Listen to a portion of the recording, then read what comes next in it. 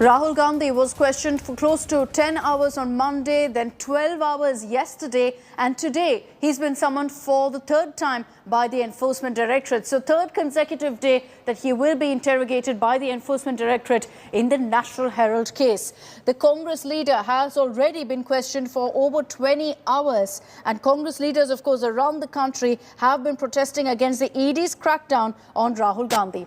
Now, according to ED sources, Rahul has been evasive during questioning and giving tutored answers. Clearly, he's been tutored by his lawyers. ED officials questioning Rahul are unsatisfied with the answers and hence have decided to summon him for a third day. The ED grilling has also led to a war of words between the BJP and the Congress. While the Congress has alleged that action against Rahul is unjustified and has referred to it as political vendetta, the BJP has rubbished these charges, calling it nothing but drama by Congress. So these are the latest updates in the National Herald case. Today, again, Rahul Gandhi will be appearing before the Enforcement Directorate. So expect more drama, as in fact the Congress has made it clear that they will again be in fact gathering in large numbers at the Congress headquarters for their satyagraha over their leader Rahul Gandhi being dragged by the Enforcement Directorate for the third straight day. Reportedly, the Enforcement Directorate has found reason to call him for a third day because they feel he's been evasive so far in questioning. They have a lot more issues that they also want to raise with him, which is why, in fact, he's being summoned for the third day. Late last night, Rahul Gandhi was seen leaving the Enforcement Directorate office because his questioning went on for over 12 hours, and despite that, he's been called in for questioning today as well. We'll have to wait and watch to see what plays out at the Enforcement Directorate office today as well. Tanseem Haider is joining us with more details on this. Tanseem, one more day that Rahul Gandhi has been summoned by the Enforcement Directorate. Why has the ED found reason to call him in for the third day now? जी देखिए, जाहिर है जो enforcement directorate का जो question are होता है वो बहुत डॉक्यूमेंटेशन बहुत बड़ा होता है। उसमें अलग अलग तरीके से बयान बाकायदा लिखवाए जाते हैं, दर्ज कराए जाते हैं और उनके सवाल हैं। और जाहिर सी बात है, जब सवालों पे सवाल निकलते हैं तो एक लंबा प्रोसेस चलता है क्वेश्चनिंग का। तो वो प्रोसेस चल रहा है, वो आज भी उसको फॉलो किया जाएगा। जैसा कि बताया जा रहा है ईडी अफसरों की तरफ से कि आज भी उनसे पूछताछ होगी, और जैसे कि कल काफ़ी देर तक पूछताछ हुई थी, उसी तरह से ही पूछताछ और उनके बयान दर्ज किए जाएंगे।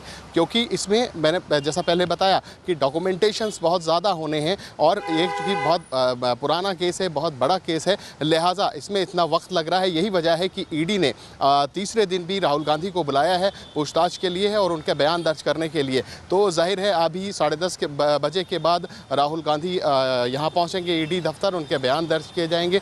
जैसा कि 2 दिन से प्रोसेस चल रहा है, आज भी उसी के तहत ये बयान दर्ज किए जाने हैं।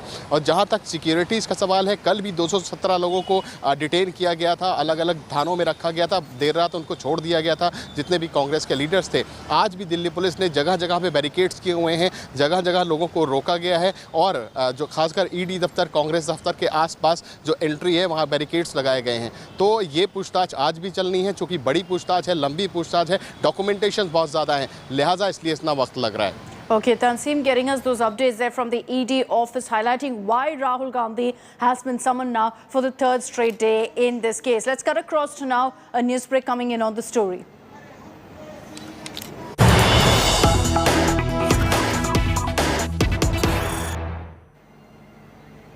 And Rahul's family continues to rally behind him. We've seen Priyanka Gandhi every single day accompanying Rahul to the ED office. His brother-in-law Robert Vadra has now put up another post on social media rallying behind Rahul. Robert Vadra in his Facebook post has said, "Hum honge kamyab." Even previously on day 1 of ED's grilling of Rahul Gandhi, Vadra said that he's been targeted by central agencies time and again, and this is clearly a message from the central government when they're targeting Rahul Gandhi as well. So Robert Vadra, they're coming out in support of his brother-in-law, putting out a detailed Facebook post where he's in fact backed Rahul and said that he will emerge the victor after this particular interrogation by the Enforcement Directorate.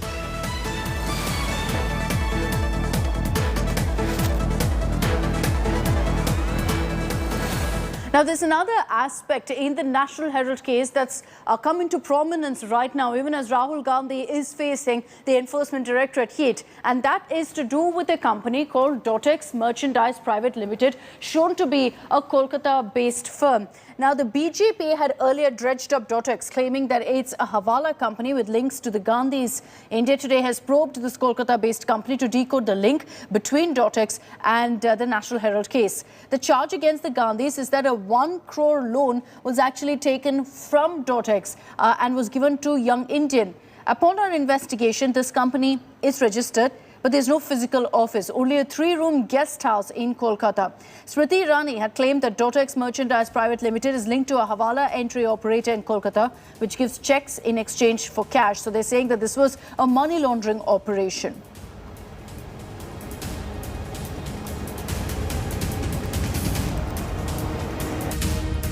The building that you can see in front of us is named Akash Deep. It's at number 5 Lower Rawdon Street, which is a very prime location of Kolkata.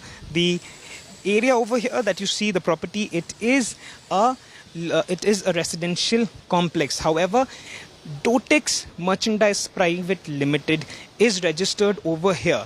Now, the investigation is on. However, to know whether Dotex, is for real or not, we arrived over here, India Today arrived over here, and what we found was that yes, at the 4th flank, at the 3rd floor, is a particular flat, rather apartment, where this is the registered property of Dotex India, Dotex Merchandise Private Limited. Now, when we went there, it did not look like an office. It was a guest house.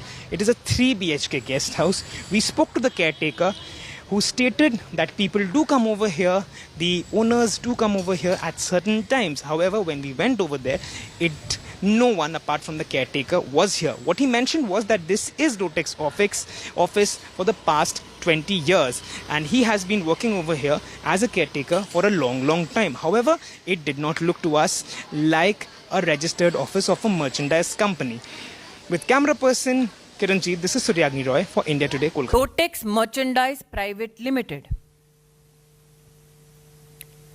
हवाला entry operator Kolkata से संबंधित है, जो cash के बदले check देती है, जिसकी ट्रांजैक्शंस पर फाइनेंशियल इंटेलिजेंस यूनिट का रेड फ्लैग है। जो कांग्रेस के कार्यकर्ता आज दिल्ली में एकत्रित हुए हैं, वो राहुल गांधी जी से पूछिए कि गांधी खानदान का संबंध डोटेक्स मर्चेंडाइज प्राइवेट लिमिटेड से क्या है। Now, there's a political showdown, yes, over Rahul Gandhi being questioned by the Enforcement Directorate. But in Maharashtra, the central agency's lens is on a minister in the Mahavikas Aghadi, and that is Anil Parab. He's a Shiv Sena leader, and he's been summoned today by the Enforcement Directorate as well. It's led to a lot of politicking as well. Anil Parab has been summoned in a money laundering case, and he will appear before the ED today. He will be grilled in connection to irregularities in the 2017 land deal for a resort in Maharashtra. The case pertains to allegations of a violation of coastal regulation zone provisions in the construction of this resort near Ratnagiri district. The ED has been conducting searches at several locations linked to the minister. Some of the minister's aides have also been questioned already. Remember that in the recent past, you had Maharashtra Minister Nawab Malik, former State Home Minister Anil Deshmukh, who've not just been questioned but also arrested in separate money laundering cases.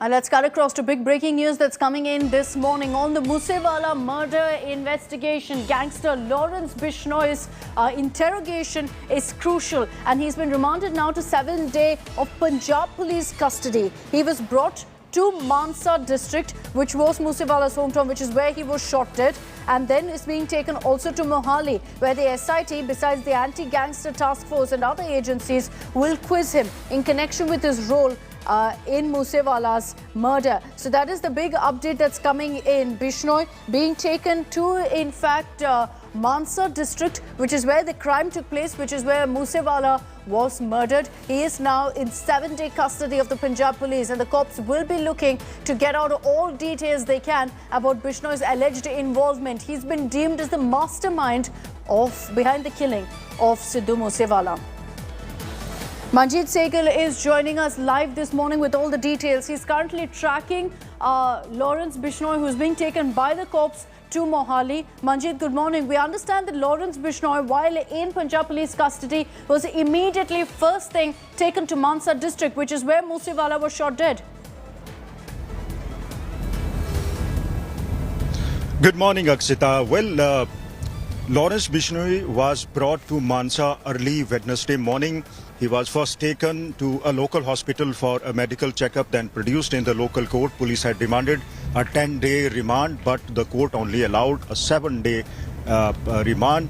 So now police is moving this gangster to Mohali in nearly 24 vehicles. There are 2 bulletproof vehicles and Lawrence Bishnoi is being moved in one of the bulletproof vehicles. There are 100 cops in this cavalcade which is about to reach Mohali. The police during the 7-day remand will question Lawrence Bishnoi, who so far has denied his involvement in Sidhu Moosewala's murder case, but Punjab police during the 7-day remand will try to connect some leads, will try to find out some answers to the questions whether the conspiracy to kill Sidhu Moosewala was hatched by the gangster in the jail. What is the role of Canada-based gangster Goldie Broad and why they wanted to kill the singer, whether they had demanded money which Sidhu Moosewala had refused to give, or there was some other reason. So police will now try to find out the answers to these questions. Besides the SIT formed to look into the Sidhu Moosewala's murder case, the anti-gangster task force, besides other agencies, will also accuse the gangster who is in Punjab police custody now, Akshita. Okay, Manjeet getting us those details as Lawrence Bishnoi right now is being taken to Mohali. He is in fact in the custody of the Punjab police. Manjeet, thank you for getting us all of those details.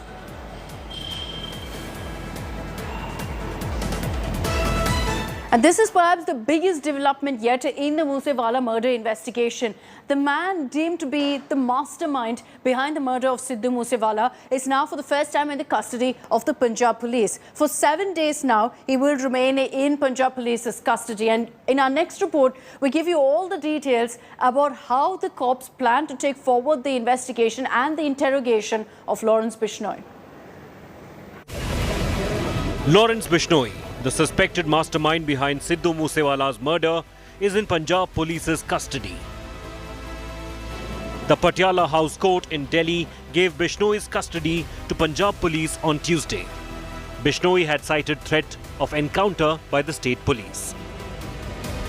इनको सामने से जो है पूरी assurance देनी पड़ेगी, बाकायदा affidavit दाखिल करना पड़ेगा, ये मेरी डिमांड है, जिसके अंदर बाकायदा हर 12 घंटे में इसका मेडिकल हो और इसको बाकायदा बुलेटप्रूफ गाड़ी में लेके जाया जाए, इसकी पूरी जान माल सुरक्षा की जाए। इसके साथ में सीनियर पुलिस ऑफिसर जो हैं इस पूरे ऑपरेशन को वॉच करें। इसको जहां से लेके जाना है तो ड्यूली हैंडकफ और शैकल्स यानी प्रॉपर हथकड़ियां और बेड़ियां लगा के ले जाया जाए और उसी में प्रोड्यूस किया जाए, जिससे कि कल पंजाब पुलिस को या किसी को कोई एक्सक्यूज ना मिल सके कि इसने भागने की कोशिश की। हमारी ये खुद डिमांड है कि हमें हथकड़ियां बेड़ियां लगा के ले आया जाए। India Today has exclusively accessed information about the questions Punjab police plans to ask the gangster during his interrogation. Bishnoi will be grilled on the motive for the murder. The police will ask Bishnoi about the shooters who pumped 18 bullets into Moosewala. They will also interrogate him on murder threat allegedly issued to Bollywood superstar Salman Khan. Bishnoi will be grilled on his connection to the Canada-based gangster Goldie Broad, who had taken responsibility for Moosewala's murder. The police sources have claimed the murder case is cracked. Bishnoi's interrogation will be key for the police to build a solid case in the Moosewala murder. Bureau Report, India Today. Gangster Lawrence Bishnoi was produced in court yesterday, and India Today was the only channel to confront the gangster about his links to Moosewala's murder and also to the death threat that was issued to Salman Khan. Take a look at that sequence and our next report filed by Arvind Ojha.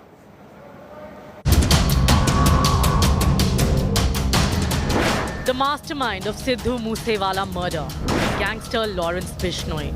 The man who plotted the shootout that killed Moosewala is currently lodged in a Delhi jail. And as Delhi and Punjab police seek extension of his custody, India Today's ace crime reporter Arvind Ojha confronted Lawrence Bishnoi.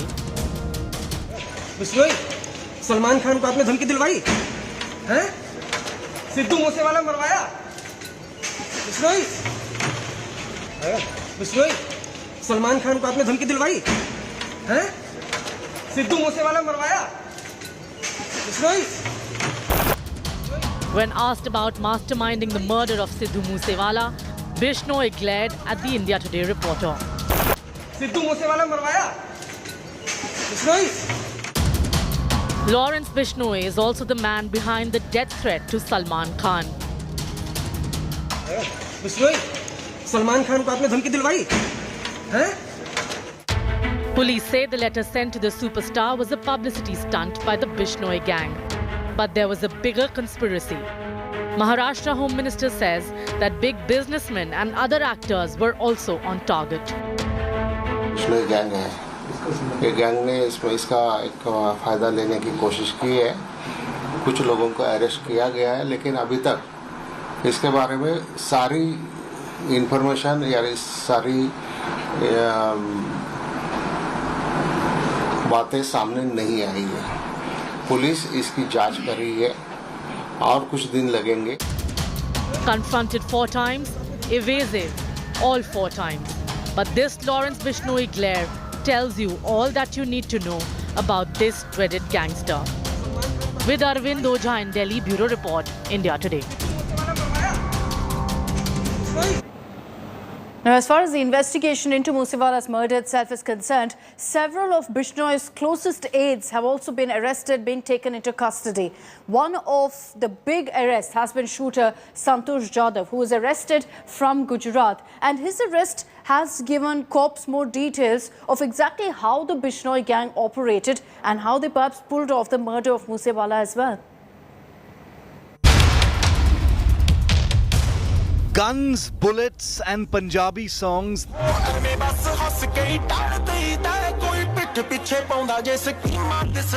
These make up the culture of the Lawrence Bishnoi gang.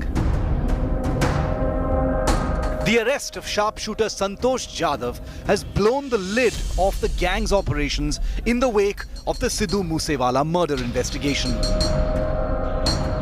India Today has learnt that the Bishnoi group gangsters communicate with each other through social media platform Instagram's own inbuilt messenger, according to sources in the police.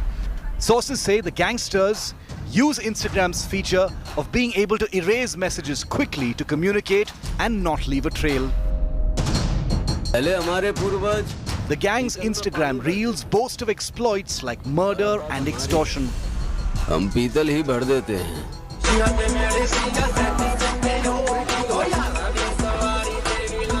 Their recent videos revolve around Lawrence Bishnoi's arrest as the mastermind behind Sidhu Moosewala's murder.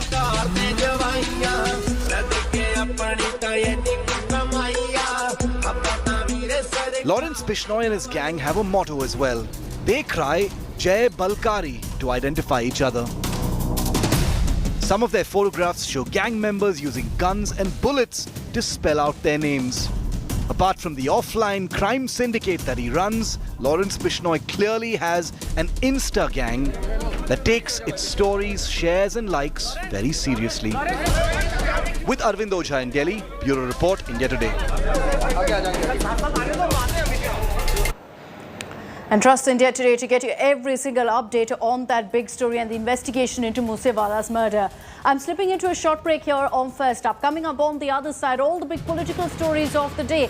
The opposition trying hard again to show unity as the presidential elections near. Mamata Banerjee calling for a meeting with opposition parties. More details coming up in just a bit.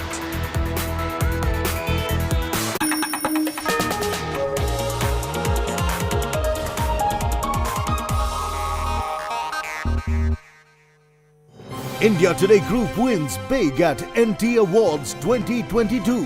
Bags 5 coveted awards in digital categories. Mobile application by a news channel, Aaj Tak. Most popular social media TV news brand, Aaj Tak. News channel website, India Today. Social contribution by a news network, India Today. Strongest digital footprint of a news network, Aaj Tak. India Today Group, the gold standard of journalism.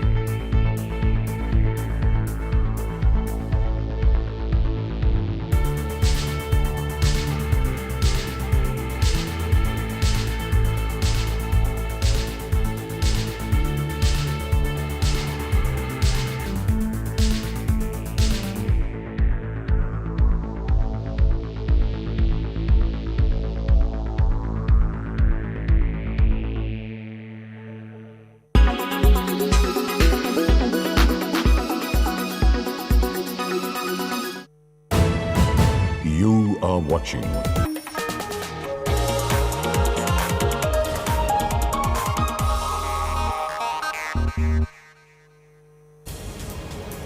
Welcome back. You're watching First Up, and let's get you details now of the race to Raisina Hill. It's heating up as the presidential polls are slated to happen in July. Mamata Banerjee, TMC chief, West Bengal chief minister, is in Delhi trying to rally the opposition together to take on the BJP, to take on the NDA. She's in fact invited 22 opposition parties. These are parties spread across the country, including several chief ministers, saying join hands, let's field a joint opposition candidate. Mamata Banerjee has also made a pitch for Sharad Pawar to be that presidential candidate, an offer that the HCP chief shot down. The race for Raisina Hill is heating up. TMC Supremo Mamata Banerjee is in the national capital to rally the opposition. She met NCP chief Sharad Pawar on Tuesday, urging him to be the presidential candidate of a united opposition.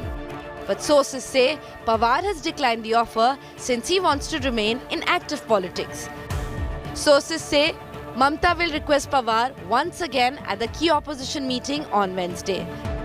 Mamata Banerjee has written to 22 leaders, including chief ministers, inviting them to a meet on presidential elections. Of them, the DMK, Shiv Sena, SP, NCP, RLD, JDS, PDP, CPI and CPM have confirmed attendance. The Congress, the principal opposition party, is yet to respond to Mamata's call.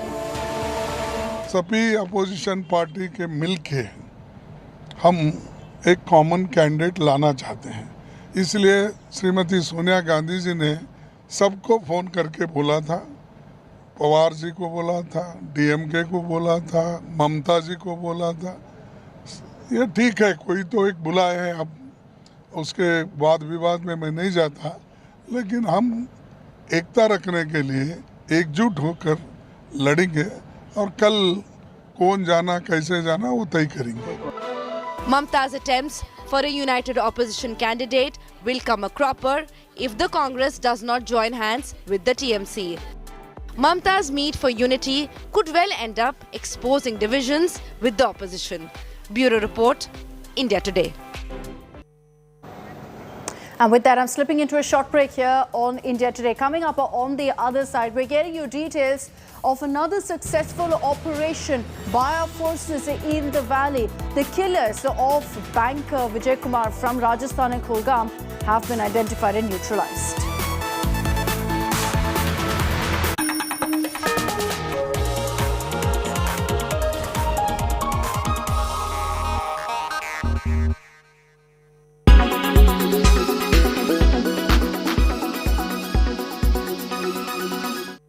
Deepfakes are videos modified and created by artificial intelligence which first appeared in 2017. The first method to create a deepfake involves a face swap, where the face of one person is put on the body of another. This method is relatively simple and can be done using applications that use short videos such as Snapchat, Reface or FaceMagic. The second and more complex method involves a face reenactment. An actor in a studio uses an original video of a victim's face to mimic their gestures and movements, changing their posture or facial expression. The third method uses lip syncing. The lip movements are manipulated to make a celebrity say something they never said, with a voice that mimics that of the victim or that has been created by artificial intelligence. In all three methods, the gestures, facial expressions, and sometimes the voice of the victim are studied by AI, which learns the images of the original video second by second, and then overlays, reproduces, and edits them with other images. The greater the volume of information entered into the program, the more realistic the deepfake will be. Cinema has used this technique to make actors seem younger. Deepfakes can also be used to carry out scams. The risk of political manipulation and disinformation is also significant, especially since the face swapping method can be carried out live.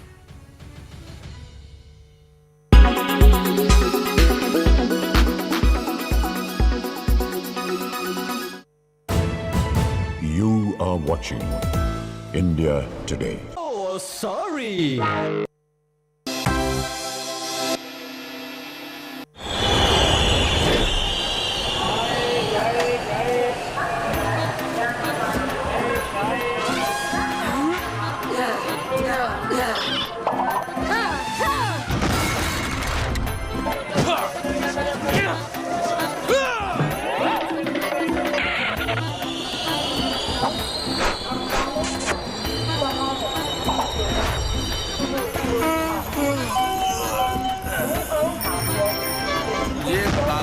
राज में तो पक गए, election में इतनी मेहनत की कि थक गए। तुम तो चाय पिलाओ मियाँ, आजमगढ़ से हाय आदमी को जिताओ मियाँ।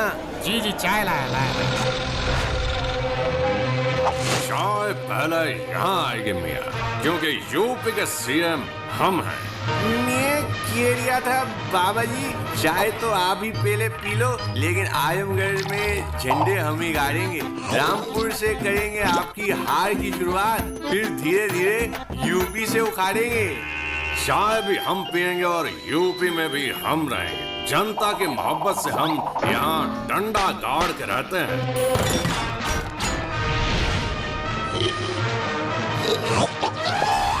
साइकिल लेकर हमसे ना टकराओ मुन्ना, बिखर जाओगे। हमें लोग बाबा बुलडोजर कहते हैं। खामोश। कमल में दम नहीं, हम किसी कम नहीं। साइकिल है तो पॉसिबल है।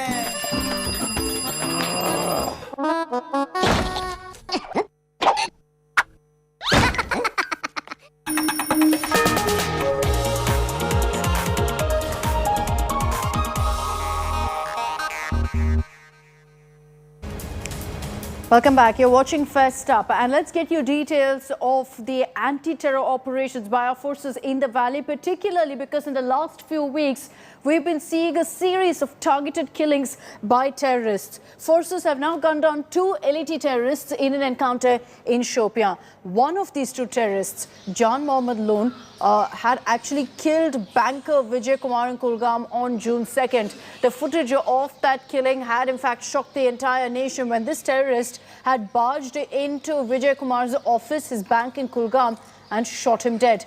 Arms, ammunition including 1 AK-47 rifle and a pistol were recovered from the spot of the encounter. Forces have cordoned off the area. The hunt is on to nab more Pakistan-sponsored terrorists. The second terrorist who's been neutralized has been identified as Tufail Ganai.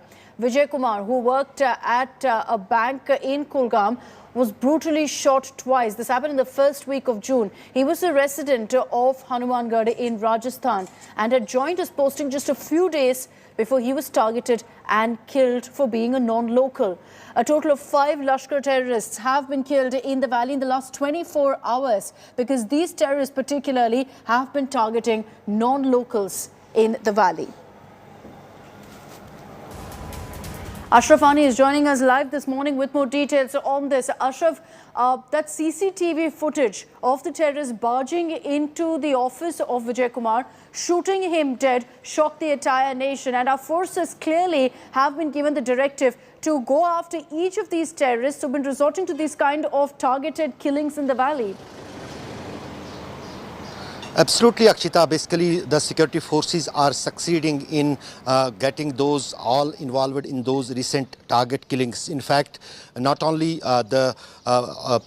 this Jan Mohammed Lone has been killed in today's encounter in the Shopian district of South Kashmir, who was responsible for the killing of Vijay Kumar, the banker in the Kulgam. But in fact, 2 days back, we have seen the killers of the Jammu and Kashmir cop Faisal Qadri and injuring his daughter. He was also eliminated in the Srinagar encounter. In fact, what breaking news we are just getting in that another Lashkar militant who was responsible for the killing of the teacher from Jammu, Ranjani Balla, he is also trapped in the third encounter during last 24 hours, which were carried out by the security forces in Kulgam. This is the breaking news what we are getting from the police sources. Yesterday late evening, an encounter started in the Kulgam district. The militants trapped in that encounter managed to flee from that spot. The security forces intensified the coordinated search in the area throughout the night, and today morning once again contact has been established with that group of militants believed from 2 to 3. Though the encounter and in fact the search operation is still going on, and what the police sources are confirming that one of those trapped militants is believed the killer of the Ranjani Balla, the teacher who was killed in the school premises before Vijay Kumar in Kulgam district. His killers are also trapped in another encounter in South Kashmir. So a series of encounters going on since last many days. In fact, during last 24 hours, the third encounter underway in Kulgam, where the killers of Ranjani Balla, the teacher who was targeted killing in the Kulgam district, are trapped in that particular encounter. Okay. So we just spoke to the top police officials in Srinagar. They are saying that within hour they will be confirming whether the killer of the Rajni Balla has been killed or he has been apprehended. The operation is still going on in that particular area. This is a big update that Ashraf is also getting us. You know, even as we've been telling you about how the terrorist behind banker Vijay Kumar has been neutralized in Shopia, and encounters happening as we speak in Kulgam to nab the terrorist behind the killing of teacher Rajni Balla. One more targeted killing that had rocked the valley in the last few weeks. And it's very clear right now that forces are going after these terrorists, Ashraf, who had in fact pulled off these targeted killings. Most of them seem to be from the Lashkar-e-Taiba. Any details about these terrorists who are who have been cornered currently in Kulgam? Akshita, basically when the series of this targeted killings started in the Kashmir Valley, and it has already shown the anger all across the country. There was too much pressure on the government that how they are not curbing the targeted killings in the Kashmir Valley. In fact, it resulted the migration of some of the Kashmiri Pandit employees from the Kashmir Valley. A high-level meeting was taken by the Home Minister himself. All the security heads of different security agencies, including intelligence agencies, were called in Delhi Home Ministry, and then a strategy was adopted where to curb this hybrid militancy, where the militants who were responsible for these targeted killings are newly recruited. In fact, they are not more than 1 month old militants in the Kashmir Valley. So that was a specific target by the security forces planned and in a strategy where these operations were carried out from Bandipora, Sopore, then in Srinagar, and finally now in the South Kashmir. This is a series of operations which had been launched by the security forces. But what you mentioned, that who were the responsible for these targeted killings, it was said on those particular days that this is a new trend of militant groups where hybrid terrorists are being used to conduct and to carry out these targeted killings. They have not any kind of past, they are not on intelligence radars, but during the scene of crime, there was some clues with the security agencies. They have collected them and worked on them, and finally getting the successes in neutralizing those responsible for those targeted killings in the Kashmir Valley. That's right. In the last 24 hours alone, we've seen several successful anti-terror, counter-terror operations by our forces. Thanks, Ashraf, for joining us this morning with all those details. Big breaking news that's coming in this morning.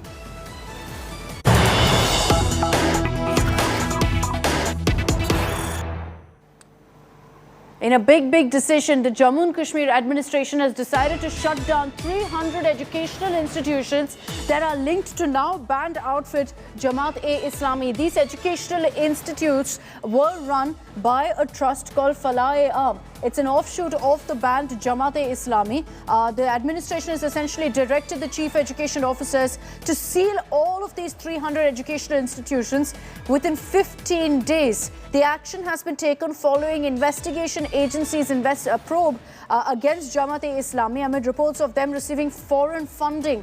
It was also found that in these educational institutions, in these schools, jihadi literature was also being taught. So this is a big step in order to crack down on radicalization of young children in the valley. All of these educational institutions, nearly 300 of them, are going to be shut down with immediate effect, with in fact 15 days time being given by the administration.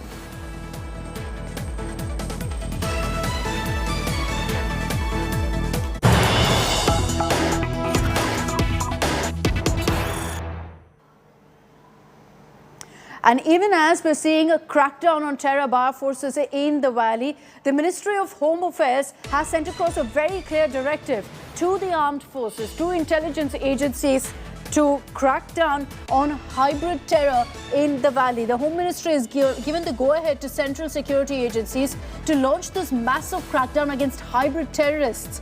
Essentially, hybrid terrorists or part-time terrorists have become a massive problem for security agencies in Jammu and Kashmir.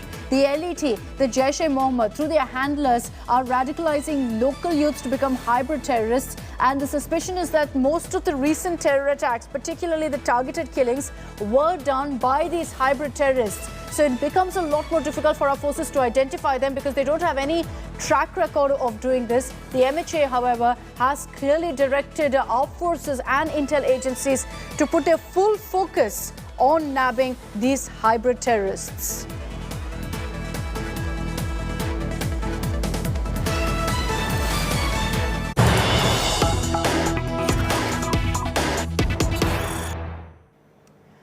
Big update that's coming in on the investigation into the violence and rioting that we've seen in several parts of the country as a fallout of Nupur Sharma's comments in Prayagraj, where there was violence.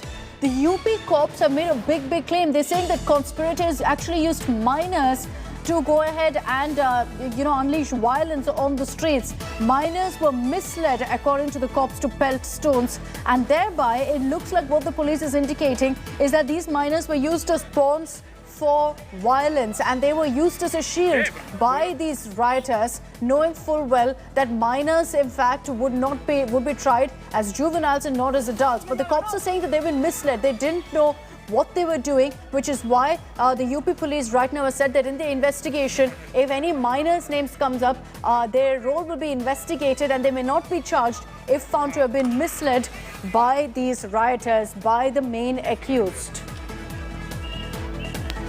Let's take this across to Samarth Srivastava. He's joining us live from Prayagraj. Samarth, you've been filing detailed ground reports from Prayagraj on the situation, the investigation into the violence. It's now emerging, according to the police, that there were several minors who were seen in the CCTV images also pelting stones, but that they were clearly misled by the main accused, by the rioters.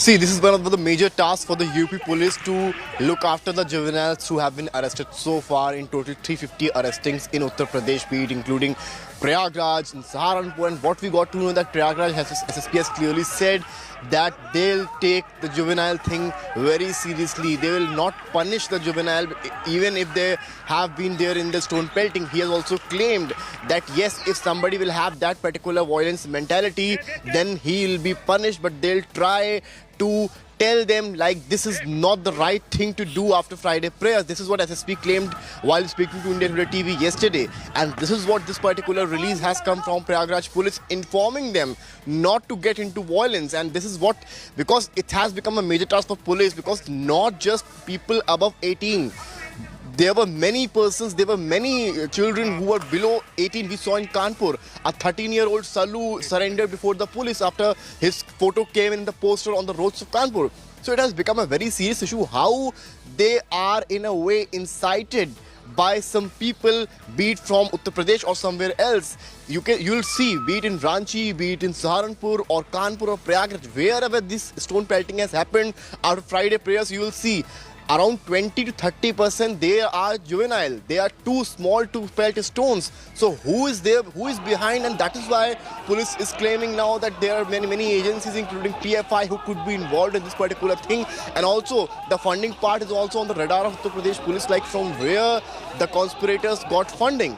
And this particular Javed, whose house was bulldozed few days back in Prayagraj, is also one of the main accused in this case. While if you go to Kanpur, it will be about Hayat, and all of them having some links. Hayat's links with PFI were clearly visible when 3 other members of PFI were arrested from Kanpur. So who is this particular person? What is the name of the agency who is behind all this? And from where these juveniles are getting motivation on social media? This is also one of the things of investigation for Uttar Pradesh police, as they are also monitoring the social media. Many arrests have taken place for inciting, for making defamatory comments regarding somebody's gods, be it from Muslims, Hindus or Christians. So this has become a big task for Uttar Pradesh police to get this juvenile thing done. Yeah. Right, Samar, thank you for getting us all of those details on the investigation. Let's also get you a ground report from Prayagraj. What's the situation days after riots had broken out in the district? There's still a lot of concern among locals, a lot of worry that violence will break out again. Local businesses have been hit. Several shops still remain closed. Even as the investigation is progressing, over 300 people have been taken into custody by the UP police. But what's being referred to as the bulldozer model in Uttar Pradesh of bulldozers raising down properties in Prayagraj has also led to a lot of concern. Uneasy calm in Prayagraj. Days after violent clashes and a bulldozer crackdown, normalcy is yet to return to this city in Uttar Pradesh. Tension prevails in Prayagraj after clashes that broke out during the protest against the BJP's now suspended spokesperson Nupur Sharma and her comments on the Prophet. Shopkeepers and locals are living scared. They claim their businesses have totally collapsed in the wake of the protests and violence. जिस दिन से हिंसा हुई है उस दिन से ये डर और भय लोगों के अंदर है। हम ये चाहते हैं कि जो है हमारे शहर के प्रशासन जो है अनाउंसमेंट करें कि भाई अपने अपने दुकान को खोल दें, क्योंकि दुकान जब खुली रहेगी तो थोड़ा सा लोगों को राहत मिलेगी और लोगों को तमाम जो दिक्कतें वो दूर रहेंगी। दुकानें बंद ये सिर्फ फोर्स की वजह से, फोर्स यहाँ पे हट जाए और अनाउंसमेंट हो जाए तो ये यहाँ पे सब दुकानें खुलने लगी, क्योंकि अभी फोर्स लगी रहेगी तो कोई भी दुकान खुले कोई कस्टमर आएगा नहीं। The locals fear a repeat of the violent clashes after key accused Javed Mohammad's house was demolished on Sunday. Javed's lawyer claims the house was in Javed's wife's name and they've been paying house tax and other levies regularly. कोई कानून bulldozer के लिए इजाजत नहीं देता, या आप compounding करते या उस मकान को सील करते या उसको रेगुलराइज करते, आप एक फर्जी नोटिस लगाकर जिसमें झूठे तमाम पुराने डेट के का झूठा हवाला देकर आप 24 घंटे का अवसर नहीं दिए उस मकान को गिरा दिए। ये कानून की धज्जी उत्तर प्रदेश में विकास प्राधिकरण के लोग जिला प्रशासन के सहयोग से उड़ा रहे हैं। India Today has learned that the Prayagraj police has handed over a list of 37 suspects to the Prayagraj Development Authority seeking strict action. सभी कम्युनिटी के लोग हमारे भाई बंधु हैं, मित्र हैं। मुकदमा दर्ज है, 70 नामजद हैं, कुछ अज्ञात हैं। उन्हीं की गिरफ्तारी हो रही है। ऐसे लोग जो जिनको उकसाया गया नाबालिग हैं, उन पे हम विचार करेंगे। अगर वो खराब प्रवृत्ति के नहीं होंगे तो उन पे ध्यान दिया जाएगा, विचार किया जाएगा, निर्णय लिया जाएगा। There's heavy police presence in the area where protests turned violent after Friday prayers. The shops in the locality have been closed since then. With Samad Srivastav in Prayagraj, UP, Bureau Report, India Today. Let's get you all the latest updates on the investigation into Sidhu Moosewala's murder. Punjab police has got the custody of suspected mastermind behind Moosewala's murder, gangster Lawrence Bishnoi. India Today has exclusively accessed information about the questions that Punjab police plan to ask the gangster during his interrogation. He's already been taken to Mansa district, which is where Moosewala was shot dead. Lawrence Bishnoi, the suspected mastermind behind Sidhu Moosewala's murder, is in Punjab police's custody. The Patiala House Court in Delhi gave Bishnoi's custody to Punjab police on Tuesday. Bishnoi had cited threat of encounter by the state police. इनको सामने से जो है पूरी assurance देनी पड़ेगी, बाकायदा affidavit दाखिल करना पड़ेगा, ये मेरी डिमांड है, जिसके अंदर बाकायदा हर 12 घंटे में इसका मेडिकल हो और इसको बाकायदा बुलेट प्रूफ गाड़ी में लेके जाया जाए, इसकी पूरी जान माल सुरक्षा की जाए। इसके साथ में सीनियर पुलिस ऑफिसर जो हैं इस पूरे ऑपरेशन को वॉच करें।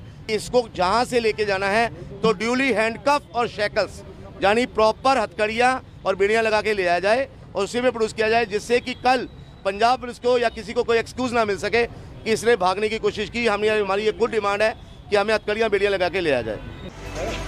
India Today has exclusively accessed information about the questions Punjab police plans to ask the gangster during his interrogation. Bishnoi will be grilled on the motive for the murder. The police will ask Bishnoi about the shooters who pumped 18 bullets into Moosewala. They will also interrogate him on murder threat allegedly issued to Bollywood superstar Salman Khan. Bishnoi will be grilled on his connection to the Canada-based gangster Goldie Brar, who had taken responsibility for Moosewala's murder. The police sources have claimed the murder case is cracked. Bishnoi's interrogation will be key for the police to build a solid case in the Moosewala murder. Bureau Report, India Today. So gangster Lawrence Bishnoi was produced in court yesterday, and India Today was the only channel to actually confront Bishnoi on the murder of Sidhu Moosewala and on the death threat issued to Salman Khan. Here's a look at the sequence where India Today's Arvind Ojha put forth direct questions to Lawrence Bishnoi.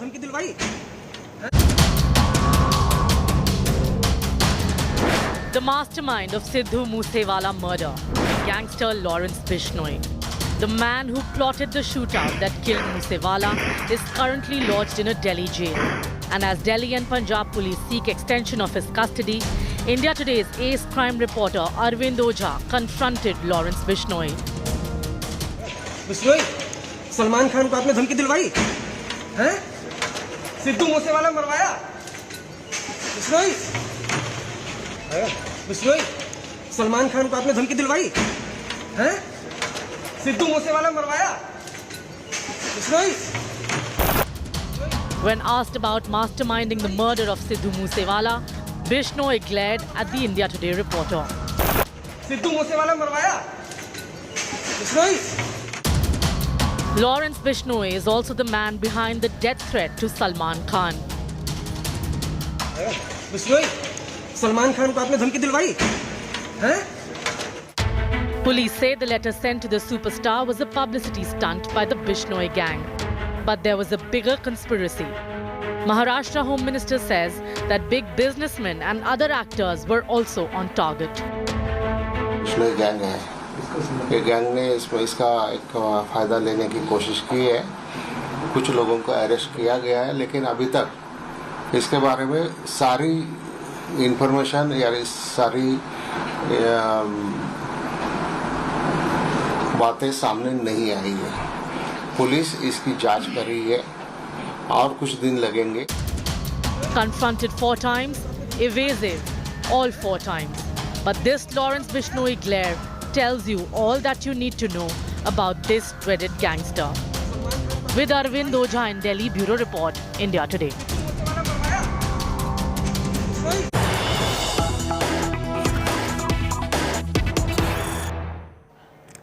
Let's get you the latest big development coming in on the Kerala gold smuggling case. Swapna Suresh, the main accused, has claimed that Kerala Chief Minister Pinarayi Vijayan is strongly connected with the former journalist Raj Kiran. She's made this allegation before, but she's essentially saying that there are attempts to coerce her to withdraw the case. Swapna Suresh has claimed that she's being threatened to withdraw the statement made against Chief Minister Pinarayi Vijayan, but she's reiterated that no matter how many more cases come up against me, I will not withdraw my statement. She also claims that Chief Minister Vijayan had sent this former journalist to her office and that they've now registered another case against her in a bid to pressurize her.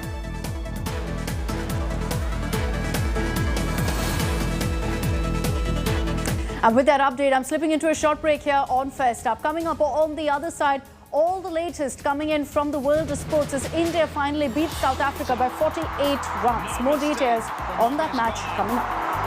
Settled under it.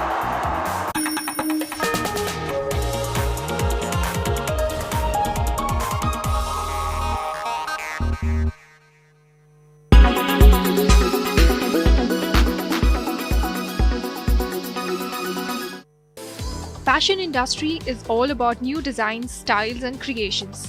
Well, now fashion designers have a new playground for their creations, the metaverse. This digital world where thanks to an avatar that gives us a virtual twin, we can evolve and act just as we would in the real world. We enter it through wearing a virtual reality headgear or by watching a computer or smartphone screen. The metaverse is a space for experimentation and testing out new products, allowing designers to push the boundaries of their creativity. This has economic advantages too. By testing out their collection in the metaverse, they can then analyze public reaction in it and adapt demand accordingly to avoid surplus production and unsold items in the real world. In other words, an eco-friendly approach. For other designers, their creations will stay digital. On specialized platform brands, commercialize their virtual clothes by attaching to them an NFT or a non-interchangeable unit of data stored on a blockchain that can be sold and traded using cryptocurrency. This kind of marketing saves brands from their worst nightmare, fakes flooding the marketplace. With the second-hand market booming, reselling a pair of virtual shoes associated with an NFT will give the designer royalties on each transaction. Some brands link a virtual fashion item with its counterpart in reality.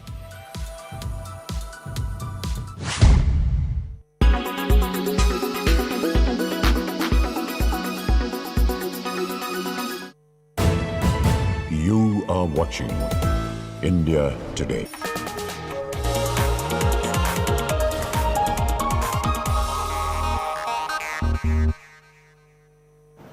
India registered a 48-run win over South Africa in the third T20 international of the 5-match series. Harshal Patel and Yuzvendra Chahal took 4 and 3 wickets respectively to hand India their first victory of the series. Indian openers Ruturaj Gaikwad and Ishan Kishan came out all guns blazing to put on a 97-run partnership for the first wicket in 10 overs. Half-centuries from both of them and a 21-ball 31 from Hardik Pandya helped India to get a 180-run target for the Proteas.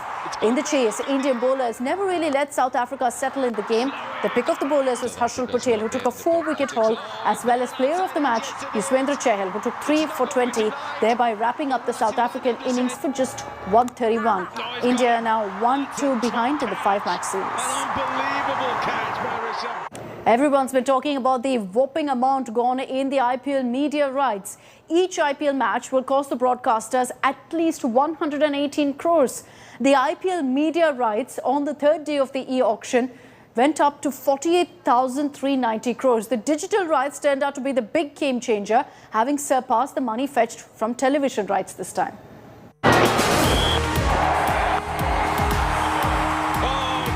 Brand IPL continues to grow further and further. After 3 days of intense bidding, the numbers from the IPL media rights are jaw-dropping. The media rights that include 4 packages for a period of 5 years have been sold for a whopping 48,390 crores. Disney Star bagged the television rights for 23,575, while for the digital rights, Viacom made the winning bid of 20,500 crores. The most surprising numbers came for the digital rights of 98 non-exclusive games, which also went to Viacom for 3,258 crores. Rest of the world rights will fetch BCCI 1,057 crores from Times Internet. The amount is astronomical and digital rights have seen a massive jump. Viacom backed the digital rights for both the proposed 410 matches under Package B and the non-exclusive 98 matches under Package C for 5 years. For a period of 5 years, each of the non-exclusive 98 games will cost 33.24 crores. So for the digital rights under Package B and C, Viacom will end up paying 23,758 crores. Now how much will each IPL match cost in this 5-year cycle? So all 4 packages combined would cost 48,390 crores. The total number of games proposed in the 5-year cycle is 410, which would mean that every game would cost 118 crores. The numbers may surprise many, but the growth and popularity of the IPL ensures that irrespective of the economic health of the country and the world, IPL continues to get bigger and bigger. The Indian Premier League has seen an exponential growth ever since it came into existence in 2008. For the first 10-year cycle, each game used to cost 13.6 crores, which increased to 55 crores per game for the cycle between 2018 to 2022. And now, every game will cost the broadcasters at least 118 crores. These mind-boggling numbers have pushed brand IPL ahead of majority of the leagues globally, including the English Premier League. The question with IPL no longer is how, but how much. Sports Bureau, India Today. And that's all we have time for in this edition of First Up. Stay with me here on India Today. I'll be joining you with the headlines from the India Today newsroom in just a few moments.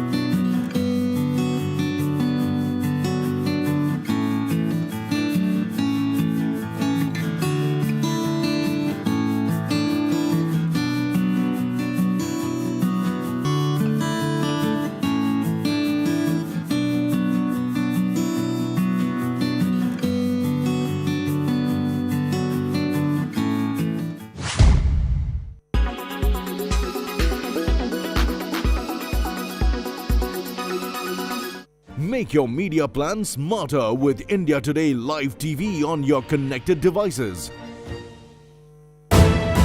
You are watching India Today. Co-powered by Philips Beard Trimmer. Adapts to you.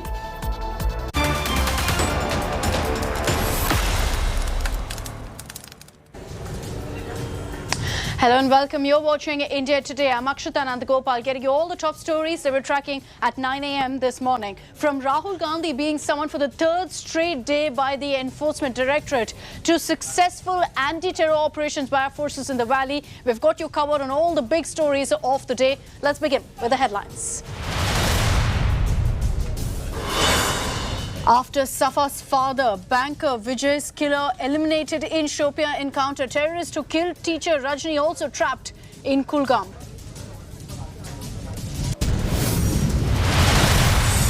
After 12-hour grilling on day 2, Rahul Gandhi to be back at the ED office for day 3 of questioning. DMK, RJD all come out backing the Congress MP. India Today decodes .x National Herald mystery link. Our reporters probe the Kolkata-based firm named by BJP, alleging that Congress took a 1 crore loan from them. ED summons Maharashtra Minister Anil Parab in money laundering case. The Shiv Sena Neta will be grilled in connection to irregularities in a 2017 land deal for a resort.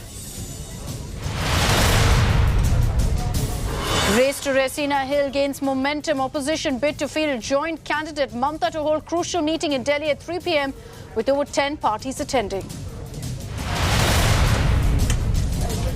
And Punjab cops get Musewala mastermind gangster Lawrence Bishnoi's 7-day custody. SIT, along with anti-gangster task force, will grill him on murder motive and to trace the shooters.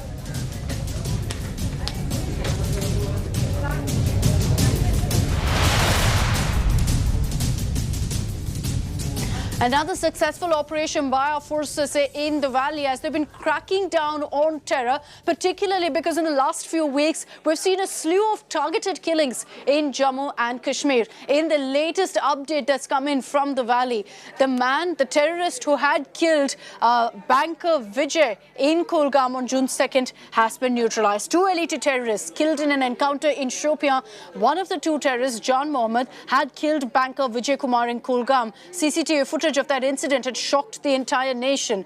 The second terrorist who's been killed has been identified as Tufail Ganai. Arms and ammunition, including 1 AK-47 rifle and a pistol, were recovered from the spot of the encounter. Forces have cordoned off the area. The hunt is on to nab more Pakistan-sponsored terrorists. This terrorist, who's been neutralized today, had barged into a bank office on June 2nd and shot Vijay, a banker, twice. He was a resident of Hanumangarh in Rajasthan and had joined his posting just a few days before his death. He was targeted for being a non-local. A total of 5 Lashkar terrorists have been killed in the valley in the last 24 hours. The killer of teacher Rajni Bala is also believed to be trapped in Kulgam. Rajni was a teacher who was killed in the last week of May. Another targeted killing in which she, being a minority, was killed. And India Today also spoke to the DGP of Jammu and Kashmir, Mr. Dilbag Singh. Here's that conversation. Then the killing of a very young, handsome manager of a bank, Vijay Kumar from Rajasthan on 2nd of June was intensified right on the day this killing took place. We were looking for him, we were after him, and I'm happy to say that last evening John Muhammad Lone of Lashkar-e-Toba has been killed. Along with him, his associate, who is of course from Jaish-e-Mohammed and was working with him, Tufail Ganai, has also been eliminated in the encounter last night. We believe that this innocent killing of Vijay was a burden on everyone's mind who was involved in the security operators, and it's good that he's been neutralized in this operation.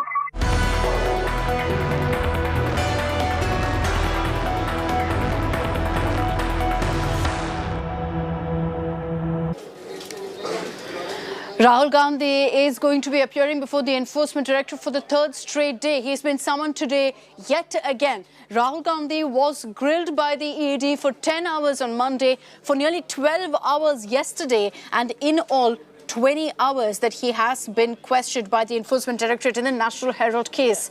According to ED sources, Rahul has been evasive and has been given answers, scripted answers. He's clearly been tutored by his lawyers. ED officials questioning Rahul aren't satisfied with his answers, which is why he's been summoned a 3rd time. ED grilling has also led to a war of words between the BJP and the Congress. Essentially, the Congress alleging that the action against Rahul is clearly unjustified. They've referred to this as political vendetta. The BJP has rubbished these charges and referred to Congress's Satyagraha, their protest march, as nothing but drama.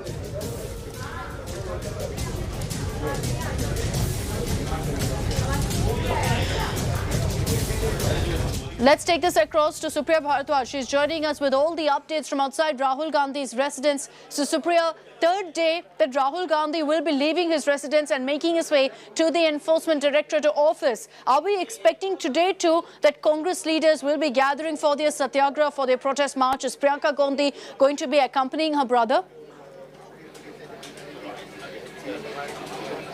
Well, Akshita, good morning to you and to our viewers also. Well, from last 2 days, there have been long, lengthy questioning by the ED of Mr. Gandhi, and we are standing outside his residence. And here you can see, unlike the day one, when there was a massive police deployment, it's just the paramilitary force. Mr. Gandhi is a Z plus security protectee, and what is happening here is that just the bare security, that is a paramilitary force that is only present here. As far as the AICC headquarters is concerned at the Akbar Road, there have been stormy scenes which are being witnessed since now only, because a lot of staff members who work in Congress headquarters in the Akbar Road based office of Congress party are not being allowed today. So this is really very interesting development which has happened, because from last 2 days the Congress people who are working, the staff which is working in the AICC headquarters were allowed to go, but today they are not allowed to enter into the premises. They have been stopped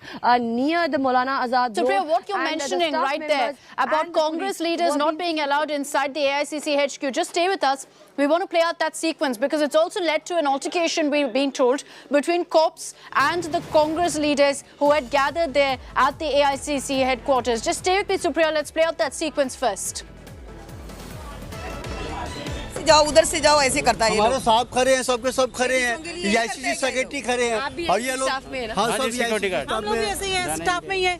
वहाँ पर बच्चे छोटे-छोटे बच्चे हैं, उनको ये खाने पीने का फिर भी नहीं सुन रही ये लोग। भैया तनख्वाह दे दो हमें तनख्वाह दे दो, हम नहीं जाएंगे ऑफिस में, यहीं बैठे रहेंगे। और वो कहते पीछे वाले गेट वाले कहते हैं जी आगे से जाओ, कहते हैं पीछे जाओ, इस तरीके से घुमाते जा रहे हैं। आपको हम यहाँ पर दिखा रहे हैं कि यहाँ पर जो है पुलिस में और कांग्रेस का जो मुख्यालय में लोग काम करते हैं, उनके बीच में हल्की सी झड़प भी देखने को मिल रहे हैं। पूरा जो स्टाफ है वो बाहर खड़ा है। यहाँ पे अन्य जो कांग्रेस पार्टी के नेता वो लोग पहुँच गए। अंदर नहीं जाने दिया जा रहा है आप लोगों को? अंदर नहीं जाया जा रहा, मैं तो ऑफिस का स्टाफ हूँ, तो मैं बाकी इनसे बात कीजिएगा, मगर जाने नहीं दे रहे। देखिए यहाँ पर जो स्टाफ है वो भी पूरा कांग्रेस पार्टी का बाहर खड़ा है, उनको अंदर जाने नहीं दिया जा रहा है। और यहाँ पर जो है ये कांग्रेस मुख्यालय के पास में जो सड़क जाती है मौलाना आज़ाद की तरफ और आगे इंडिया गेट की तरफ, वहाँ पर पूरी ना सिर्फ आज छावनी में तब्दील किया गया है, बल्कि अब तो स्टाफ को भी अंदर नहीं जाने दिया जा रहा है। यहाँ पर आप देख सकते हैं कि अभी भी जो है वो कांग्रेस पार्टी के स्टाफ जो अंदर AICC मुख्यालय में काम करता है, उनके बीच में और पुलिस के बीच में जो है वो बहस चल रही है। और यहाँ पर हम आपको दिखा रहे हैं बार बार कि किस तरीके से स्टाफ जो है वो कह रहा है कि आप हमें बताइए कि हमें कहाँ से जा। कांग्रेस के पूर्व अध्यक्ष राहुल गांधी से आज ईडी की क्वेश्चनिंग का तीसरा दिन है, और कांग्रेस मुख्यालय के बाहर का आपको हम दृश्य दिखाते हैं। पूरा का पूरा छावनी में तब्दील है।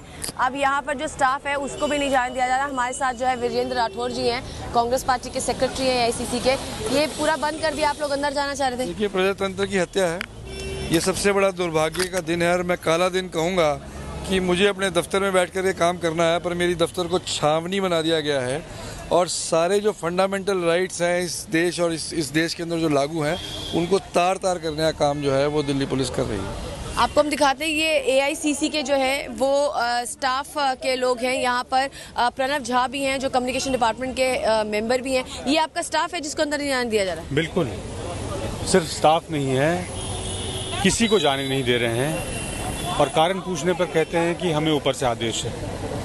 ये बताइए कि लोकतंत्र में सबसे बड़ी विपक्षी पार्टी, उसका राष्ट्रीय कार्यालय, उसके बाहर खड़े हैं और कारण नहीं बता रहे हैं। क्यों नहीं जाने देंगे? इसलिए क्योंकि हम सत्याग्रह कर रहे हैं, शांतिपूर्ण मार्च कर रहे हैं, सरकार से सवाल पूछ रहे हैं। ये बिल्कुल मनमाना तरीका है और ये गलत है लोकतंत्र के लिए। इससे लोगों में नाराज़गी होती है। हमने कोई उग्रता नहीं दिखाई।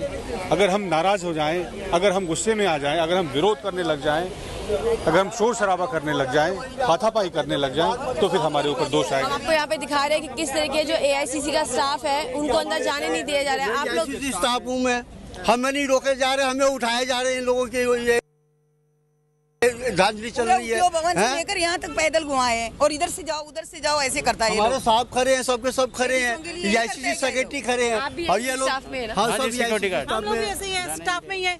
वहाँ पर So that is the sequence there that Supriya got us from the AICC headquarters. Congress workers, staff members, none of them being allowed past the Delhi police barricades, not being allowed inside the office. Let's take this back across to Supriya. So Supriya, you know, we've seen in the last few days that while the Delhi police haven't given permission for any sort of protest march, they did allow Congress workers to gather before they were eventually detained. Today, it looks like the cops are not going to allow any Congress leader, any Congress worker to gather even at the AICC headquarters. Well, Akshita, one thing which we have to understand is that Section 144 has been imposed in the entire national capital, particularly in the New Delhi district. Now, what has happened over here is it's not just the workers or the Congress leaders, but the people who work in the AICC headquarters. This is the staff that works in the Congress office, which is at the Akbar Road in Delhi. They are saying that till yesterday, they were given a particular passage from where they could enter their office, but today they're not being allowed to even enter in their office and carry out the day-to-day proceedings. Now, the Congress leaders are asking this question as to why this has been done. Why is this undeclared emergency? When we were talking to a lot of leaders who are present there, they said that we should be allowed to enter into our office. This is our fundamental right because our staff members work there, we work there. This is what Virendra Rathore was saying when he was talking to us. This is unprecedented because the entire area has been cordoned off right from Janpath to Akbar Road to that of the APG Abdul Kalam Road also. That has been also blocked. Delhi police has issued a traffic advisory. They've asked people to avoid certain lanes. At the same time also, what we are hearing from the Congress party leaders is that there was supposed to be a special press conference at 9 a.m. Bhupesh Baghel, the Chief Minister of Chhattisgarh, was allowed to enter from that particular place where we have given you that walkthrough. But the other people are not being allowed, media people have not been allowed, and that special press conference which was supposed to start at 9 a.m., which was supposed to be addressed by Ashok Gehlot, the Chief Minister of Rajasthan, Chhattisgarh Chief Minister Bhupesh Baghel, and Randeep Singh Surjewala, hasn't started yet. So we are going to witness more stormy scenes today. We are going to witness a showdown because today Delhi police has also upped the ante. They are not letting the staff enter. As we have just seen, there was this halka pulka jhadap, as we say, the altercations going on over here at Rahul Gandhi's residence. You see that the security personals are up in arms. They are in action. We have heard that around 10:30 or so, Priyanka Gandhi is expected to come between 10:30 at her brother's place, and Rahul Gandhi is all set to leave. Now, whether he goes to AICC headquarters and then goes to ED office, that has to be seen, because from last 2 days the drill has been that Rahul Gandhi leaves from here, goes to AICC headquarters, and then when he leaves, all the Congress leaders and the workers follow him. Then, following that, we have seen the crackdown by Delhi police, and in New Delhi district, it goes like a showdown between Congress leaders and Delhi police. Yes, so clearly there's going to be quite a bit of drama that plays out in the coming hours. Thanks, Supriya, for the moment, for joining us. Now, even as Rahul Gandhi is being interrogated, questioned by the Enforcement Directorate for the third straight day, the focus on the National Herald case has also spread to another firm called Dotex Merchandise Private Limited. What is this all about? Well, the BJP had earlier dredged up Dotex, claiming that it's a Hawala company with links to the Gandhis. India Today probed this Kolkata-based company to decode the link between Dotex and the National Herald case. The charge against the Gandhis is that a 1 crore loan was taken from Dotex, but upon our investigation, this company is registered. There's no physical office, however, only a 3-room guest house. BJP's Smriti Irani had claimed that Dotex Merchandise Private Limited is linked to a Hawala entry operator in Kolkata, which exchanges checks for cash. Now, the political showdown peaked because Smriti Irani also alleged that this company is directly linked to the Gandhis. The building that you can see in front of us is named Akash Deep. It's at number 5 Lower Rawdon Street, which is a very prime location of Kolkata. The area over here that you see, the property, it is a residential complex. However, Dotex Merchandise Private Limited is registered over here.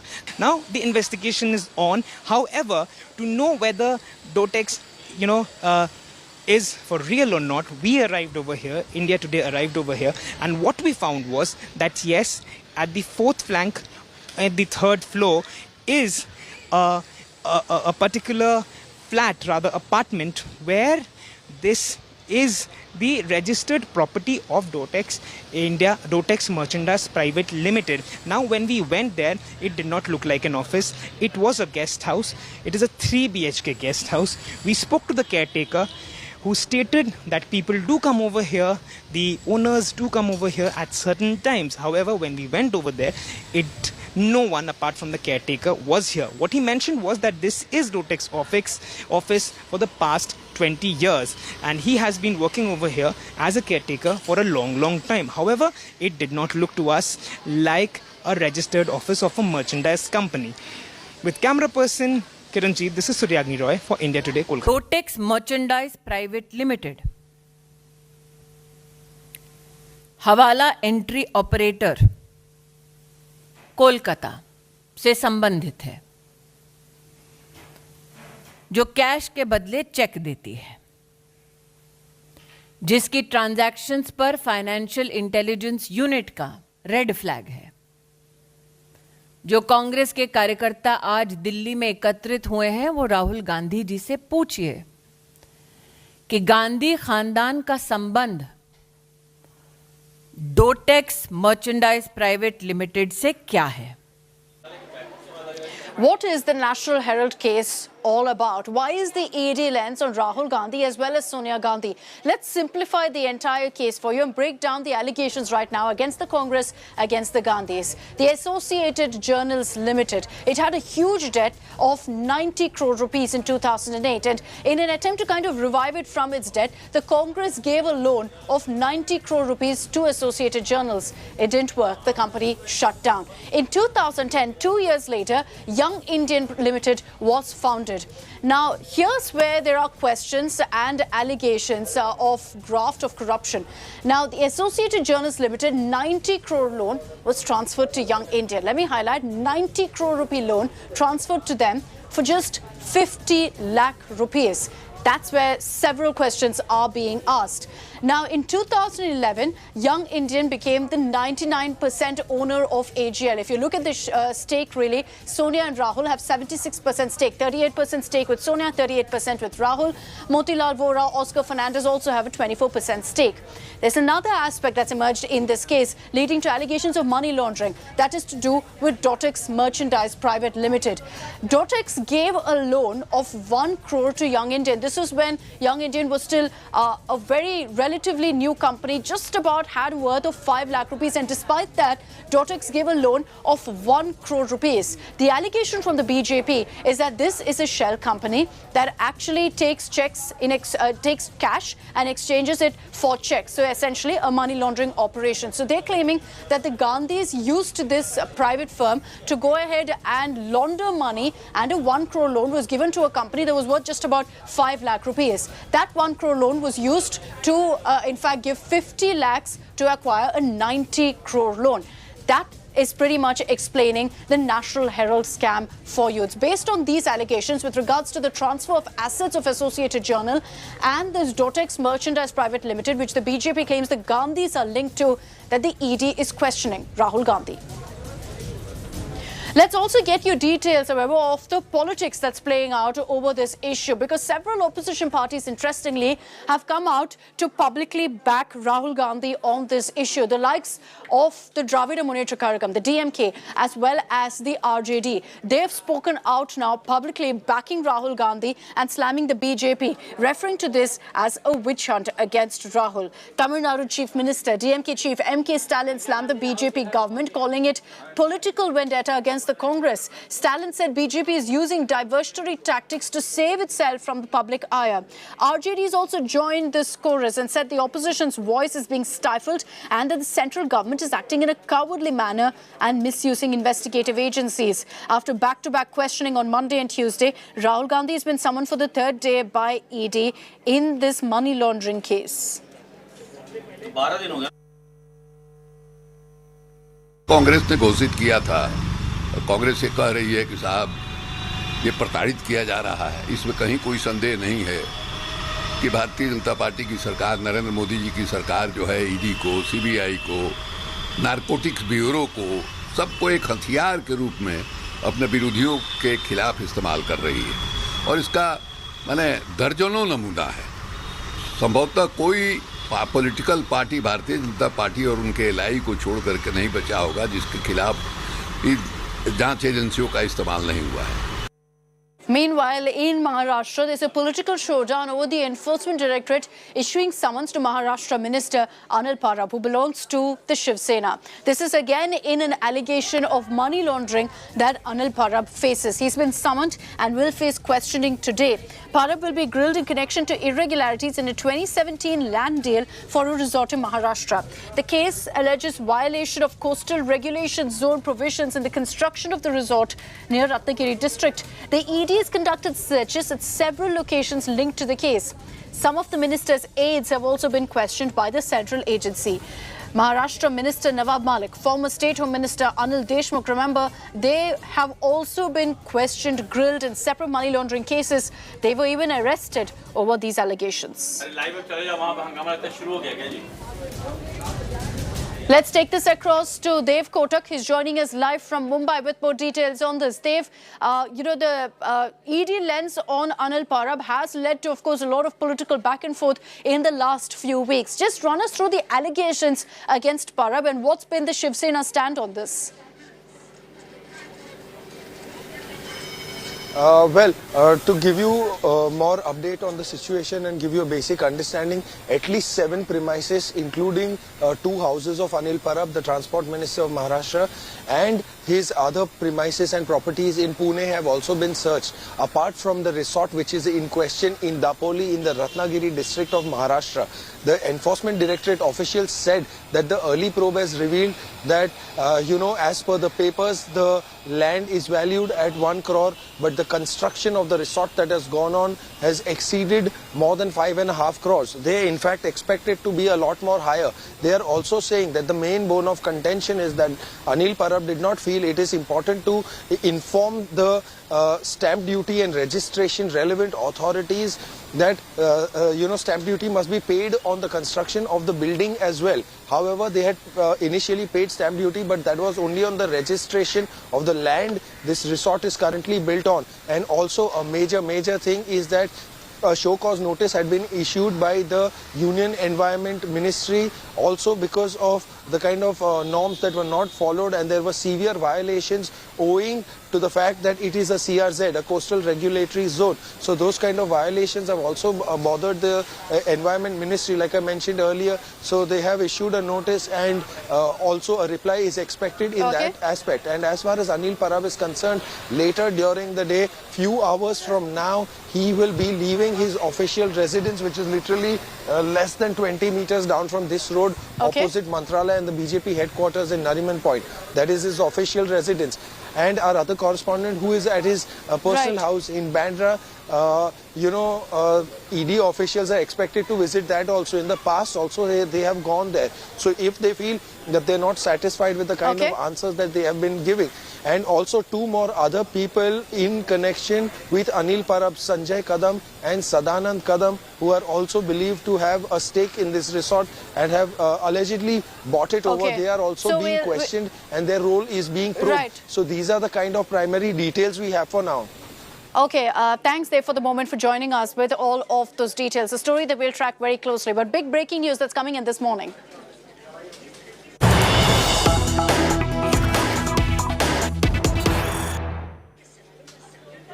Now, in a big bid to unite the opposition, Mamata Banerjee has called for a meeting on the presidential polls with all political parties this evening at 3 p.m. And what comes as a big blow to this message of unity that Mamata is trying to cobble up, the TRS, the Aam Aadmi Party, they're set to skip Mamata's huddle. Sources have confirmed to us here on India Today that the Aam Aadmi Party will not attend Mamata's opposition meet. Similarly, the TRS, the Telangana Rashtriya Samiti, also doesn't want to share a platform with Congress, so they're going to be skipping it because the Congress has confirmed their attendance for Mamata's meeting. Big cracks emerging in opposition unity, and what this essentially means is advantage BJP all over again. We've seen several such attempts to to cobble up, a united opposition to put forth a front. But the problem essentially is that each of these parties have their own national ambitions, which is why, again, it's becoming impossible for Mamata Banerjee to gather all of them on one platform. Amit Bharadwaj is joining us with more details on this. Amit, 22 parties that have been extended an invite by Mamata Banerjee, and slowly news trickling in of who's in, who's out. TRS, Aam Aadmi Party have said they're not going to attend. Well, Akshita, the Trinamool Congress had tried to put up a national flank this time around, where all the opposition parties can come together. And that is why Mamata Banerjee personally had written letters to 8 non-NDA chief ministers and leaders of 22 non-NDA political parties, including the Congress, Aam Aadmi Party and TRS. Now, what we are seeing that TRS has distanced itself from today's mega opposition meet over the presidential post. What we are learning from our sources is that TRS is not comfortable with the Congress's presence in this particular meeting. Remember, KCR himself had been roaming around the country, meeting several non-NDA chief ministers, trying to, float a similar common platform for the opposition parties. Now you have TRS backing out from today's mega opposition meet. What comes as a shocker, rather a surprise, is that even Aam Aadmi Party has distanced itself from today's mega opposition meeting. Now remember, Arvind Kejriwal and Mamata Banerjee share a really cordial relationship. Even in the past, when Mamata Banerjee had visited the national capital, Banerjee and Mr. Kejriwal had met at Banerjee's residence in the national capital. So right. Even after that, you have Aam Aadmi Party distancing itself from today's mega opposition meet. What we are learning from our sources, Akshita, is that Aam Aadmi Party might take a call after the name of a candidate is zeroed down. So that is the big news coming up. They haven't ruled out, uniting with the opposition, but right now their message perhaps is that it's a bit too early to take a stand. Paulami Saha is joining us with more on this. Paulami, as far as the TRS is concerned, they've been taking on Prime Minister Modi, the BJP, time and again. But the TRS has also been very, very public. KCR has been very vocal about the fact that he has national ambitions now, which is why perhaps he's chosen to skip this meeting. That's right. In fact, the TRS did mull over sending someone to this meeting all of yesterday. We heard various names from MP Keshav Rao to former Lok Sabha MP B. Vinod Kumar. Several names did the rounds, but the latest update which is coming in from the top sources within the TRS party that we've spoken to is that late last night they finally decided that they will not be sending anyone to this meeting. Now, some within the camp are suggesting that this is because the TRS doesn't want to share a platform with the Congress. Remember that the Congress will be represented by Mr. Mallikarjun Kharge at this meeting. The TRS is also, in fact, fighting and contesting against the Congress party at the state level in Telangana itself. It is a rival opposition party in the state of Telangana. And of course, as far as the national ambitions, like you said, goes for the TRS party and its chief, K. Chandrasekhar Rao. Paulami, just stay with me. I want to take this across to Mr. Khalilur Rahman of the TRS, who's joining us on this broadcast. Sir, can you confirm for us that your party will not be attending the meeting today called by Mamata Banerjee? Yeah. The party has taken a decision not to attend because our stand is very clear from the day one, actually. Can you elaborate on that, sir? What is the TRS's stand? No. Because see, the TRS, has been trying to bring all the like-minded opposition parties together and work with them at the national level. Stands Congress. And even in this presidential election, because the TRS, has to take the decision. And by today's meeting, the TRS has decided not to go and attend. Mr. Khalilur Rahman, so your objection is to the fact that Congress is part of this meeting. It's not that Mamata has called the meeting. Yeah. That's right. It is the meeting which has been convened by Mamata Banerjee. But that's what I told you, because still there's a time. So that's the reason, because the TRS has not yet taken the decision, actually. So, still the time is there. So TRS will take its own decision, then we'll decide. Can you give us more clarity on that, sir? Because is there a possibility still that the TRS could back a united opposition face for president? Is that still a possibility? I mean, that cannot be said right now.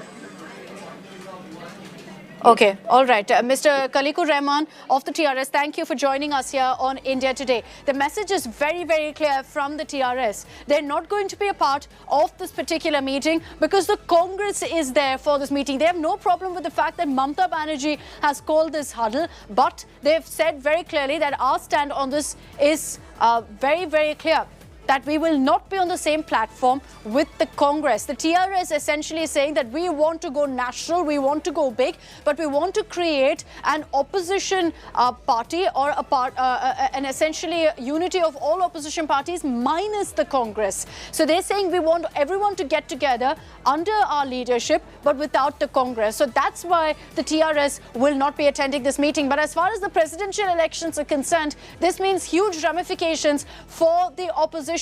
Will they be able to put up any sort of front against the BJP now with one party after another backing out remains a big question mark. But as far as the TRS is concerned, they're saying it's too early for us to really reveal what our strategy is. It'll all come down perhaps to one issue. Who is going to be the presidential face for not really a united opposition, a disjointed opposition, but if they come out with a face, perhaps if it's someone who unites all political parties, then you could see a change of stand by the TRS and for that matter, the Aam Aadmi Party as well. But for the moment, right now, it's very clear that there's no unity whatsoever among the opposition ranks. Each of them have their own agenda. Each of them have their own strategy, which they're clearly following. Mamata Banerjee calling for a meeting. The fact that she is someone who gets along with the likes of KCR, who gets along with Kejriwal, that hasn't helped cut any ice. And the fact is that Aam Aadmi Party TRS are still sticking to their guns as far as the presidential elections are concerned. And let's get you details about this meeting that Mamata Banerjee has called. This meeting is going to happen in the national capital at 3 p.m. 22 political parties have been invited. In fact, Mamata Banerjee also made a pitch for Sharad Pawar, the NCP Supremo, to be the opposition's president face. But that's an offer that he's rejected, saying, I still want to be active in politics. The race for Raisina Hill is heating up. TMC Supremo Mamata Banerjee is in the national capital to rally the opposition. She met NCP chief Sharad Pawar on Tuesday, urging him to be the presidential candidate of a united opposition. But sources say Pawar has declined the offer since he wants to remain in active politics. Sources say Mamata will request Pawar once again at the key opposition meeting on Wednesday. Mamata Banerjee has written to 22 leaders, including chief ministers, inviting them to a meet on presidential elections. Of them, the DMK, Shiv Sena, SP, NCP, RLD, JDS, PDP, CPI and CPM have confirmed attendance. The Congress, the principal opposition party, is yet to respond to Mamata's call. सभी opposition party के मिलके हम एक common candidate लाना चाहते हैं, इसलिए श्रीमती सोनिया गांधी जी ने सबको फोन करके बोला था, पवार जी को बोला था, डीएमके को बोला था, ममता जी को बोला था। ये ठीक है, कोई तो एक बुलाए हैं, अब उसके वाद विवाद में मैं नहीं जाता, लेकिन हम एकता रखने के लिए एकजुट होकर लड़ेंगे और कल कौन जाना कैसे जाना वो तय करेंगे। Mamata's attempts for a united opposition candidate will come a cropper if the Congress does not join hands with the TMC. Mamata's need for unity could well end up exposing divisions with the opposition. Bureau Report, India Today.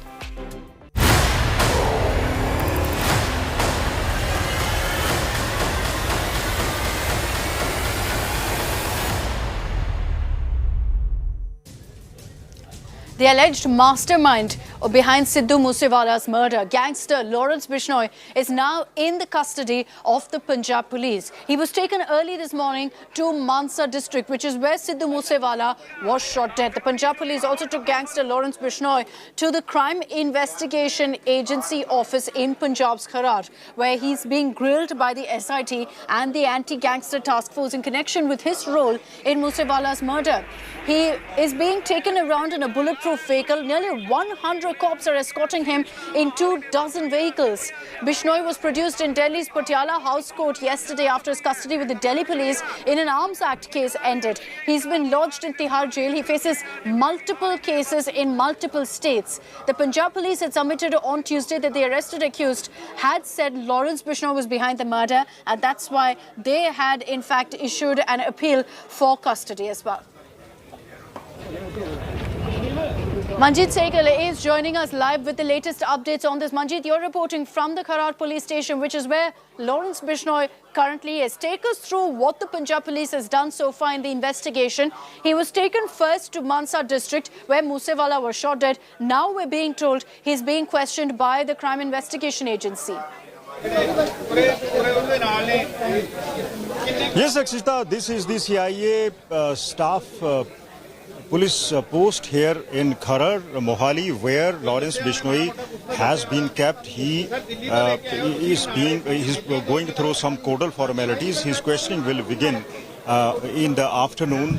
The security of this police station is being beefed up by the local administration. Lawrence Bishnoi, remember, is back to this CIA police station after a gap of 7 years. 7 years back, he was also questioned here in connection with another case. So Lawrence Bishnoi's 7-day police remand was secured by the Mansa police after he was produced in the court early morning today. So the Punjab police will be questioning him in connection with Sidhu Moosewala's murder case.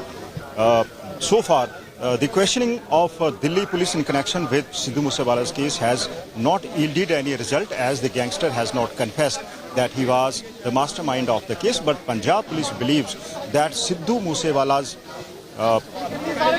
murder conspiracy was hatched in the jail by the Lawrence Bishnoi and his gang.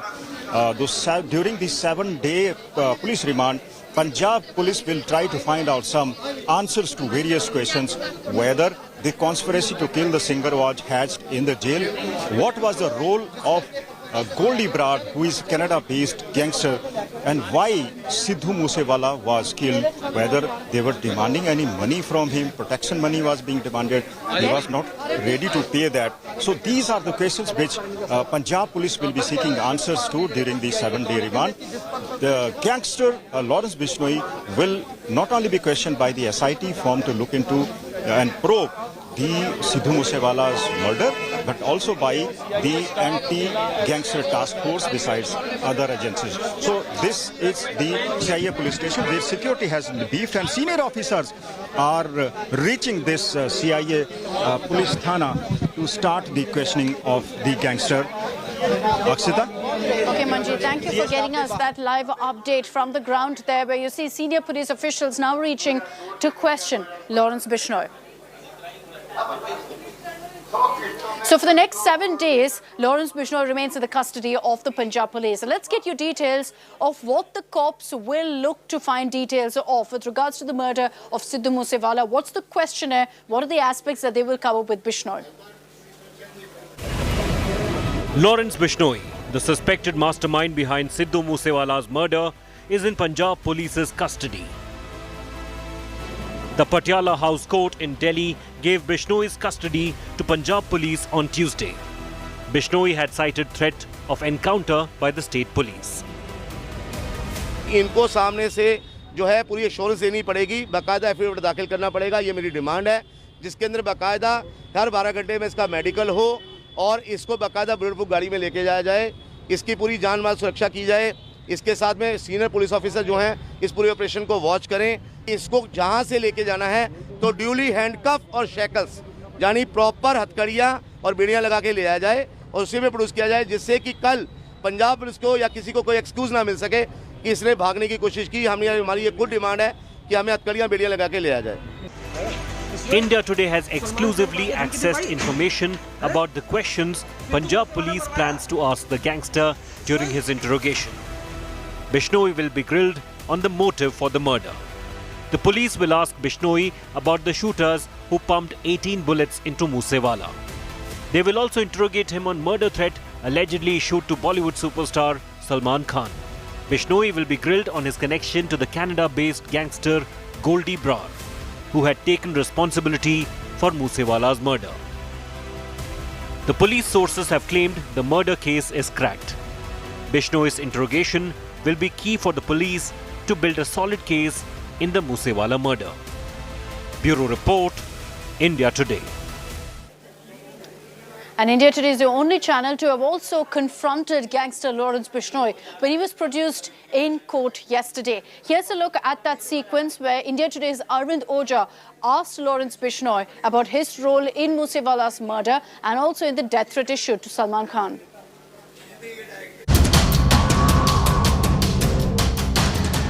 The mastermind of Sidhu Moosewala murder, gangster Lawrence Bishnoi. The man who plotted the shootout that killed Moosewala is currently lodged in a Delhi jail. And as Delhi and Punjab police seek extension of his custody, India Today's ace crime reporter Arvind Ojha confronted Lawrence Bishnoi. Bishnoi, Salman Khan को आपने धमकी दिलवाई? हैं? Sidhu Moosewala मरवाया?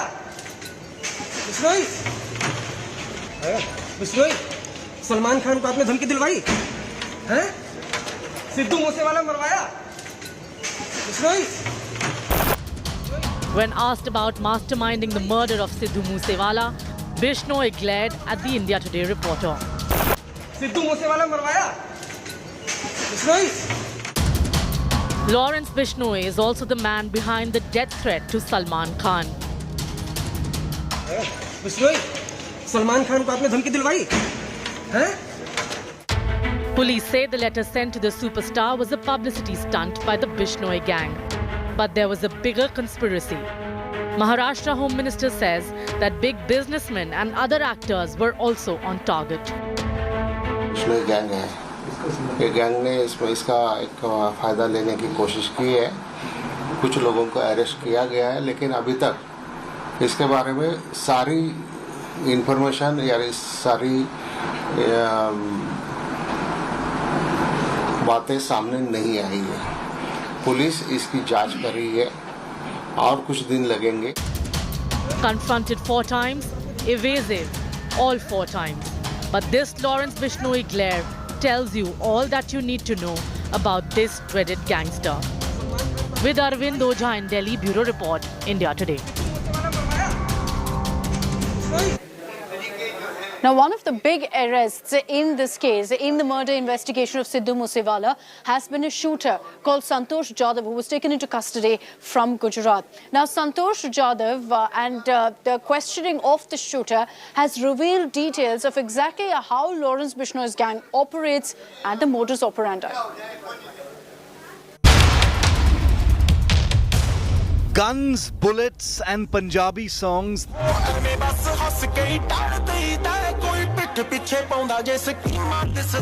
These make up the culture of the Lawrence Bishnoi gang.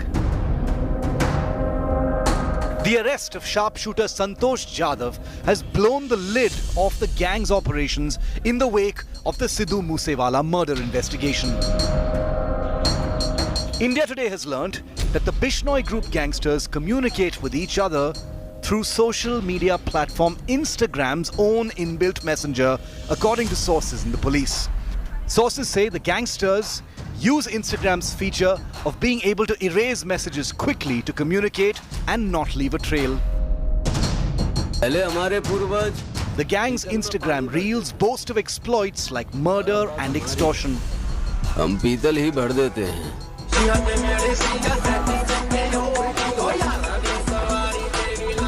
Their recent videos revolve around Lawrence Bishnoi's arrest as the mastermind behind Sidhu Moosewala's murder.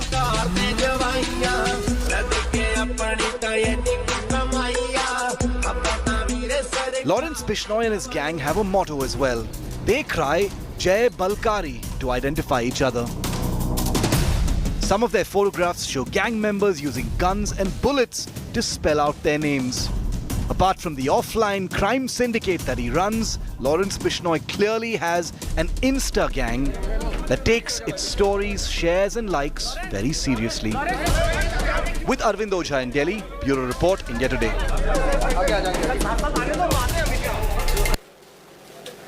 And coming up on the other side of a short break here on India Today, we're getting you a news break on the political churn within the AIDMK in Tamil Nadu, a party that now stands for dual leadership. There's a growing chorus now for one leader to be identified within the party.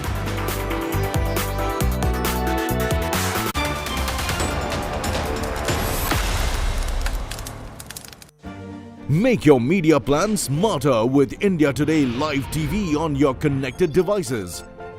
Amplify your brand with 100 million smart internet viewers. To advertise, mail us at sales@aajtak.com or call 9999892171.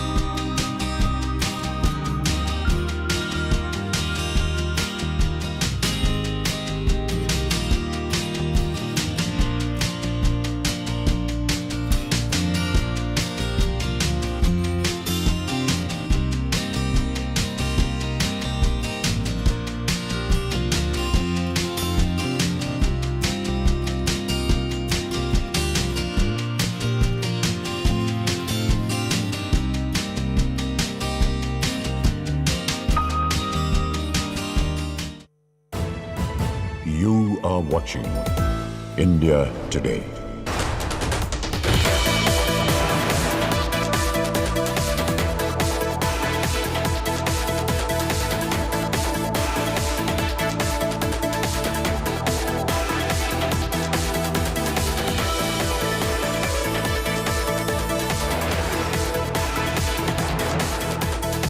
Garden City bruised, battered and broken. I'm out at the Bengaluru-Mysore road, and here you can see this road that is ridden with potholes. Hellscape roads exposed by our reporters. Road is always been filled with water. I can show you some of the worst potholes in Bangalore. Chutney politics rages on in Karnataka. Bengaluru-Mysore road faced the biggest hassle. We went to this road and forced the government to take notice and effect change. India Today hits the road, forces change. Congress is raising all these issues. Where has the Congress raised it? See that the roads are fixed properly, deadlines have been given. Just after India Today reported, JCP and also road roller had just used to level this road. India Today came, saw, reported and fixed. Impact journalism for beautiful Bengaluru.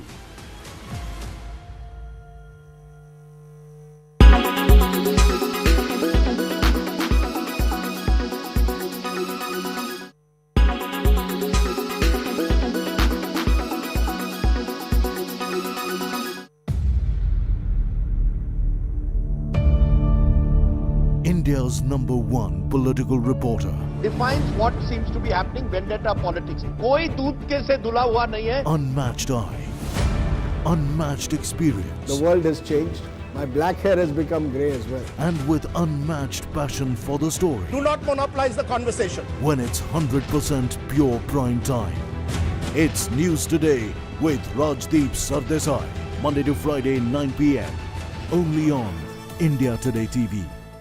Make your media plan smarter with India Today Live TV on your connected devices. You are watching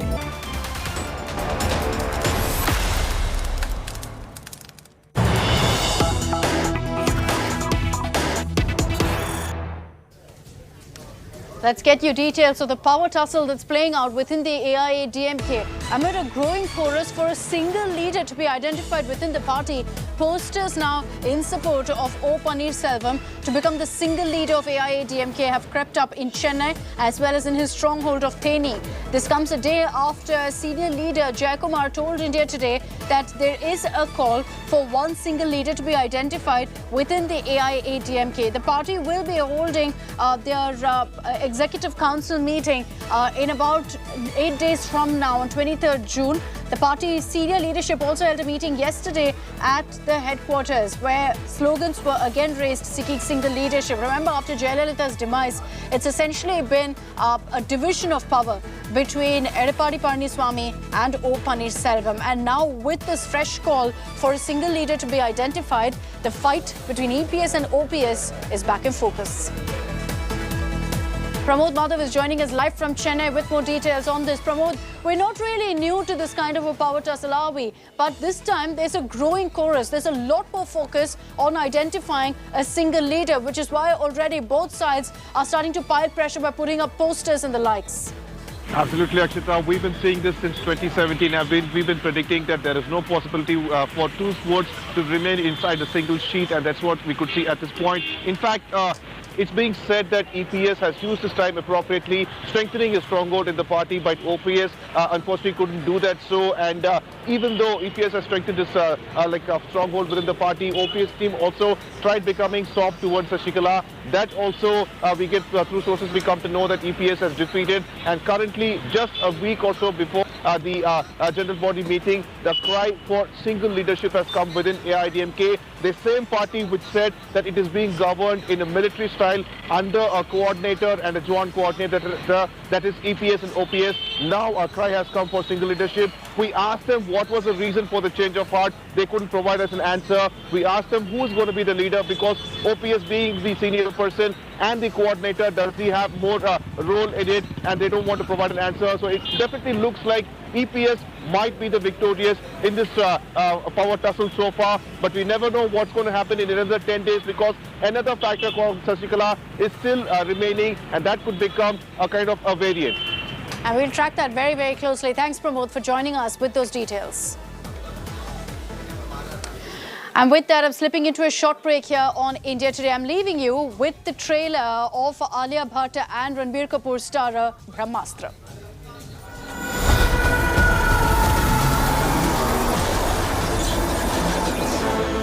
जल, वायु, अग्नि, प्राचीन काल से हमारे बीच कुछ ऐसी शक्तियां हैं जो अस्त्रों में भरी हुई है।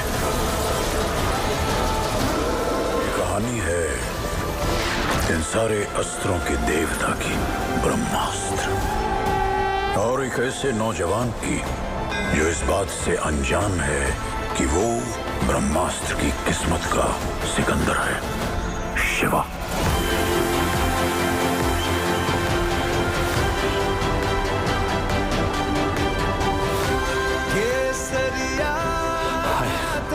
कौन हो तुम?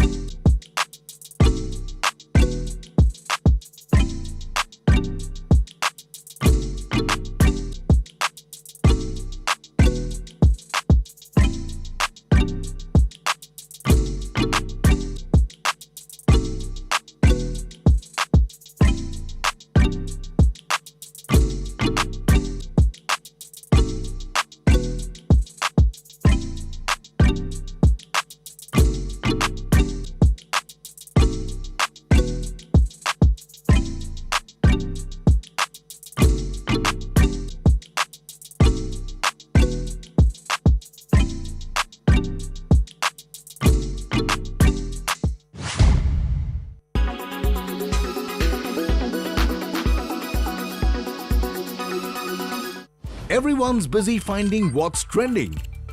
You're busy finding out why. India Today, for those who research before reacting. Download the India Today app now.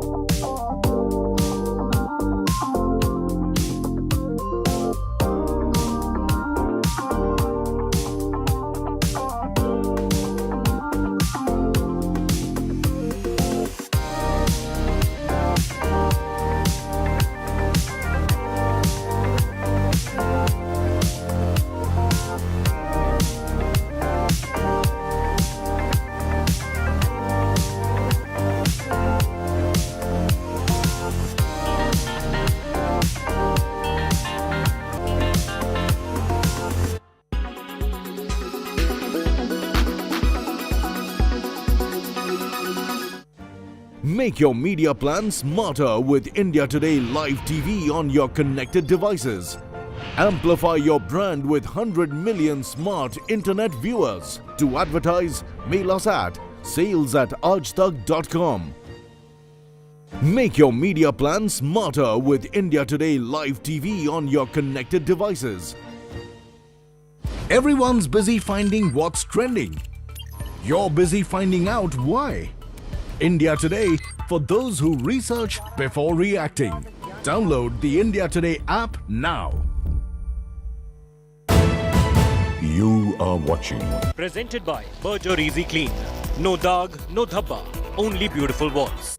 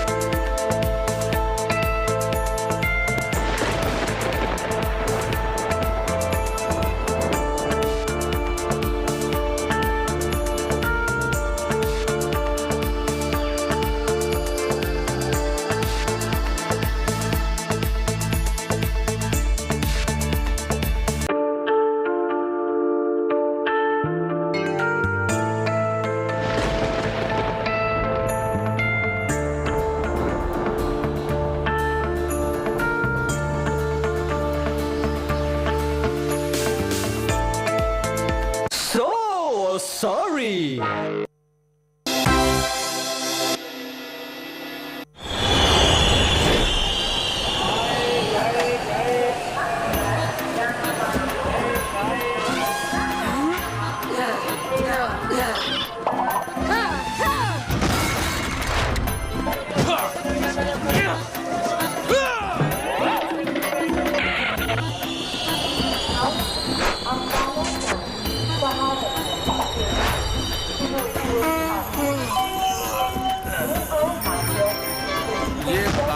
राज में तो पक गए, इलेक्शन में इतनी मेहनत की कि थक गए।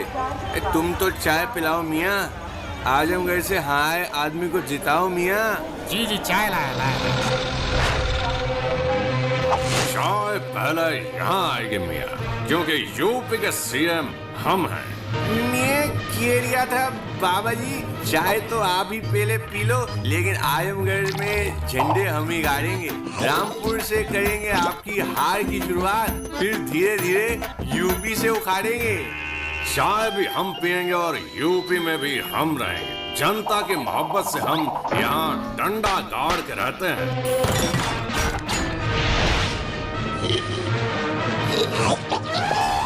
साइकिल लेकर हमसे ना टकराओ मुन्ना, बिखर जाओगे। हमें लोग बाबा बुलडोजर कहते हैं। खामोश। कमल में दम नहीं, हम किसी से कम नहीं। साइकिल है तो पॉसिबल है।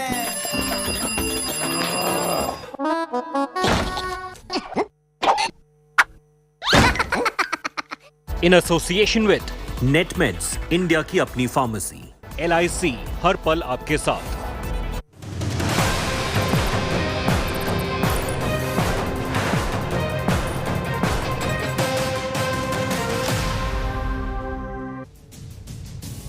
Hello there. A very good morning. You're watching India Today TV. This is India's Agenda. I'm Sneha Mordani. Let's get started with the headlines in this edition first.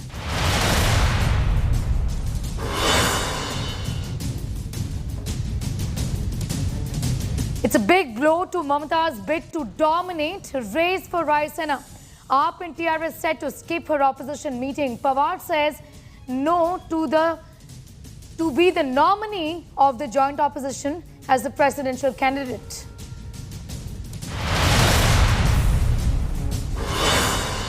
After 12-hour grilling on day 2, Rahul Gandhi to be back at the ED office for day 3 of questioning. DMK RJD come out backing the Congress MP. India Today decodes Dotex National Herald mystery link. Our reporters probe the Kolkata-based firm named by the BJP, alleging that Congress took a 1 crore loan from them. This is the registered property of Dotex India, Dotex Merchandise Private Limited. Now, when we went there, it did not look like an office. It was a guest house. It is a 3 BHK guest house. India avenging murder of innocents after killers of Safa's father, jihadis who shot dead banker Vijay, eliminated in Shopian encounter. Terrorist who killed teacher Rajni also trapped in Kulgam. Singer Musewala murder secret set to unravel. Punjab cops get gangster Lawrence Bishnoi's custody. Murder threat to Salman Khan also being probed.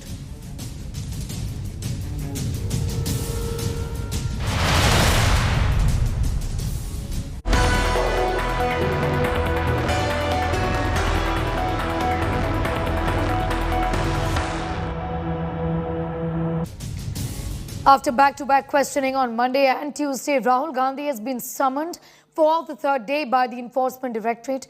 The Congress leader has been questioned for 20 hours already since Monday. Congress leaders around the country have joined protests against the ED's action against Gandhi. According to ED sources, he's been evasive and tutored by lawyers. Questioning Rahul, in fact, those questioning Rahul are not satisfied. The grilling has launched a war of words between the BJP and the Congress, with the Congress saying that action against Gandhi is not justified, calling it political vendetta. BJP is rubbishing these charges, calling it drama by the Congress. Target किसको बनाएंगे? आज देश का तमाम विपक्षी party मान गई, देशवासी मान गए।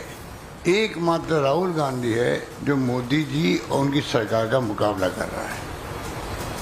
अब तो जितने आप लोग लिख रहे हैं आर्टिकल उसमें आने लग गया है, एक व्यक्ति का नाम राहुल गांधी जो लगातार मुकाबला कर रहा है और उन्हीं को मोदी जी, अमित शाह जी टारगेट बनाए हुए हैं। मोदी जी और अमित शाह जी को चुनौती, आप भी बैठ जाइए ईडी के साथ, क्योंकि वो तो आपके पिट्ठू हैं और तोते की तरह वही बोल रहे हैं जो आप कह रहे हैं, तो आप भी बैठिए।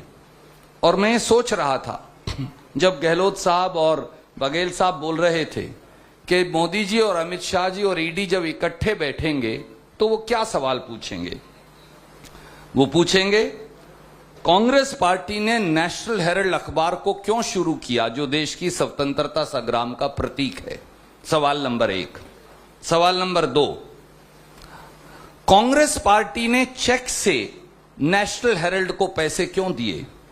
सवाल नंबर 3, कांग्रेस पार्टी ने 67 करोड़ रुपया पत्रकारों की तनख्वाह और कर्मचारियों की तनख्वाह नेशनल हेरल्ड अखबार का क्यों दिया? सवाल नंबर 4, कांग्रेस पार्टी ने 23 करोड़ रुपया हाउस टैक्स का, बिजली के बिल का, उसके साथ साथ लीज मनी का और बिल्डिंग चार्जेस का चेक से पेमेंट क्यों की? कांग्रेस पार्टी ने स्वतंत्रता संग्राम के प्रतीक को क्यों रिवाइव किया? आपने नेशनल हेरल्ड के पत्रकारों को उनकी आजीविका और जीवन को क्यों बचाया? आपने उनका वेतन और प्रोविडेंट फंड क्यों दिया? यही तो सवाल होंगे।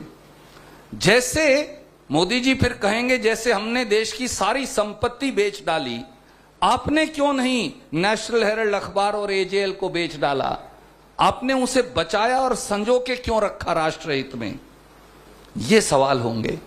तो आप क्यों टेलीविजन के पीछे छुपकर व्हाट्सएप के माध्यम से बचकाना सवाल टेलीविजन पर चलवा रहे हैं? मोदी जी, शाह जी और ईडी के उनके पिट्ठू इन कैमराओं को वहां लगाएं और देश को देखने दें कि एक सवाल पूछने के लिए है ही नहीं, एक प्रपंच और स्वांग रचा जा रहा है। Supriya Bhardwaj is getting us the very latest, joining us from the residence of Rahul Gandhi, that's 12 Tughlaq Road in Delhi city. Supriya, another long day for Rahul Gandhi expected after over 12 hours of grilling. Give us an idea about what have the investigations been like so far as far as yesterday's questioning is concerned. Well, Sneha, as far as the questioning is concerned, the Congress party has just said that there is nothing to be asked, but this is nothing short of a political vendetta against their leader, Randeep Singh Surjewala. Now, who's who from the Congress party have just addressed a special press conference where we saw the chief ministers as well as the senior leaders of the party. Well, Congress party is maintaining that this entire process which has been taking place from last 2 days is nothing short of, it's kind of a vendetta. I would like to show you what is happening here. This is the car which is going inside the residence of Rahul Gandhi. He can leave at any given point of time. In this very Innova vehicle is Rahul Gandhi travelling daily to the ED office, and accompanying him is usually Priyanka Gandhi. Priyanka Gandhi has already reached here at 12 Tughlaq Road residence of Rahul Gandhi, and what we are seeing at the moment is that it seems that within a couple of minutes, in a short while, Rahul Gandhi along with his sister Priyanka Gandhi would be leaving from here, from their residence. You can see that how the police has also come into the action, the paramilitary forces here, the CRPF, and the entire area in a way has been turned into a fortress. The entire New Delhi district, Sneha, has turned into a fortress today. The traffic police, the Delhi police has given out special instructions that these roads will remain closed. At the same time also, section 144 has been imposed in the New Delhi district particularly. And here also I would like to show you once again that how the situation is. Day before yesterday, when first time Rahul Gandhi went for the ED questioning, there was heavy deployment of the Delhi police also, but now it is just the paramilitary force which is present here, and the traffic is being regulated. Nobody is allowed to move from here. You can see the action taking place here.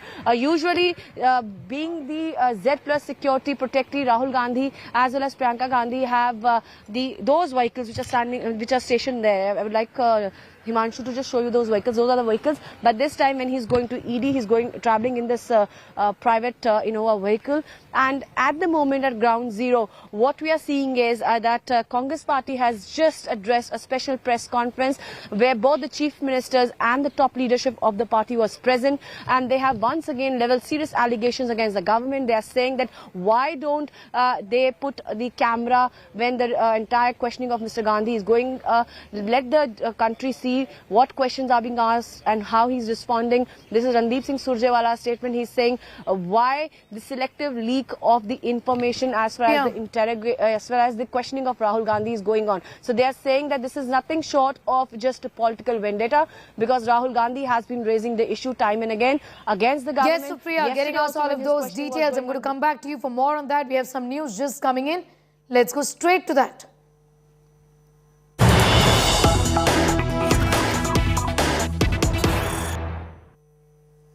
Some news just coming in. Well, ahead of Rahul Gandhi's grilling, BJP's big attack. BJP slammed Congress's Satyagraha. For Rahul, Shehzad Poonawalla says, third episode of National Herald, money heist. BJP's first family of corruption barb at Gandhi's being made by Shehzad Poonawalla of the BJP.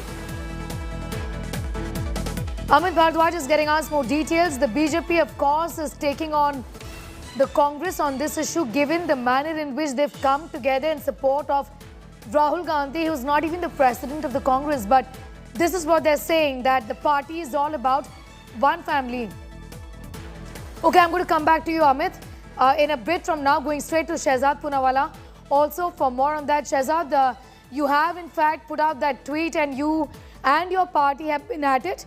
Here the Congress says, what's wrong in rallying behind your leader? Would the BJP have not done the same?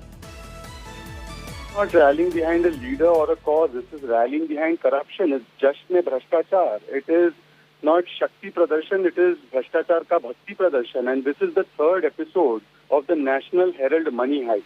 This money heist that was done of 2,000 crores by this first family of corruption.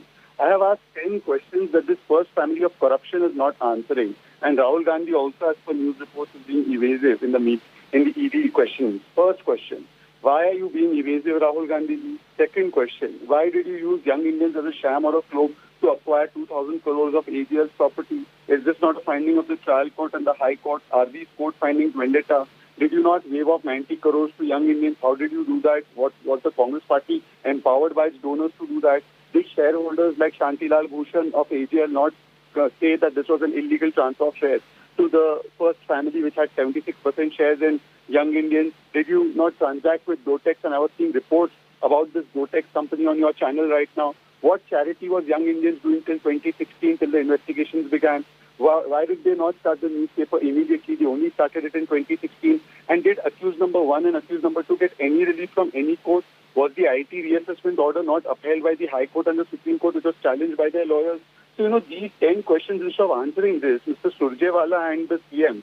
And by the way, we have 2 CMs who have left their states to Bhagwan Bharote, and they are in Delhi for the last 3 days.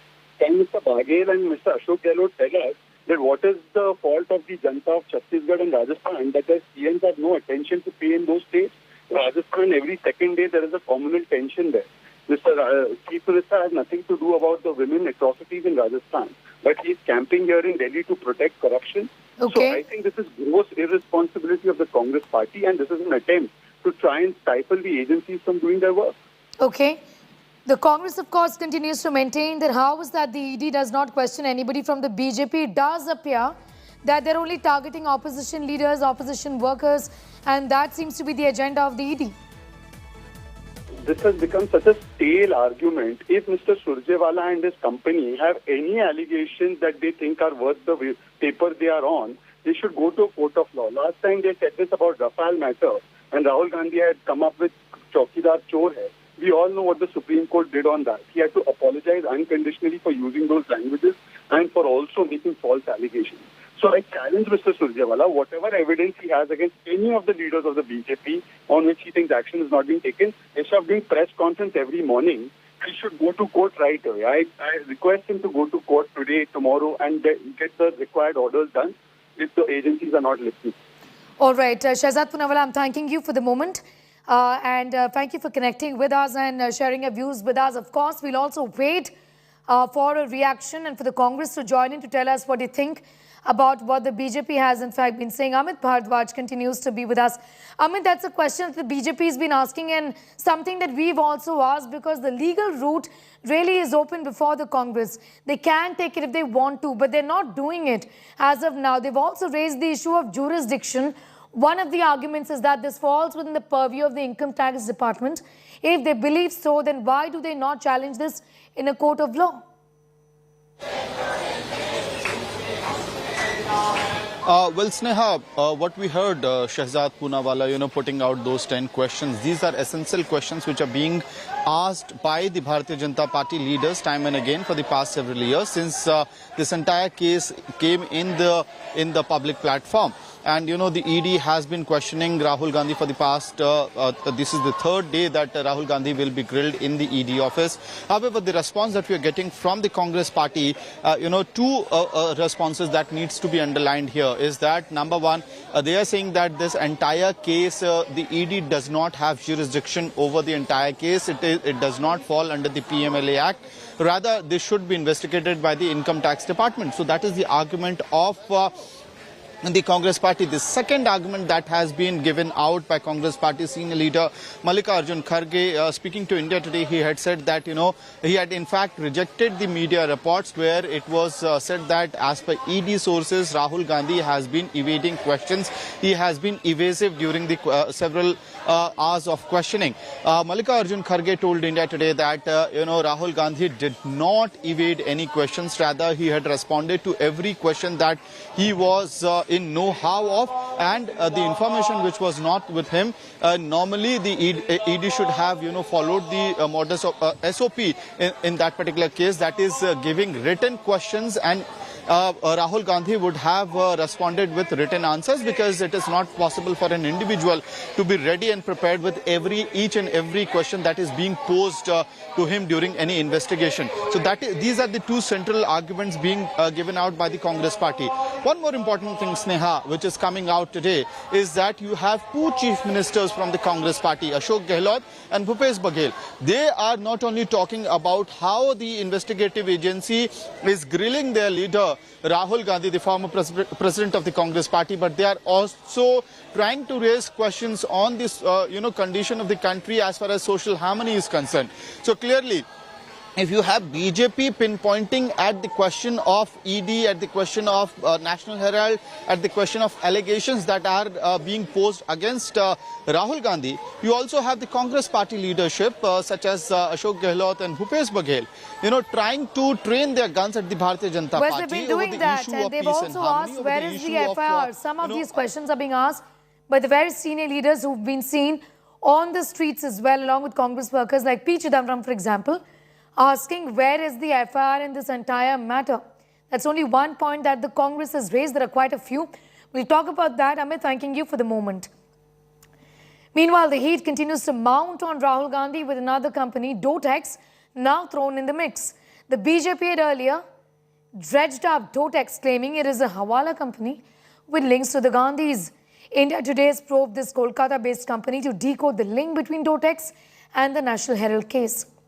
The charge against the Gandhis is that ₹1 crore of loan was taken from Dotex, but upon our investigation, the Kolkata-based company is registered but with no physical office, only a 3-room guest house.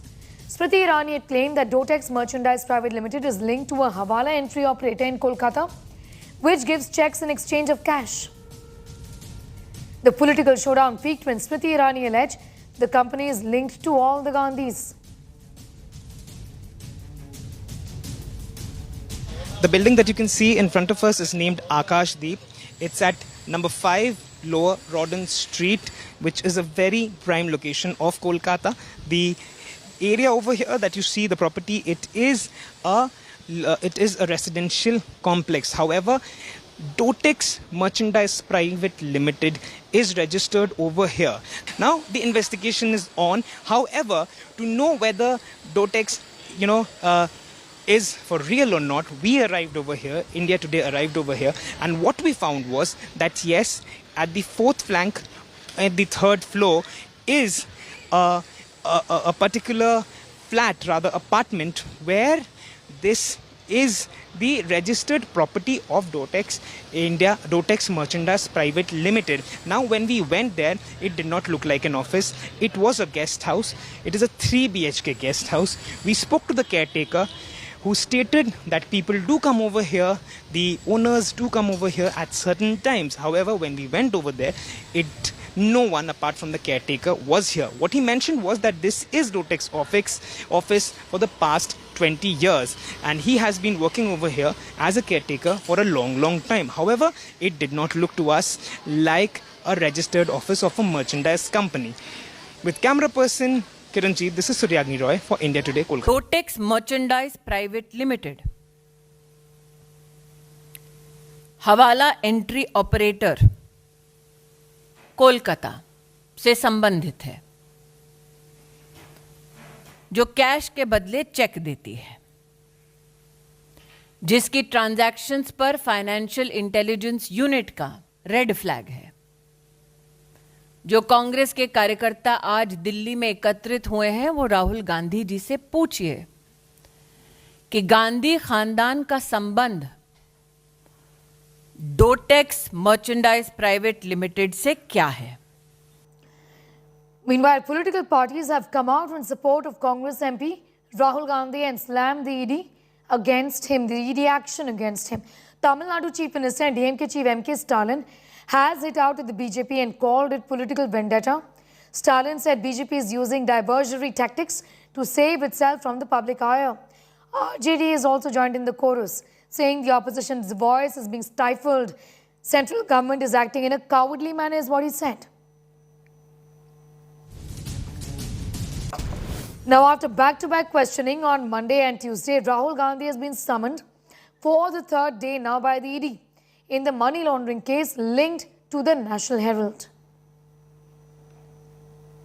Congress ने घोषित किया था, कांग्रेस ये कह रही है कि साहब ये प्रताड़ित किया जा रहा है। इसमें कहीं कोई संदेह नहीं है कि भारतीय जनता पार्टी की सरकार, नरेंद्र मोदी जी की सरकार जो है ईडी को, सीबीआई को, नारकोटिक्स ब्यूरो को, सबको एक हथियार के रूप में अपने विरोधियों के खिलाफ इस्तेमाल कर रही है। और इसका माने दर्जनों नमूना है।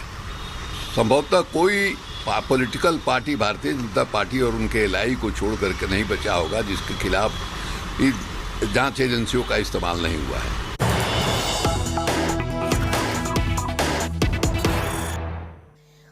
Some news just coming in. Maharashtra Minister Anil Parab to escape ED summons. The minister has told India today that he is out of Mumbai as per his pre-scheduled program. Hence, he could not appear before the ED today. His lawyer will reply to ED summons later in a day. Parab, remember, was summoned by the ED yesterday in an alleged money laundering case involved in a resort in Dapoli in Ratnagiri. Dev Kotak has more details joining us from the ED office. So what happens now that he's not going to be appearing before the ED? Anil Parab says that there was a pre-scheduled meeting and he can't make it.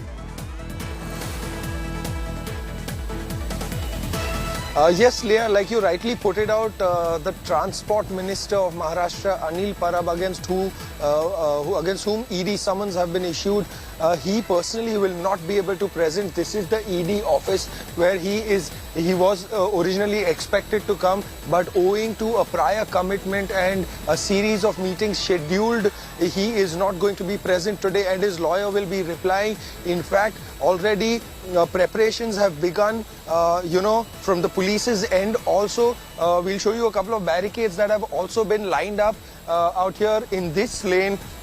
This lane will be shut off so that, no supporters can also come in. Also, if you can see, there is a police briefing meeting that is going on at the moment, and several members of the riot control police of the Maharashtra police are also present in case if any crowd control measures are required. Also, as getting back to Anil Parab, he will not be coming today.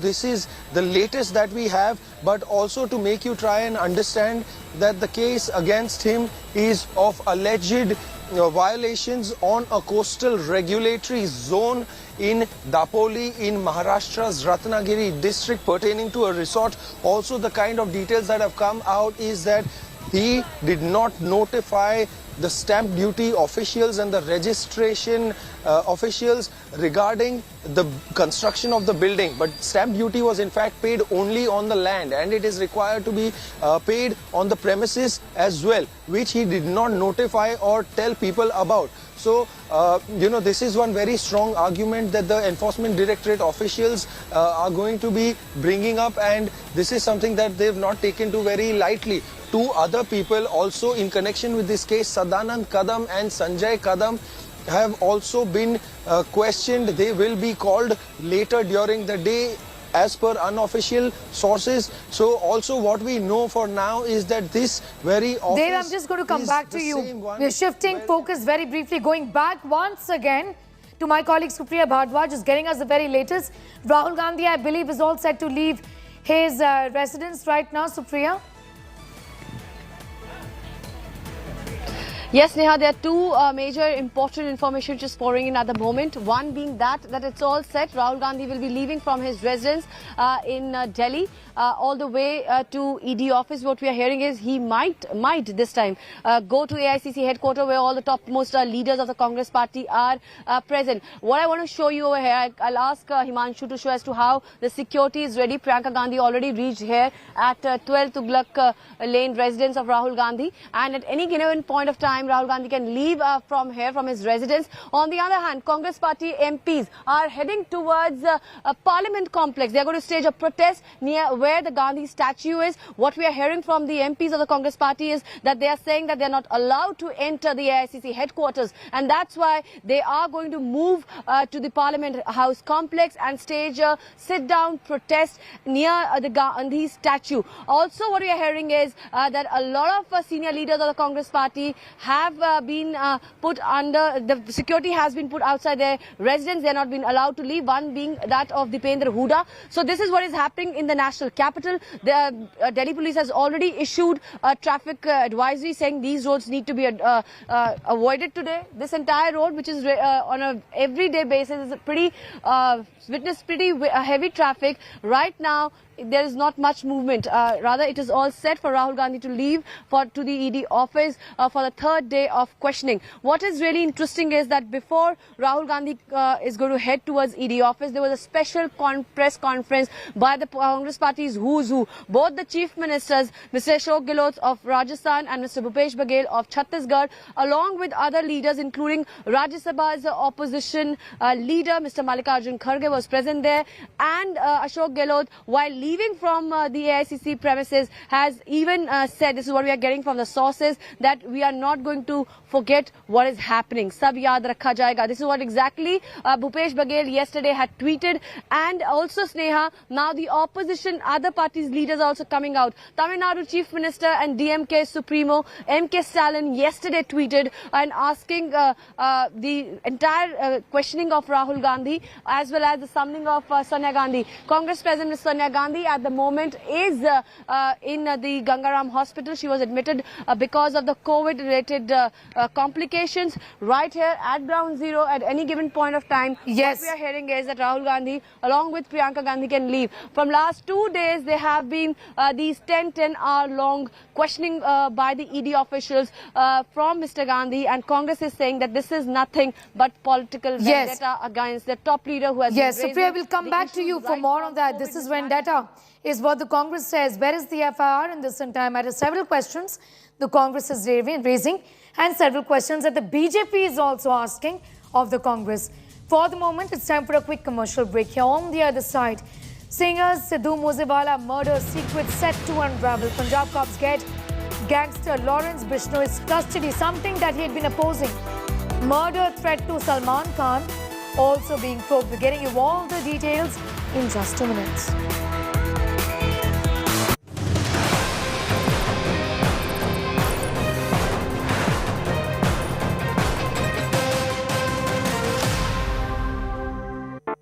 India Today Group wins big at NT Awards 2022. Bags 5 coveted awards in digital categories. Mobile application by a news channel, Aaj Tak. Most popular social media TV news brand, Aaj Tak. News channel website, India Today. Social contribution by a news network, India Today. Strongest digital footprint of a news network, Aaj Tak. India Today Group, the gold standard of journalism.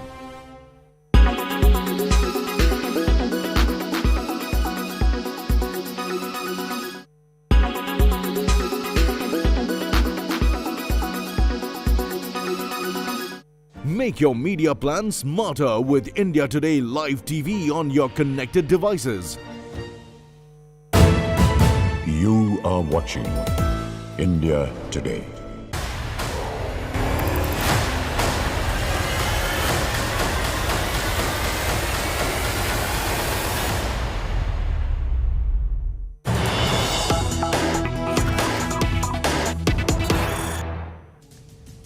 Some news just coming in. It's a big development in the Moosewala murder probe where gangster Bishnoi has been taken to an undisclosed location.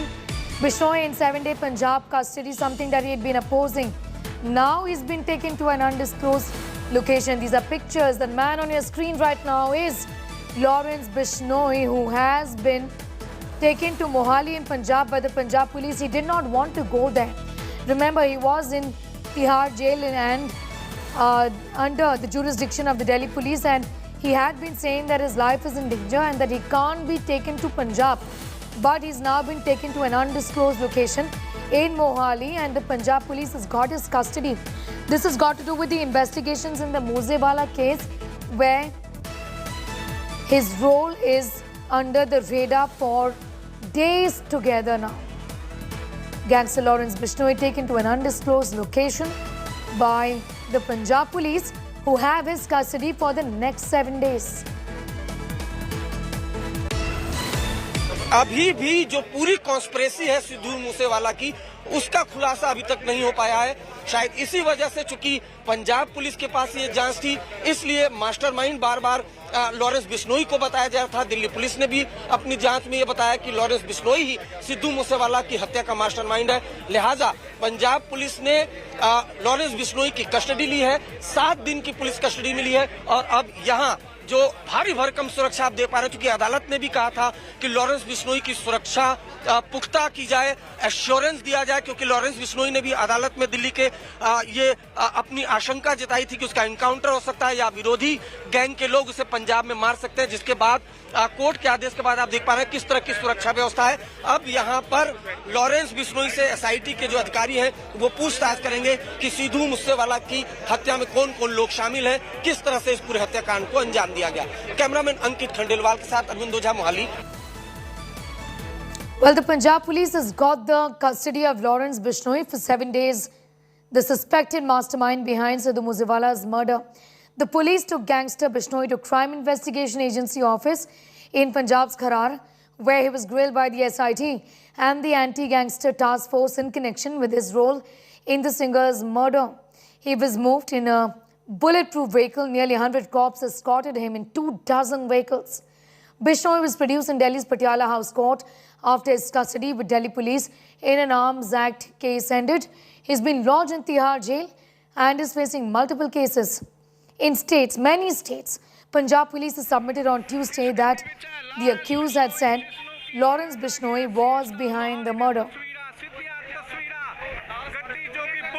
Lawrence Bishnoi को 7 दिन की custody में आपके पास रखा गया है, किस तरह की उसकी सिक्योरिटी है अभी? देखिए, सिक्योरिटी तो हम उसकी जो जैसे कोर्ट ने एडवाइस किया हुआ है उसकी प्रॉपर हम सिक्योरिटी लगा रहे हैं और लगाई भी हुई है। तो अभी तो जो इन्वेस्टिगेशन है वो एसआईटी में ही करेगी उसको। फिलहाल उसकी जो हम सिक्योरिटी ही लगा रहे हैं उसको। तो किस तरह की सिक्योरिटी है, क्या कमांडो देख सकते हैं? बिल्कुल सिक्योरिटी उसकी इसके लिए जो है सफिशिएंट सिक्योरिटी हम कर रहे हैं। उसमें कमांडो भी है, उसमें लोकल है, उसमें हमारी जो पैरामिलिट्री है वो भी है। तो सिक्योरिटी एसआईटी के अधिकारी अभी आ गए? बिल्कुल बिल्कुल आ रहे हैं। So Lawrence Bishnoi is in the custody of Punjab police for the next 7 days, where they are going to be looking to his role in the murder of popular singer Sidhu Moosewala. Also remember, the threat received by actor Salman Khan and his father is something that's going to be looked into, given that the name of Bishnoi and his associate Goldie Brar has come up. On your screen is Lawrence Bishnoi, who continued to be, in fact, in Tihar jail for weeks together now. And now he had said that he did not want to move to Punjab because there's a threat to his life. Now, when the Punjab police took his custody, he was escorted by over 100 policemen. And there is a great deal of security and protection that's been given to him. They've also traveled in a bulletproof vehicle, is what we know. Right now, it's been taken to an undisclosed location.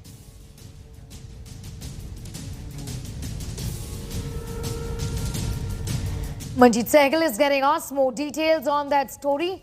Lawrence Bishnoi did not want to come to Punjab to join in the investigations. The Delhi police has investigated him in the past, questioned him.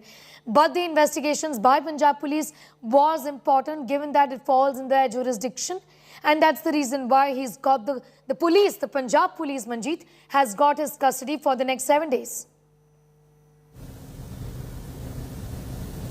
Yes, indeed, Sneha. The Punjab police was successful in getting a single-day transit remand He was brought to Mansa early Wednesday morning, where he was taken to the local hospital for a medical examination. Then he was produced in the court, which remanded him to a 7-day police custody. Though the police had demanded a 10-day custody, but it was only 7 days. He was brought to the CIA Kharar office, where he was kept for at least 2 to 3 hours. And now at present he is being shifted to somewhere else. So we are on the way, we are moving and chasing him. The police vehicle in which he is being taken is a bulletproof one. Nearly a dozen vehicles are still escorting Lawrence Bishnoi, and he is being taken towards Patiala. The 7-day remand is very crucial for the Punjab police, which wanted to question Lawrence Bishnoi in connection with Sidhu Moosewala's murder. Remember, during the questioning of Delhi police, Lawrence Bishnoi did not confess that he is behind the conspiracy to kill the Sidhu Moosewala, but Punjab police believes that it was hatched in the jail by Lawrence Bishnoi and his gang. Police also is seeking answers to various questions, including the role of Goldie Brar, who is a Canada-based gangster. Yes, So and his links with Bishnoi. Thank you so much, Manjeet, for getting us all of those details. We'll, of course, keep coming back to you for more, Manjeet, on that important story. And staying with this, Punjab police has got the custody of suspected mastermind behind Sidhu Moosewala's murder. We've been talking about Bishnoi. India Today has exclusively accessed information about the questions Punjab police plans to ask the gangster during his interrogation. Here is a detailed report. Lawrence Bishnoi, the suspected mastermind behind Sidhu Moosewala's murder, is in Punjab police's custody. The Patiala House Court in Delhi gave Bishnoi's custody to Punjab police on Tuesday. Bishnoi had cited threat of encounter by the state police.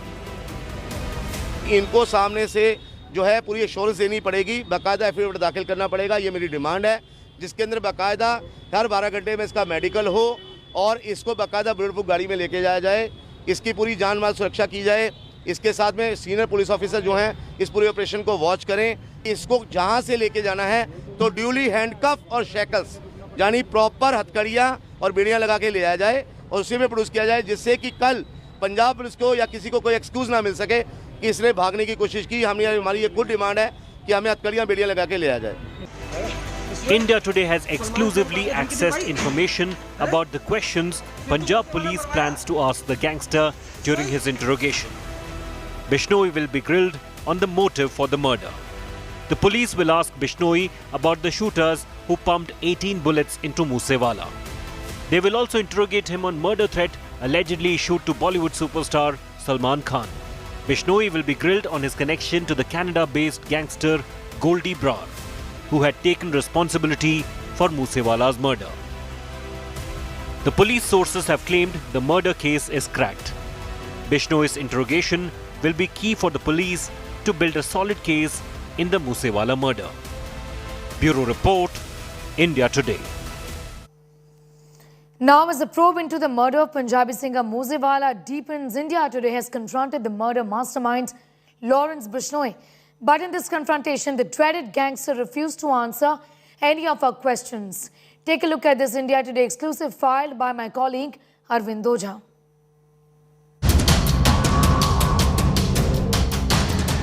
The mastermind of Sidhu Moosewala murder, gangster Lawrence Bishnoi.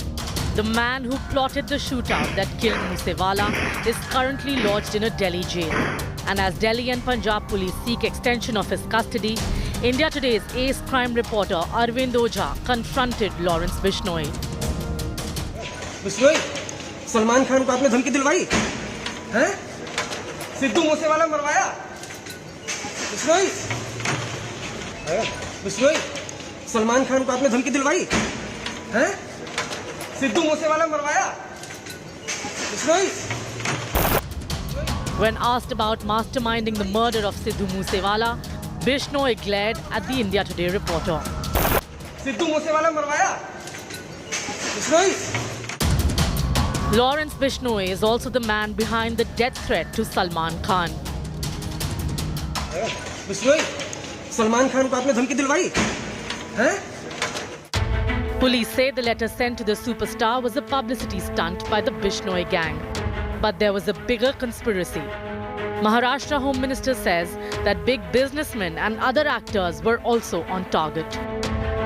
Bishnoi gang है. ये gang ने इसका एक फायदा लेने की कोशिश की है. कुछ लोगों को अरेस्ट किया गया है, लेकिन अभी तक इसके बारे में सारी इंफॉर्मेशन या सारी बातें सामने नहीं आई है. पुलिस इसकी जांच कर रही है और कुछ दिन लगेंगे. Confronted 4 times, evasive all 4 times. But this Lawrence Bishnoi glare tells you all that you need to know about this dreaded gangster. With Arvind Ojha in Delhi, Bureau Report, India Today. Well, as the Sidhu Moosewala probe deepens, the arrest of shooter Santosh Jadhav from Gujarat by Pune Police Crime Branch has revealed many operational details of how the members of Lawrence Bishnoi's gang operate. In this report, we decode the same. Guns, bullets and Punjabi songs.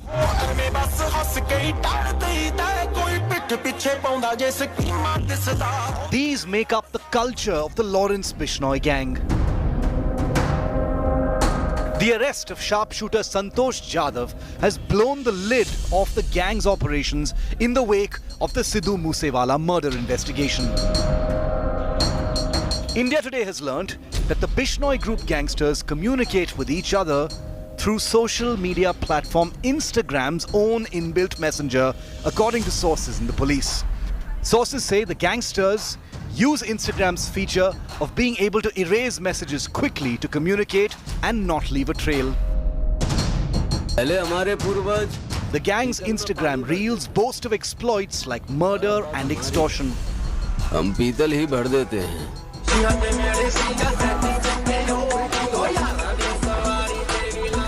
Their recent videos revolve around Lawrence Bishnoi's arrest as the mastermind behind Sidhu Moosewala's murder.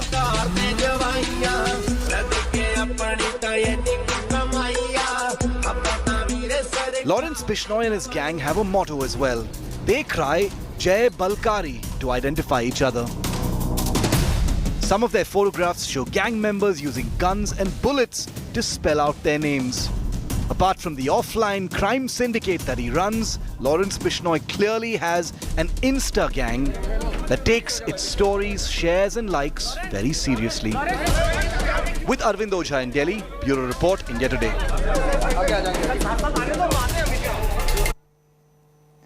With that, it's time for a quick break here. On the other side, it's a big blow to Mamata's bid to dominate the race for Raisina Up, and TRS all set to skip her opposition meeting. Pawar says no to be the joint opposition nominee.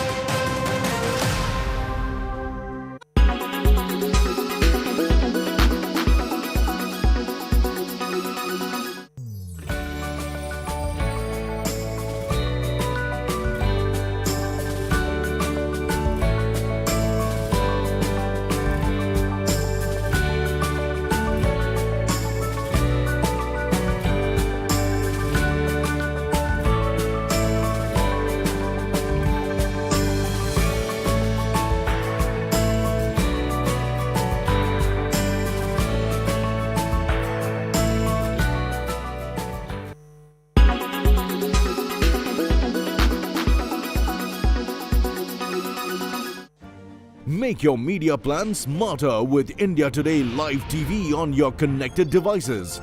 Amplify your brand with 100 million smart internet viewers. To advertise, mail us at sales@aajtak.com. Make your media plan smarter with India Today Live TV on your connected devices. You are watching India Today.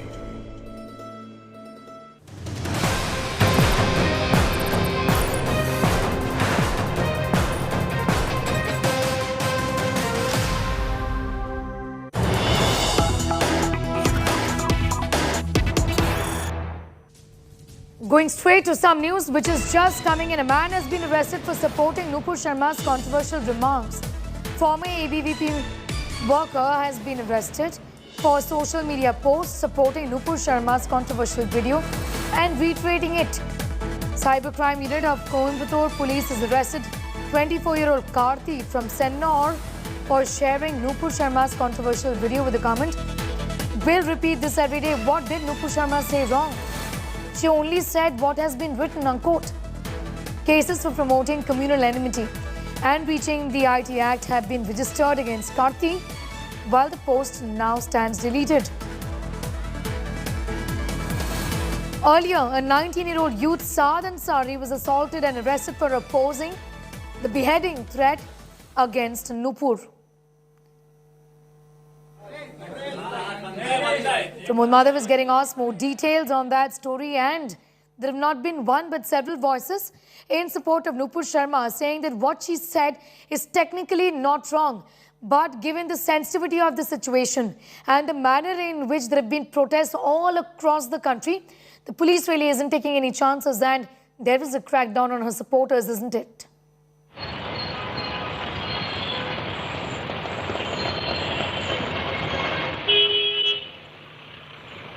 Pramod, that was to you.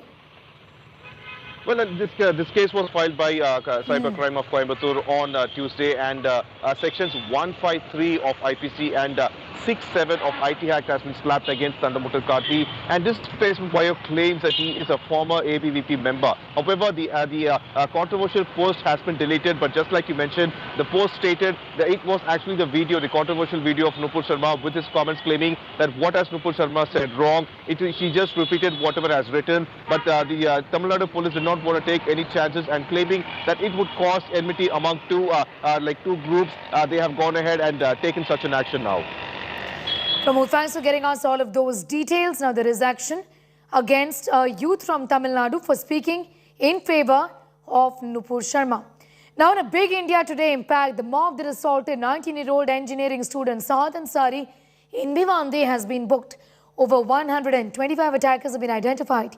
18 have been booked under rioting charges. Here's more. A massive India Today impact. Muslim mob that assaulted 19-year-old engineering student Saad Ansari in Bhiwandi has been booked. India Today was the only channel to report assault on the engineering student by the mob led by a Congress leader, which barged inside his house.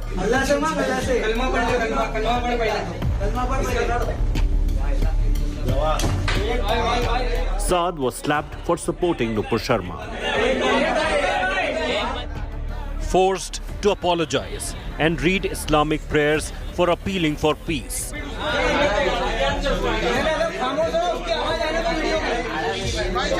19-year-old engineering student from Bhiwandi in Maharashtra, Saad Ashfaq Ansari, had to face this angry mob, which barged into his home over a social media post, condemning death threats issued against suspended spokesperson of the BJP. Police have booked around 125 attackers who barged inside Saad's home to assault and abuse him. At least 18 of the assaulters have been identified for rioting and threatening the teenager. Thousands of Muslims took to the streets last week, shouting slogans, pelting stones, burning public property, causing serious injuries to cops. Mobs did not stop there. Led by a local corporator of the ruling Congress party, they forcibly entered the house of Ansari, slapped him, used objectionable words and forced him to read the kalma for not denouncing Nupur. इंशाल्लाह FIR हो के उस पर जो भी कानूनी कार्रवाई वो होएगी, और मैं एक ही मैसेज देना चाहता हूँ कि बस अब इसके बाद में अगर किसी ने इस तरीके की बदतमीजी किया, कानून अपना काम करे, हम अपना काम करेंगे।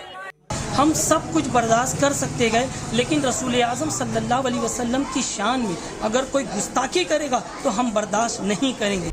His ordeal did not end there. Maharashtra police reached the spot and arrested the student. An FIR was lodged against the boy for hurting religious sentiments. He is currently in police custody. Commonwealth Games gold medalist Yogeshwar Dutt, reacting to India Today report, tweeted in support of the boy, questioning the silence of Nupur Sharma's critiques. Did Ansari pay the price for being a moderate and denouncing open calls to violence and beheading? Bureau Report, India Today. Moving on, all eyes are now on the upcoming presidential elections. TMC chief and West Bengal Chief Minister Mamata Banerjee is in Delhi to rally the opposition. In a big blow to Mamata's meeting, the TRS and the Aam Aadmi Party will be skipping the meeting of the opposition parties. According to sources, the TRS does not want to share a platform with the Congress. AAP, on the other hand, said the issue is going to be considered only after the candidate for the upcoming election is declared. Leaders of opposition parties are set to join a meeting called by the Chief Minister of Bengal to formulate a joint strategy for the upcoming presidential elections. On Tuesday, Mamata Banerjee landed in Delhi, met with Nationalist Congress Party Chief Sharad Pawar at his residence. During the meeting, Banerjee asked Sharad Pawar to be the opposition nominee. The NCP chief, however, has declined the offer, saying that he wants to remain in active politics.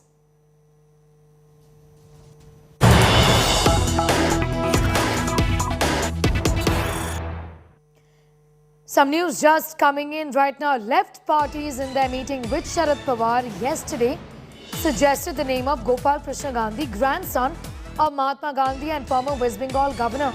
Pawar wasn't really averse to the suggestion. Gopal Gandhi has sought time to think it over, but his name is likely to be proposed at today's meeting. Gopal Krishna Gandhi's name has been suggested by the left parties, and this name was brought up even before NCP chief Sharad Pawar, is what we are learning. And this is something that Pawar also was not opposed to. At the end of the day, it just boils down to the numbers when it comes to the presidential elections and the number of political parties and their strength in parliament in both the houses in terms of who then is to be declared the president of the country. Meanwhile, Mamata Banerjee's had a setback as well, with Pawar turning down her offer to be the nominee. Paulami Saha is tracking all of those details, getting us more on that story. Paulami, first to you on the development versus on the question of Gopal Krishna Gandhi, the name that has been suggested by the left parties. That's right. Yesterday, in fact, Mr. Sitaram Yechuri and Mr. D. Raja, in fact, had a meeting with Mr. Sharad Pawar earlier in the day before Mamata Banerjee met him. And at that point of time, of course, they tried to ask Mr. Pawar himself to contest the elections first. But Mr. Pawar, as he's been conveying to the Congress, to Aam Aadmi Party, to Mamata Banerjee later in the day as well, he conveyed to them that he's not keen to contest the presidential elections. At that point of time, while they were mulling over names, the left party suggested the name of Mr. Gopal Krishna Gandhi, grandson of Mahatma Gandhi, someone who was former West Bengal governor. He was the diplomat in his previous avatar before he was appointed governor of West Bengal in the year 2004. That was a suggestion which was made to Mr. Pawar, to which he was not very averse. The suggestion was something that he thought was, in fact, interesting in that sense, because Mr. Gopal Krishna Gandhi, of course, his lineage, his background is obviously something which is interesting in itself. Yes. And they could make this, as they thought about it in the 75th year of independence, they could make this about Gandhi versus Godse, is the kind of strategy that they could possibly use. But remember, again, this is a suggestion which has been made by the left parties. It is a suggestion. It is a name that will crop up in today's meeting as well when it happens at 3 p.m. But there could be other names as well. There could be other names as well. And thanking you for the moment. I'll come back to you, Paulami, for more on that story. And we're staying with this. TMC chief and West Bengal Chief Minister Mamata Banerjee is in Delhi city to rally the opposition for the presidential elections. She's done it in the past as well. Mamata met NCP chief Sharad Pawar, urging him to be the nominee for them, the presidential candidate for the united opposition. But sources say Pawar has declined the offer since he wants to remain in active politics. Mamata has written to 22 leaders, including chief ministers, inviting them for this meeting on presidential elections that's going to be taking place today. Here is a detailed report. The race for Raisina Hill is heating up. TMC Supremo Mamta Banerjee is in the national capital to rally the opposition. She met NCP chief Sharad Pawar on Tuesday, urging him to be the presidential candidate of a united opposition. But sources say Pawar has declined the offer since he wants to remain in active politics. Sources say Mamta will request Pawar once again at the key opposition meeting on Wednesday. Mamta Banerjee has written to 22 leaders, including chief ministers, inviting them to a meet on presidential elections. Of them, the DMK, Shiv Sena, SP, NCP, RLD, JDS, PDP, CPI and CPM have confirmed attendance. The Congress, the principal opposition party, is yet to respond to Mamta's call.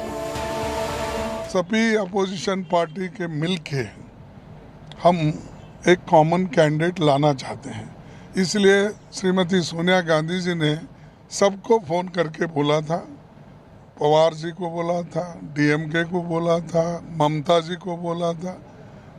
ये ठीक है, कोई तो एक बुलाए हैं, अब उसके वाद विवाद में मैं नहीं जाता, लेकिन हम एकता रखने के लिए एकजुट होकर लड़ेंगे और कल कौन जाना कैसे जाना वो तय करेंगे।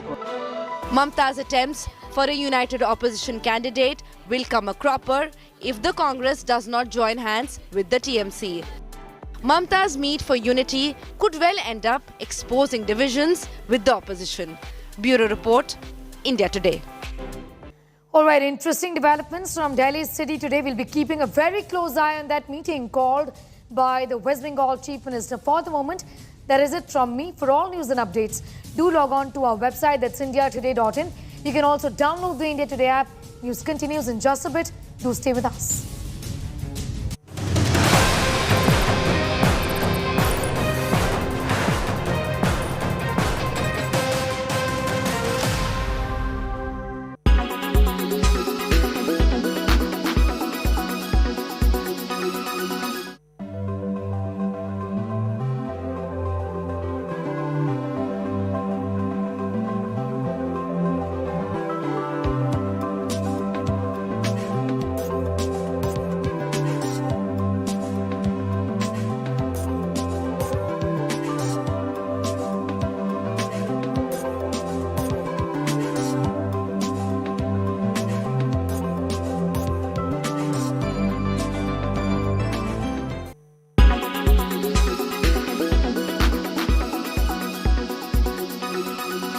Make your media plan smarter with India Today Live TV on your connected devices. Everyone's busy finding what's trending. You're busy finding out why. India Today, for those who research before reacting. Download the India Today app now. Make your media plan smarter with India Today Live TV on your connected devices. Amplify your brand with 100 million smart internet viewers. To advertise, mail us at sales@aajtak.com. Make your media plan smarter with India Today Live TV on your connected devices. You are watching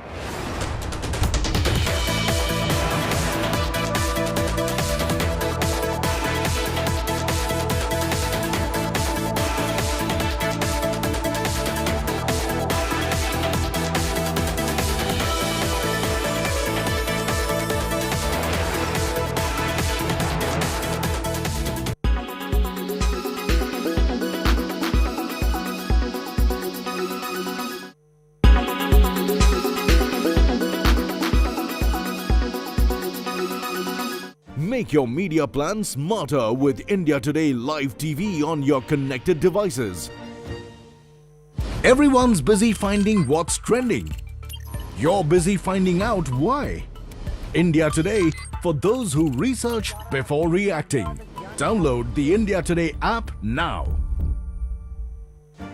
Make your media plan smarter with India Today Live TV on your connected devices.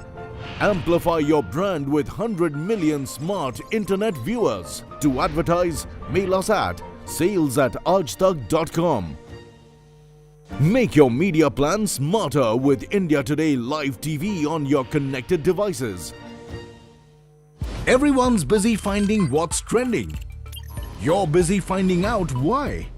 India Today, for those who research before reacting. Download the India Today app now. Make your media plan smarter with India Today Live TV on your connected devices. You are watching. You are watching India Today.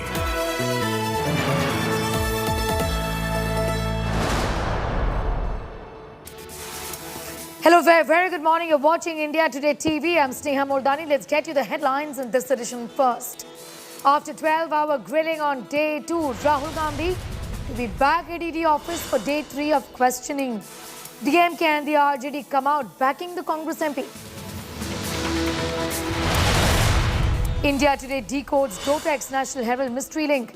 Our reporters probe the Kolkata-based firm named by the BJP, alleging that Congress took a crore of loan from them. This is the registered property of Dotex India, Dotex Merchandise Private Limited. Now, when we went there, it did not look like an office. It was a guest house. It is a 3 BHK guest house. Big blow to Mamata's bid to dominate with race for Raisana. AAP and TRS all set to escape her opposition meeting. Pawar says no to be the joint opposition nominee. India avenging the murder of innocents. After killers of Safa's father, jihadis who shot dead banker Vijay, eliminated in Shopian. Encounter. Terrorists who killed the teacher Rajni also trapped in Kulgam. Singer Musewala murder secret set to unravel. Punjab cops get gangster Lawrence Bishnoi's custody. Murder threat to Salman Khan also being probed.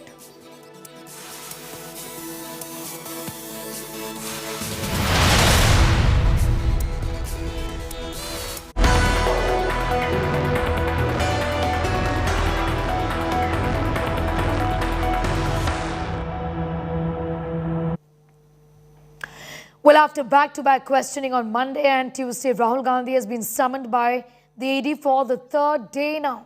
The Congress leader has been questioned for over 20 hours already since Monday.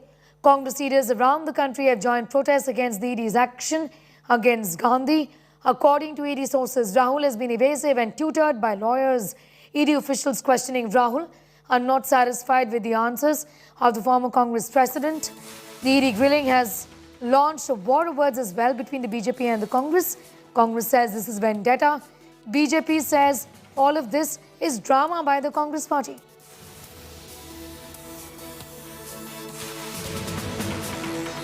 इस प्रकार से हमारे कार्यकर्ताओं नेताओं पर जानलेवा हमला बोला गया, जिस प्रकार से सांसदों को सड़क पर घसीटा गया, पूरे देश ने देखा।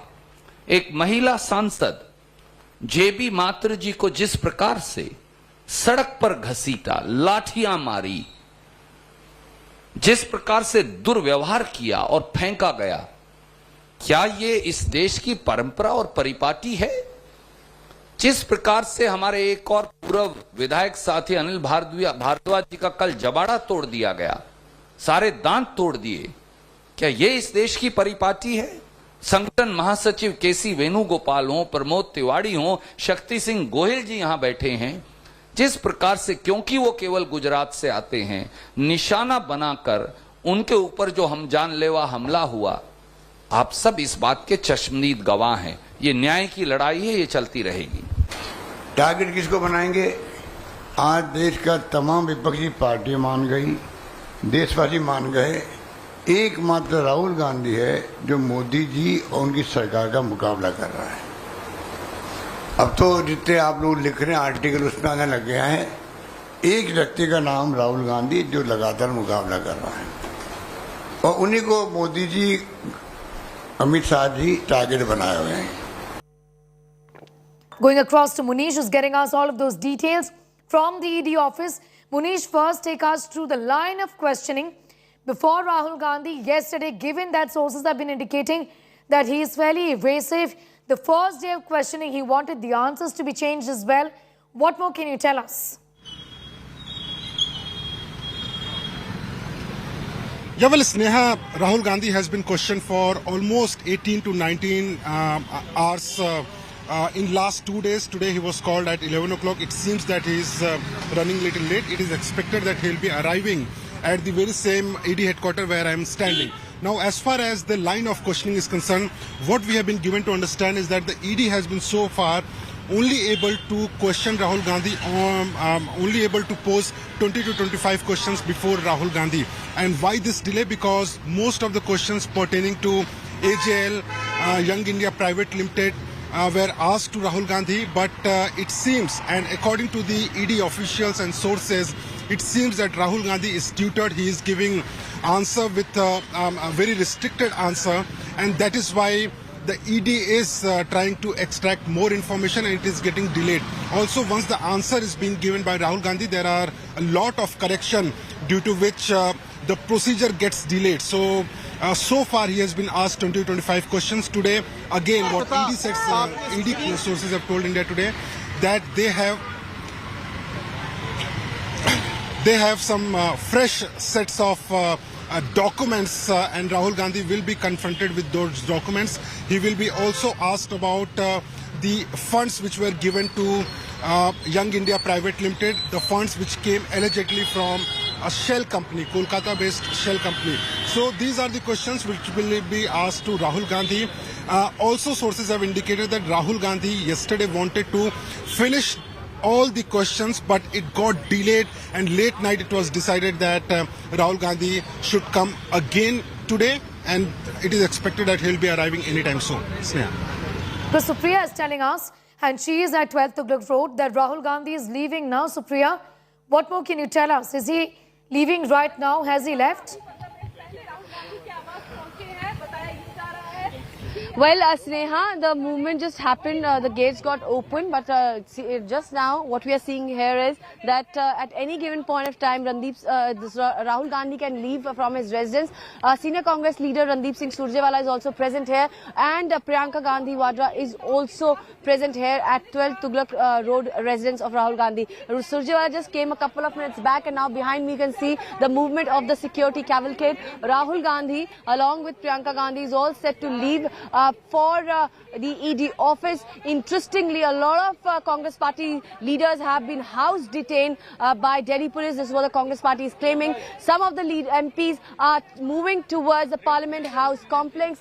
They are saying that they will be going there and protesting near the Parliament, near the Gandhi statue in the Parliament House. Also, what we are hearing is that the women MPs and the Mahila Congress members might be walking towards the ED office against what happened yesterday. They are saying that the MPs were brutally treated by Delhi police, and now I would like to show you the situation over here where at any given point of time Rahul Gandhi along with the sister Priyanka Gandhi can leave for ED office. Well, Randeep Singh Surjewala just came a couple of minutes back, and this is the scene over here. The security is just stationed here. This is Randeep's vehicle which is going inside.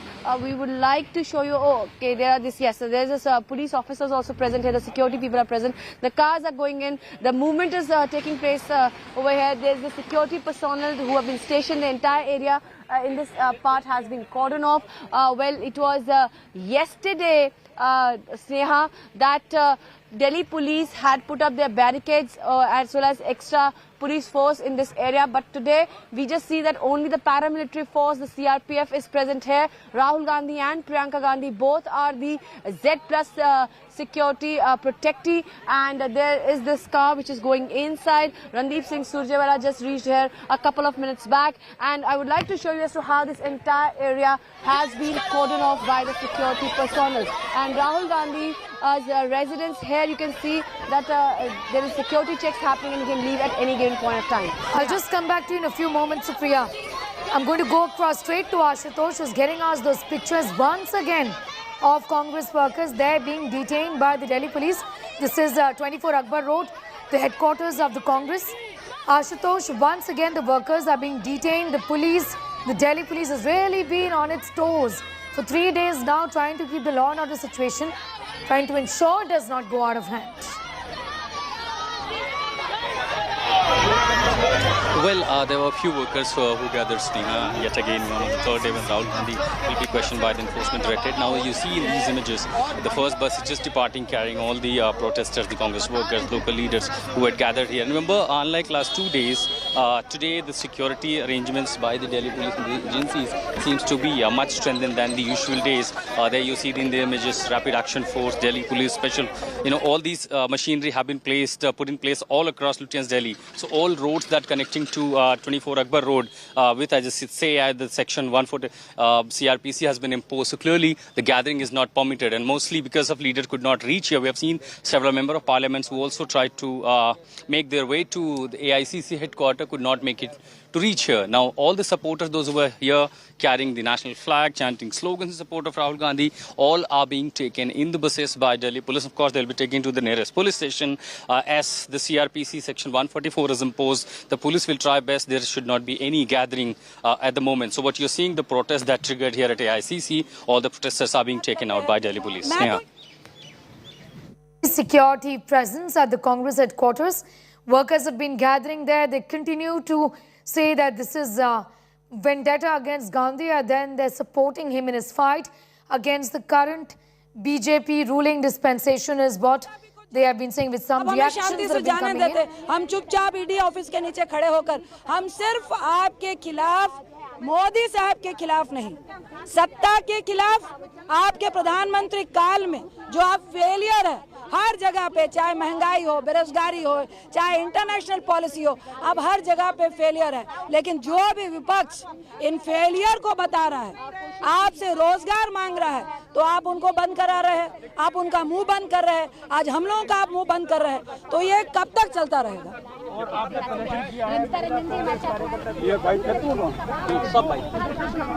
Ranjit Ranjan of the Congress party there, she was detained yesterday as well by the Delhi police.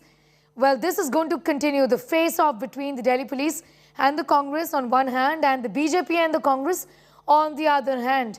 Day 3 of questioning of Rahul Gandhi. These are pictures of several workers of the Congress party who are getting detained by the Delhi police, trying to ensure that things do not go out of hand in Delhi city as far as these protests are concerned. Shreya Chatterjee has more details, joining us from the ED office, where Rahul Gandhi spent close to 12 hours yesterday. While we're staying with these visuals of a Congress worker, they're being coaxed by the Delhi police to get up and get into the bus for effective detention, but that is not happening. These are pictures coming in from Congress headquarters. But to you, Shreya, now, on the investigations, expected that it is going to be another tough, long day for Rahul Gandhi. Well, absolutely. No respite for Rahul Gandhi so far as the Enforcement Directorate is concerned. This is the third consecutive day that he's going to face the heat of the Enforcement Directorate. Now, from what we do understand, that there has been a questionnaire that he had to go through. Some of the questions have still not been completed, is why he's been asked to reappear again for the third day in front of the ED officials. Now, apart from that, there are certain details regarding AGL and Young India Private Limited that has been asked by the Enforcement Directorate by Rahul Gandhi. That details Rahul Gandhi will have to furnish today. There will be some more questioning around those details. It could be mostly again about the transactions, as we've been speaking about, when the Young India Private Limited company had actually overtaken AGL in November 2010. And if I could just show you the visuals outside ED, any moment Rahul Gandhi is expected. It's 11:30. Meanwhile, MP from Sam Kalebor, Gaurav Gogoi is speaking. Let's go straight to that. कहीं जो एक राजा महाराजा जैसे स्वरूप हम प्रधानमंत्री मोदी जी का देख रहे हैं, और अंत में अहंकार की हार होगी और सत्य की जीत होगी। दूसरी तरफ बीजेपी का लगातार आरोप है कि अगर राहुल गांधी निर्दोष होकर विरोध कर रहे हैं। देखिए, वही तो हम पूछ रहे हैं कि जब जुडिशरी में ये केस चल रहा है, जुडिशरी को कोई सबूत नहीं मिला है, भाजपा के प्रवक्ताओं के पास कोई ठोस सबूत नहीं है। ईडी को तो हम जानते हैं कि ईडी बनता है सिर्फ विपक्षी दलों के लिए। ईडी ने कभी निष्पक्ष जांच दिखाई है, कभी भाजपा शासित प्रदेशों में गई है, कभी भाजपा के मुख्यमंत्री जो विभिन्न जो स्कैंडल्स और करप्शन में जुड़े हुए हैं, क्या उनको पूछताछ के लिए बुलाई है? तो कहीं ना कहीं ये जो मामला है राजनीतिक है, ये सब जान चुकी है और ये देश भी जानता है। This is a political issue and there is no friends, is what Gaurav Gogoi just said. एक बन के बैठे हैं हर एजेंसी का, तो इनसे पूछिए कि हेमंता बिस्वा शर्मा के यहाँ क्यों नहीं ईडी जाती, एकनाथ खड़से जी के यहाँ क्यों नहीं जाती, मुकुल रॉय के यहाँ क्यों नहीं जाती, वो कर्नाटक के 40% कमीशन लेने वाले मंत्री के यहाँ क्यों नहीं जाती? ईडी सिर्फ कांग्रेस के लिए बनी है। लेकिन बीजेपी का आरोप है कि एजेंसी निष्पक्ष है और जांच के लिए अगर बुला रही है तो इसमें घबराने की निष्पक्षता तो मैंने अभी आपको बताई ना। हेमंता बिस्वा शर्मा के यहाँ आपने सुना अगर पिछले 3 साल में गई हो तो, या मुकुल रॉय के यहाँ गई हो, या एकनाथ खड़से के यहाँ गई हो, 40% लेता हुआ रंगे हाथों एक मंत्री पकड़ा जाता है, उसके यहाँ ईडी नहीं जा रही, तो कितनी निष्पक्ष है वो आपके सामने। एक तो 3-3 दिन क्या पूछताछ The question हमें पता नहीं चल रहा है। Rahul Gandhi is the last person on this earth, मैं बहुत जिम्मेदारी से बोल रही हूँ, मैं एक राज्यसभा के सांसद 3 बार इस देश की संसद में रह चुकी हूँ, कि इस देश में एक ही व्यक्ति है कि जो कभी झूठ बोलेंगे, वो कभी फियरलेस पर्सन है। तो उनसे वो क्या उगलवाना चाहती है? वो झूठ बुलवाना चाहते हैं, वो कभी झूठ नहीं बोलेंगे। जो उन्होंने किया ही नहीं वो करवाना चाहते हैं, वो उसे कबूल करवाना चाहते हैं, वो कभी कबूल नहीं करेंगे। तो मुझे The question the Congress is asking is, why is the ED being used selectively to target opposition leaders? Congress, in fact, has been asking these questions. Supriya continues to be with us. She's at the Rahul Gandhi's residence, where she's been telling us that he's all set to, in fact, leave for the ED office. Ashutosh is at the AICC headquarters, and Shreya continues to be with us from ED. I'll just come back to you, Supriya, in a moment from now. A quick update again from Shreya. As far as the questioning from yesterday is concerned, what were the questions that Rahul Gandhi has answered? What more can you tell us via your sources? Shreya.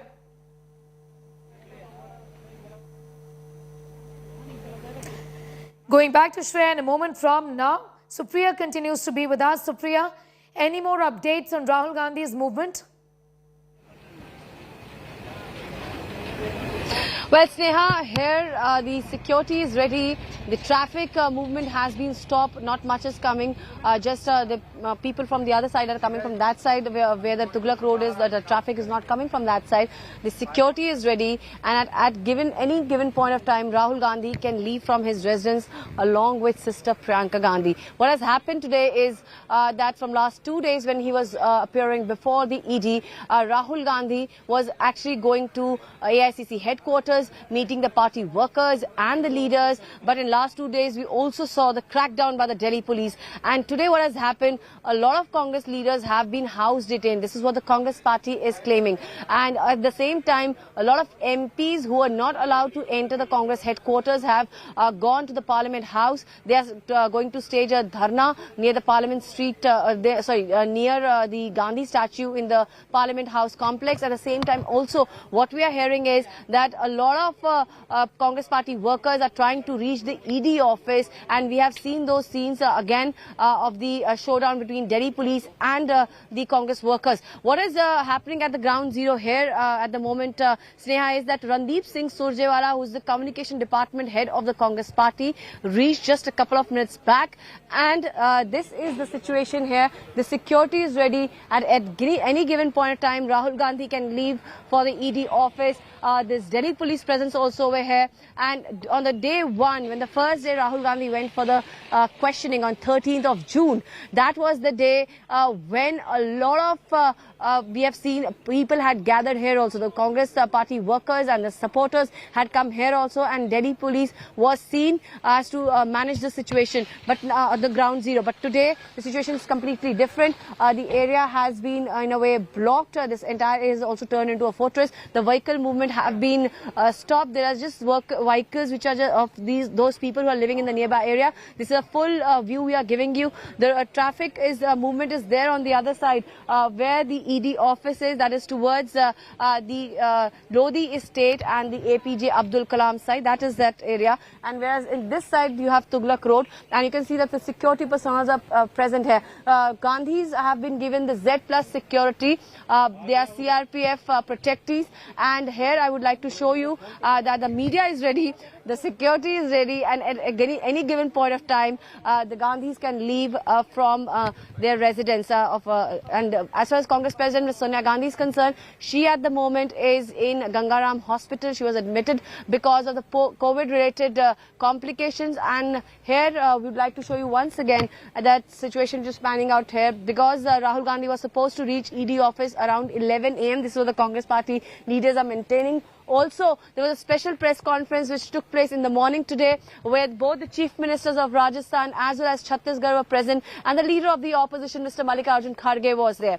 And along with these three, there was who's who from the Congress party. The top leadership, the top brass was present there, and they fired fresh salvos against the government. Randeep Singh Surjewala as well as both the chief minister questioned as to why there is a selective leakage of the information by the ED to the media. Randeep Singh Surjewala went ahead and said that there can be that entire recording or the entire proceedings which are going on between the questioning between Rahul Gandhi and the ED officials should be made public. They said if why selective leakage, if they want they can actually release the entire footage or can put the camera and let the world see. This is what Randeep Singh Surjewala said in that press conference, and today he has just reached after that press conference to the Congress from the Congress headquarters to Rahul Gandhi's residence. Congress headquarters has turned into a fortress, and so does New Delhi district, Sneha. The entire area has been cordoned off. Delhi police has already issued advisories after advisories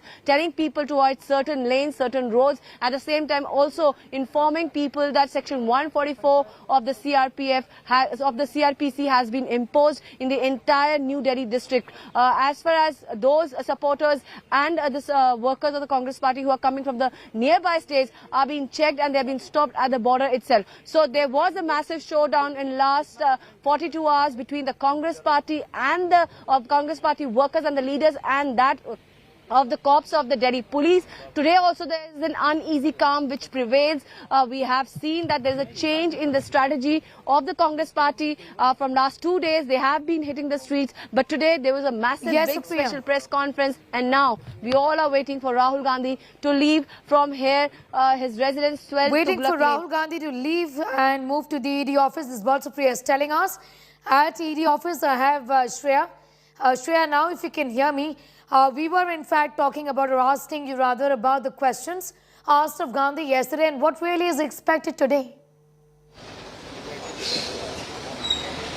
Well, Sneha, you know, to just give a view of understanding that why he's been called for the third consecutive day, it's because there are a set of questions that he had been given in the first day itself. But even after 2 rounds of questioning, those haven't really been able to complete, is why he was asked to reappear on the third day. Now, apart from that, there are certain details that the ED has asked Rahul Gandhi to provide to the officials regarding the transactions of Young India Private Limited when they overtook AGL in November 2010. So that is something that Rahul Gandhi will have to furnish the Enforcement Directorate today. There will be some questions and cross questions on those as well. So we could very well see a third long day for Rahul Gandhi as he faces the ED officials in a moment from now once he leaves. And you know, so far as the security apparatus is concerned, it's like living a deja vu. For the last 3 days, the New Delhi district has been turned into a fortress. The traffic advisories remain the same. And just outside the ED office, the picture hasn't really changed since the last 3 days. We see the same kind of security. And any moment from now, when Rahul Gandhi leaves, he will be heading through this very road, and he will be inside the ED, where he will be facing confronting the ED officials and with those questions. This is regarding the National Herald case regarding the overtaking of AGL by Young India Private Limited when AGL had a debt to the amount of over 90 crores. It's also regarding those loans that was provided by Congress party to AGL when it ran into losses in the year 2008. So there are a series of questions that Rahul Gandhi will continue to face, because at the end of the day he did hold the position of a director in Young India Private Limited, apart from being the 38% shareholder. Absolutely. Be with us, Shreya. I'm coming back to you for more on that. A quick update as well from Ashutosh, who is at the Congress office. Ashutosh, just show us what do you really see around you, the kind of police bandobast that's there. Workers have been detained. This is for 3 days now in a row. The face-off between the police and the Congress, the Delhi police and the Congress continues. Well, last 2 days, the kind of confrontation between the Congress worker leaders and the police that we have seen is unlikely to be seen again today. Yes, there are a few of the protesters and workers, those who have just gathered. A bus has been taken them away, maybe Parliament Street or the nearest police station where they have been detained.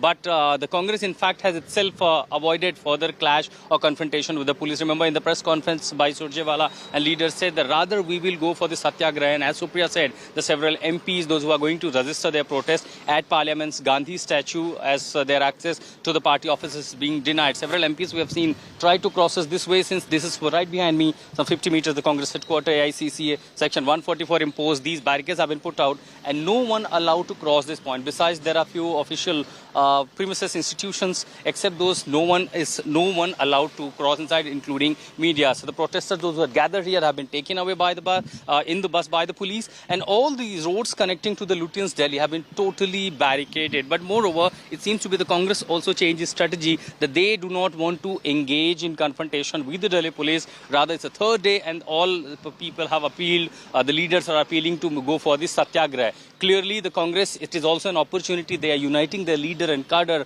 mobilizing in a way that is also giving them a boost. But for now, what is happening is the Congress leaders are escalating attack on the BJP, that this is at the vendetta politics. Rahul Gandhi is being targeted. As far as ground zero is concerned, we are not seeing today the confrontation kind of we have seen last 2 days with the Delhi police and between the Congress workers. Not seeing that kind of confrontation, but there have been some precautionary measures that the Delhi police has taken. Supriya, in fact, continues to be with us as well. Once again, Supriya, the Congress has been raising some of these questions repeatedly, not just saying that there is a political vendetta, but also questions that leaders like Mr. P. Chidambaram, for example, are asking, where is the offence under the PMLA? And if there is an offence, where is the FIR? Well, absolutely, yes. This is what the Congress party is maintaining, Sneha. They are saying, where is the FIR? Where is the complaint? And they are also giving their side of the story. There were these questions which was asked by the Congress party from the Modi government as well as BJP. What is really interesting is this entire saga has 3 angles to it. One being that of the investigative, that is the ED and its questioning. Second being that of political, and third being that of humanitarian. Congress President Sonia Gandhi at the moment is in Gangaram Hospital. She is admitted there because of the COVID-related complications. And Rahul Gandhi had gone on day 1 to meet his mother. But yesterday also he wanted to go. He couldn't go because of the lengthy questioning which is going on by the ED. And today we were expecting that he might go to Gangaram Hospital, but that didn't happen. Rather, it is Priyanka Gandhi who has held the fort, both at the street as well as at the hospital also. Once Rahul Gandhi leaves for the ED office, she, after leaving her brother, accompanying her brother at the ED office, leaves for the Gangaram Hospital. Also, Sneha, as far as the political angle is concerned, now this is the big one. Well, Congress party in last 2 days, which is like 24 hours, has somehow come together, whether it's the senior leaders or the young brigade. Everybody is together. All the workers and the leaders were seen marching behind Rahul Gandhi. Now, there are 3 major angles which are emerging. First being this, that a lot of leaders we spoke to have said that Congress is a family and Rahul Gandhi is the Mukhya or the head of the family. Devendra Yadav, the Congress's AICC in charge from Uttarakhand, went to the extent of saying that because Rahul Gandhi and the Gandhi leadership, that is including Congress President Sonia Gandhi, the way they have been summoned by the ED is nothing short of hamla on the abru of the Congress party. This is what exactly he said yesterday when he was speaking to us. Devendra Yadav said that we are going to fight tooth and nail, and this is a family, and people from the family stand for each other. This is what the other Congress party workers and the leaders are maintaining. Second thing being that the workers of the Congress party, the cadre, which we have seen, there are many of them who don't have some leaders present there with them. They came on their own to Delhi. So day one, we saw this massive showdown, and as per Randeep Singh Surjewala, around 20,000 detentions took place on day one by Delhi police in and around the Delhi NCR area of the Congress party leaders and the workers. This is what they're saying. Across the country, the Congress party's topmost leadership is protesting. There are 25 offices of ED where we have seen as to how the Congress party state units are sitting and staging a protest. Whether it's Telangana or Maharashtra, we have seen that leaders as well as workers are gathering outside the ED office and protesting, and at some places they were detained also. So this is what is happening. The entire Congress party, as some of the people yesterday were mentioning, is in the electrifying mood. They are saying that they're going to fight tooth and nail. And when Rahul Gandhi that day led the Satyagraha march from AICC headquarters to the office, we have seen as to who's who from the Congress party were rallying behind him, and the workers who had gathered were present in that march, which later on led to the clash. A lot of Congress MPs are saying that they have sustained injuries. That's what Randeep Singh Surjewala said in a press conference today. I'm going to continue to come back to you, Supriya, as well as Shreya and Ashutosh, for more on that story. And we're staying with this. Heat continues to mount on Rahul Gandhi with another company called Dotex, now thrown in this mix. The BJP had earlier said that Dotex is a Hawala company with links to the Gandhis. India Today has probed this Kolkata-based company to decode the link between Dotex and the National Herald case. The charge against the Gandhis is that 1 crore loan was taken from Dotex.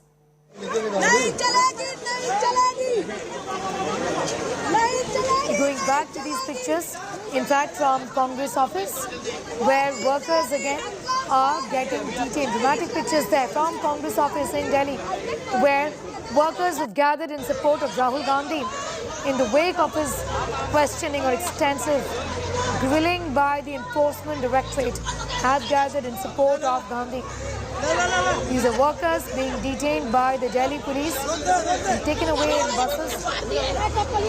This is a routine as far as the last 3 days are concerned, ever since the questioning of Rahul Gandhi started on the 13th of June on Monday. The Congress has also alleged high-handedness on the part of the Delhi police, saying that several of its workers and many of its leaders have been hurt by the Delhi police in the process of these detentions. Peaceful protest is their right, is what the Congress has been saying.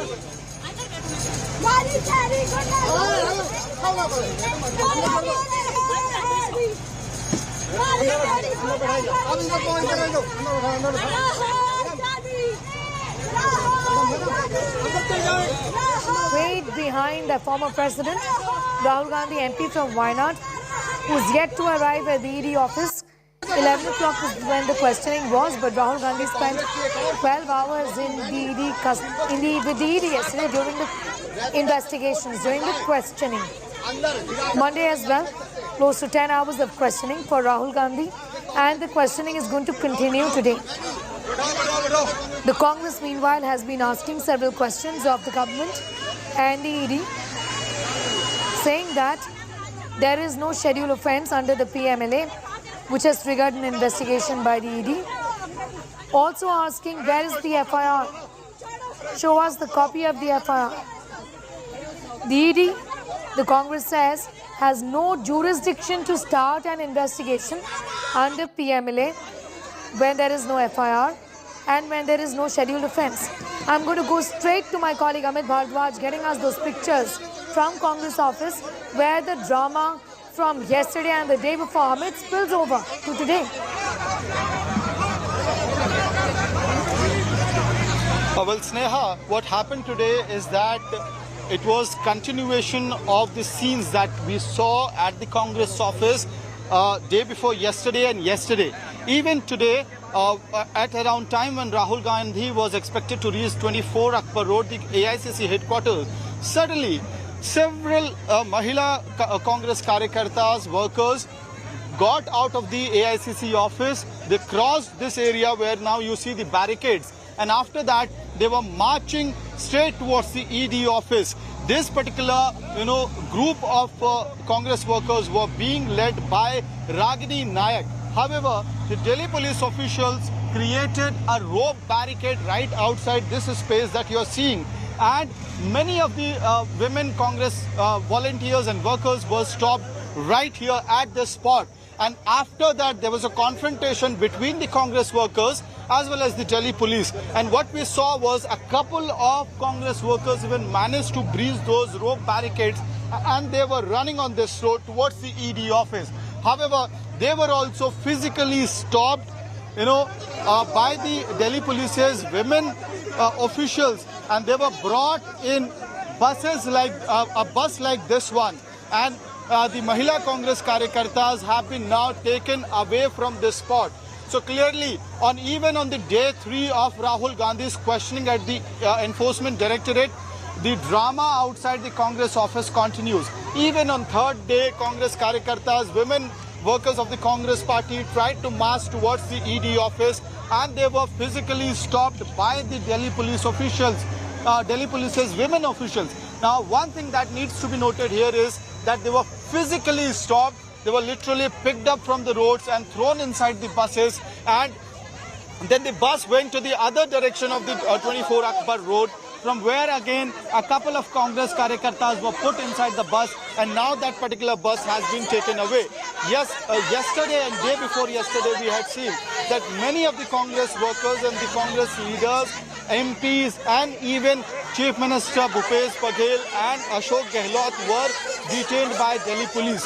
Yesterday, nearly 217 Congress workers, including 14 MPs, nearly 14 MPs were detained by Delhi police. And today, despite the fact that the barricading on both sides of the Akbar Road is very strong, the Delhi police has deployed heavy forces and they are not allowing the Congress Karyakartas to reach the Congress headquarters.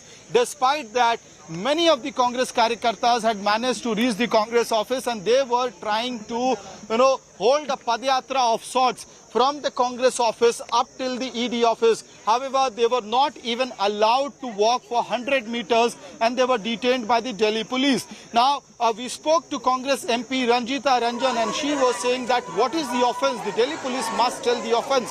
All that the Congress Mahila Karyakartas wanted to do was carry out a padyatra in solidarity of Rahul Gandhi. However, they have not been allowed that. There's another allegation. सच क्या है? यदि हमने national Herald को बचाने का अपराध किया तो हम अपराधी हैं। वो नेशनल हेराल्ड जिन्होंने देश की आज़ादी की लड़ाई में भूमिका अदा की है, जिसका स्थापना पंत जी के साथ साथ नेहरू जी, सरदार पटेल, रफी अहमद किदवई, सारे बड़े नेता उसको किए और अपने पैसे लगा के उसको खड़ा किए थे। आज उसको बचाने के लिए कांग्रेस पार्टी ने सहायता कर दी, उसको लोन दे दिया। तो ये अपराध है इसके नज़र में।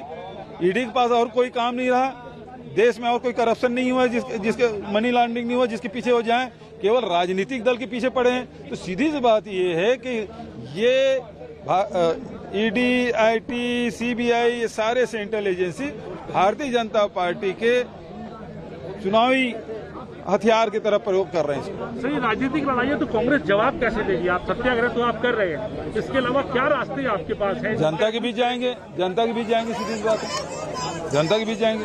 आखिरी सवाल आपके राहुल का, छत्तीसगढ़ से जो बच्चा है जिसको गोबर से आज निकाला गया, आप लोगों ने लगातार ऑपरेशन चलाया पूरे प्रशासन में, अब वो बाहर है, फिलहाल उसकी क्या स्थिति है और क्या आपका कहना है? ये ऑपरेशन 104 घंटा चला और सफल ऑपरेशन रहा, और इसमें सारे लोग जो लगे थे उसमें बधाई देता हूँ, जिन्होंने प्रत्यक्ष रूप से, परोक्षी रूप से जैसे भी मदद किया, सबका सहयोग हमने लिया। लगातार प्रशासन और हम लोग वाच कर रहे थे, मिनट टू मिनट उसकी जानकारी ले रहे थे और निर्देश भी दे रहे थे, और उसमें सफलता मिली। मैं सबको बहुत बधाई देता हूँ, शुभकामना देता हूँ, और बच्चा बहुत स्वस्थ है। हमारे साथ छत्तीसगढ़ के मुख्यमंत्री चप्पल नहीं ले लेना, चप्पल नहीं ले लेना अब। The Chief Minister of Chhattisgarh, well, there are allegations also by the BJP who say that Why are the chief ministers leaving all of their work and camping here in Delhi city when they're responsible to their people back home? Supriya is with us with the very latest. Yes, Supriya. पिछले 2 दिन AICC मुख्यालय पहुंचे थे Well, Sneha, Rahul Gandhi is all set to leave. You can see as to how the security has swung into the action. We'd like to show you the situation over here. I would like Himanshu to just come back a bit, and we'd like to show you that Rahul Gandhi as well as Priyanka Gandhi is all set to leave from here, from the ED office, and they will be going from the Tughlaq Lane residence, and they will be going to the ED office. You can see that there is this movement, and there they are leaving. Sneha, Rahul Gandhi along with Priyanka Gandhi leaving from their residence. Rahul Gandhi is present here along with his lawyer as well as Priyanka Gandhi. They are leaving from the Congress, from the residence of Rahul Gandhi and heading towards the ED office. Well, this is what is happening at the moment. Rahul Gandhi is leaving for the 3rd day questioning, and there Rahul Gandhi is, and along with him is Priyanka Gandhi, and they're leaving from his residence. Behind me you can see the entire cavalcade is leaving from here. This is heading towards the ED office. Well, we will try to follow them up in our car also. This entire cavalcade right now, I would like to show you, is heading towards the ED office. Well, Rahul Gandhi along with sister Priyanka Gandhi have left from here. He was supposed to appear around 11 a.m. and now what has happened is that just now, a couple of minutes back, Rahul Gandhi has left along with Priyanka Gandhi, and there you can see the cavalcade is going. Himanshu is showing you all these visuals, and we are heading towards the ED office. This is the 3rd day of questioning of Rahul Gandhi by the ED, and here you can see that the entire cavalcade of Rahul Gandhi, Priyanka Gandhi was accompanying him, Rahul Gandhi's lawyer was accompanying him, and they are now heading towards ED office. Before that, we saw Congress Party's special press conference where a battery of top leaders were present, and this entire area is the only route which is being taken on a daily basis. Otherwise, this is a completely chock-a-block situation over here. Delhi police has put barricades, and there you can see the cavalcade which is heading towards the ED office. Well, Sneha, ED office from Rahul Gandhi's residence is just 2 kilometers away, and here you can see that the entire route has been kept open. There is not much. The cavalcade has stopped. We'll try to show you. The red light is here. We'll try to show you the scenes over here as to how Rahul Gandhi along with Priyanka Gandhi are leaving for the ED office. Well, this is the situation here at ground zero. Rahul Gandhi along with Priyanka Gandhi are going to the ED office, and here you can see that the entire cavalcade is present at ground zero. Well, Mr. Gandhi is here. We'll try to see if Rahul Gandhi as well as the ED is heading towards the ED office. This is where the situation is going on. Well, Rahul Gandhi along with Priyanka Gandhi are sitting here, and the ED office is just 500 meters away.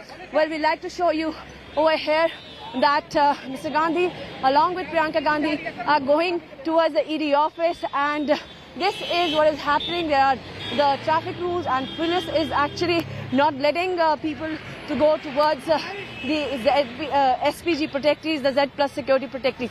Well, the entire Congress party, the leaders are present at AICC headquarters. Many of them have been house detained, and this is what is happening on the streets of Delhi today. This is the 3rd day of questioning by ED of Rahul Gandhi. He's heading towards the ED office. Accompanying him is his sister Priyanka Gandhi, and already the Congress party's workers have hit the street. They are protesting. Many leaders who wanted to go have been house detained. Well, Rahul Gandhi along with his sister Priyanka Gandhi are heading towards the ED office. I would like to tell my viewers that this very road where we are is usually a very busy lane. It connects South Delhi with the India Gate, the central Delhi, and now you can see that traffic movement is less because the entire New Delhi district has turned into a fortress, and only the vehicles who have the permission or who have some work in this area have been asked to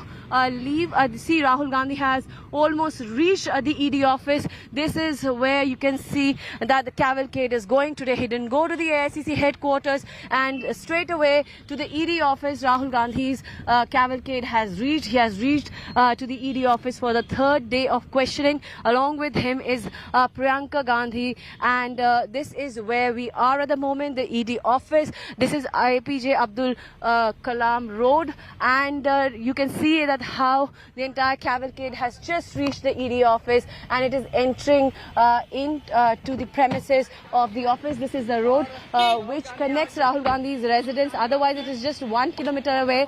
But today, what we have seen is that he had to take a detour, and I would like Himanshu to show you as to how that Rahul Gandhi today, instead of going to the AICC headquarters, have reached here at the ED office. A lot of Congress party's supporters are also present. आप यहाँ पे आए थे, आप कांग्रेस से हैं? Sir, आज यहाँ पे राहुल गांधी का तीसरे दिन क्वेश्चनिंग के लिए बुलाया गया, आपको क्या कहना है? अरे तो बेइंसाफी हो रही है और बिलावजह राजनीतिक स्वार्थों को पूरा करने के लिए ये किया गया और पार्टी को नुकसान पहुंचाने के लिए ये सब भाजपा कर रही है और कुछ भी नहीं है। आपको क्या कहना है इस पे, जिस तरह से कांग्रेस पार्टी के कार्यकर्ताओं को और साथ में बड़े नेताओं की धरपकड़ हुई है, उस पर आपको क्या कहना है? देखिए, ये लोकतांत्रिक तरीका है और सरकार निश्चित रूप से तानाशाही पे उतर आई है और वो कांग्रेस के नेता राहुल गांधी से डरती है, इसलिए वो अनैतिक हथकंडे अपनाकर। अब आप बताइए, कांग्रेस का कार्यकर्ता और नेता एआईसीसी अपनी पार्टी का ऑफिस क्यों नहीं जा सकता? आप किस बिना एफआईआर कैसे उसे दिन भर रात तक थाने में रखते हैं? ये सब गैर कानूनी हो रहा है और जनता इसका जवाब देगी इस तानाशाह मोदी और शाह को। Well, you can see this is what the temperament on the streets is at the moment. Rahul Gandhi, along with his sister Priyanka Gandhi, have just reached the ED office, and here we are just outside the premises of ED office, and this is what the Congress party supporters are saying. A lot of supporters who are just present here, the AICC headquarters just 2 kilometers away from where we are present there. They are not being allowed to leave. Many of them were not allowed to enter the AICC premises, and now we had the latest being that Rahul Gandhi has reached the ED office for the third day of questioning. Back to you in studio. Pictures from the National Capital. His house is not too far away from the ED office. Remember, he was questioned on Monday for 10 hours, yesterday for close to 12 hours.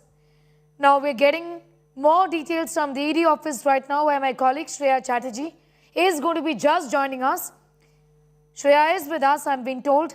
Shreya, Rahul Gandhi has reached the ED office. A long day again for the Congress MP. Give us an idea about the line of questioning again today. Well, absolutely, Sneha. You know, just showing you the visuals outside the Enforcement Directorate, the Rahul Gandhi's cavalcade along with the security apparatus just reached the ED office through this very barricades, and this is the third consecutive day that he's been called by the ED for a questioning. We expect it to be a repeat of the first 2 days. It might be a long day of questioning for Rahul Gandhi yet again, because there are certain questions that are yet to be finished. There is a questionnaire that's been given to Rahul Gandhi by the ED officials that is yet to be completed. Apart from that, there are certain documents that has been sought by the ED from Rahul Gandhi regarding the transactions between the Young India Private Limited and AJL that he has to furnish today. Now, after that, there will be a series of questions and cross questions that Rahul Gandhi will also have to face so far as the ED officials are concerned. We do know that it's also getting delayed because the case pertains to the time being or the time frame dates back to 2008-2010. So there's a time where Rahul Gandhi is also having to revisit. He is taking a lot of time, is why we see the question panning out for almost third long day. We'll have to wait and watch how this pans out throughout the day, but in all likelihood, this is going to be another long day of questioning for Rahul Gandhi as he faces the heat of the Enforcement Directorate. Rahul Gandhi expected. The Congress continues to say and ask these questions of the ED. What are your sources, Shreya, indicating as far as the specific question asked by the Congress is concerned on there being no FIR, and that if there is no FIR under the PMLA, then how can the ED investigate this matter? What does the ED say? Well, Sneha, you know, if we look into the manner in which an ECIR is filed and after that the case is investigated, there is the question of an FIR not being lodged is what the Congress is picking up. But it's also a matter of fact that there was a cognizance of a criminal complaint in a trial court. So that is also equivalent for the Enforcement Directorate to go ahead and file an ECIR. And in this case, that's exactly what has happened before the Enforcement Directorate took over the case. The other attack that the Congress is making is about AJL and Young India Private Limited being a Section 25 company.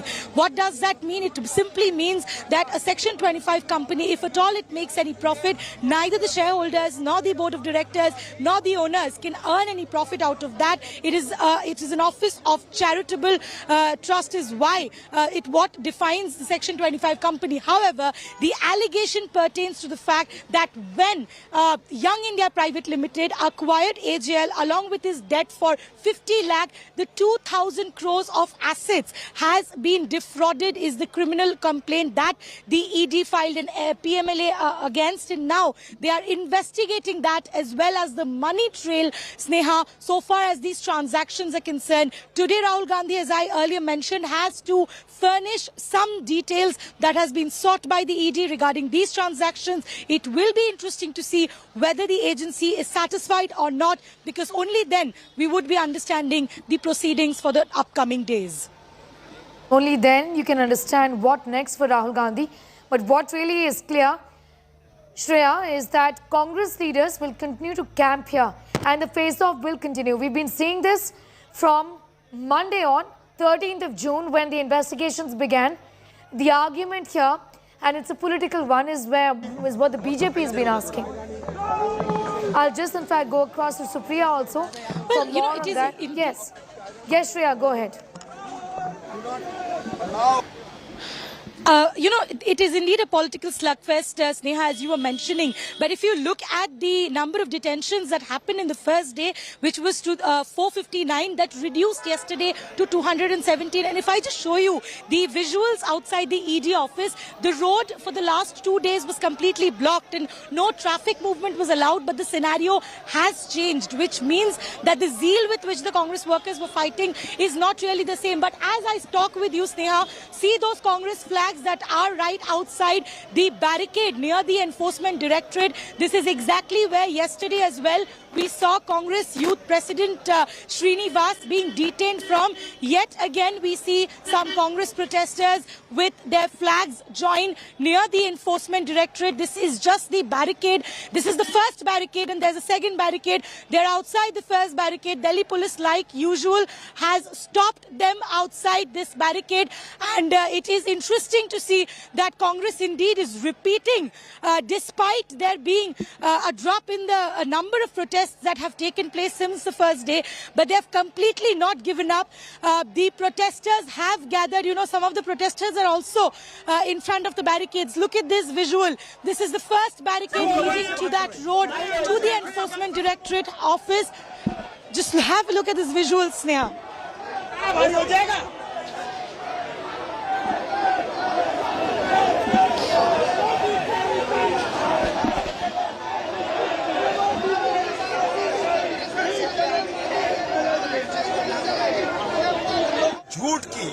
झूठ की पुलिंदा बनाते हुए ये BJP सत्तारूढ़ party Congress की छवि को धूमिल करने के लिए जो घिनौना साजिश कर रहे हैं वो कामयाब नहीं हो पा रहे हैं।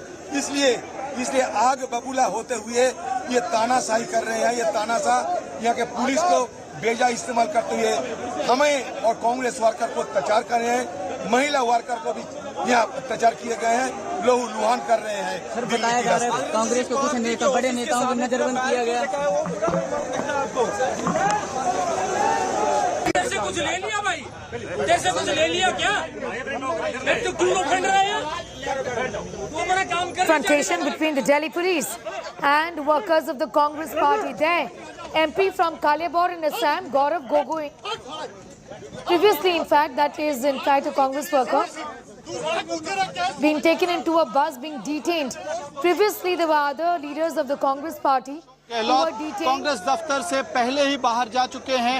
एक तरफ राहुल गांधी एनफोर्समेंट डायरेक्टरेट के सामने क्वेश्चनिंग के लिए तीसरे दिन पेश हुए हैं, तो दूसरी तरफ कांग्रेस दफ्तर के बाहर ये हंगामा जारी है। वीडियो जर्नलिस्ट प्रेम मिश्रा के साथ मैं Amit Bhardwaj.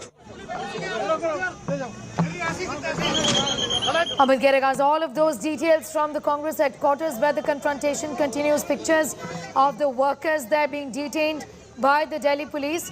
They've been saying why can't they stand in solidarity with their leader. Dramatic pictures, their videos coming in from the Congress office, the ICC headquarters, where several workers of the Congress party have been detained by the Delhi police. Remember, this has been ongoing since Monday, the 13th of June, the first day of questioning of Rahul Gandhi in the National Herald case. The Congress, of course, calls it a politically motivated case with no basis. K.C. Venugopal of the Congress is speaking. We're going straight to that.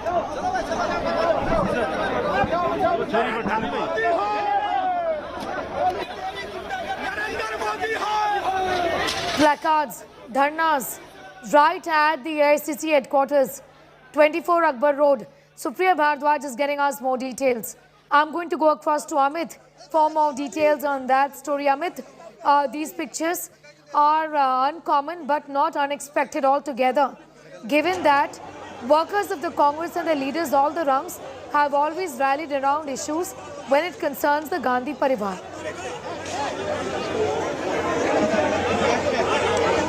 Absolutely right, Sneha. It was expected that today, even today, yesterday and day after yesterday, we had seen similar visuals coming from the Congress headquarters.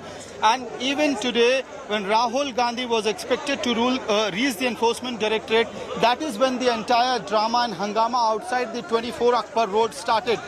This particular area that you are seeing was open a few minutes back, and that is when Mahila Congress Karyakartas started to march towards the Enforcement Directorate. This particular group of Karyakartas were led by Ragini Nayak.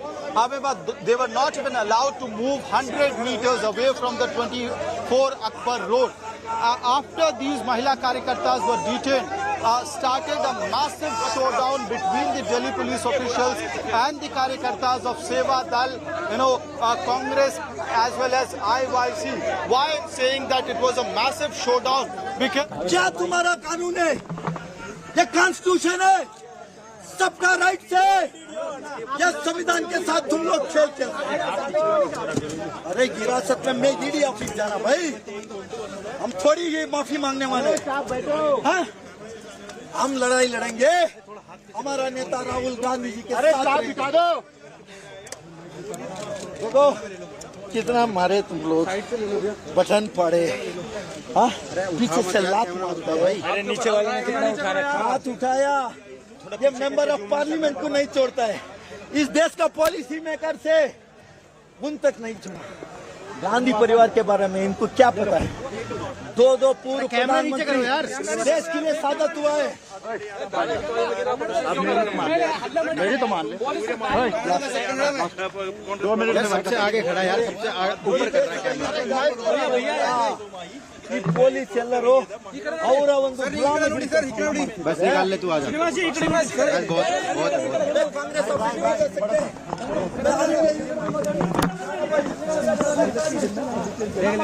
जाएंगे क्या पता, कल भी तो हमको 3 घंटा बस में घुमाए थे।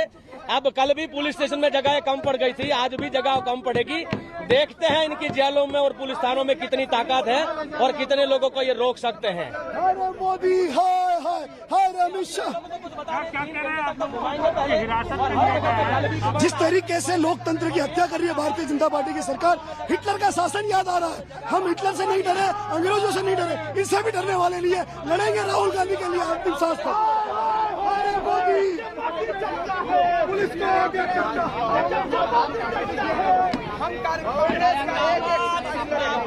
They have been detained by the Delhi police. These pictures continue to come from the ICC headquarters, and also right outside the ED office there is heavy police presence where Rahul Gandhi has been summoned by the ED once again. Third round of questioning after the marathon questioning yesterday and the day before. The BJP says the Satyagraha stir by the Congress is nothing but drama. There is a case, face it, is what the BJP is saying.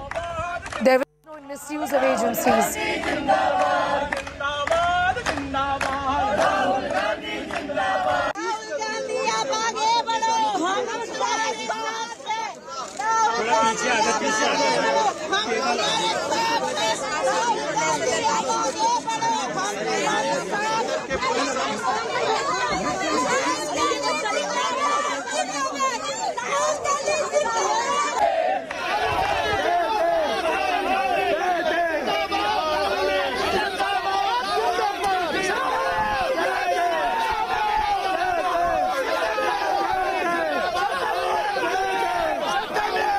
Pictures of chaos, confusion from outside the Congress office then.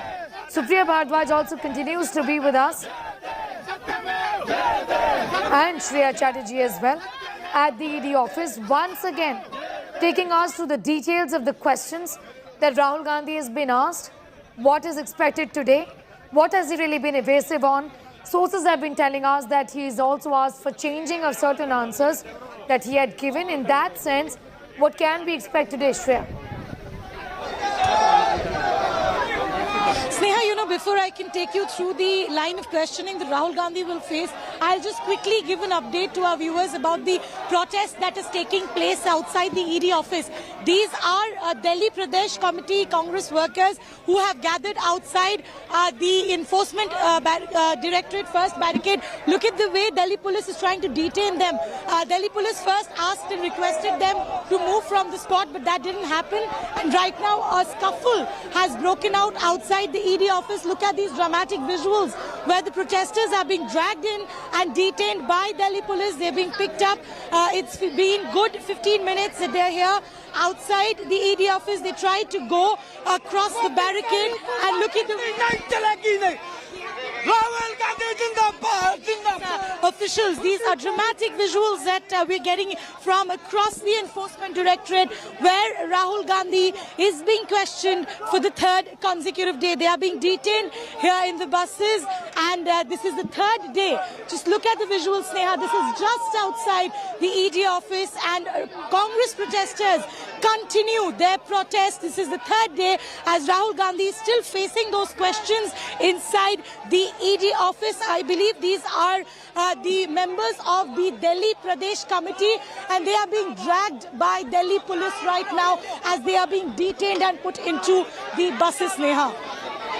These are DPCC members, Delhi Pradesh Congress Committee, who are protesting right now at the ED office. So there is drama at ED office. There are protests at the AICC headquarters as well. Heavy barricading where protesters, workers of the Congress are spilt out on the streets. Shreya continues to be with us, getting us all of those pictures. Shreya, the Congress has also made some serious allegations against the police, saying there's manhandling. Workers have been hurt, injured.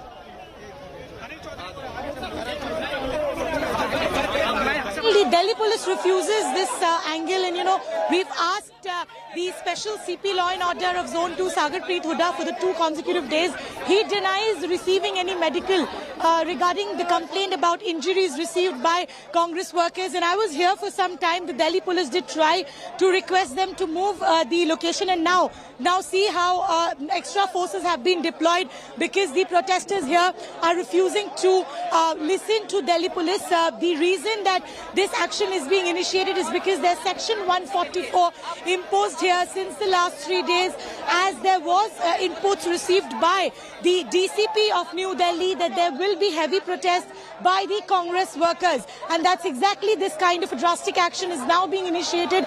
We see extra forces now being deployed. Just look at these dramatic visuals, Sneha, how these protesters refuse to listen to the orders of the Delhi police, and this all outside the Enforcement Directorate, the crucial place where Rahul Gandhi is being questioned for 3 consecutive days. And this is the reason, Sneha, the BJP has also time and again been attacking the Congress for trying to pressurize the legal system, blaming that why is the Congress party barricading the judicial protest. And just look at these visuals. All of these workers are now being taken in by the Delhi police. They will be detained for violating Section 144, Sneha. They will face Section 65, the DP Act. That's been happening since the last 2 days. On the first day, total of 459 protesters were detained. Tomorrow, the number went to 217. Today, again, there are a series of detentions happening here. And as I hear outside the AICC as well, dramatic visuals continue. It's like we're living a deja vu for 3 days. All right, a sense of deja vu, really, because the protests refuse to die down. I'm going to go across to my colleagues, Amit Bhardwaj, who is in fact at the AICC headquarters, where the drama continues. Similar scenes there at the AICC headquarters as well. Amit.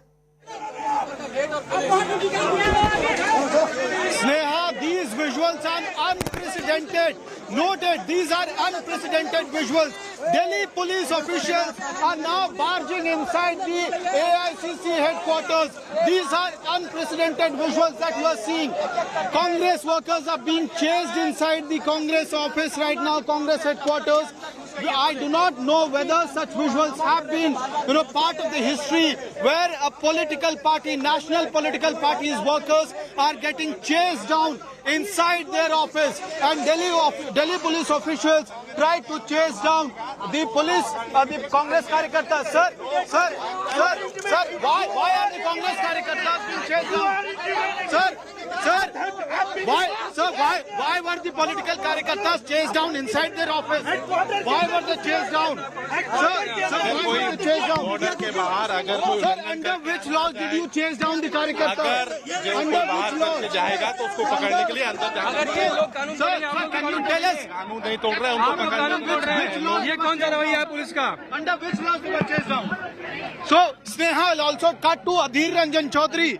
You have Adhir Ranjan Chaudhary. So we saw unprecedented visuals. Unprecedented, matlab they have entered our party office also. Someday they may come to our house inside and started torturing us. What is this? Party मुख्यालय के अंदर police ये तो आप देख रहे हैं। कांग्रेस कार्यकर्ता तानाशाही की चरम सीमा पर पहुंच चुके हैं। ये क्या चाहते हैं ये पता नहीं। ये क्या बनाना रिपब्लिक बन गए क्या? ये क्या हमारे प्रजातंत्र की कोई कुछ बचे नहीं? प्रजातंत्र की धाचियां उड़ाती है। प्रजातंत्र की हिंदुस्तान को वो कब्रिस्तान शमशान में तो तब्दील कर चुके हैं। आज जो नजर ऑफिस के अंदर भी मार रहे हैं। ऑफिस अंदर जाकर मारपीट कर रहे हैं ये लोग।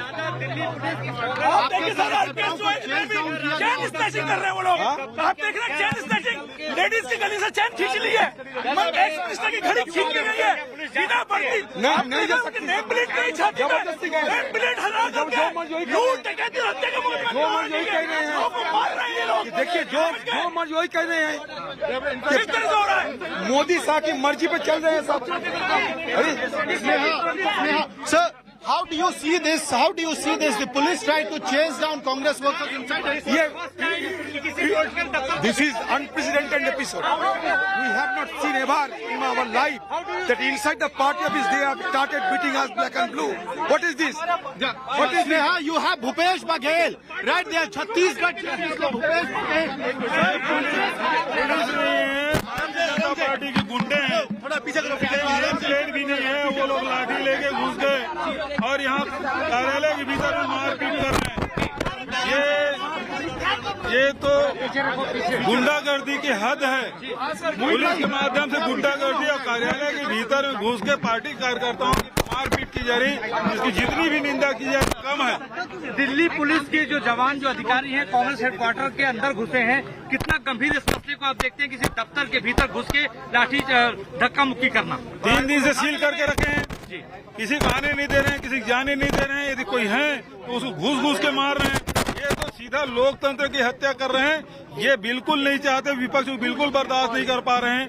अब ये राजनीतिक लड़ाई नहीं लड़ पा रहे हैं तो सीधा डंडे के जोर पे ये हमको दबाना चाहते हैं। हम डरेंगे नहीं, दबेंगे नहीं। इसी को लेकर आज विपक्षी दलों की एक बैठक होने जा रही है 3 बजे।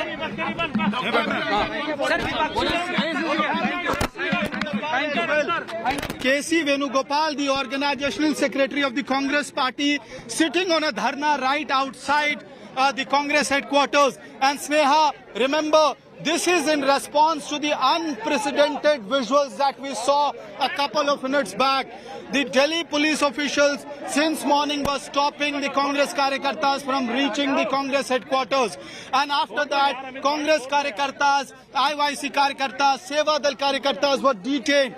But what we saw after that was unprecedented, Sneha. I do not know whether in the past, you have seen where a police officials tried to chase down Karyakartas of a national party inside their national headquarters. And that is when the Congress senior leadership stood with their workers, and you saw Adhir Ranjan Chaudhary coming down to the gate of the AICC headquarters, confronting the Delhi police officials. And after that, what you are seeing is a satyagraha of sorts being staged, observed by the senior Congress leaders K.C. Venugopal, Chief Minister of Chhattisgarh Bhupesh Baghel, Ajay Makan. All these leaders are right here sitting on a satyagraha of sorts outside the AICC headquarters. Sneha, clearly this is unprecedented. That is what Congress leaders are saying. They are saying never in the history we have seen an instance where, police officials have barged into the headquarters of a national political party. So clearly those allegations are very serious in nature, Sneha. You just saw first on India Today that how Delhi police officials chased down the Congress Karyakartas inside 24 Akbar Road, the headquarters of the Congress party. And there are serious allegations which are being put out by the Congress leaders, senior Congress leaders, including Chief Minister of Chhattisgarh. They are asking that never in the history any police force have tried to forcefully barge inside the office. Cut to the Congress leaders sitting on Satyagraha outside the Congress headquarters. You just heard to Adhir Ranjan Chaudhary's very, angry reaction to what just happened at the Congress headquarters. And now this has ignited the Congress party who were Congress headquarters have now reached the gate of the Congress party, and they have sat on a dharna, on a satyagraha. The police action, Delhi police action, which just happened here, which we just saw. I'm trying to reach out to the Congress leaders. The Congress headquarters. I'll request my Prem to show you the visuals as we try to chip inside to speak to the leaders as well. We just spoke to Adhir Ranjan Chaudhary, the LOP of Congress party in the Lok Sabha. He was angry. He was questioning this unprecedented, incident. Never in the history of this country, a national party's headquarters, national headquarters has been barged in by any police. That is what the Congress leaders are saying, and you have the Chhattisgarh Chief Minister sitting on Satyagraha right there, K.C. Venugopal right there, Rajasthan Congress President Dotats Rao right there. So each and every... I'll just go back to Amit in a bit from now, but Amit Bhardwaj is getting us these unprecedented pictures from right outside the headquarters. 24 Akbar Road, the headquarters of the grand old party, where Amit has been telling us that never has it happened in the history of the Congress that the police has entered the office of a political party, a national political party like the Congress party, and detained its workers. In fact, a continuous flow of information from the Congress office also that has been coming in to many journalists is the manner in which I'm being told that workers are being taken to an undisclosed location. Let's go back to the pictures.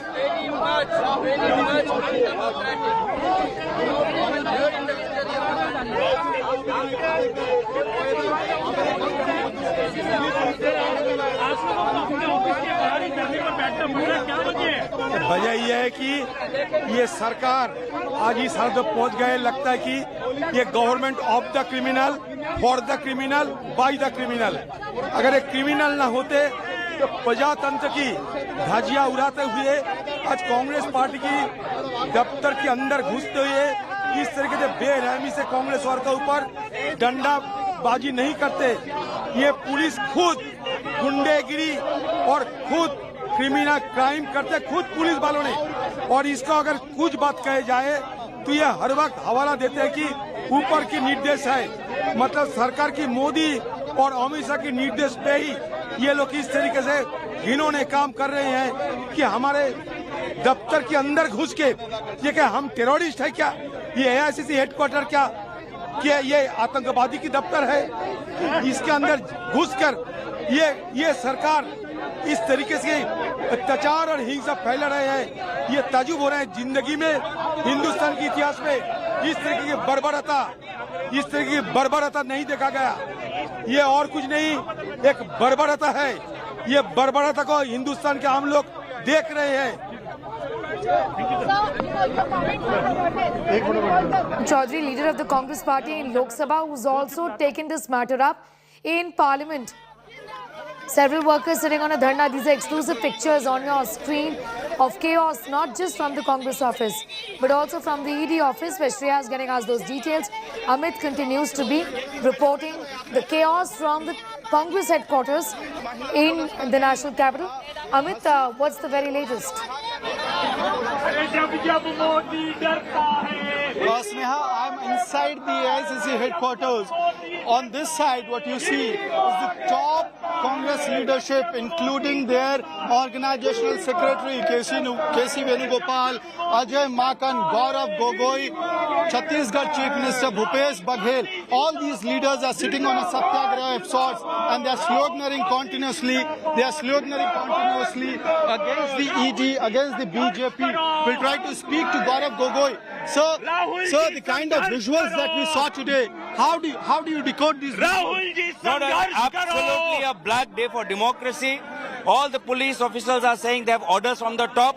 A home minister is ordering them to enter into Congress party headquarters and beat up Congress party workers. This only shows that they have made a mockery of Delhi police. They have made a mockery of the ED. All these police, they are men in uniform. They are not an extension of the BJP. They are not a cell of the RSS. So that is why we are telling them and protesting, and our protest will continue. We will not back down. We are not afraid. Mr. Gogoi, have you seen, or remember in your memory that any national party's national headquarters being breached like this, where police officials are chasing down the workers of the party in their own headquarters? No, not only party workers, ordinary people who are here, who have gathered, they are being beaten up. Journalists are being beaten up. This only shows that how autocratic and dictatorial this government has become. This is a black day, and everyone is watching that this is an attempt to terrorize the people of India. So that was Sneha. You just heard to Mr. Gogoi, who is MP from the Congress party, saying that never in the history any political party, national political party's headquarters have been breached like this one, and he is now slamming the BJP as well as the Delhi police. Mr. Gogoi just said that Delhi police must remember that Delhi police is not an extension of the BJP. This must be remembered and recalled by the Delhi police. So those were the words of Mr. Gogoi speaking exclusively to India Today. And I'll show you the entire scenario inside the AICC headquarters and why this happened. This side. Just on the right side of your screens, where several leaders are being detained. Workers, leaders of the Congress party, members of parliament, they're being taken away by the police. The Congress has sent in several messages saying that they've been taken to an undisclosed location. The allegation also has been about high-handedness on the part of the Delhi police. Several leaders have been hurt and injured in the clashes that have taken place. These are peaceful protests. Why can't we protest? Is this not our right, is the question the Congress is asking. For the first time also, गुंडा राज है, अराजकता है, किसी को उठाकर बंद कर दो, गुंडा राज है। अरे ऊपर चल, ऊपर चलो, खड़े भी नहीं हो दोगे, खड़े भी नहीं हो दोगे, नहीं,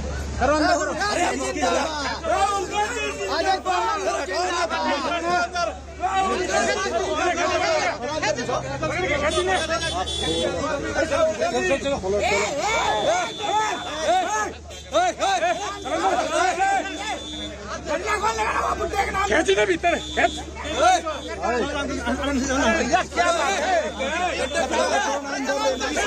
खड़ा होना मना है, स्टेज पे खड़ा होना मना है, नहीं स्टेज पे खड़ा होना मना है, स्टेज में आतंक का राज चलेगा, गुंडा राज चलेगा। जिसको चाहोगे उसको उठा लोगे। क्या है ये? बताना क्या है?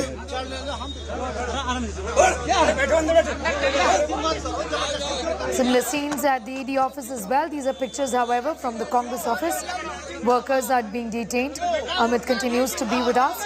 Amit, right now, the Delhi police personnel are inside the AICC headquarters. If you could get us those pictures as well.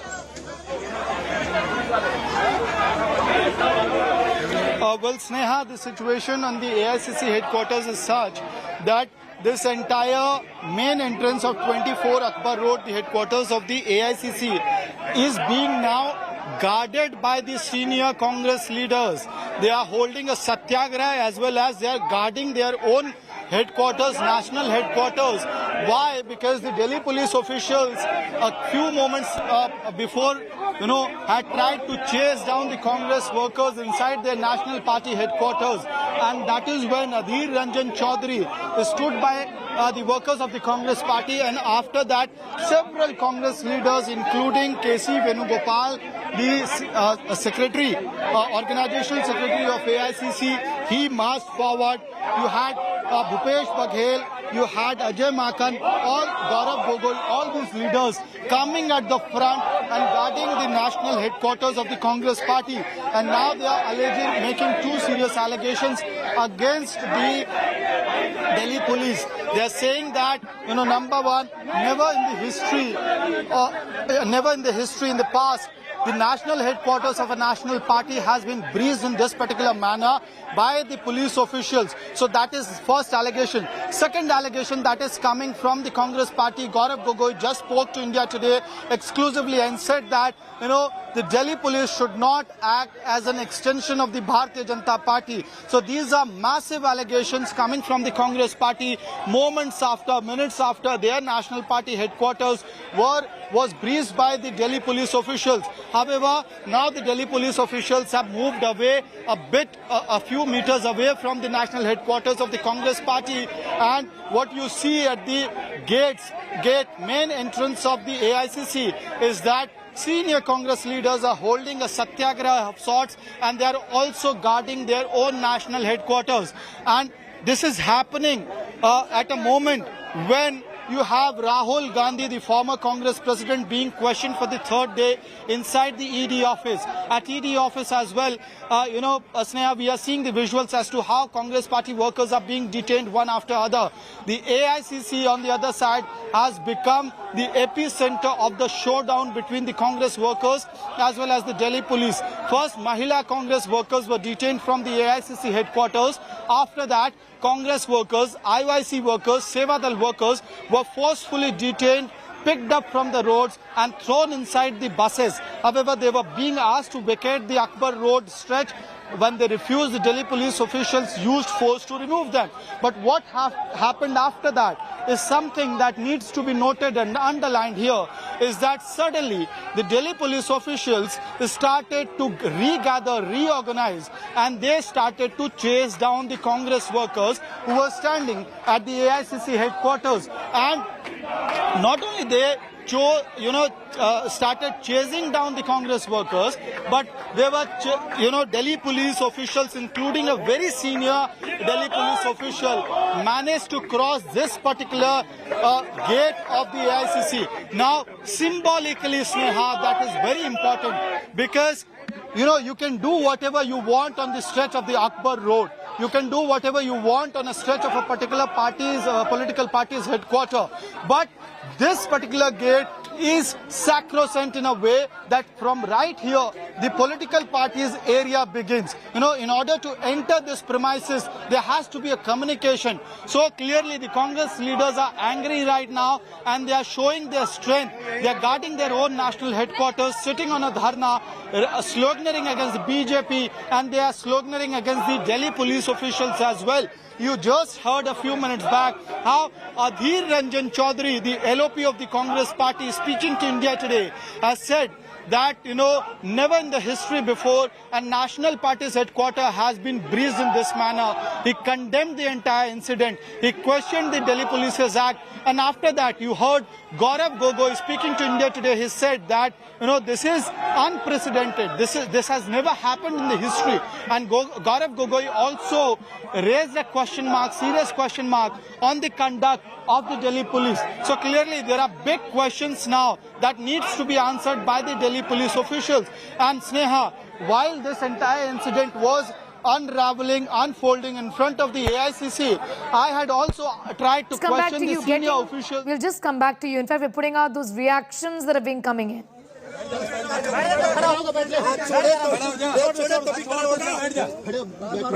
मारेगा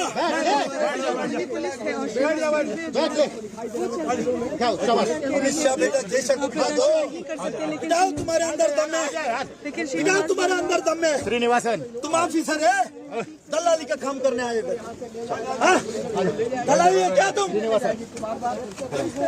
अरे भैया, ये कांग्रेस कार्यालय है, सबका देश का कार्यालय में घुसने नहीं देगा, घुसने नहीं देगा। हाँ, पीछे से मारता है, लात मारता है, उसका नाम चाहिए मेरे को। उसका नाम चाहिए। बैठ जा, चलो अंदर। अरे बैठना, देखो वो कौन है ऑफिसर, नाम चाहिए। दे दो, पीछे रहो यार, इतना भाई क्या कर रहे हैं? नाम दे दो। हेलो, दो आदमी बैठ जाओ। देश का संविधान के साथ आप लोग ने गलत कर रहा है। हेलो, इसमें चापलूसी काम बंद करो। सारे पुलिस को मैं कहता हूँ, ये कांग्रेस का कार्यालय है, यहाँ कोई नहीं जा सकते। Very, very aggressive Youth Congress President B.V. Srinivas saying this is the Karyalaya of the Congress and no one can enter. These questions will be raised by the Congress and the other opposition parties as well as to how could the Delhi police enter the headquarters of the Congress party and whether they were right in doing so if they were protesting from inside the Congress headquarters.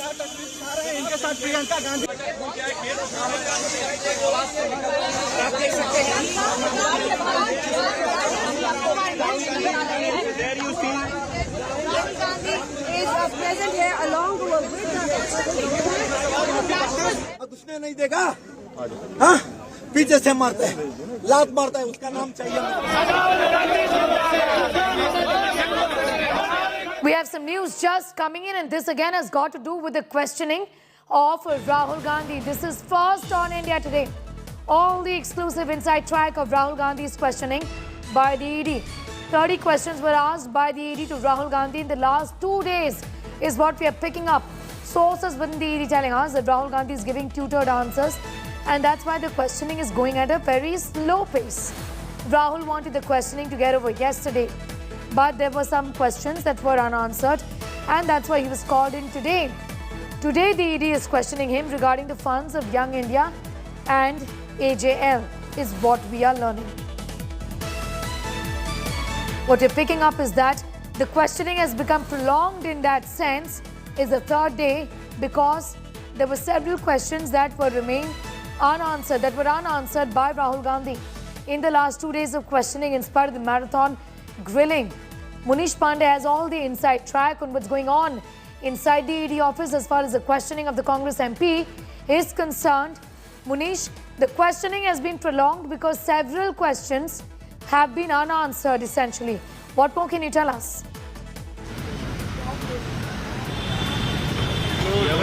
Yeah, well, Sneha, it is important to understand that why this questioning has entered on third day. And when I spoke to my sources within the Enforcement Directorate, what they were able to tell me that in last 2 days, Rahul Gandhi was posed almost 25 to 30 questions. And why only 25-30 questions? Because whenever Rahul Gandhi is asked certain questions about Young India Private Limited, his directorship with Young India Private Limited and the funds relating to AJL, his answers are almost the same. Now what ED is claiming and sources are telling us that it seems and it appears that Rahul Gandhi has been tutored by his lawyers and he is giving a very restricted answer. So once the answer is being given, and it's important to understand is that in ED the process is the person who is being questioned, that person has to write the answers. Once the answer has been written, then it is typed by a typewriter. That person is an ED officer. Once the answer is over, then the person who is being questioned, in this case is Rahul Gandhi, he has to sign the answer.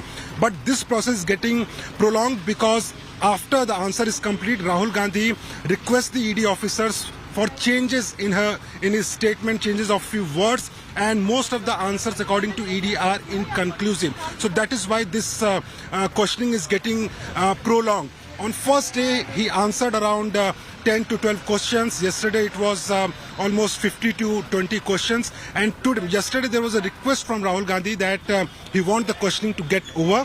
But ED officials said that there are still some questions which are still unanswered. So we would request you to come tomorrow. So that's why he was summoned. And today, while he is being questioned as we speak, sources have told us that they will be questioning Rahul Gandhi pertaining to some funds to Young India Private Limited and also about the Kolkata-based shell company through which funds of ₹50 lakh were transferred to AJL, a company linked to Rahul Gandhi.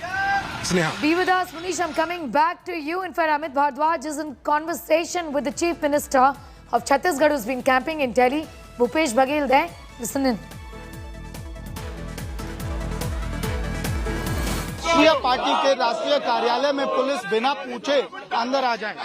बिल्कुल इसके पहले कभी नहीं हुआ और ना ऐसा होना चाहिए, लेकिन यदि ये हुआ है इसके लिए केंद्र सरकार के लिए माफी मांगने जो जिम्मेदारों से माफी मांगनी चाहिए। माफीनामे की मांग कर रहे हैं। बिल्कुल माफी मांगना चाहिए। माफी मांगे केंद्र सरकार माफी मांगे, क्योंकि सरकार के आदेश पे ही हुआ है यहाँ आए, नहीं तो उसकी हिम्मत नहीं थी कि कार्यालय के अंदर घुसे और लाठीचार्ज करे। तो माफी मांगनी चाहिए उनको। और ये भी दूसरी तरफ ये कहा जा रहा है कि राहुल गांधी सवालों से बच रहे हैं, इवेसिव जवाब दे रहे हैं। इस पे क्या आप कहेंगे? हमारा सीधा मांग है कि वहाँ मीडिया हाउस के कैमरे लगा देना चाहिए, लाइव चलना चाहिए।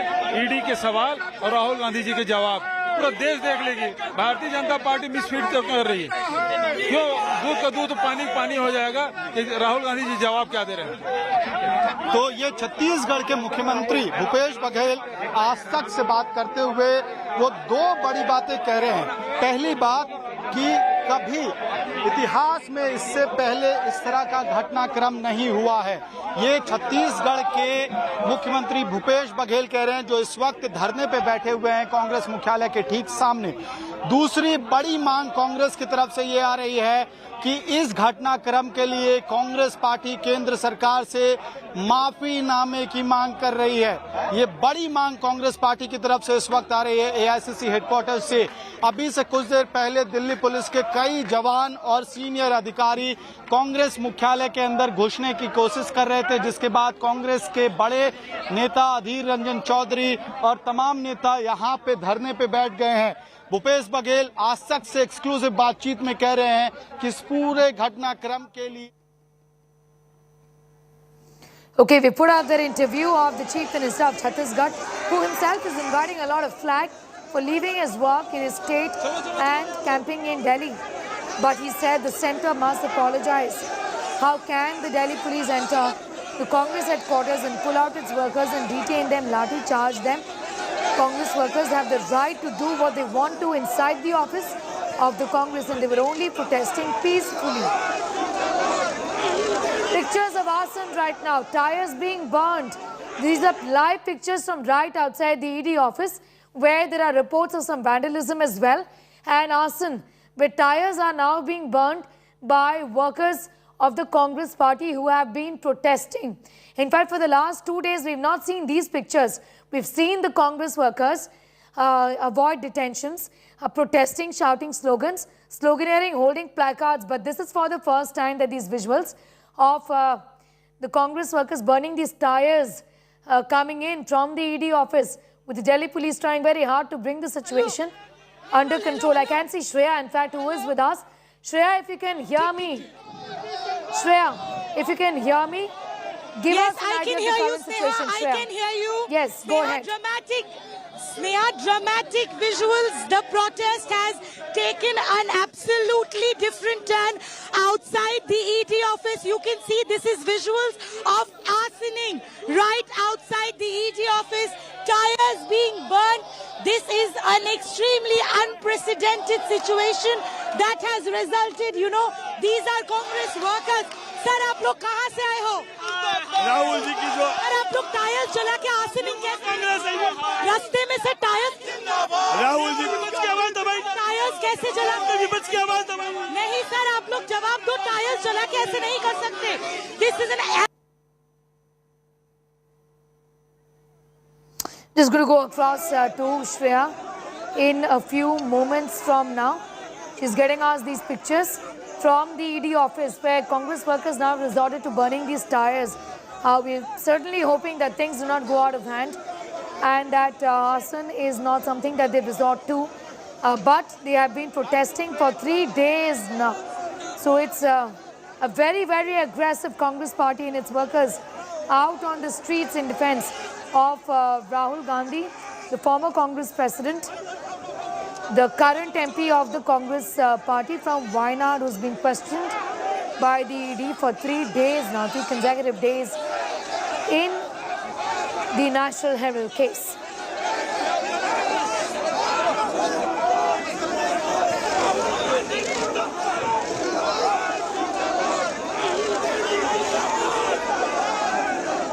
Pictures of the Congress workers, they're burning tires right outside the ED office. There is heavy police bandobast also, but you can see traffic moving right where they burn these tires. This is a very busy junction essentially. But the traffic continues to move as Congress workers resort to burning these tires. The Delhi police trying to ensure that there is no further arson by members of the Congress party and the workers. They have now resorted to burning tires, protesting on the streets of Delhi, inside and outside the Congress headquarters and also outside the ED headquarters, and not too far away from the residence of Rahul Gandhi, 12 Tughlaq Road. There's a great deal of chaos and confusion on the streets of Delhi, where placards, banners in favor of Rahul Gandhi and Sonia Gandhi are being carried, shouting slogans in favor of Gandhi, sloganeering against the BJP and the Delhi police, against the current government. Also going on to the extent of demanding an apology from the centre, given what they say is the high-handedness of the Delhi police. एक चीज तो साफ है कि यहाँ पर 2 चीजें हैं, 2 संदेश दिया जा रहा है। सबसे पहला तो ये संदेश है कि वो इस सरकार के खिलाफ है, ईडी के एक एक्शन के खिलाफ है, और ये जो रोड है वो सीधा ईडी दफ्तर की तरफ जाती है। कुल मिलाकर ईडी दफ्तर के बीच और इस जगह के बीच में जो दूरी होगी वो 100 मीटर से भी कम होगी। साथ ही आप देखिए यहाँ पर जो ट्रैफिक है उसमें भी समस्या आ रही है। तो 2 चीजें हैं, पहली बात तो इनका आक्रोश है सरकार के खिलाफ, ईडी के खिलाफ, कि किस तरीके से यहाँ पर उनके नेता को परेशान किया जा रहा है। दूसरा जो संदेश है वो एकदम साफ है कि राहुल गांधी ही कांग्रेस के बड़े नेता हैं और उनके साथ में अगर ऐसा होता है तो पार्टी का हर एक कार्यकर्ता, चाहे वो बड़ा हो या छोटा हो, वो राहुल गांधी के साथ में है, वो कांग्रेस के साथ में है। यहाँ पर दूसरी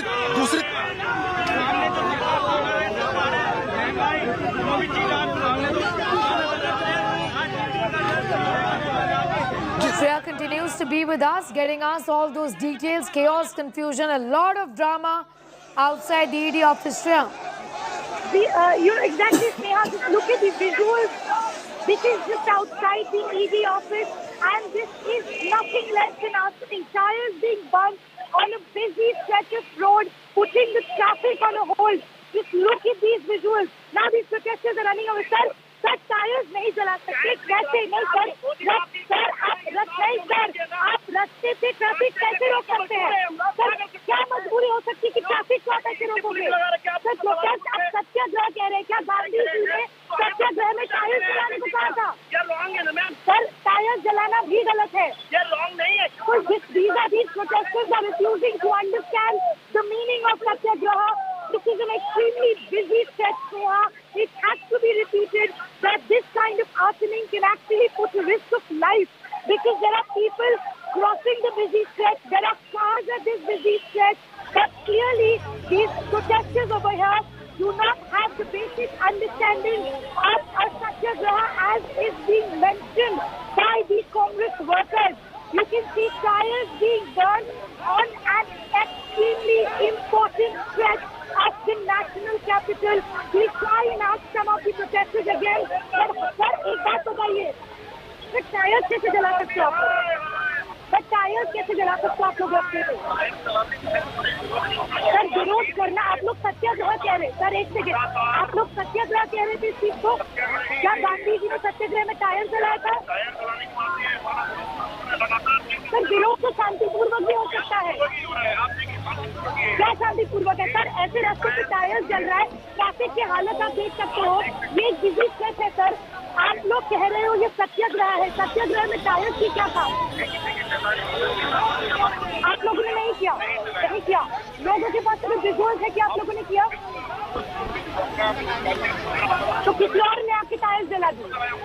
हमारे पास विजुअल्स अगर है, आप फिर भी डिनाई कर रहे हो। Okay, so now there is a different twist into the picture. They are denying that they are the ones who put fire on the tires, but you know, everyone was over here when this entire incident took place. Important to mention, it's an extremely busy stretch.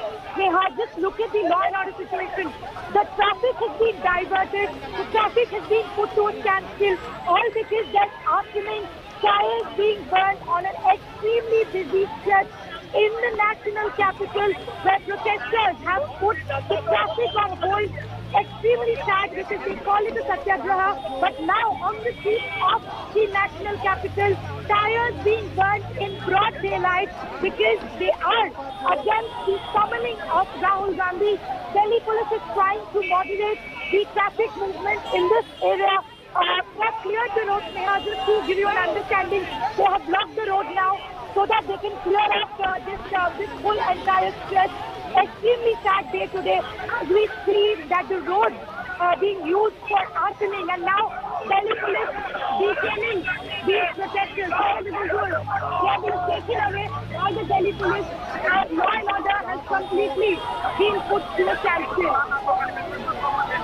Right, law and order situation going out of hand in Delhi city, especially in Lutyens, Delhi at the ED office, and right outside AICC headquarters as well. There's been a retaliation with the Congress. Also, in fact, upset with the Delhi police when entering the office, the headquarters of the Congress. I'm going to go straight. In fact, I'm going to put out this report that my colleague Munish sent us earlier.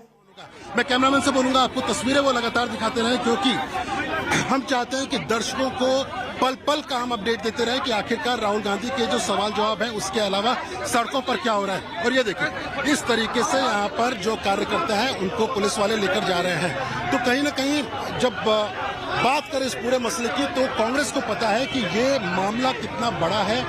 Gandhi परिवार में राहुल गांधी वो शख्स हैं जिनसे पहली बार इतिहास में किसी केंद्रीय एजेंसी ने न सिर्फ पूछताछ की, बल्कि लगभग 20 घंटे तक उनको पिछले 2 दिनों में बिठाकर भी ईडी ने रखा, उनसे लगातार सवाल जवाब किए।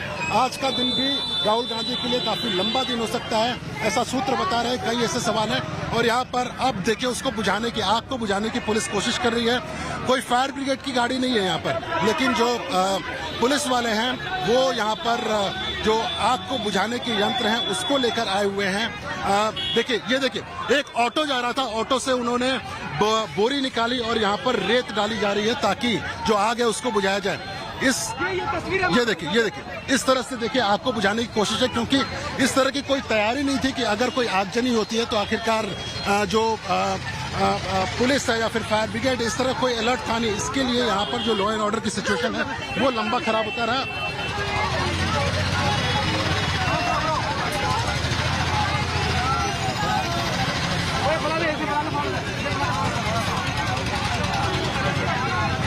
Police trying to douse the fire that has been set by workers of the Congress party right outside the ED office. These are pictures on the right side of your screen from a few moments ago. On the left side, the police is trying to douse the fire. Right now as we speak, heavy drama outside the ED office in Delhi city, where Rahul Gandhi is being questioned by the ED for 3 days now. The questioning has been ongoing. Should the Congress workers do what they've done is the question, given that they've been claiming that there is a satyagraha, a peaceful demonstration, and that they have been detained for holding peaceful demonstrations. लोग अपने घर के अंदर क्यों बैठे हैं, वहां भी वो गुंडागर्दी करेंगे पुलिस भेजकर। पर ये जान लें, पिट्ठू पुलिस और मोदी जी की सरकार के तानाशाही कभी इस देश में चल नहीं पाई।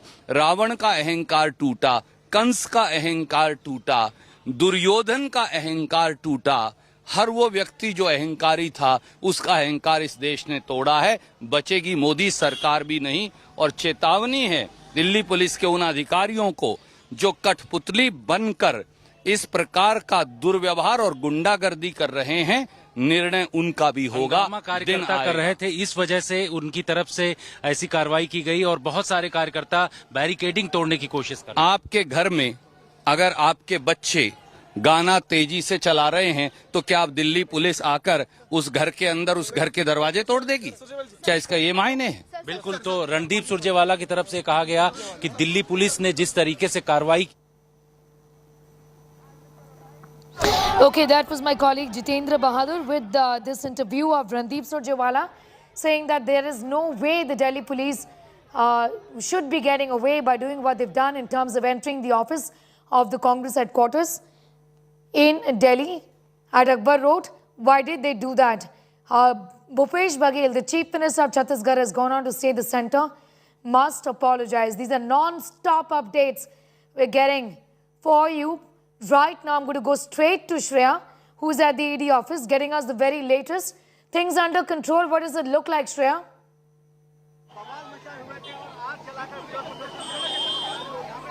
Well, yes, Sneha, the things are right now under control, and the Delhi police, they've doused the flames as they got quickly the sand from a location through an auto, and now the bus where the protesters have been detained are being going.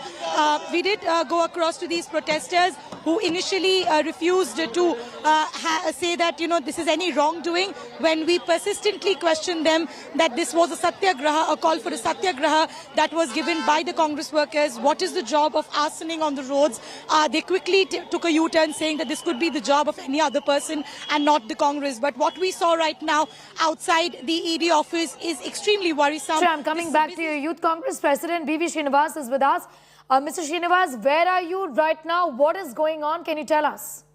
अभी police हिरासत में गाड़ी में ले जा रहे हैं। Okay.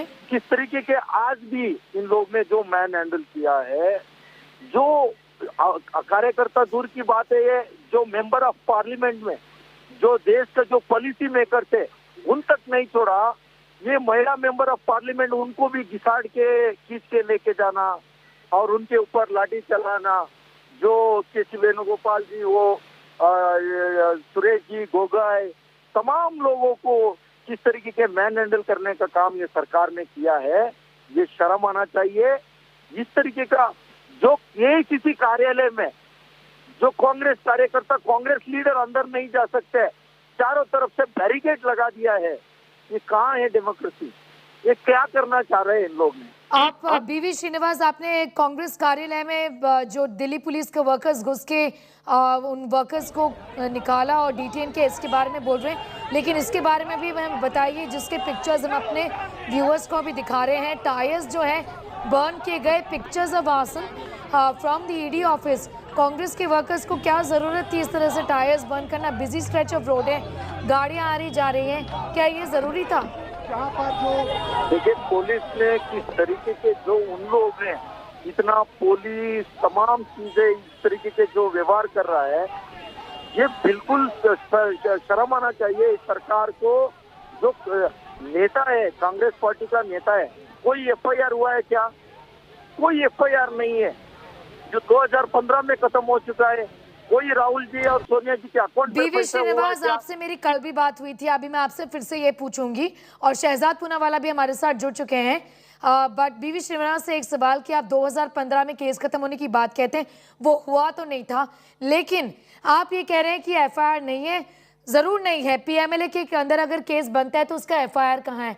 ये मामला तो आप कोर्ट में ले ही जा सकते हैं बीवी श्रीनिवास, आप तो लेके नहीं जाते। सुनिए, ये क्लियर पॉलिटिकल वेंडेटा है। पर्पसली इस तरीके का जो इन लोग ने बार बार, जो इनका व्हाट्सएप यूनिवर्सिटी है, जूट फैक्ट्री, वहां से कुछ भी फैलाने का काम कर रहा है, ये शर्म आना चाहिए इन सरकार को। जो देश का असली मुद्दा है, जो अनएम्प्लॉयमेंट है, प्राइस हाइक है, जो चीनी लोग अंदर घुस रहा है, उसको गुमराने के लिए इस तरीके का जो पॉलिटिकल वेंडेटा जो कर रहा है, देश का जनता इनको माफ नहीं करेंगे। जो बने झूठ बोल रहा रहिए। है। लेकिन बार-बार मेरे झूठ सवाल का बोलने तो जवाब बीवी श्रीनिवास आप तो देते ही नहीं। शहजाद पूनावाला हमारे साथ जुड़ चुके हैं। Shehzad, the Congress is really upset about Delhi police entering the office, the headquarters of the Congress party, and pulling out the workers from there and then detaining them. There's been lathi charge as well inside the Congress headquarters. Do you think that was avoidable by the Delhi police? Firstly, I'll request your channel to allow me to make two statements before Mr. Srinivas interrupts me. Firstly, we totally condemn this violence. There is silence by Rahul Gandhi. Can I please make my point? Yes, please go ahead. Please go ahead. Firstly, there is silence on the questions of corruption by Rahul Gandhi, and now Rahul Sena is resorting to violence. The manner in which they've assaulted a cop in Assam, the manner in which they've burnt tires and resorted to arson and hooliganism on Delhi streets, they've broken barricades, intimidated people, intimidating agencies, trying to hold Delhi hostage. This shows that because they are silent on the money heist of Rahul Gandhi and Sonia Gandhi, now they are becoming violent. This is not Satyagraha, this is Duragraha. As far as the question posed by Mr. Srinivas is concerned, Mr. Srinivas should be informed that the trial court had ordered for the matter to be taken forward as a complaint under various sections. The Metropolitan Magistrate had said that, and after that, the ECIR was registered by the Enforcement Directorate. There are no FIRs by ED. There is ECIR, and it is already done. So please, Mr. Srinivasan, first of all, educate yourself. Secondly, ask your lawyers if this is happening without any FIR or ECIR. Why haven't they gone to court? Mr. Motilal Vora and Oscar Fernandez were also interrogated in the same matter. Properties have been attached in the same proceedings. So if this was going on illegally for over a year, 2 years, 3 years, why haven't you moved the court? So stop making baseless arguments and answer the 10 questions that we posed to you as to how you have usurped the thousands of crores of AJL for the family gain. Shahzad Poonawala, I'll just let you know that B.V. Srinivas is not with us anymore. We'll try and reconnect with him. But I just want to ask you what Mr. P. Chidambaram, a learned lawyer himself, has asked, that in the absence of a scheduled offence and absent of an FIR, the ED has no jurisdiction to start an investigation under PMLA, is what Mr. Chidambaram has said. You know, he is a spin doctor of the highest order. First of all, he has no credibility. He himself is an accused in various cases. But having said that, the trial court, an FIR is the beginning of investigation. Here, a trial court had taken cognizance of a private complaint filed by Swamiji under various sections, including 420 and 120B, which are scheduled offences under PMLA, and had asked for the proceedings to begin. And ECIR has been registered on the basis of that trial court order and proceedings. So this is much beyond the stage of a regular FIR. So Mr. Chidambaram knows that, and if it is illegal, why doesn't he go to court and challenge this? Why is he coming to India today and giving statements? I challenge him to go to court on this basis.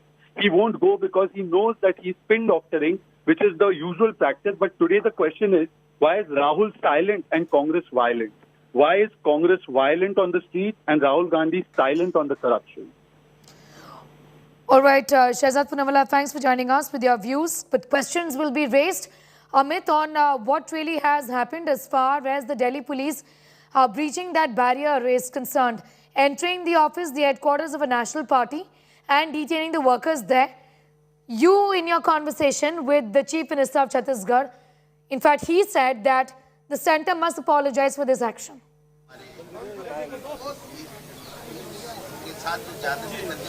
Yes, Neha, you know, we saw unprecedented visuals at the Congress headquarters where the Delhi police officials had tried to breach the main entrance of the AICC located on the 24 Akbar Road. After that, India Today Aaj Tak spoke exclusively to Chhattisgarh Chief Minister Bhupesh Baghel, where Mr. Baghel said that the centre must apologize for this action, unprecedented action which has happened at the Congress headquarters. You know, Bhupesh Baghel is now seeking apology from the central government, from the Home Ministry for this particular action which happened at the AICC headquarters. We also have several Congress leaders, senior Congress leaders sitting on a satyagraha of sorts at the Congress entrance, and which a few moments earlier also appeared as an attempt to guard the Congress headquarters from the Delhi police officials who were trying to breach inside the Congress headquarters, in order to chase down the Congress workers. workers. We also have Mr. Gaurav Gogoi with us, right there sitting on a satyagrah of sorts. So what is this? This is satyagrah, dharna, or an attempt to guard the Congress headquarters. Never before have we seen the Delhi police entering into the party headquarters of a national party and brutally beating up Congress leaders and Congress workers, and including journalists have got harmed. All of this is captured on your television visuals, and the Delhi police officials are telling that they're acting under the instructions from the top. What does that mean? That means Prime Minister Modi and Home Minister Amit Shah have turned the Delhi police into their private army.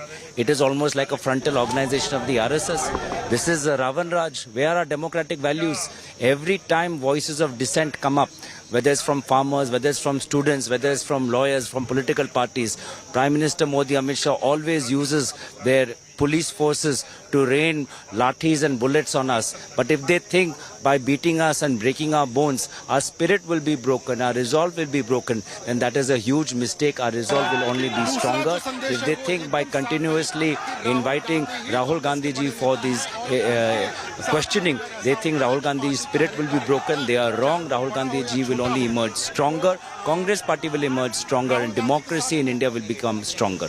Mr. Gogoi, there is another question as well. There are visuals coming from the ED office as well. Outside ED office, it is being alleged that Congress workers have burnt tires and they are, continuously, aggressively sloganeering outside. So how do you see this incident of burning tire on a very important road of the national capital? How is that possible? What is the police doing? All the police, they are stopping us from entering. What is the police doing there? I have not seen this visuals. I'm only hearing this from your report. But all the Congress parties at AICC headquarters, many of our Congress leaders were detained in their own house. Since last 2 days, we've been trying to go to the ED office. Nobody has entered. So now suddenly these visuals have come. So I don't know what is the Delhi police doing, because the Delhi police, if they have detained, they are entering our own party headquarters, let alone taking them. Who's there? So I don't know these visuals. We want a peaceful protest. We want democracy to be saved and constitution to be saved. And today you have shown that every time there's a voice of dissent, Prime Minister Modi and Home Minister always uses lathis and bullets to crush voices of democracy. Okay. Sneha, you just heard Mr. Gaurav Gogoi, Congress MP, and now you also see several leaders from the Rajasthan Congress as well, Rajasthan Congress President as well, sitting outside the Congress headquarters, and they have placards with reading "Main bhi Rahul" and "I will never beg for mercy to speak the truth." So, you have Congress leaders, Congress karyakartas still standing rock solid at the Congress headquarters and continuously raising questions on the conduct of the Delhi police as to how and why the Delhi police tried to breach the Congress headquarters in order to chase down their workers. That is a pertinent question being raised by the Congress leaders. And you just heard Mr. Gaurav Gogoi. Before that, we had spoken to Chhattisgarh Chief Minister, Mr. Bhupesh Baghel, who had sought an apology from the central government for this particular conduct. However, we also asked the Congress leaders about the tires being burned. There are visuals coming from the Enforcement Directorate headquarters where, it is being alleged that the Congress karyakartas have burned tires right outside an important office in the national capital. And to which Mr. Gaurav Gogoi is saying that what was the Delhi police doing at that point in time? Over to you, Sneha.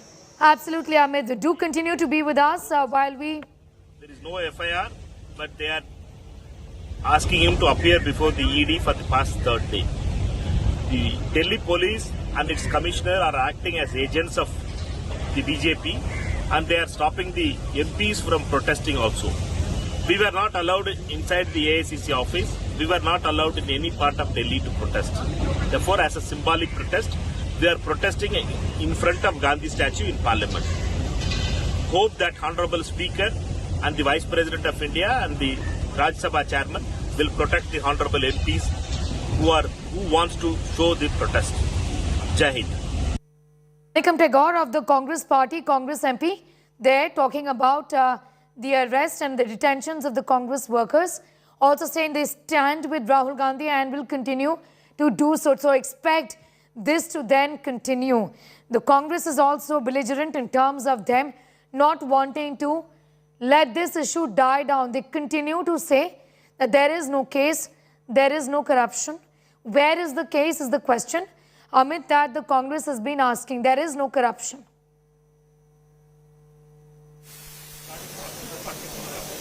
Well, Sneha, you have two basic arguments coming in this entire controversy and investigation. One question, pertinent question, is coming from the Bharatiya Janata Party, and we have also read those 10 questions which were also put forward by BJP spokesperson Shahjad Poonawala, which includes, the basic and pertinent questions regarding the Young India Foundation and AJL and the National Herald case. On the other side, you have Congress giving one simple response to the long list of questions. The Congress leaders are saying that this is not a case of PMLA violation. This is not a case of PMLA Act. And if at all there is a case, it must be investigated by the Income Tax Department, not by the Enforcement Directorate. This has been central defense line of the Congress party. And along with that, Congress leaders are also continuously saying that this ED investigation is a witch hunt.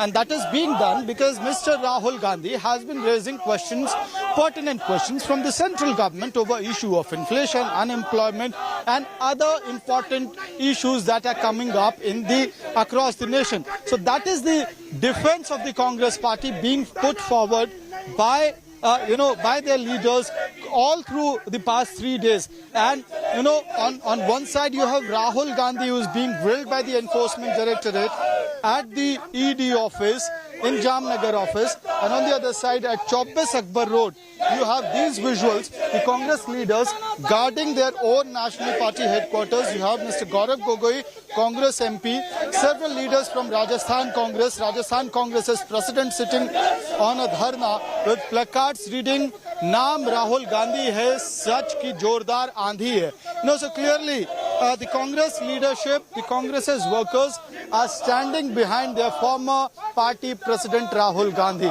Over to you, Sneha. All right, Amit, getting us all of those details. We're going straight to that sloganeering now once again that's taking place. Similar pictures from the ED office where the Congress workers have been protesting. They've resorted to arson, though they say that it's not them. In fact, Gaurav Gogoi was also in conversation with Amit just now, and he said that Congress workers, Amit, were not allowed to go to the ED office. So how is that? There are reports of arson right now. He's essentially saying that it's not the Congress workers who are behind this arson. Pictures of the arson that we're putting out. Amit. Well, Sneha, that is the defense that is coming from Gaurav Gogoi. He's saying that on one hand you have visuals of Congress leaders being detained inside their homes. Congress leaders not being allowed to reach the headquarters, AICC headquarters. So in that case, how is it possible that, Congress workers managed to carry out arson outside the ED office? That is the central defense being put forward by Congress MP Gaurav Gogoi. We also have senior Congress leader from Rajasthan. Sir, ED office के बाहर tyre जलाने के visuals आ रहे हैं. आरोप लग रहा है कि कांग्रेस के कार्यकर्ता टायर जला रहे हैं. उस पे क्या कहेंगे? हम ये पूछना चाहते हैं, एआईसीसी के अंदर जो कार्यकर्ता बैठे थे उनको दिल्ली पुलिस घसीट कर बाहर ले जाके क्यों मार रही है? इस बात का कोई जवाब है नरेंद्र मोदी और अमित शाह के और दिल्ली पुलिस के पास में? अगर हम हमारे ऑफिस में सुरक्षित नहीं है, हम हमारे घर में सुरक्षित नहीं है, इससे बड़ा जुल्म तो अंग्रेजों ने भी नहीं किया था. ये अंग्रेजों से भी आगे बढ़ करके निकले. ये समय एक से नहीं रहता है. गलतफहमी है इनको, गलतफहमी है पूरे देश में. इसी तरह से दफ्तर के बाहर बैठे रहेंगे आप? क्यों नहीं बैठे रहेंगे? क्यों नहीं बैठे रहेंगे? जब हमारे घर से अंदर बाहर निकाल करके पिटाई कर रहे हैं तो कहाँ जाएंगे हम?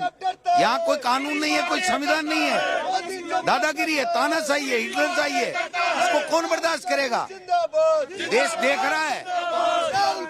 So, Sneha, you just heard, angry Congress leaders asking a counter question when we asked them about the visuals of what happened at the Enforcement Directorate. There is response from the Congress leaders that their office was breached. But getting us that ground report from the Congress headquarters, what you're seeing right now on your screens is unprecedented. Tires being burnt outside the ED office, Delhi cops entering and breaching the AICC headquarters. So you're seeing massive protests that have broken out on day 3 of Rahul Gandhi's grilling at the Enforcement Directorate. The Congress is referring to this as satyagraha.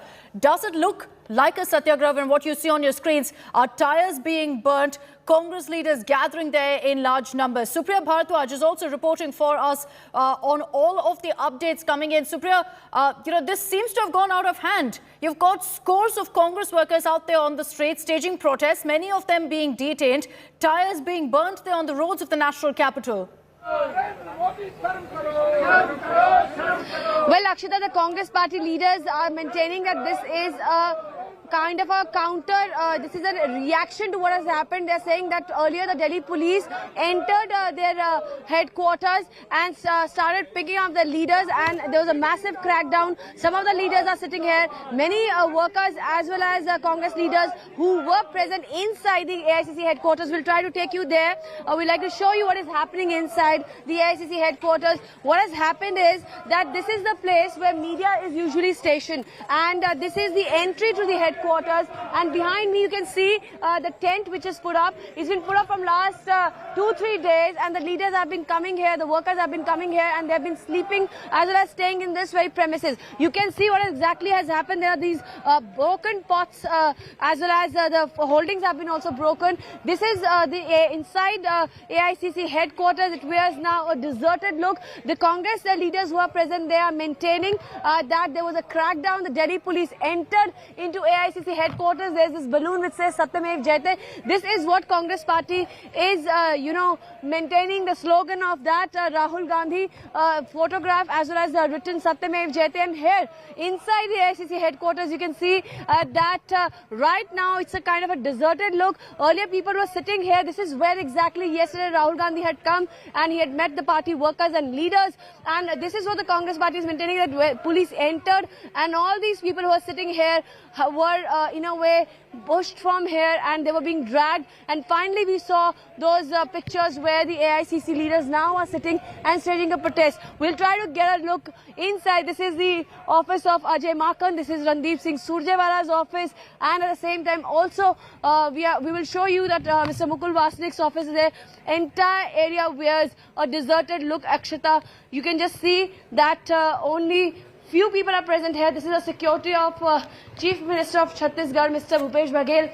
That is the office of Congress President Ms. Sonia Gandhi. She at the moment is admitted in the Gangaram Hospital because of the COVID-related complications. This is the entire, you can see that entire area is completely wearing a deserted look, and this has happened when the crackdown took place. Now the Congress leaders are maintaining that they were just sitting inside their offices and Delhi police marched in, and after that we saw the crackdown. We'll try to show you where some of the leaders might be present here. This is the staff of Congress party. There's a meeting going on. We'd like to show you the shots of this meeting where all the top senior leaders are present. We would like to show you from here that Pawan Khera as well as all the senior leaders are present here. We would like to show you as to what exactly happened here, where there's a meeting of the senior leaders are going on, and this is exactly what, Mr. Khera, there's a meeting going on. What exactly happened, sir? Why are the entire Congress office is wearing a deserted look? No, because the police entered our office and beat up our workers and leaders. So we are now strategizing how to move ahead. Sir, one more thing is there. Now, some of your workers from the Youth Congress, after seeing this crackdown, we heard that they went all the way to the ED office, they burnt tires, and BJP is questioning what kind of satyagraha. But they're saying what kind of a satyagraha is this? That's not what we've done. We are peacefully protesting in our headquarters, and the police is doing something illegal by entering our premises and beating up our people. We will not tolerate that. But this is unprecedented. This is unprecedented. Never in our democracy we have seen such a day. This is a black day in the history of our democracy.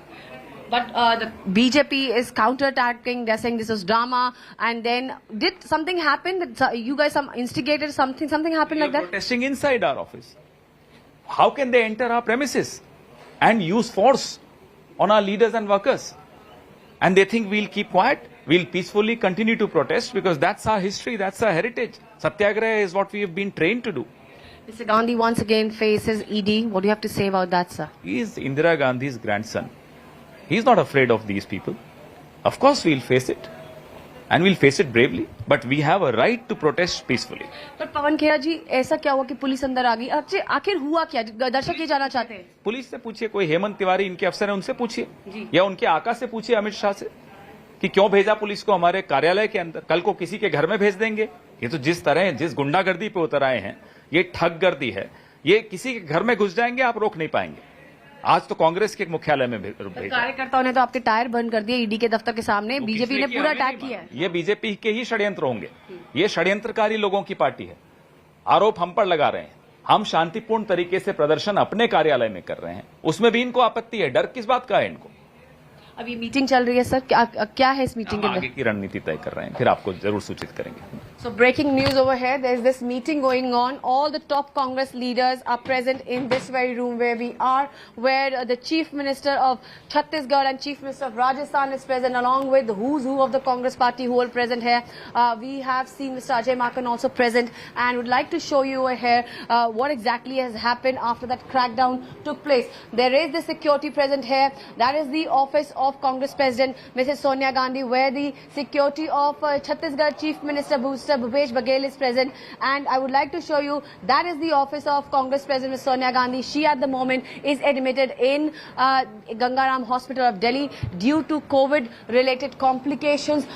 Behind me you can see the entire premises of the Congress party. Usually it is not deserted like this, and when so many topmost leaders are here, workers, media people, as well as the leaders are present in this very headquarters of the Congress party. Once again, Akshita, I would like to show you this entire area. Nobody is present here, and till yesterday, no, not even yesterday, just an hour back when we were there were people sitting here singing songs, Raghupati Raghav Rajaram. We have seen the shots in the morning. This is the area where media usually sits. Now there I would like to show you what exactly is happening at the door, because that's the area where the Congress party's top leaders are sitting and staging a protest. We'd like to go back to the outside of the premises. Security is present here.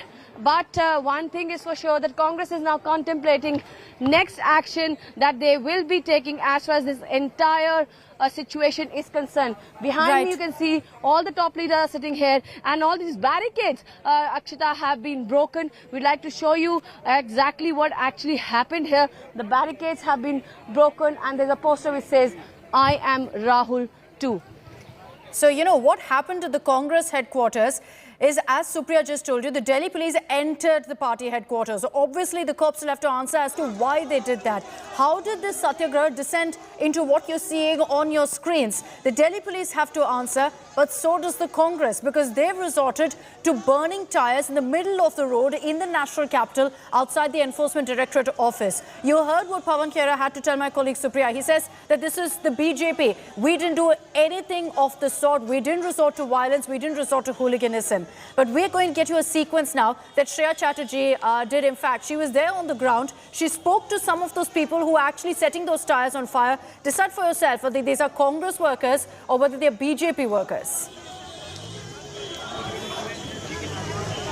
Listening, tires being burned on a busy stretch of road, putting the traffic on a hold. Just look at these visuals. Now these protesters are running away. Sir, tyres नहीं जला सकते, कैसे जला सकते? आप ये मोदी साहब के सर, आप रास्ते पे ट्रैफिक में करने से मजबूर है हम लोग, क्या कर सकते हैं इसमें?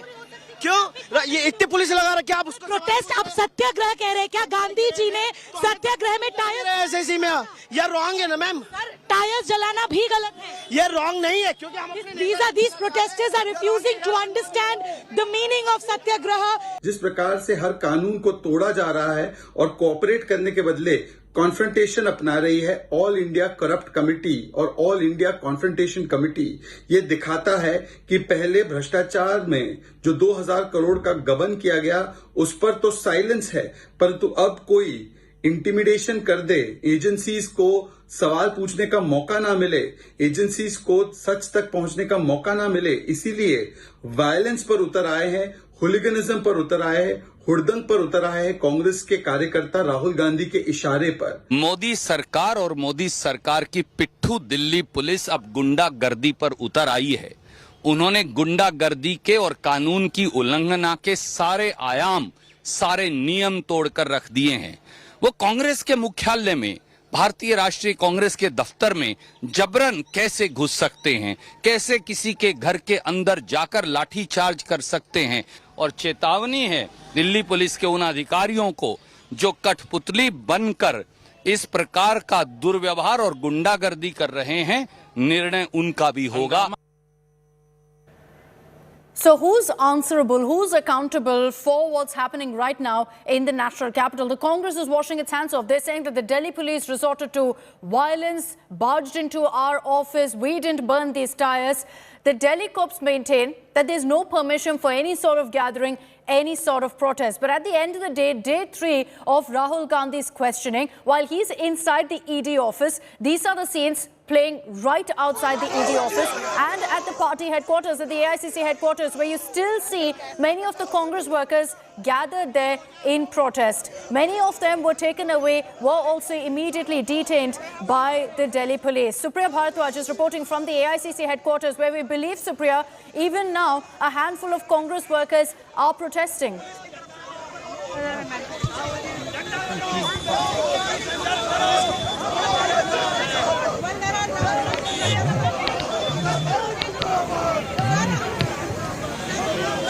Yummy?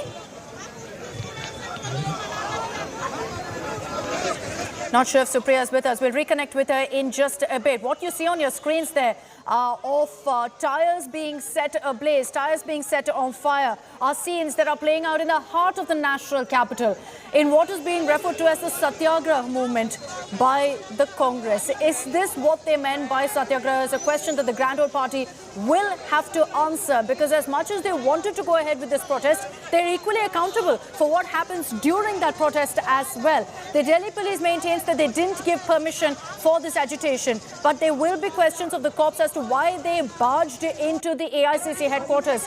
That was really the turning point. That's when things turned so very violent during this agitation, as several Congress workers lay down on the streets, refusing to budge, saying we will continue to fight for Rahul Gandhi. Supriya Bharadwaj is back with us. Supriya, protests still continuing as we speak at the AICC headquarters.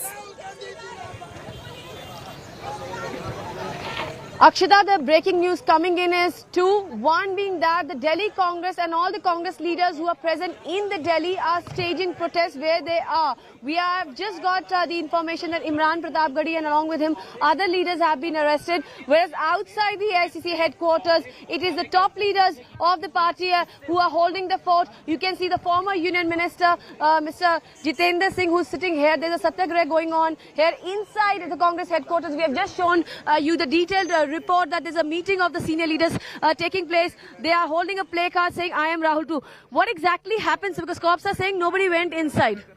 We were holding a meeting inside with the General Secretary organization and other General Secretaries, members of Parliament. And suddenly the police stormed inside, picked up a few of our party workers, thrashed them brutally, arrested them and sent them away. And this is all on camera. This is not what Jitendra Singh is saying. It was all in front of the media. So these visuals are available. So what are they talking about?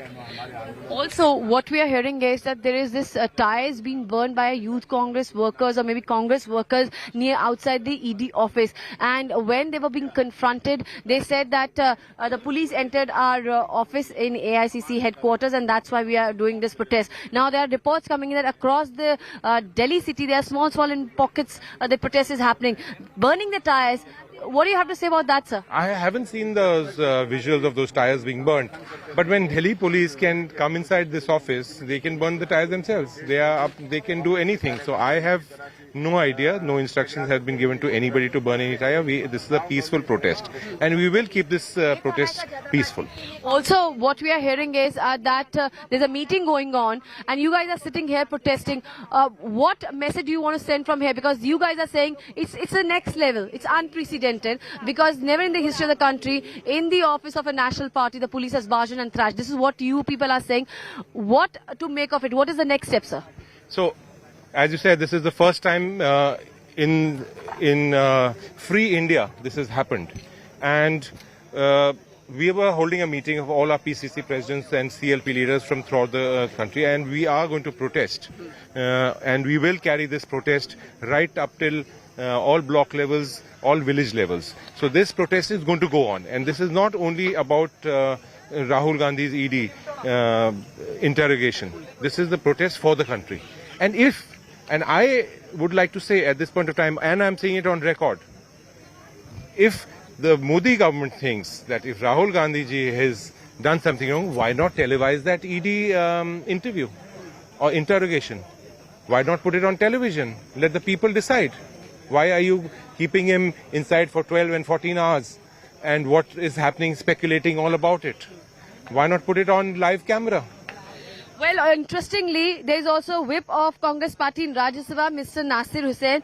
Sir, आप यहाँ पे प्रदर्शन पर बैठ गए हैं, आपके बहुत सारे एमपीज को अंदर नहीं आने दिया, वो लोग पार्लियामेंट हाउस में जाके गांधी जी की स्टैच्यू के पास प्रदर्शन कर रहे हैं। बहुत सारे लोग जो वो बाहर रुके हुए हैं, कईयों को अलग अलग जगह पे डिटेन किया जा रहा है। पिछले 2 दिन से यही हो रहा है। दीपेंद्र हुडा अपने घर के बाहर बैठ के ही सत्याग्रह कर रहे हैं। आपको इस पूरी सिचुएशन पे क्या कहना है, क्योंकि बीजेपी आप लोगों के ऊपर अब ताबड़तोड़ हमला भी बोल रही है?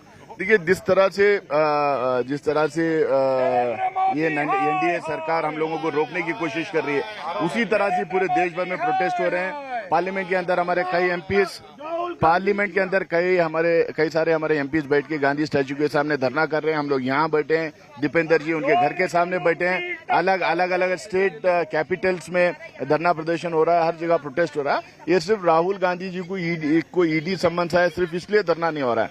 ये जितने जो सेंट्रल एजेंसीज है उसका जो दुरुपयोग हो रहा है उसके खिलाफ भी ये सत्याग्रह है। जिस तरह से ये पॉलिटिकल पार्टीज को और उनके नेताओं को डराने धमकाने की जो कोशिश की जा रही है उसके खिलाफ भी ये सत्याग्रह है। और जिस तरह से नरेंद्र मोदी जी ये सारे पॉलिटिकल पार्टीज को डराने का काम कर रहे हैं, और खासकर अपोजिशन पार्टीज को। और आज जिस तरह से हमारे मुख्यालय में पुलिस घुस के हमारे कार्यकर्ताओं को, हमारे सांसदों को, हमारे सीनियर नेताओं को डराने की, धमकाने की, उनके साथ बदतमीजी करने की कोशिश की है, उसके खिलाफ हम लोग यहाँ पे बैठे हैं। देश भर में हमारे कार्यकर्ता प्रोटेस्ट कर रहे हैं इस पूरे मामले के खिलाफ में।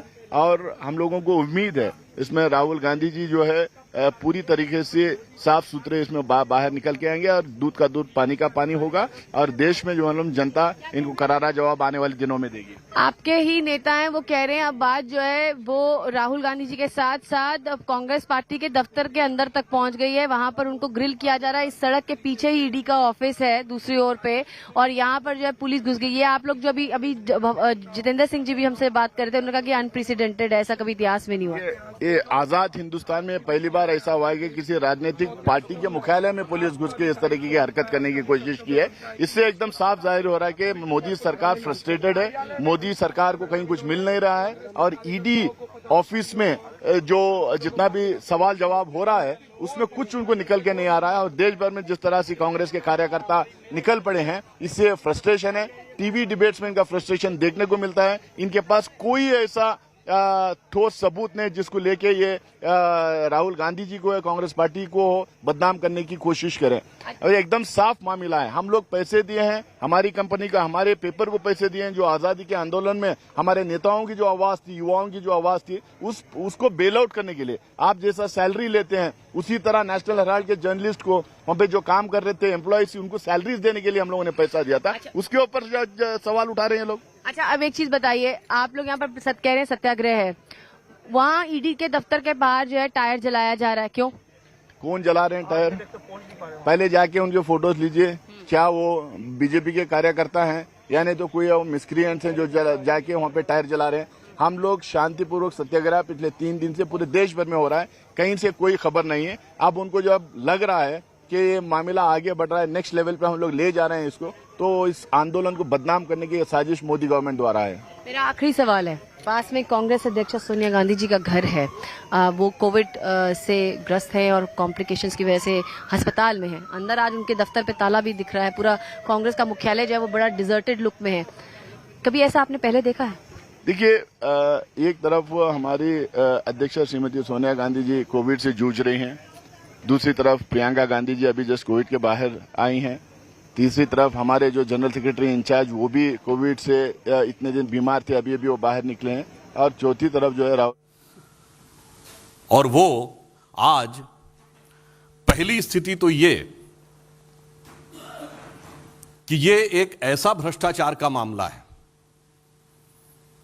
आपने सुना होगा कि सत्ता में रहते हुए सत्ताधारी पार्टी के ऊपर भ्रष्टाचार के तमाम आरोप आजादी के बाद के दौर में लग चुके हैं, परंतु अपनी पार्टी के अंदर भ्रष्टाचार, पार्टी की संपत्ति और धन का हरण कर लेना, यह एक ऐसा विचित्र उदाहरण था।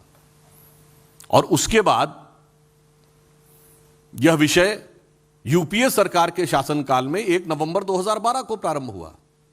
नंबर 3, इस विषय का किसी भी प्रकार से सरकार की एजेंसीज के द्वारा इनिशिएशन नहीं हुआ। हाई कोर्ट के निर्देश के ऊपर ही कार्रवाई हुई और हाई कोर्ट के निर्देश पर ही उनको बेल लेनी पड़ी। तो एक वो दौर था, तब कांग्रेस अध्यक्ष ने कहा था कि हमारे नेता की विराटता, और आज अगर यह कहा जाए कि जिस प्रकार की हरकतें विगत 3 दिनों से दिखाई पड़ रही हैं और हिंसा की आड़ लेकर भ्रष्टाचार को छुपाने का प्रयास हो रहा है, तो कितनी लघुता, कितना छोटापन नेतृत्व का दिखाई पड़ रहा है। यह साफ दिख जाता है कि गांधी के दौर से सोनिया गांधी जी और राहुल गांधी जी के दौर तक आते आते कांग्रेस कितनी छोटी और कितनी बौनी होती चली जा रही है। दूसरी बात, इस विषय में एक और बिंदु महत्वपूर्ण है। जिस पार्टी के 2 पूर्व प्रधानमंत्रियों ने सरकार में रहते हुए अपने को ही भारत रत्न अर्पित कर लिया था, आत्मार्पित कर लिया था, they have dedicated to themselves, उसी पार्टी के परिवार के लोगों ने अध्यक्ष बनने के बाद स्वतंत्रता संग्राम सेनानियों के सहयोग से बनी हुई संस्था जो उन्हीं की पार्टी ने बनाई थी, उसकी सारी संपत्ति और धन को अपने को अर्पित कर लिया। यह दर्शाता है कि स्वतंत्रता आंदोलन के स्वघोषित स्वयंभू उत्तराधिकारी वास्तविकता में उसके साथ क्या कर रहे थे। ऑन दी अदर नोट एक बात कहना चाहूंगा, हम सब ने सुना होगा स्वतंत्रता आंदोलन में कांग्रेस बड़ा दावा करती थी कि आनंद भवन पार्टी को दे दिया था, और यहां एजेएल के रूप में इस हाथ से दिया, उस हाथ से 90 करोड़ का लोन लिया, फिर मैंने ही 90 करोड़ का लोन वापस करके खुद ही अपने को मालिकाना हक दे दिया। यानी कितने ही भवन अपने नाम कर लिए पार्टी के और आनंद की अनुभूति कर ली। यह दर्शाता है कि उनका रोल पूरी तरीके से रिवर्स हो गया है। और आज के घटनाक्रम पे देखें तो पहले तो पार्टी की संपत्ति, पार्टी से जुड़े हुए ऑर्गेनाइजेशन की संपत्ति और धन अपने नाम किया। अब पार्टी कार्यालय को ही किसी भी प्रकार की उपद्रवीय एक्टिविटियों या इस प्रकार के आंदोलन जिसके कि अंदर आज आगजनी की भी समाचार आए हैं, उसका केंद्र बनाया। यह अपने आप में कांग्रेस के वास्तविक चरित्र को उजागर करता है। और दूसरा मैं यह प्रश्न करना चाहता हूं कि आज सवेरे या जब कांग्रेस ने प्रेस कॉन्फ्रेंस किया था तो दोनों मुख्यमंत्री उनके उपस्थित थे, उन्होंने अपने विचार अभिव्यक्त किए थे। आज तीसरा दिन है। हम यह पूछना चाहते हैं कि कांग्रेस शासित राज्यों के मुख्यमंत्री अपने राज्य सरकारों का कार्य छोड़कर विगत 3 दिनों से दिल्ली में क्या कर रहे हैं? क्या ये उन राज्य सरकारों में जिन्होंने कांग्रेस को लोकतांत्रिक तरीके से चुना था, उनके साथ एक छल या धोखा नहीं है? हमें इसका उत्तर चाहिए। और दूसरी बात, श्री राहुल गांधी जी आज न कांग्रेस के अध्यक्ष हैं न नेता प्रतिपक्ष हैं, वो केवल एक सांसद हैं, और वो भी ऐसा नहीं कि अत्यंत वरिष्ठ सांसद हैं,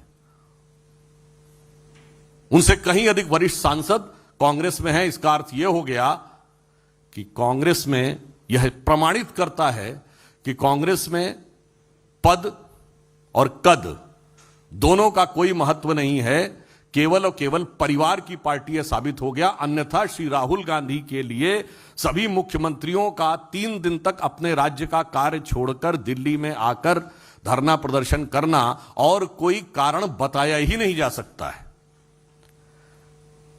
चौथी बात, सरकारी एजेंसियों को काम करने से रोकने के लिए दबाव बनाना और दबाव को झड़प और आगजनी की सीमा तक ले जाना, जो कुछ ये हुआ है, यह दर्शा रहा है कि अगर 3 दिन से यह जमावड़ा हुआ था तो उसका वास्तविक मंतव्य क्या था, वह क्रमशः उजागर होता चला जा रहा है। और वैसे आप सभी लोग यह जानते हैं कि इस विषय पे, तकनीकी पक्ष पे, हमारे पूर्व में पार्टी के नेता और लोग बात कर चुके हैं, एजेंसीज अपना काम कर रही हैं। बड़ी सहज स्वाभाविक सी बात है कि सभी को पता है कि जो कंपनी का भी मालिक वही और पार्टी का मालिक वही। मैं सिंपल सी बात कहूं कि जब 2010 में 90 करोड़ का लोन दिया, किसने? कांग्रेस पार्टी ने। कांग्रेस पार्टी के अध्यक्ष कौन? सोनिया जी। किसको दिया? एजेएल को। उसमें कौन? हम ही। उसके बाद सारी संपत्तियां एजेएल की कांग्रेस पार्टी के पास आ गई। किसके पास? हमारे पास। फिर हमने ही लोन, किसने लोन माफ कर दिया? कांग्रेस पार्टी ने, जिसका अध्यक्ष कौन? सोनिया जी। साहब, आपने तो सुना होगा, तेरा तुझको अर्पित क्या लागे मेरा। यहां तो तेरा मुझको अर्पित क्या लागे तेरा। ये भारत की जनता नहीं, ये कांग्रेस के कार्यकर्ताओं के साथ क्या किया है।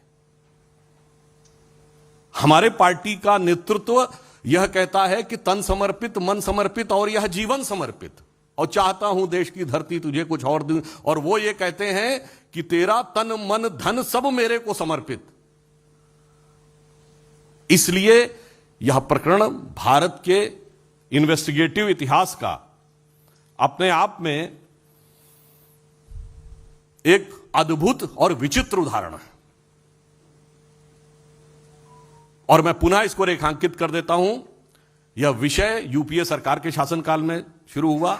नंबर 2, जो जमानत लेनी पड़ी वो न्यायालय के आदेश पे लेनी पड़ी। नंबर 3, यह पार्टी के अंदर की संपत्तियों का अधिग्रहण किया गया। और नंबर 4, पहली बार ऐसा हो रहा है कि भ्रष्टाचार को छुपाने के लिए हिंसा का भी सहारा लेने में किसी भी प्रकार की झिझक नहीं हो रही है। और अंतिम बिंदु, कांग्रेस अब साफ दिखाई पड़ रही है कि यह पार्टी नहीं, परिवार हो गई है। इसलिए यह चिंता का विषय सिर्फ भारत की जनता के लिए नहीं, कांग्रेस कार्यकर्ताओं के लिए भी है। और हम कांग्रेस कार्यकर्ताओं से भी इस विषय का प्रश्न पूछना चाहेंगे कि यदि श्री राहुल गांधी जी ना कांग्रेस के अध्यक्ष हैं, न नेता प्रतिपक्ष हैं, और उसके बाद सारे कांग्रेस के सांसद, सारे मुख्यमंत्री आकर उनके लिए यहां के ऊपर धरना दिए हुए हैं, तो यह इस बात का प्रमाण है पार्टी सिद्धांत, स्वतंत्रता आंदोलन का स्वघोषित नेतृत्व का दावा, उस सबसे ऊपर है परिवार का जलवा। और हमें इस विषय को लेकर बहुत खेद है कि पहली बार न्यायिक एजेंसियों को या जांच एजेंसियों के कार्य को प्रभावित करने के लिए राजनीतिक आंदोलन होते थे, परंतु राजनीतिक आंदोलन में हिंसात्मक स्वरूप और अपने संवैधानिक पदों का उपयोग, या साफ शब्दों में कहा जाए तो दुरुपयोग, जांच एजेंसियों की जांच को प्रभावित करने का यह पहला उदाहरण देश के इतिहास में दिखाई पड़ता है। Sanjay Sharma, India news. कांग्रेस के जो 3 दिनों से जो प्रदर्शन चल रहा है, इसमें एक पोस्टर की बड़ी चर्चा है, ना झुकेगा ना दबेगा, क्या कहेंगे? कौन? राहुल गांधी के बारे में सारे कार्यकर्ताओं के हाथ में पोस्टर है, ना झुकेगा ना दबेगा। देखिए, इसमें मैं कहना चाहूंगा, उनके बारे में बहुत प्रकार की बातें पहले भी कही गई हैं। कहा जाता है वो जिस प्रकार के विषय बोलते हैं उस पर क्या आपको लगता है कि देश की जनता को गंभीरता से लेना चाहिए? क्यों? मैं उदाहरण के लिए बोल रहा हूं, ये तो वो लोग हैं जो देश की जनता के सामने सरकार को किसी भी प्रकार से अपमानित करने के लिए कुछ भी बोल सकते हैं, जो कोविड को मोविड बोल सकते हैं। हम लोग जून 2022 में बैठे हैं, याद करिए मई 2021 में दोनों भ्रात्र और भगिनी दोनों का ट्वीट है कि बच्चों का वैक्सीन विदेश भेज दिया। उस समय बच्चों का वैक्सीन पूरे दुनिया में कहीं बना नहीं था। तो आप सोच लीजिए कौन झुकेगा और कौन टूटेगा, जो ऑलरेडी जनता के द्वारा जिस स्थिति में है कि अब वैसे वो अमेठी की जनता ने दिखा दिया है। तो मैं इतना जरूर कहूंगा कि उनकी बुद्धिमत्ता एक मामले में तो मैं मानता हूं कि 2019 में उन्होंने बहुत सही निर्णय लिया था कि अमेठी के साथ साथ एक अन्य जगह से लड़ने का भी निर्णय लिया था। तो कौन झुकेगा कौन नहीं झुकेगा, ये उनके संसदीय क्षेत्र की जनता ने और उनके खानदानी संसदीय क्षेत्र की जनता ने 2 साल पहले ही उसका जवाब दे दिया है। Vikas Chandra, news nation, please 1 minute. 3 दिनों से लगातार कांग्रेस की तरफ से कई आरोप लगाए जा रहे हैं। तो बार बार एक बात यह है कि केंद्र सरकार डरी हुई है, इसलिए राहुल गांधी को परेशान कर रही है। तो वाकई क्या केंद्र सरकार इस विषय का शुरुआत कब हुई? 1 नवंबर 2012। उस समय केंद्र सरकार किसकी थी? और सीधे यह विषय कहां दायर हुआ था? दिल्ली उच्च न्यायालय में। फिर जांच की शुरुआत उसके बाद हुई। तो मानवीय बात है, जो विषय आपके दौरे हुकूमत में शुरू हुआ, जो आपकी सरकार के सरपरस्ती में शुरू हुआ, उसके लिए हमारी सरकार को आरोप लगाना, मुझे लगता है कि उनको कम से कम झुक कर ये पुराने रिकॉर्ड्स देख लेने चाहिए। रविकांत राय, टाइम्स नव भारत। राहुल गांधी से पूछताछ के दौरान जिस तरीके से आगजनी हो रही है, ऐसा की घटनाएं आ रही, तो क्या यही महात्मा गांधी का सत्याग्रह है? क्योंकि कांग्रेस पार्टी इसको सत्याग्रह का नाम देता। इसीलिए मैंने आपको पहले ही कोट कर दिया था महात्मा गांधी का 100 वर्ष पुराना कोट, जिसमें उन्होंने कहा था self discipline is foremost for Swaraj. और उन्होंने कहा था कि any political objective can not be attend by using violence. परंतु यहां पर कोई राजनीतिक उद्देश्य भी नहीं है, केवल भ्रष्टाचार को बचाने के उद्देश्य से और एजेंसीज पर दबाव बनाने के उद्देश्य से इस प्रकार का प्रदर्शन, इस प्रकार का वितंडावाद, जिसने आज उपद्रव का भी रूप धारण कर लिया, वह किया जा रहा है। यह देश की जनता को साफ दिख रहा है। तो महात्मा गांधी की कांग्रेस से राहुल गांधी की कांग्रेस का कोई मतलब नहीं है। केवल सरनेम कॉमन होने से आदमी के अंदर वह गुण नहीं आ जाते हैं। Thakur.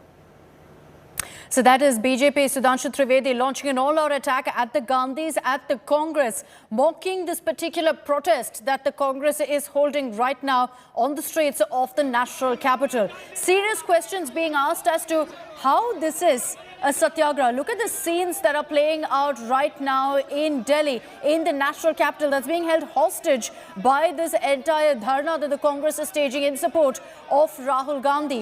Tires being burnt. When we asked senior Congress leaders about this, they conveniently passed the buck, saying very clearly that this is not Congress workers, these are BJP workers who are burning tires on the road and pinning the blame on us. But India Today is out there on the ground, getting you the facts of what's really happening. Shreya Chatterjee was there when there were some of these hooligans setting these tires on fire. Watch that sequence, decide for yourself exactly who's behind these kind of scenes.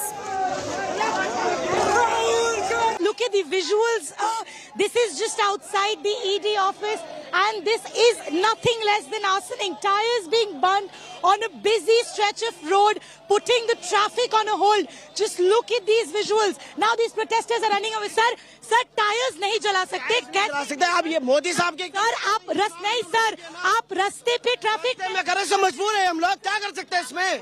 क्यों ये इतने police लगा रखे? आप उसको protest, आप सत्याग्रह कह रहे हैं क्या? गांधी जी ने सत्याग्रह में टायर ऐसे में ये रॉन्ग है ना मैम? टायर्स जलाना भी गलत है। ये रॉन्ग नहीं है, क्योंकि these protesters are refusing to understand the meaning of satyagraha.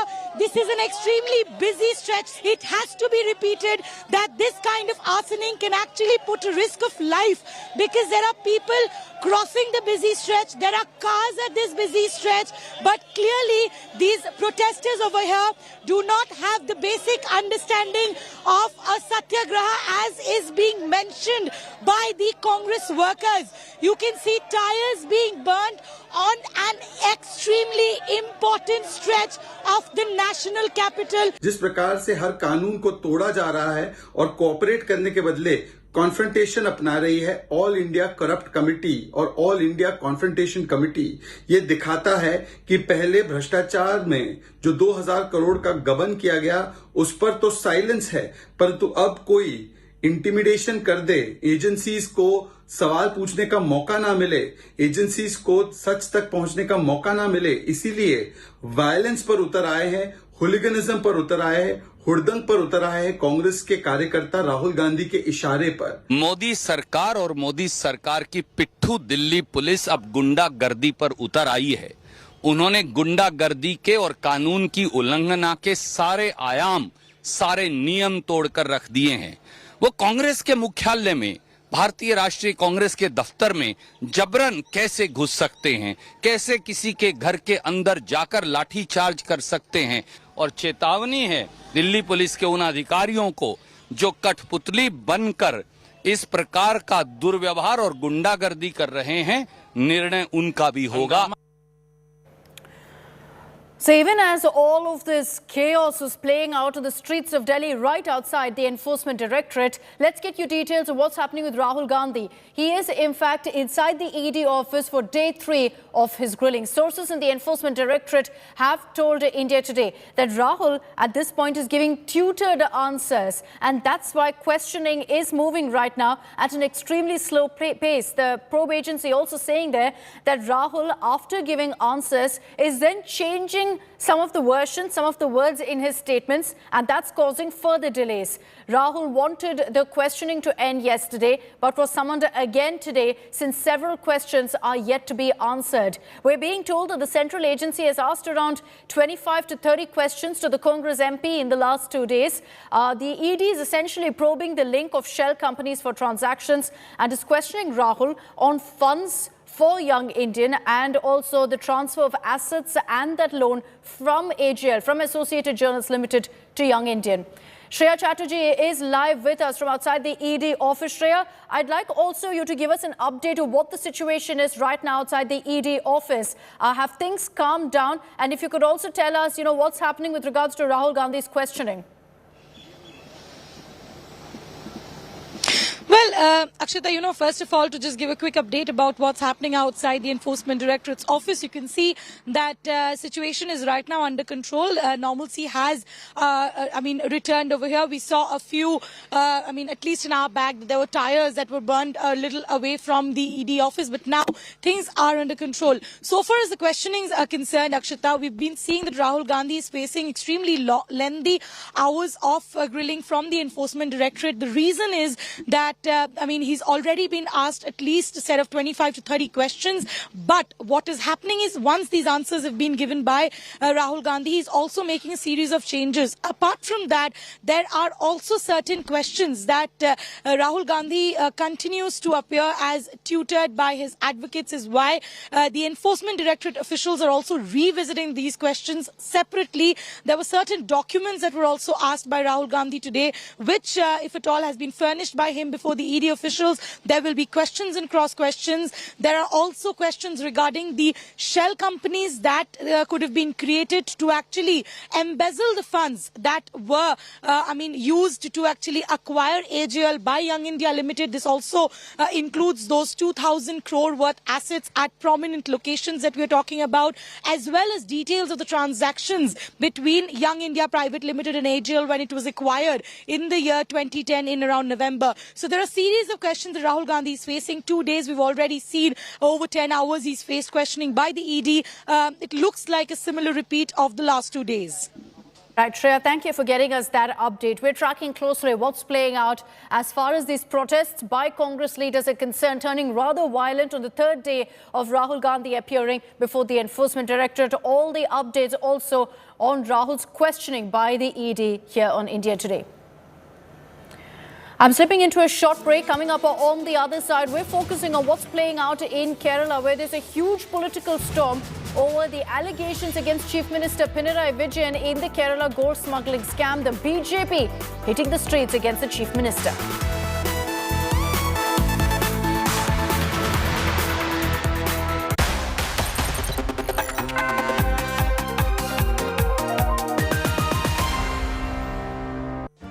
Make your media plan smarter with India Today Live TV on your connected devices. Amplify your brand with 100 million smart internet viewers. To advertise, mail us at sales@aajtak.com or call 9999892171.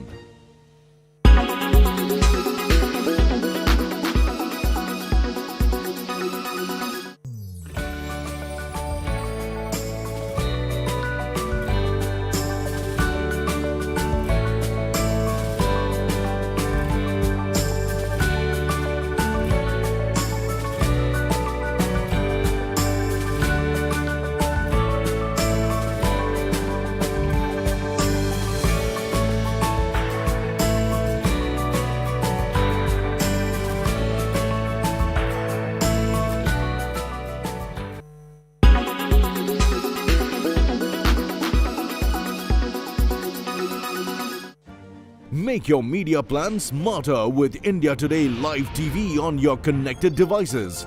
Amplify your brand with 100 million smart internet viewers. To advertise, mail us at sales@aajtak.com. Make your media plan smarter with India Today Live TV on your connected devices. You are watching India Today.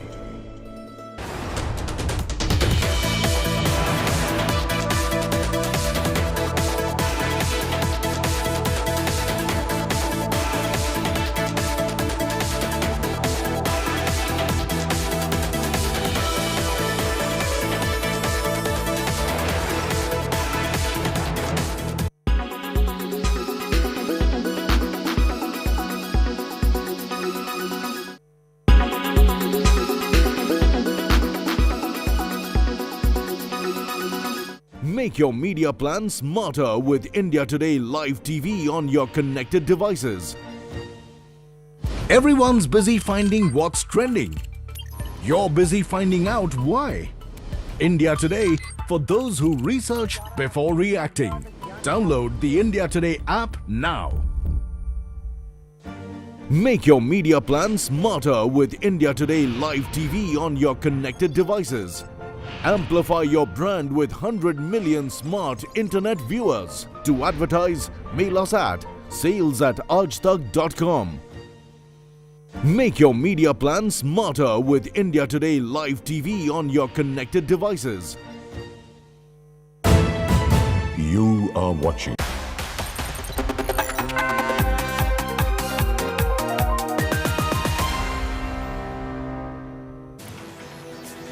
Welcome back. Political temperatures continuing to soar in Kerala over the gold scam that cinched Chief Minister Pinarayi Vijayan. BJP workers and supporters took to the streets in Thiruvananthapuram today, demanding the resignation of the Kerala CM. This after the main accused in the scam, Swapna Suresh, alleged the direct involvement of Chief Minister Pinarayi Vijayan, of his wife Kamala and daughter Veena in the scam. Swapna Suresh herself has declared that there is no question of her withdrawing her statement against Pinarayi Vijayan. She claims that she is being coerced, forced and pressurized by the Chief Minister and his aides. But so far, Chief Minister Pinarayi Vijayan has come out to deny all these charges. He's also questioned the timing of Swapna Suresh's allegation.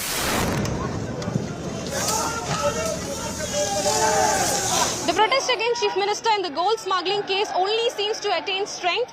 As you can see in the visuals, the Yuva Morcha walked towards the Secretariat protesting against Chief Minister, demanding his resignation. They walked in huge numbers. Just before the Yuva Morcha walked towards the Secretariat, there was a BJP councillors protesting against the CM outside the Secretariat, and the Yuva Morcha walked towards the Secretariat, and the police and them had a tussle. They were pushing each other. They were trying to take some workers were also injured in the process. It was raining heavily some time back, but the rain did not stop them from protesting. The Yuva Morcha has said that they will continue the protest until the Chief Minister resigns. Water cannons were also fired at them. Tear gases were also used to disperse the crowd. The Yuva Morcha workers divided themselves into two and went to one side, and they protested on the other side of the Secretariat, and they came this side and also protested on this side also. Yesterday we saw Congress protesting against Chief Minister, and today we are seeing the Yuva Morcha coming out in large numbers demanding Chief Minister's resignation. They were reciting slogans not only against Chief Minister but also against his family members, his wife and his daughter, whose names were also taken by the prime accused Swapna Suresh in the case. They are now moving towards the police van. Some workers were injured and they're moving towards that side. The picture here is pretty clear with all the three parties on the ground, the Congress and the BJP determined to make sure that the Chief Minister resign, and they said that they will continue this protest until the Chief Minister resign.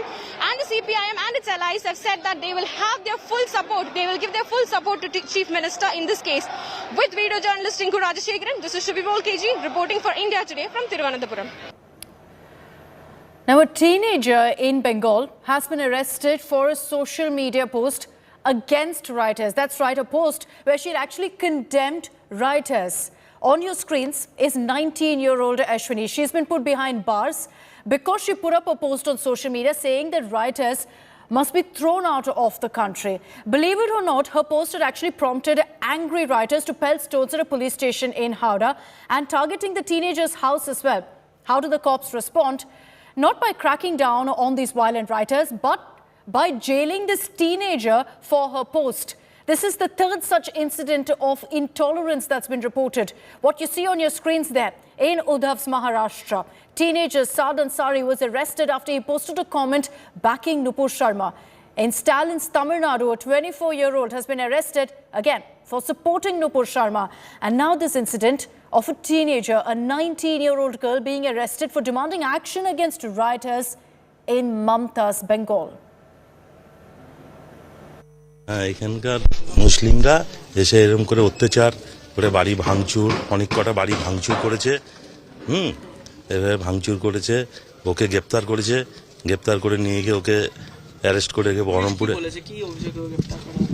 ওই তো ওই সব লিখেছে হ্যাঁ ফেসবুকে যেগুলো লিখেছে সেইগুলোর অনুসারে ওকে গ্রেফতার করেছে এটা তো ভালো জিনিসই লিখেছে এটা তো খারাপ কিছু লেখেনি এটা খারাপ কি লিখেছে খারাপ কিছু যদি লিখতো যে যদি কোনো উল্লেখ করে কিছু যদি লিখতো যদি যে কোনো সাম্প্রদায়িক দল বা কোনো ভাই সাহেব মুসলমান হ্যাঁ এই হিসাবে যদি ও লিখতো তাহলে এটা আলাদা ব্যাপার ছিল এটা তো ঠিকই লিখেছে এটাতে কিছু খারাপ কিছু লিখিনি এটা পুলিশ তো পরে এসেছে আমরা যখন মানে এরকম হয় ভিতরটায় তালা মেরে আমাদের তখন বাড়ি ছেড়ে চলে যেতে হলো প্রাণটা চলে যাওয়ার মতন হয়েছিল মানে আমরা তখন সব তালা মেরে মানে ভিতরে এই আমার এটা জায়ের বাড়িতে গিয়ে আমরা আশ্রয় নিই আমি তো ভেবেছিলাম যে আমরা আর বাঁচতে পারবো না মানে যা অবস্থা হয়েছিল যে পরের দিন যে আমরা বাঁচবো আত্মীয় স্বজন ফোন করছে মানে আমাদের কি গিয়েছে আমরা জানি এইটুকুন বলতে পারবো আর কিছু কি বলবো দাদা তারপরে তো পুলিশ যদি না আসতো ওই 10 মিনিটে যে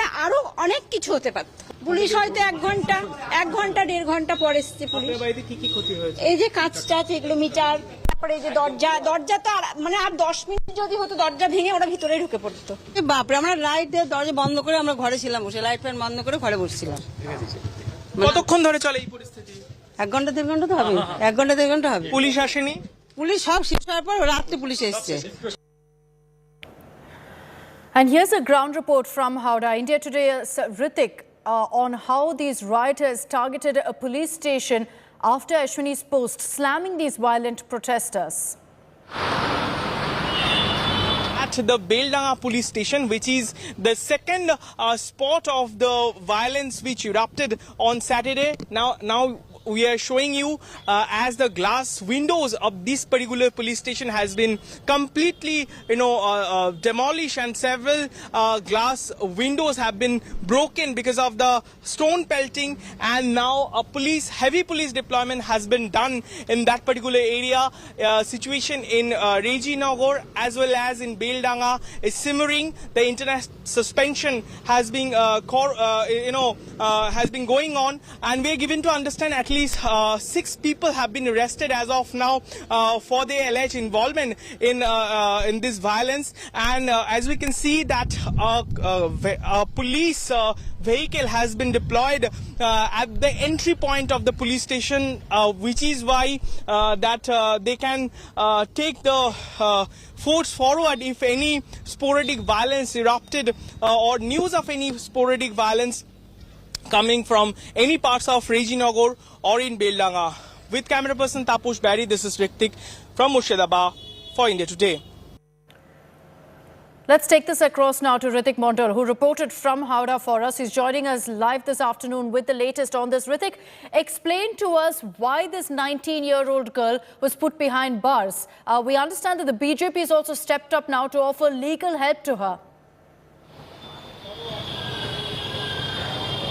Right, exactly, because we know that we did visit the tension hit zone of Murshidabad and Howrah, in particularly in Murshidabad, where this unrest situation arose on Friday night, and it was boiling in Beldanga. As per the Beldanga or Rajinagar is concerned, we spoke to the many people, and they faced the ruckus-like situation. Now we were given to understand from Beldanga, a 19-year-old girl. She was primarily detained and then she was arrested because of her controversial Facebook post. Now police was claiming that because of her controversial comment on Facebook, which went viral, and which is why the ruckus and the protest and violence erupted, particularly in Murshidabad district, in parts of Murshidabad district, which is why she was arrested and sent for 5 days custody. Now we are also given to understand that war of words and political war of words has been erupted, and Bengal Imam Association, There'll be questions, Ritik, questions asked of the TMC here. Mamata Banerjee, who's been so critical of the BJP, time and again firing the intolerance attack, she's silent on what's playing out right now. The fact that a 19-year-old girl has been arrested, put behind bars. Why? Because she put up a social media post condemning rioters, which you'd think anyone would do. This is a story we'll continue to track very, very closely here on India Today. Thanks to Ritik also for joining us on this broadcast. Slipping into a short break, we'll be right back.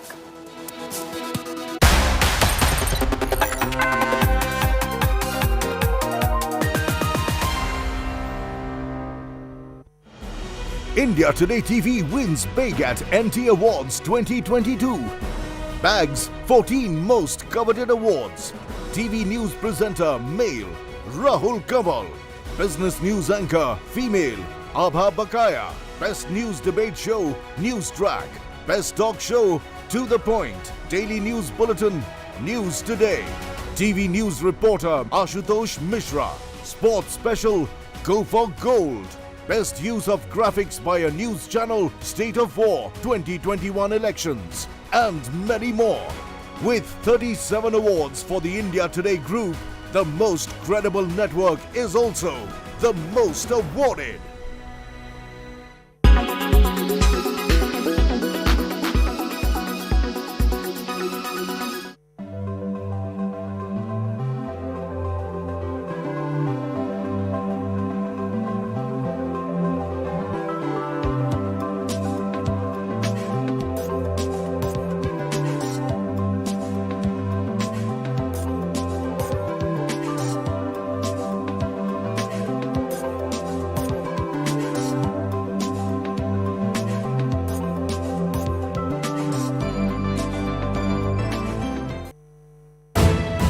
You are...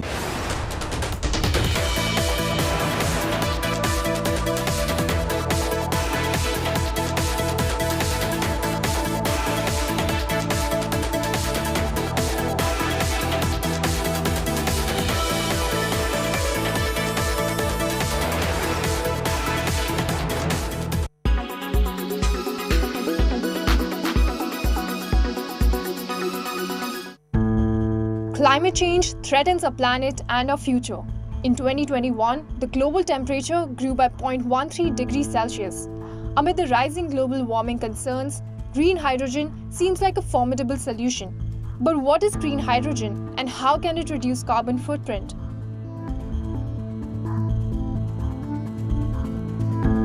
Presented as a solution to help curb global warming, green hydrogen could play a key role in reducing the major carbon footprint of some sectors such as heavy industry and transport.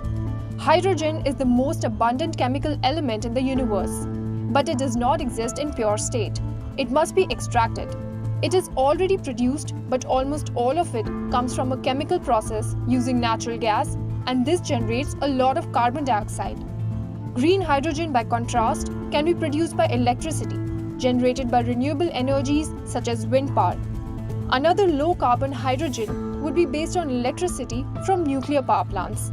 In both cases, it is produced by electrolysis, which uses an... by Berger Easy Clean. No dag, no dhabba, only beautiful walls.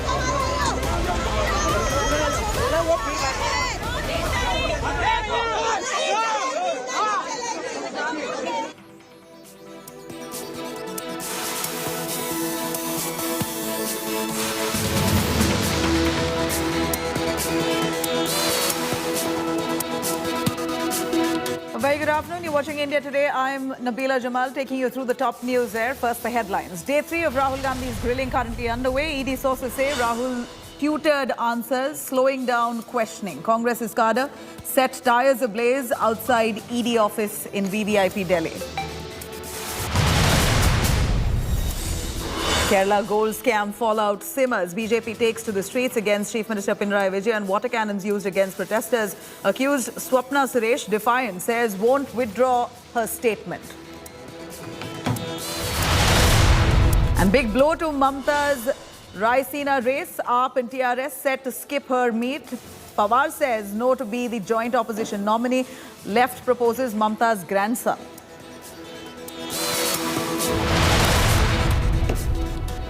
Saad Ansari rerun in Tamil Nadu. ABVP man arrested in Coimbatore for backing Nupur Sharma. Bengal teen behind bars for opposing rioters.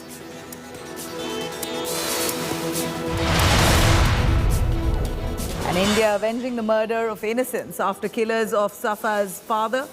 Jihadis who shot dead banker Vijay eliminated in Shopian encounter. Terrorist who killed the teacher Rajni also trapped in Kulgam. And singer Moosewala's murder secret set to unravel. Punjab cops get the gangster Lawrence Bishnoi's custody. Murder threat to Salman Khan also being probed now.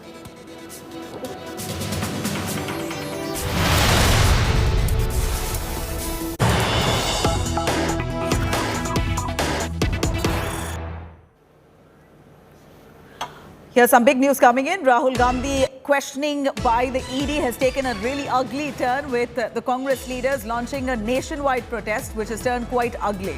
We're looking at shocking wad of words. Here, a bunch of Congress netas stooping low. In Maharashtra, a Congress neta called Sheikh Hussain abuses the Prime Minister in such low-level language. He says, and I quote, You will die like a street dog. This is what he says as he makes a public speech condemning ED summons on Rahul Gandhi. Here, this Congress Neta, Hussain, says to the Prime Minister, you will die like a street dog. This is precisely the statement he has made on a public platform, stunning low in Indian politics. Unbelievable attack on Prime Minister Modi as he makes this statement in public. An FIR now registered against Maharashtra Congress leader Sheikh Hussain at the Gitti Khadan police station in Nagpur for using derogatory language against the Prime Minister.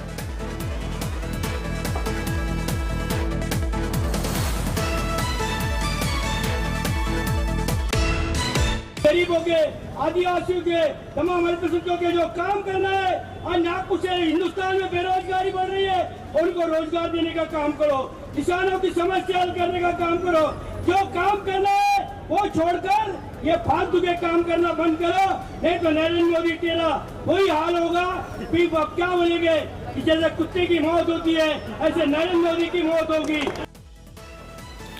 Let me quickly cut across to Shehzad Poonawala joining us on the phone line for more on that. Shehzad, here is Sheikh Hussain, a Congress leader in Maharashtra who makes a publicly derogatory statement in public, says that the Prime Minister will die like a dog, a street dog. This is what he says on a public platform. An FIR has been registered against him. How does the BJP receive this? Nabila, if you hear the full statement in the initial part, he has not only openly threatened the Prime Minister, these are not just derogatory remarks, he's also spoken about the country being set on fire. So this is open threat. And if you see the entire 3 days proceedings, Rahul is silent on corruption and Congress is violent on the streets, whether it's the tire burning in Delhi, whether it's the assault on the cops in Assam, whether it is this open threat in Nagpur, whether it is the hostage that they've held Delhi for last 3 days. This is a design of Congress that in order to mask the corruption of the first family, in order to give them protection, they are leading to obstruction and complete annihilation of the country. And therefore, we ask the Uddhav Thackeray government, why hasn't this man been arrested yet? They arrest people for Hanuman Chalisa, they arrest Ketki Chitare and other actors, but they don't arrest this man who's spewing venom against the country, against the Prime Minister. This shows the design. The larger question is that this is not a satyagraha, this is a violent duragraha, and Mahatma Gandhi, would he endorse this? Please listen to the entire statement. I request your channel to play the entire bite of this man in presence of 2 ministers. He said कि देश में आग लग जाएगी, देश में आग लग जाएगी अगर बाल को भी छुआ तो. So this is the open threat being made against the country and against the Prime Minister. You can not like Mr. Modi, that's okay, but you have to respect the position of the Prime Minister. You can't give open threats against the Prime Minister. I demand his immediate arrest, but more importantly, will the Congress party now tell us what kind of satyagraha is this? This is violence, violence and violence only because Rahul Gandhi is maintaining corruption for silence, silence and silence. Right. Shehzad, the Congress leaders who've launched a nationwide agitation claim that they're being manhandled by the police. Many of them who've been detained were dragged, were pulled, were thrashed by the police, and now they want to launch an agitation accusing the police of mismanagement and manhandling them. So this almost is a narrative that the Congress is now has almost indulged in, while they're literally cutting away from the actual cause. ED summons seems to be now in the back burner. Their purpose now is to protest against the police for manhandling. You know, the Congress party, like I said yesterday, we have PAN card, Aadhaar card, they have a victimhood card. First of all, they could go against the ED and get relief from a court, they don't go. Chidambaram comes and spin doctors on television channels. Now they are saying that the police hit them. In Assam, a cop was beaten up. Please play the cop's bite. It is available with you also. Please show how the violent protesters of Congress party beat them up. And even if something has happened, they can go to a court of law and present the evidence that, look, we are being illegally tortured or illegally hit by some agency or cop. But they don't do that. Instead, they say we have the right to burn tires, we have the right to violate 144, we have the right to break barricades, we have the right to assault cops, and we have the right to stand up in a public platform and say that we'll burn down the country and we'll ensure the death of the Prime Minister. Are you saying that is the logic that the Congress party is giving? This is not Mahatma Gandhi's satyagraha. This is Rahul Gandhi's corruption ka duragraha. It is totally condemnable. Mr. Uddhav Thackeray's government, why is it allowing this man a free run? He should be arrested, and should the Congress party not come out and apologize for this? You know, stay with us, Shehzad. I'm going to quickly cut across to Sheikh Hussein's reaction on that yet again. What he said on the public platform, which clearly has come as derogatory. An FIR has been filed against him. Let's hear it. गरीबों के, आदिवासियों के, तमाम अल्पसंख्यकों के जो काम करना है, और ना कुछ हिंदुस्तान में बेरोजगारी बढ़ रही है, उनको रोजगार देने का काम करो, किसानों की समस्या हल करने का काम करो। जो काम करना है वो छोड़कर ये फालतू के काम करना बंद करो, नहीं तो नरेंद्र मोदी तेरा वही हाल होगा। फिर अब क्या बोलेंगे कि जैसे कुत्ते की मौत होती है ऐसे नरेंद्र मोदी की मौत होगी। Well, that's exactly what he says. Narendra Modi will die like a street dog. This is what he says. An FIR now been filed against this Congress Neta. Remember, you're looking at a nationwide agitation where Congress leaders, biggies within the Congress party, indulging in such theatrics in full public view only because Rahul Gandhi has been summoned on corruption charges. He's been interrogated by the Enforcement Directorate on allegations of money laundering. And here is the entire Congress cadre throwing their weight behind their chief Rahul Gandhi, calling him innocent, calling the ED summons vendetta politics, blaming the BJP for misusing the central agency, etc. These are the allegations that they're hurling against the party. But nonetheless, this was a new law that the Congress Neta has stooped to, saying that Narendra Modi will die like a street dog. Precisely the words that he said. Shehzad Poonawala from the BJP joins us on the phone line. Shehzad, a mere FIR that's been registered in Maharashtra, do you think that will be taken to the logical end? You see, Maharashtra government has only taken action against their political critics or political opponents. They don't take action against those who run challenge to the rule of law, whether it's that PFI agent who had threatened violence on the streets or whether it is the Sheikh Hussain. The question that I'm asking, however, is that I would request your channel to go to Mr. Surjewala and ask him that he calls this a satyagraha. Their people have beaten up cops in Assam, their people have burnt tires in Delhi, their people have resorted to violence in various parts, and their people are openly threatening the Prime Minister and are openly threatening Agjani in the country. Is this satyagraha or this is duragraha? And why is Randeep Surjewala not answering the 10 questions the BJP is posed to him? Instead, they are silent on questions and violent on streets. This is like saying Rahul Gandhi is evasive in ED and Kader is aggressive on the streets of Delhi. Well, you know, at this point, we're looking at the Congress channelizing their entire energy towards backing Rahul Gandhi. They're calling this vendetta politics, blaming the BJP for misusing the central agency and also raising several questions on why many BJP leaders who had ED summons in the past, none of them have been pursued. So why only the opposition under ED's target? Is that not at the behest of the BJP? Is what the Congress questions.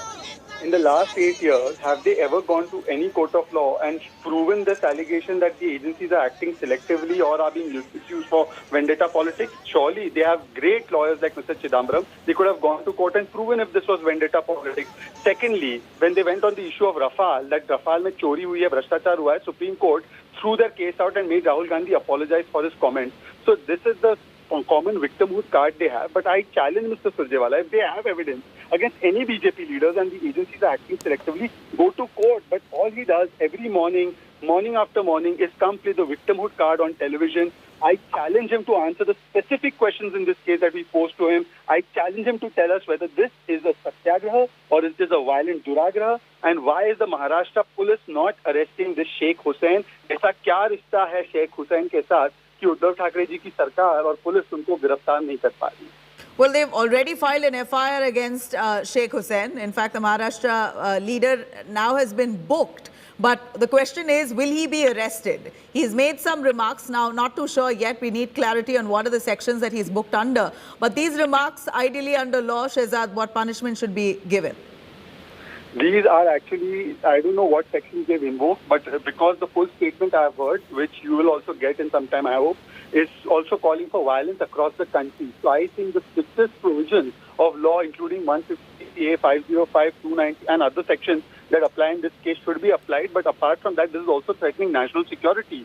So I hope the wisdom of the Maharashtra police, a competent force, if it is left to do its job independently, will apply its mind. And if anybody wants to burn down the country because they want to protect the corrupt, I know they know the sections that need to be applied, and they will apply those sections hopefully and arrest this man. This man should be in jail. But more importantly, Surjewala should come and answer a few questions that we are asking him, rather than playing the constant victimhood, selectiveness, all of these cards, not going to court and just crying every day, but not answering a single question as to why 2,000 crore rupees of India's money. All right, stay with us. I'm going to quickly cut across to Sheikh Hussain, who speaks on the phone line.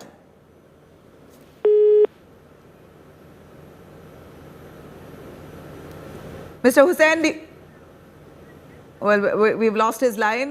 We are going to quickly cut across to Sudhanshu Trivedi speaking on this. Let's have a listen. देखिए, इस प्रकार के घृणित बयान प्रतिक्रिया के योग्य नहीं है, परंतु यह कांग्रेस की क्षुद्रता और मानसिक स्तर की सीमा तक पहुंच गया है। यह उसका क्रमशः प्रमाण है। यह केवल एक घटना नहीं है।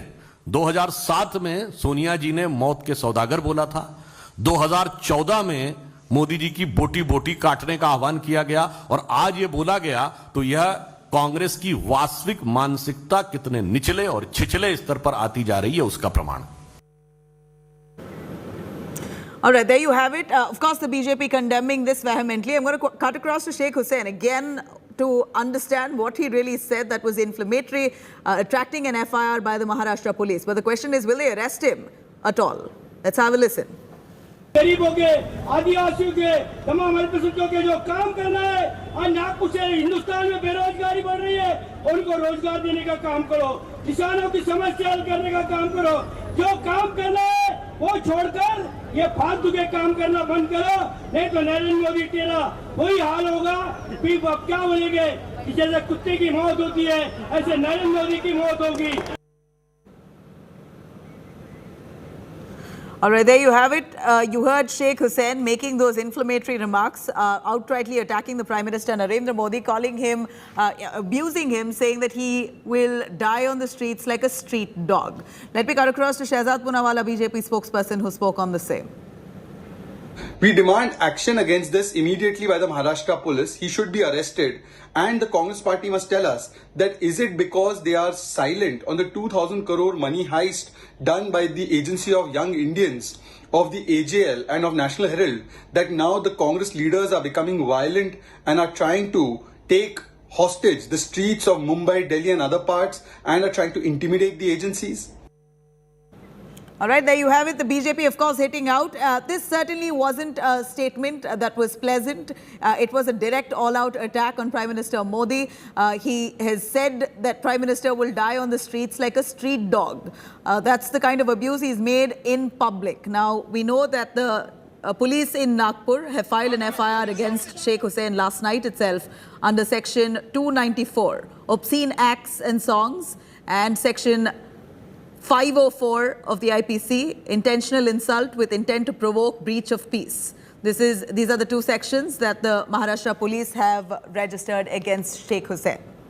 In fact, what we know is Sheikh Hussain is a Congress leader. He's been condemning the ED summons against Rahul Gandhi. The entire Congress party has launched a nationwide protest. And as part of that, Congress leaders in Maharashtra as well have been vehemently protesting, holding public rallies, condemning the Enforcement Directorate and the central government, the BJP. And at this point, this man here, Sheikh Hussain, who's a Congress leader, has overstepped, has spoken and abused, rather, the Prime Minister Narendra Modi, saying that Prime Minister Narendra Modi will die on the streets like a street dog, while picking on the Prime Minister on not adhering to the actual issues that the country suffers, including unemployment, rising costs, etc. And then he goes on to say he'll die like a street dog. Pankaj joining us from Mumbai to give us an understanding here. Pankaj, what exactly are the sections that have been invoked against Sheikh Hussain at this point? And the bigger question is, will he be taken into custody at all? See, as of now, the sections that have been imposed against this Congress leader are 294 and 504 for the derogatory language that he has used for Prime Minister Narendra Modi, along which he has also uttered words like BJP cannot do anything to Rahul Gandhi as well as Sonia Gandhi. This particular leader of Congress was city president from this party for Nagpur city around 15 years ago. Now he is just a member of Congress party, and like whatever is going on, the ED inquiry is being conducted, and so opposing the ED inquiry, he has uttered such derogatory words wherein he has been booked under 294 and 504 of IPC. All right, a quick word, Pankaj, if you can tell us the background of Sheikh Hussain. Where does he belong from? Does he have a clout as such? Where was he making this inflammatory speech? Who was his audience?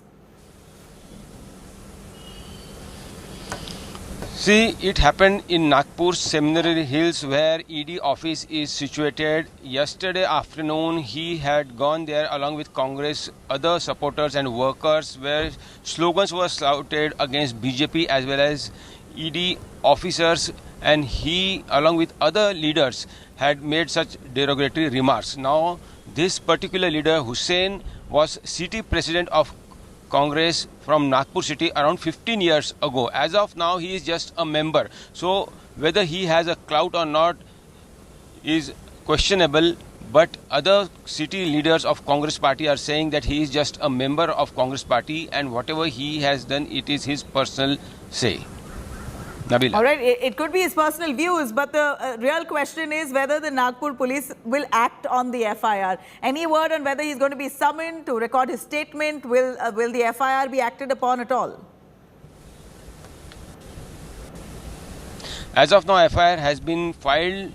He will be definitely called for interrogation. Whether he will be arrested or not is a time that only the investigating officer can tell. But yes, legal expert can also throw some light on this. Sections 294 as well as sections 504 have been imposed against this Congress leader. All right, Pankaj, thank you very much for joining us with those details. But before I end here, let's take a quick listen yet again what Sheikh Hussain has said while he makes that very inflammatory statement which he's attracted an FIR on.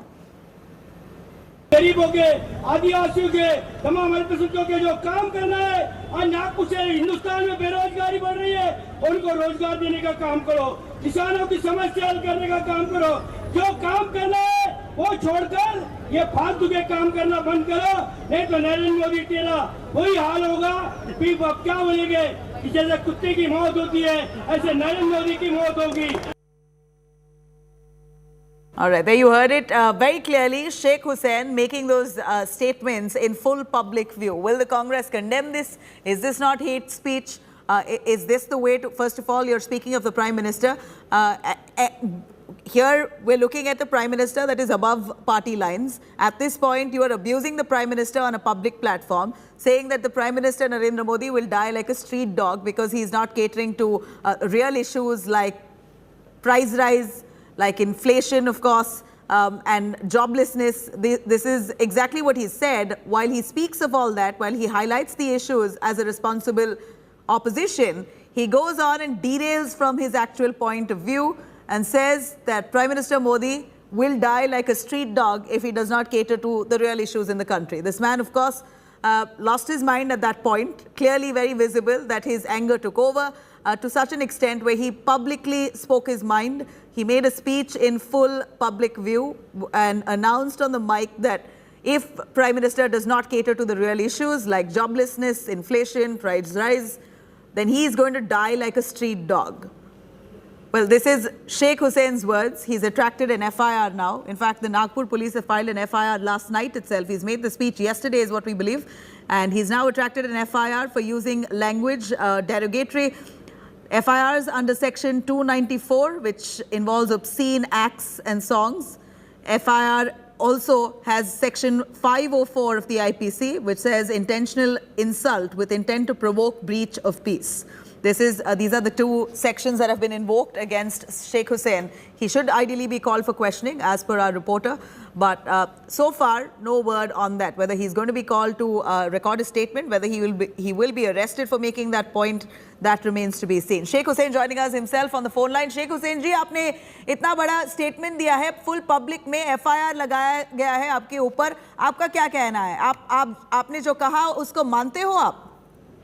मैं देखिए, मैंने जो भी भाषण दिया, समझे क्या, मैंने गुजरात में हुआ जो दिया, महंगाई के खिलाफ, ये सब कुछ भाषण दिया. मैंने आखिरी में जो बोला हूँ, समझे क्या, एक मुहावरे के तौर पे मैंने बोला. ऐसा कोई किसी के ऊपर मैं करके बोला नहीं मैंने. वो आपने बोला है कि मोदी, आपने बोला है प्राइम मिनिस्टर मोदी कुत्ते के जैसे मर जाएंगे रोड पे, ऐसे आपने बोला है. आप हमको सुनाई दे रहा है वो. तो मैंने वो मुहावरे के रूप में बोला. मुहावरा जो होता है, मैं पार्टी के हित में बोला, मैंने पार्टी की तरफ से बोला. आज हमारी प्राइम मिनिस्टर के बारे में बोल रहे हैं, आपको पता है कि ये गलत है. नहीं, मैं बोला, मैंने प्रधानमंत्री के बारे में कुछ ऐसा गलत बोला ही नहीं ना मैडम. आपने बोला तो है. यहाँ पर हमारे पास वीडियो है, चल रहा है टीवी पे. हाँ तो जो बोला मैंने मुहावरे के तौर में बोला मैंने, ऐसे तो प्राइम मिनिस्टर के बारे में बोलना गलत है ना, वो भी पब्लिक प्लेटफॉर्म में ऐसे माइक के थ्रू। नहीं कौन सी गलत है, मैंने जो भी लोकशाही को आज कुचल रहे हैं, मैंने जो भी सब मैंने लोकशाही पद्धति से जो बोलना है मैंने वो बोला, और मैंने जो भाषण में पूरा बोला, और मैंने आखिर में मुहावरा दिया, समझ आए क्या? मेरा कोई इसके ऊपर में प्रधानमंत्री को बोलना ऐसा कोई ये नहीं है, मेरा मुहावरा है वो। आपने प्रधानमंत्री का नाम लेके ही बोला है आपने? हमारी नेता सोनिया गांधी, राहुल गांधी, समझे क्या? आसाम के मुख्यमंत्री ने कितनी बड़ी बात बोला कि राहुल के पिताजी कौन है, समझ है क्या? ये इतना ये कुछ भी बोलेंगे, ये खिलाफ नहीं है। आज सोनिया गांधी और राहुल गांधी आज देश के नेता है, कांग्रेस पार्टी के नेता है वो। तो क्या हो गया उनको? हम भी देश के नेता है, काम करते हैं। ईडी ने समन किया है, करप्शन एलिगेशंस है, उसको प्रोब कर रही है, वो लीगल दौर पे जा रहा है। आप ऐसे आगे स्पीच दे रहे हो और वो भी प्रधानमंत्री के ऊपर ऐसे अनाप शनाप बात कर रहे हो पब्लिक प्लेटफॉर्म पे, और आप बोल रहे हो मुहावरा है। मुहावरा ही है ना वो, और क्या मुहावरा है वो? तो आप अपॉलोजेटिक नहीं है, आप माफी नहीं मांगोगे? मैंने जो कहा वो सच कहा, पार्टी के हित में किया, और वो मुहावरा है। अच्छा तो कांग्रेस पार्टी के हित में आप ऐसे गाली दे रहे हो प्रधानमंत्री को? नहीं, गाली दिया ही नहीं ना मैंने, गाली दिया ही नहीं। आपने तो बोला है कि कुत्ते के जैसे, स्ट्रीट डॉग के जैसे रोड पे मर जाएगा। तो आपके पास वीडियो देख लीजिए, मैंने ऐसा कुछ बोला नहीं है। मैंने पूरा भाषण में यहाँ पर तो वीडियो हम पिछले 5 मिनट से वीडियो प्ले कर रहे हैं। आपने बोला है साफ साफ कि अगर प्रधानमंत्री बहुत सारे इश्यूज को देखेंगे नहीं तो वो कुत्ते के जैसे मर जाएंगे रोड पे। नहीं, मैंने जो मुहावरे के रूप में बोला है, समझ है कि वो कैसा बोला है वो देख लीजिए। मेरा कहना क्या, मैडम आप सुन लीजिए, कांग्रेस, राष्ट्रवादी कांग्रेस, शिवसेना, इनके ऊपर ईडी के नोटिस। क्या बीजेपी के लोगों के पास में भ्रष्टाचार नहीं है क्या? उनको नहीं देते नोटिस? वो उनका काम कर रही है, मगर उनको क्यों नहीं नोटिस देते ना? बोलो ना ये भी बात आप। हम चिढ़ेंगे नहीं कि हमारे को गुस्सा नहीं आएगा क्या?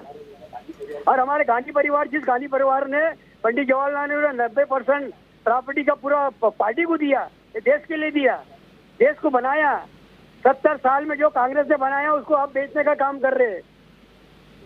जी पता है आप कांग्रेस पार्टी में है, आपका गुस्सा जायज है, मगर आप ऐसे अनाप शनाप बात करोगे पब्लिक प्लेटफॉर्म में, ये कैसा हुआ? आपके ऊपर तो एफआईआर लगा हुआ है, सेक्शन 506, सेक्शन 506 और सेक्शन 294। एफआईआर लगा नहीं लगा मालूम नहीं, और एफआईआर लगने वाली ऐसी कोई बात नहीं है। आपको मालूम नहीं है एफआईआर लगा है आपके ऊपर? 5 साल तक मैं अध्यक्ष रहा नागपुर शहर कांग्रेस कमेटी का, 9 साल महाराष्ट्र प्रदेश का अध्यक्ष रहा मैंने, घंटानाथ 20 साल चलाया, समझे क्या? तो आपके ऊपर एफआईआर लगाया गया है, वो आपको पता नहीं है शेख जी? नहीं, मुझे अभी तो तक नहीं मालूम मेरे को क्या है। तो अगर आपको पुलिस बुलाएगी तो आप जाओगे? आपका स्टेटमेंट रिकॉर्ड करोगे? पुलिस से बुलाने से जाएंगे ना, उसमें क्या बोलने की बात है? जो भी करना करेंगे, वो बात की बात है ना। आप क्या अभी उसमें क्या है? अभी तक तो बुलाई नहीं मुझे। शेख जी, अगर उन्होंने बोला कि आपको माफी मांगना चाहिए, आप माफी मांगोगे? नहीं, मैं अभी इसके बारे में कुछ बोलना नहीं चाहता। मैंने जो बोलना है आपको बयान दे दिया हूँ, समझ गए क्या? ये तो अभी तो वायरल हो चुका है वीडियो। आप नेशनल टेलीविजन में बात कर रहे हैं, आप इंडिया टुडे के चैनल के थ्रू क्या कहना चाहते हैं लोगों को जो गुस्सा हुए हैं आपके स्पीच से? मैंने जो बात करना था मैंने किया आपसे, मेरा पूरा भाषण भी आप क्या दे दिए ना आप इंडिया इसमें टीवी में। अच्छा, आपने बोला क्या स्पीच में? बोला क्या आपने? आपने जो स्पीच दिया उसमें बोला क्या? मैंने कुछ नहीं बोला, मैंने मुहावरे के तौर में वो बोला। मेरा कोई प्रधानमंत्री को बोलने से उसके पीछे कोई उद्देश्य नहीं, कुछ नहीं बोला मैंने। नहीं बोला क्या? जो स्पीच है, जो वायरल वीडियो है, उसमें बोला क्या? आपके पास वीडियो देख लीजिए ना आप, मेरे पास जो बोला मुहावरा। हाँ, तो आपका बोलने का क्या मतलब था वो बोलिए, आपका मीनिंग क्या था? वो क्या आप कहना क्या चाहते थे पहली दौर पे? मैंने जो कहना चाहता था मेरा वीडियो देख लीजिए, उसमें मैंने सब कुछ बोल दिया। अभी क्या होता है, 3 दिन के बाद बोलूंगा, फिर अलग अलग बातचीत होती है। मैंने जो बोलना था बोल दिया है, और मैंने कुछ भी ऐसा कोई बोला नहीं। मैंने मुहावरे के तौर पर मैंने वो बोला, समझ गए सेंटेंस, जिसको ये बीजेपी वाले नागपुर शहर के अंदर में समझे क्या माहौल खराब करना चाहते हैं। मैं मुस्लिम हूँ, समझे क्या, इसलिए वो करना चाहते माहौल खराब। तो आप बोल रहे हो कि क्योंकि आप मुस्लिम हो आपको टारगेट कर रहे हैं? हाँ, नहीं, उनके पीछे वही भूमिका है। नागपुर शहर में सब जानते हैं, वो जितने लोग हैं मेरे को। हाँ, क्या जानते हैं? नहीं मैंने कुछ बोला ही नहीं ना मैडम, तो मैंने बता दिया ना आपको। नहीं शेख जी आप बोल रहे हो कि क्योंकि आप मुसलमान हो इसलिए आपको टारगेट किया जा रहा है। All right, then we've lost him on the line there. Sheikh Hussain there very clearly saying that he's unapologetic. He says that he's not said anything wrong. All he said was that the Prime Minister wasn't catering to real issues, and therefore, as muhavra, just as metaphor, he said something which isn't wrong. He says that everyone around there knows that I did not say anything wrong, but as much as he tries to justify it, remember there's an FIR now that's been registered against him under two sections, section 294 and 506. Let me once again play out to you what exactly Sheikh Hussain said on that public platform.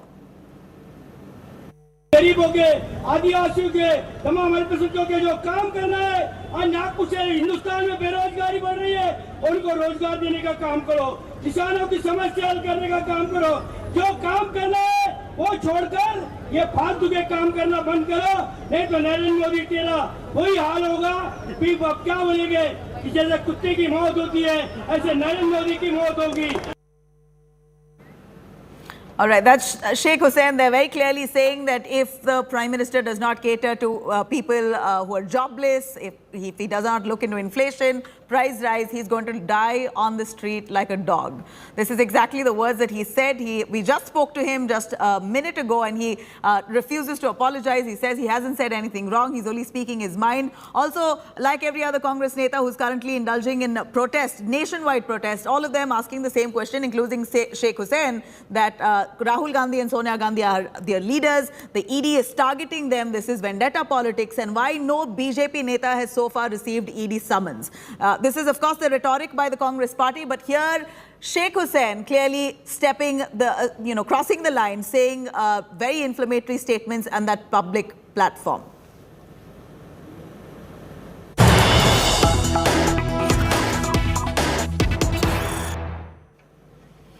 Meanwhile, Congress's Rashtriya roar for Rahul Gandhi. Congress says, and I quote, "We demand action against the cops." Congress there asking for action against the police who allegedly manhandled many of those netas. The Congress now saying that we will protest across the country today at 4 p.m. Tomorrow across the country, Raj Bhavan ka gherao. This is exactly what the Congress has said. Pan-India protest that they're going to be launching at 4 p.m. today over police manhandling many of those netas who came out to protest. Remember, the Congress has been constantly reiterating that they are allowed to protest as it's their fundamental right. In fact, many of the areas in Delhi, Section 144 was imposed, so no groups can assemble across those areas where Section 144 has been imposed. So all around the ED office, Section 144 was imposed. Despite that, we saw Congress netas there coming out in protest. Many of them attempting, at least claim to have been trying to carry out a peaceful protest. But nonetheless, it did turn out to be violent, with the police then stepping in and detaining many of them. Randeep Surjewala, who speaks as he confirms that a pan-India protest will be launched in protest against the police trying to manhandle Congress netas. The Delhi police today forcibly entered the national headquarters of Indian National Congress at Delhi, beat up workers and leaders. This is patently criminal trespass. The Gundaism of Modi government and Delhi police has reached its zenith. We are protesting peacefully in a Gandhian way, but this Gundaism is unacceptable. It will not be tolerated. It will be accounted for. We will remember, and the suitable action, both civil and criminal, will be taken. All right, we heard Randeep Surjewala. Now, after back-to-back questioning on Monday, Tuesday, Rahul Gandhi has now been summoned for the third consecutive day by the Enforcement Directorate. Rahul Gandhi reached the ED office, was accompanied by his sister Priyanka Gandhi for the third day. Massive ruckus erupted outside the AICC headquarters and outside the ED office in solidarity with Rahul Gandhi. Images captured dozens of Congress leaders and workers in a tense standoff with Delhi police and other security personnel outside the party's headquarters on Akbar Road. One video showed women protesting on the road, surrounded by police officers with lathis and shouting Rahul Gandhi Zindabad. Cops were seen detaining several Congress netas while several protesters entered got into a scuffle with the cops. Many of them complained that the cops manhandled them and brutally, some of them claim that they were brutally beaten. Congress leader, in fact, has been questioned. Rahul Gandhi has been questioned for the last 2 days, for over 20 hours. Since Monday, both days he was taken in for questioning in the morning and got out close to midnight. According to ED sources, Rahul Gandhi has been evasive and many of his answers may have been tutored by the lawyers. ED officials now questioning Rahul Gandhi are not satisfied with the answers of the former Congress president. The ED grilling was launched. In fact, it has now snowballed into a war of words between the BJP and the Congress. The Congress alleging that the action against Rahul Gandhi is not justified and has called it nothing but political vendetta, while the BJP rubbishing these allegations, calling Congress's agitation here only drama to protect their corrupt leader. Look at the visuals. This is just outside the ED office, and this is nothing less than arsoning. Tires being burned on a busy stretch of road, putting the traffic on a hold. Just look at these visuals. Now these protesters are running away. Sir, tyres नहीं जला सकते, कैसे जला सकते हैं आप? ये मोदी साहब के सर, आप नहीं सर, आप रास्ते पे ट्रैफिक में करने से मजबूर है हम लोग, क्या कर सकते हैं इसमें? क्यों ये इतनी पुलिस लगा रखी है? आप उसको प्रोटेस्ट, आप सत्याग्रह कह रहे हैं क्या? गांधी जी ने सत्याग्रह में टायर ऐसे में ये रॉन्ग है ना मैम? टायर्स जलाना भी गलत है, ये रॉन्ग नहीं है क्योंकि these protesters are refusing to understand the meaning of satyagraha. This is an extremely busy stretch. It has to be repeated that this kind of arsoning can actually put a risk of life because there are people crossing the busy stretch. There are cars at this busy stretch, but clearly these protesters over here do not have the basic understanding of a satyagraha as is being mentioned by the Congress workers. You can see tires being burnt on an extremely important stretch of the national capital. Modi सरकार और मोदी सरकार की पिट्ठू Delhi police अब गुंडागर्दी पर उतर आई है। उन्होंने गुंडागर्दी के और कानून की उल्लंघना के सारे आयाम, सारे नियम तोड़कर रख दिए हैं। वो कांग्रेस के मुख्यालय में, भारतीय राष्ट्रीय कांग्रेस के दफ्तर में जबरन कैसे घुस सकते हैं, कैसे किसी के घर के अंदर जाकर लाठीचार्ज कर सकते हैं। और चेतावनी है दिल्ली पुलिस के उन अधिकारियों को जो कठपुतली बनकर इस प्रकार का दुर्व्यवहार और गुंडागर्दी कर रहे हैं, निर्णय उनका भी होगा। जिस प्रकार से हर कानून को तोड़ा जा रहा है और कोऑपरेट करने के बदले कॉन्फ्रंटेशन अपना रही है ऑल इंडिया करप्ट कमेटी और ऑल इंडिया कॉन्फ्रंटेशन कमेटी, ये दिखाता है कि पहले भ्रष्टाचार में जो 2000 करोड़ का गबन किया गया उस पर तो साइलेंस है, परंतु अब कोई इंटिमिडेशन कर दे, एजेंसीज को सवाल पूछने का मौका ना मिले, एजेंसीज को सच तक पहुंचने का मौका ना मिले, इसीलिए वायलेंस पर उतर आए हैं, हुलिगनिज्म पर उतर आए हैं, हुड़दंग पर उतर आए हैं कांग्रेस के कार्यकर्ता राहुल गांधी के इशारे पर। अनप्रेसिडेंटेड मतलब they have entered our party office also, someday they may come to our house inside and started torturing us. What is this? Party मुख्यालय के अंदर पुलिस दाखिल हुई। ये तो आप देख रहे हैं कांग्रेस कार्यकर्ता तानाशाही की चरम सीमा पर पहुंच चुके हैं। ये क्या चाहते हैं ये पता नहीं, ये क्या बनाना रिपब्लिक बन गया क्या? कि यहाँ आप ये क्या हमारे प्रजातंत्र की कोई कुछ बचे नहीं। You can stop me from going to my office, All India Congress Committee office, but whether you can stop me from going to Parliament, I'm going to the Parliament and I will protest against this injustice, the insult to the Parliament members by Amit Shah and the cabinet. ये लड़ाई सत्य के लिए है, इसीलिए हम सत्याग्रह कर रहे हैं। किसी ढंग से वो हमारे नेता को, हमारे पार्टी को डिमोरलाइज करने के लिए, हरासमेंट करने के लिए ये कोशिश कर रहे हैं, लेकिन हम बड़े मजबूत हैं। इनके प्रश्नों से, इनके डराने से हम डरने वाले नहीं। टारगेट किसको बनाएंगे? आज देश का तमाम विपक्षी पार्टी मान गई, देशवासी मान गए, एकमात्र राहुल गांधी है जो मोदी जी और उनकी सरकार का मुकाबला कर रहा है। अब तो जितने आप लोग लिख रहे हैं आर्टिकल उसमें आने लग गया है, एक व्यक्ति का नाम राहुल गांधी जो लगातार मुकाबला कर रहा है और उन्हीं को मोदी जी, अमित शाह जी टारगेट बनाए हुए हैं। तो मैं तो केंद्र सरकार से मांग करता हूँ, ईडी से भी, ये मांग करता हूं कि वहां सारे मीडिया हाउस के कैमरा लगा दिए जाए, जो सवाल उसके हैं और राहुल जी जो जवाब दे रहे हैं पूरा देश सुने, जाने, समझें और वो तय करें कि सच क्या है। यदि हमने नेशनल हेराल्ड को बचाने का अपराध किया तो हम अपराधी हैं। क्यों नहीं मोदी शाह जी फैसला दे देते हैं? इतनी भूमिका क्यों बांध रहे हैं? आपने पूरी दिल्ली को जाम करके रखा हुआ है, हर जगह पे जाम रखा हुआ है, इतना भय क्यों? हम तो सारी महिलाएं सिंपल तरीके से शांति से लाइन बना के ईडी ऑफिस तक जाना चाह रहे थे। ये इतना भय किस लिए है? आज इस तरह की लोकतंत्र में ये राजतंत्र किस लिए चलाया जा रहा है? All right, coming up after a short break, on the other side, more details emerging in the Prayagraj violence case. Do stay with us.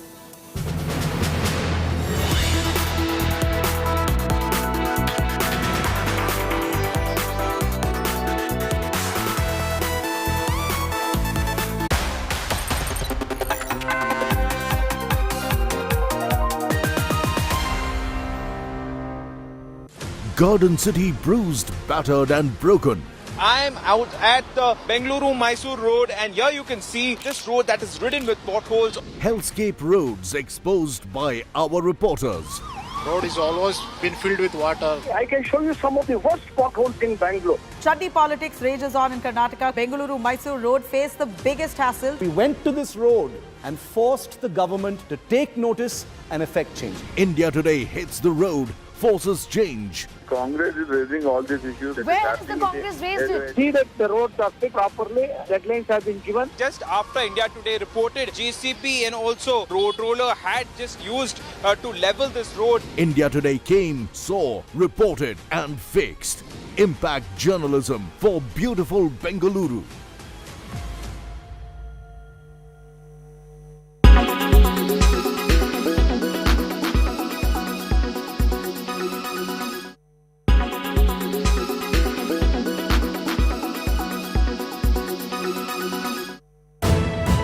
You are watching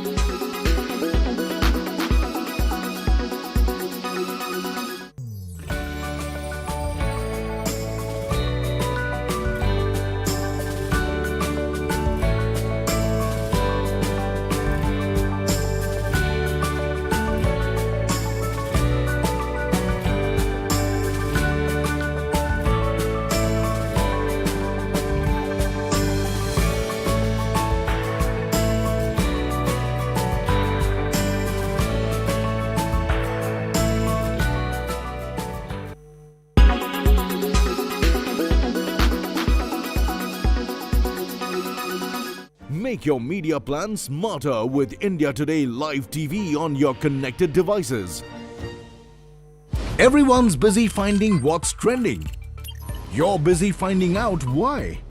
India Today for those who research before reacting. Download the India Today app now. Make your media plan smarter with India Today Live TV on your connected devices. You are India's #1 political reporter. Defines what seems to be happening, vendetta politics. कोई दूध के से धुला हुआ नहीं है. Unmatched eye, unmatched experience. The world has changed. My black hair has become grey as well. And with unmatched passion for the story. Do not monopolize the conversation. When it's 100% pure prime time. It's News Today with Rajdeep Sardesai. Monday to Friday, 9 p.m. Only on India Today TV. Presented by Aditya Birla Group, Big in Your Life. Co-presented by Star Health Insurance, the health insurance specialist. Co-presented by JK Pancharghat Tire. अब हवा नहीं निकलेगी. Powered by NECC. Sunday हो या Monday, रोज खाओ अंडे.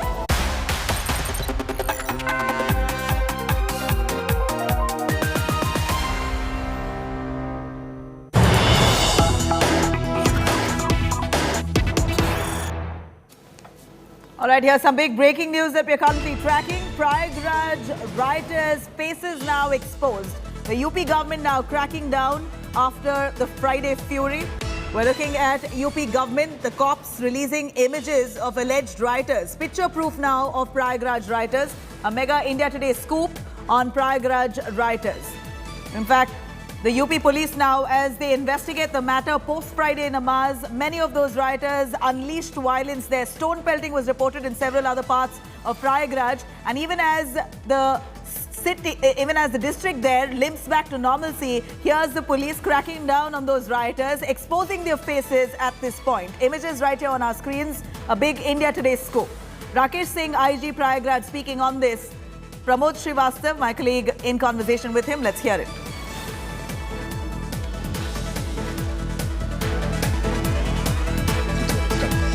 IG Prayagraj हमारे साथ मौजूद हैं। राकेश जी आप लोगों ने पेट्रोलिंग करी है, क्या मैसेज देना चाह रहे हैं फ्राइडे से पहले?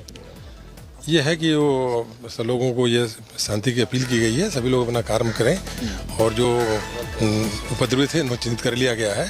तो अब सामान्य लोगों के लिए कोई सी बात नहीं है, जो लोग अपना कारोबार कर रहे हैं कारोबार करें, आए जाएं अपना, और एक सौहार्दपूर्ण माहौल उत्पन्न हो और उसको लोगों के अंदर आत्मविश्वास पैदा हो। इसलिए हम लोग यहाँ पर भ्रमण कर रहे हैं और आरएफ लोगों को भी से बात कर रहे हैं। और जो है जो उपद्रवी हैं, जो इन्होंने जो अराजक हैं, वो हम लोग उसको चिन्हित कर लिए हैं, उनके खिलाफ कार्रवाई अलग से चल रही है। सामान्य लोगों से, जो सामान्य नागरिक हैं, वो अपना सकुशल अपने क्षेत्र में रहें और उनको किसी तरह डरने की या किसी तरह से परेशान होने की कोई जरूरत नहीं है। सर सोशल मीडिया पे तो आ गए हैं, अब क्या प्रोसेस आगे का है, क्या चिपकाए जाएंगे या क्या होगा? ये जो उपद्रवी हैं उनके पोस्टर जारी किए जा रहे हैं। कितने प्रोसेस, कितने लोग आइडेंटिफाई किया? अभी वो जारी है, प्रोसेस जारी है। कब तक सर ये पूरे सड़कों पे आएगा, चिपकेगा? प्रोसेस जारी है। तब हाँ, आपका मैसेज क्या है प्रयागराज की जनता के लिए फ्राइडे से पहले स्पेशली? मैसेज ये है कि लोग जो है सौहार्द बनाए रखें और प्रशासन सतर्क है और किसी तरह की जो किसी भी अराजकता से निपटने के लिए पूरी तैयारी हमारी पूरी है। लेकिन जो सामान्य लोग हैं, जो आम कॉमन आदमी है, उसके किसी तरह के डरने की जरूरत नहीं, अपना काम करें और अपना जीवन जैसे आम जीवन चलता है उसी तरह रहता है। सवाल मेरा सर, अगर ये चीज़ें फिर से फ्राइडे को कोशिश करते हैं, कुछ अराजक तत्व के माहौल खराब करेंगे, तो प्रयागराज पुलिस का क्या टेक रहेगा? देखिए, ऐसा कि हमारी पूरी तैयारी है, ऐसा किसी भी कीमत पर नहीं होने दिया जाएगा, ऐसा होगा। बहुत बहुत शुक्रिया सर। तो ये थे हमारे साथ डॉक्टर राकेश सिंह, आईजी प्रयागराज। सीधा कहना है, पुलिस फोर्स के साथ ही मौजूद थे, एसएसपी टीम के साथ इन्होंने पेट्रोलिंग करी है। मैसेज साफ है, इनकी तैयारी ऐसी है कि दोबारा यहाँ पर चीज़ें नहीं बिगड़ेंगी। सहयोगी पंकज और कैमरामैन नीरज कुमार के साथ समर्थ श्रीवास्तव, आज तक। So the police and RAF has strengthened its force ahead of Friday so that particular violence should not be repeated again. You can see the visuals outside here where the buses have arrived with RAF jawans coming in here with bulletproof jackets, canes in their hands and bags full of weapons. You can see a large number of RAF jawans out here coming out of their buses. These are some visuals on India Today TV. You can see they are strengthened. They have got all their assets, be it bulletproof jackets, be it canes, and not just this particular bus.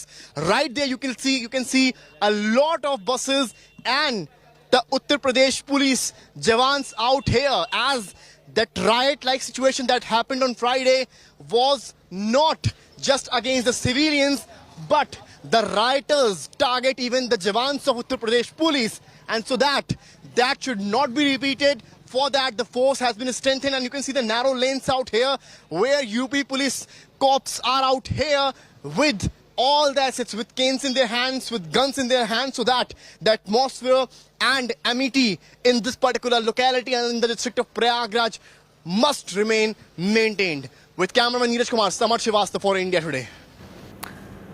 Right. I'm going to quickly cut across to our reporter Samarth Srivastava, who joins us, gives us updates on that case. Samarth, we're looking at these rioters who've created mayhem in Prayagraj. Many of their faces that were hidden now has been exposed. The UP police now putting out images of those rioters through CCTV captures that they've managed to access. They've made that public. What's the punishment against those rioters? Who are these people? Was it a pre-planned affair? Well, obviously it seems to be a pre-planned affair, but what I have got latest is, you can see the visuals. Bulldozer has arrived in Prayagraj Atala yet again, and you can see the bulldozer out here collecting the bricks placed in this particular locality. Though it happened yesterday as well, though this bulldozer has not arrived to to demolish any building, any house, but it has arrived to collect this particular brick, which was in a way used during last Friday after prayers in stone pelting. And administration and police feels that these bricks must be removed from the adjoining areas of Atala, and that is why, because the rioters used this particular area and these particular bricks to pelt stones at civilians and police teams as well. And now that is why this JCB is out here, and we are showing you the exclusive visuals from Prayagraj on India Today TV, how this entire area, few minutes back you saw IG, SSP and DM doing patrolling in this particular area, and now before that particular poster thing, as posters have been released on social media, but it is to be a lot of time left for the posters to be pasted on the roads of Prayagraj. But now you can see these are the trucks of Municipal Corporation of Prayagraj. You can see the bulldozer is taking out, digging the bricks from this particular area and taking this to us. We are trying to show you the visuals out here, how it is collecting these particular bricks from this area, though it's quite dangerous, but in a way they are taking the bricks from here and taking them, dropping them to these particular Municipal Corporation trucks, which are placed near to this particular JCB. You will see the visuals out here, though it's worth mentioning here that 2 to 3 days back, the same JCB came to demolish the house of main accused in this particular violence, Javed. And now, 2 days after, this JCB and bulldozers again out here with, in broad daylight, you can see how the process is on. My cameraman Neeraj will yet again pan the camera out there, how the bulldozer is taking out the bricks from here, and what is concrete is the weight, as it's going to be harsh for the rioters now, because many have give us an understanding of where these bulldozers are currently rolling. We see those bulldozers right behind you. Those bulldozers are residential areas in Prayagraj, is it? Where are they rolling? Are they rolling on the houses of those rioters? And most importantly, is this illegal construction?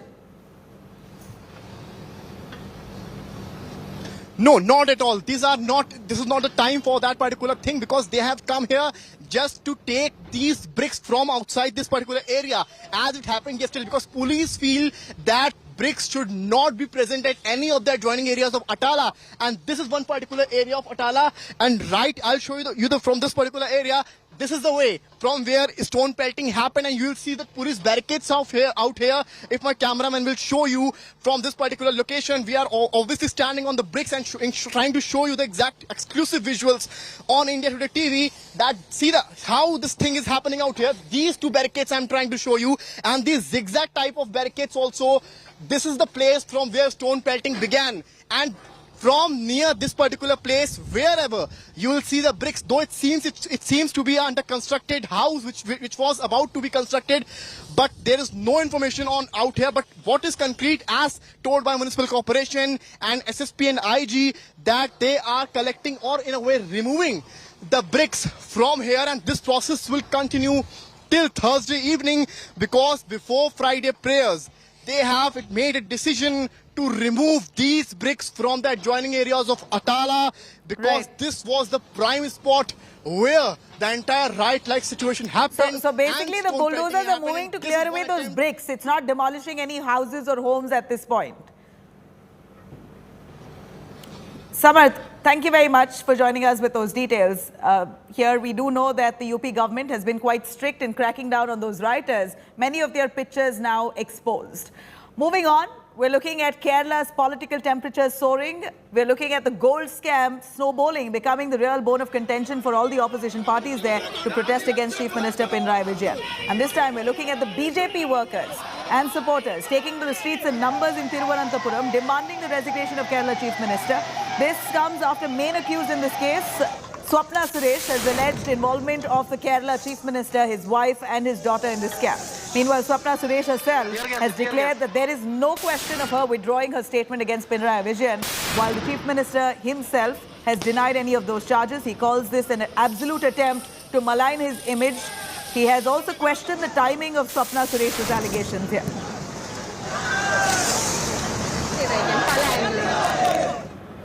All right, on that note, it's a wrap on this edition of the Bulletin. You could log on to indiatoday.in. You could also download our app for more on this. Thank you for watching. News and updates coming up next.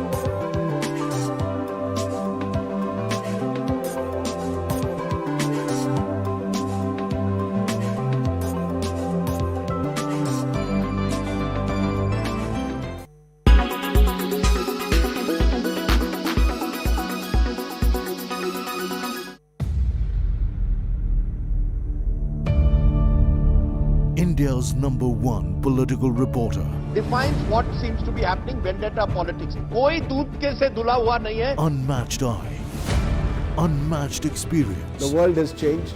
My black hair has become grey as well. And with unmatched passion for the story. Do not monopolize the conversation. When it's 100% pure prime time. It's News Today with Rajdeep Sardesai. Monday to Friday, 9 p.m. Only on India Today TV. You are watching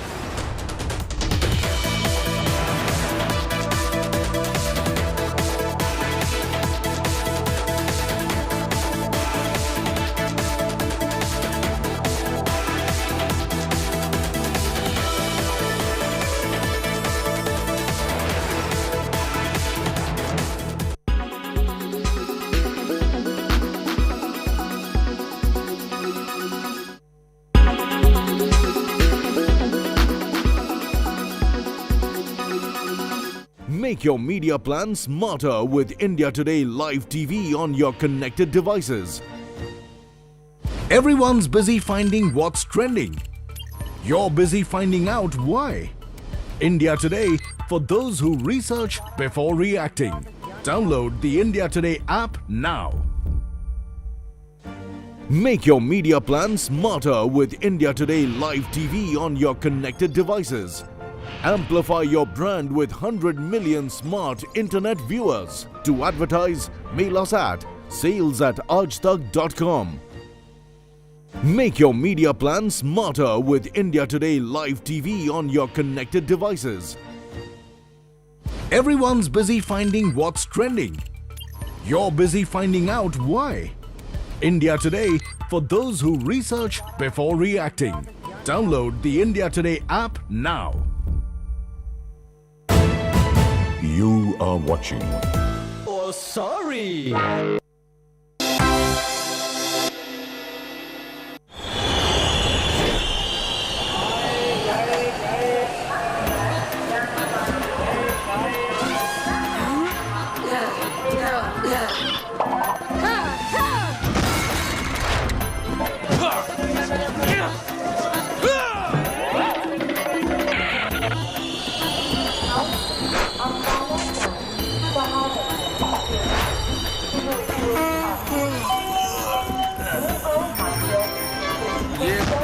राज में तो पक गए, election में इतनी मेहनत की कि थक गए। तुम तो चाय पिलाओ मियाँ, आजमगढ़ से हाय आदमी को जिताओ मियाँ। जी जी चाय लाया। चाय पहले यहाँ आएगी मियाँ, क्योंकि यूपी के सीएम हम हैं। मैं कह रहा था बाबा जी, चाय तो आप ही पहले पी लो, लेकिन आजमगढ़ में झंडे हम ही गाड़ेंगे।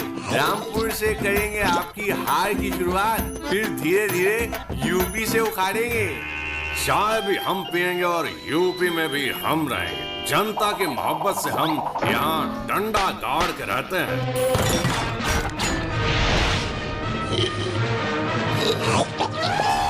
साइकिल लेकर हमसे ना टकराओ मुन्ना, बिखर जाओगे। हमें लोग बाबा बुलडोजर कहते हैं। खामोश।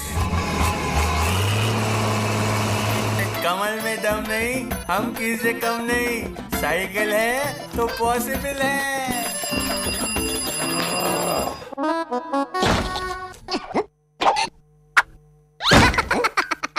Presented by Berger Easy Clean. No dag, no dhabba. Only beautiful walls.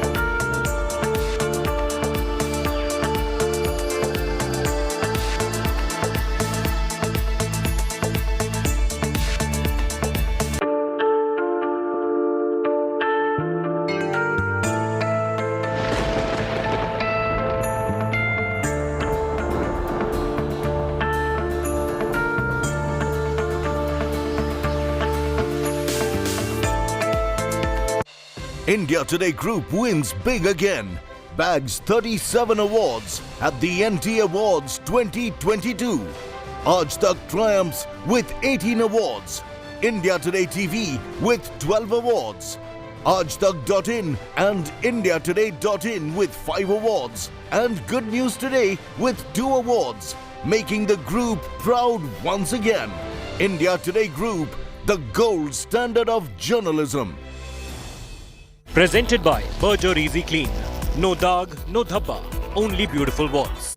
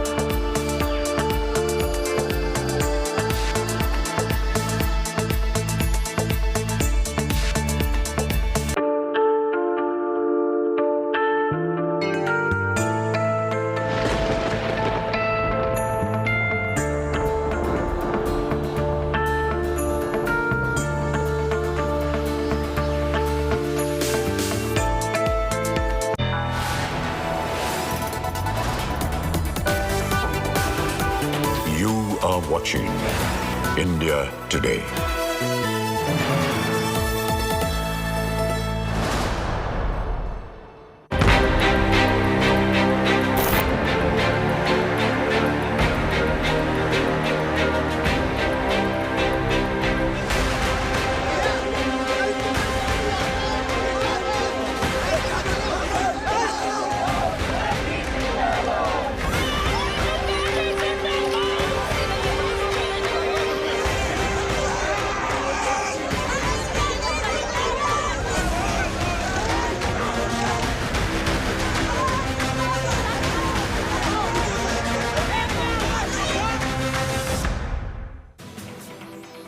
Very good afternoon and thanks so much for being with us here on India Today. I'm Chaiti Narula joining you with all the top stories. Let's start with the headlines first.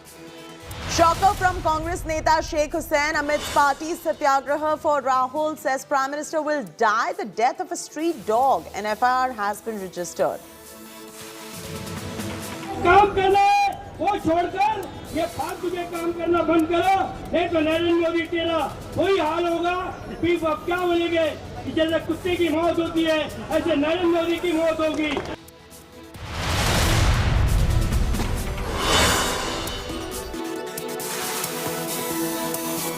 Day 3 of Rahul Gandhi's grilling underway. ED sources say Rahul tutored answers, slowing down questioning. Congress cadres set tires ablaze outside ED office in VVIP, Delhi.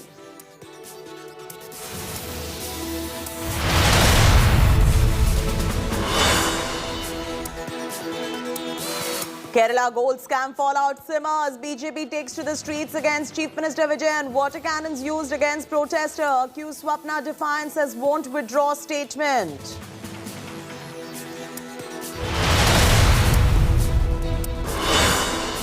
Big blow to Mamta's Raisina race. AAP and TRS set to skip her meeting. Pawar says no to be the joint opposition nominee. Left proposes Mahatma Gandhi's grandson.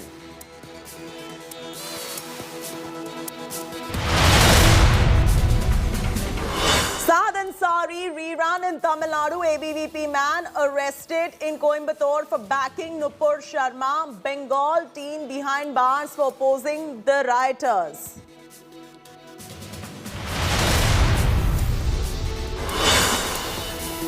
Singer Moosewala murder secrets set to unravel. Punjab cops get gangster Lawrence Bishnoi's custody. Murder threat to Salman Khan also being probed.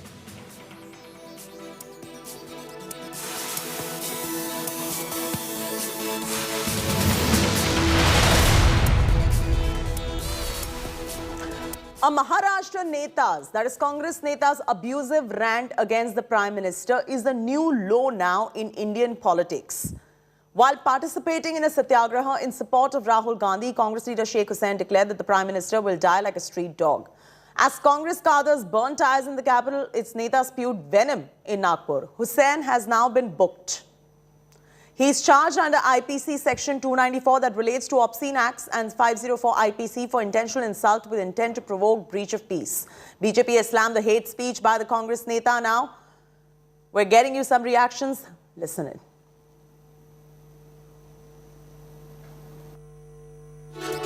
Narendra Modi तुमको लोगों ने देश को विकास करने के लिए दिया है। 70 साल में कांग्रेस ने किया है, उसी को बेचकर तुम देश चला रहे हो। तुम कुछ कर नहीं रहे। ये फालतू के काम करना बंद करो, नहीं तो नरेंद्र मोदी तेरा वही हाल होगा। पीप अब क्या बोलेंगे कि जैसे कुत्ते की मौत होती है, ऐसे नरेंद्र मोदी की मौत होगी। India today has grilled the Maharashtra Congress Neta about his abusive rant against the Prime Minister. Sheikh Hussain remains defiant and he even refuses to apologize. Listen in. Sheikh Hussain जी, आपने इतना बड़ा स्टेटमेंट दिया है, फुल पब्लिक में FIR लगाया गया है आपके ऊपर, आपका क्या कहना है? आपने जो कहा उसको मानते हो आप? मैं देखिए, मैंने जो भी भाषण दिया, समझे क्या, मैंने गुजरात में हुआ जो दिया, महंगाई के खिलाफ ये सब कुछ भाषण दिया। मैंने आखिरी में जो बोला हूँ, समझे क्या, एक मुहावरे के तौर पे मैंने बोला, ऐसा कोई किसी के ऊपर मैं करके बोला नहीं मैंने। वो आपने बोला है कि मोदी, आपने बोला है प्राइम मिनिस्टर मोदी कुत्ते के जैसे मर जाएंगे रोड पे, ऐसे आपने बोला है। आप हमको सुनाई दे रहा है वो, तो मैंने वो मुहावरे के रूप में बोला। मुहावरा जो होता है, मैं पार्टी के हित में बोला, मैंने पार्टी की तरफ से बोला। आज हमारी प्राइम मिनिस्टर के बारे में बोल रहे हैं, आपको पता है कि ये गलत है? नहीं, मैं बोला, मैंने प्रधानमंत्री के बारे में कुछ ऐसा गलत बोला ही नहीं ना मैडम। आपने बोला तो है, यहाँ पर हमारे पास वीडियो है, चल रहा है टीवी पे। हाँ, तो जो बोला मैंने मुहावरे के तौर में बोला मैंने। ऐसे तो प्राइम मिनिस्टर के बारे में बोला गलत है ना, वो भी पब्लिक प्लेटफॉर्म में ऐसे माइक के थ्रू। नहीं, कौन सी गलत है? मैंने जो भी लोकशाही को आज कुचल रहे हैं, मैंने जो भी सब मैंने लोकशाही पद्धति से जो बोलना है मैंने वो बोला, और मैंने जो भाषण में पूरा बोला, और मैंने आखिर में मुहावरा दिया। समझ आए क्या? मेरा कोई इसके ऊपर में प्रधानमंत्री को बोलना ऐसा कोई ये नहीं है, मेरा मुहावरा है वो। आपने प्रधानमंत्री का नाम लेके ही बोला है आपने। हमारी नेता सोनिया गांधी, राहुल गांधी, समझे क्या, आसाम के मुख्यमंत्री ने कितनी बड़ी बात बोला कि राहुल के पिताजी कौन है, समझे क्या। ये इतना ये कुछ भी बोलेंगे, ये खिलाफ नहीं है। आज सोनिया गांधी और राहुल गांधी आज देश के नेता है, कांग्रेस पार्टी के नेता है वो। तो क्या हो गया उनको? हम भी देश के नेता है, काम करते हैं।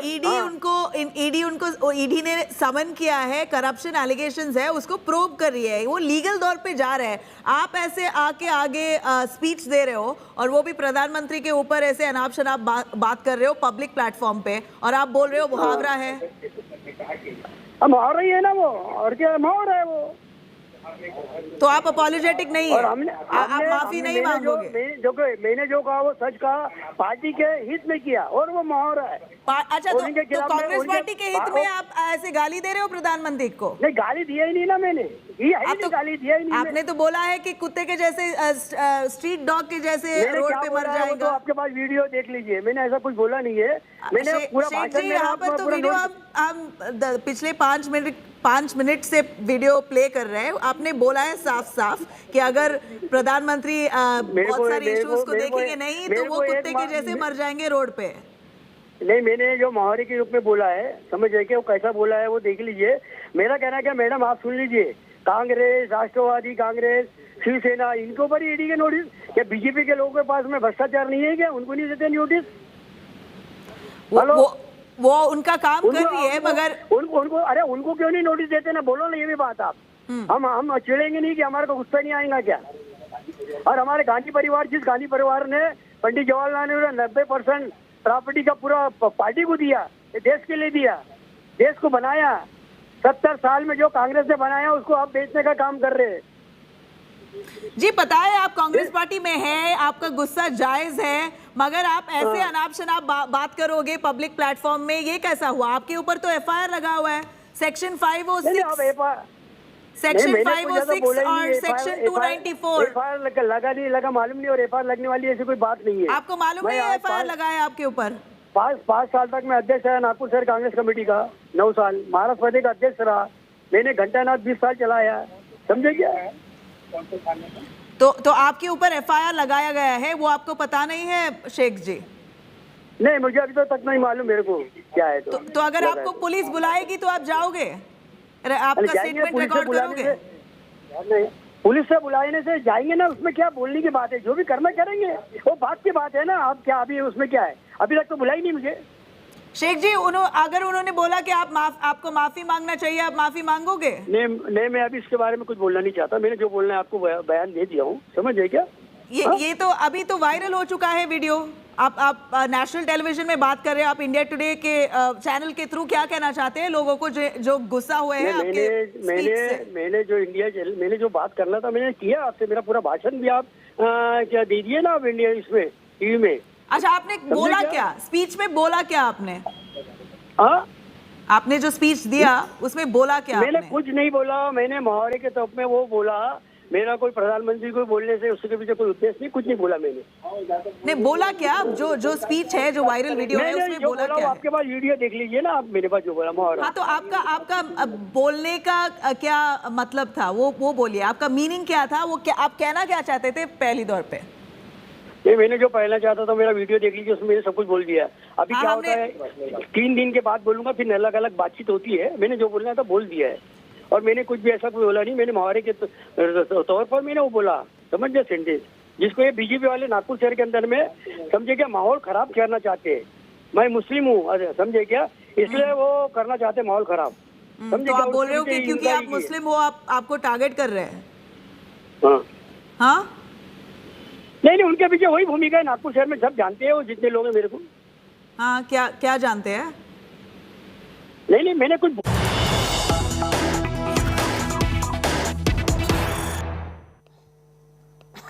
Breaking news coming in. Congress Neta remains defiant after abusing Prime Minister Modi.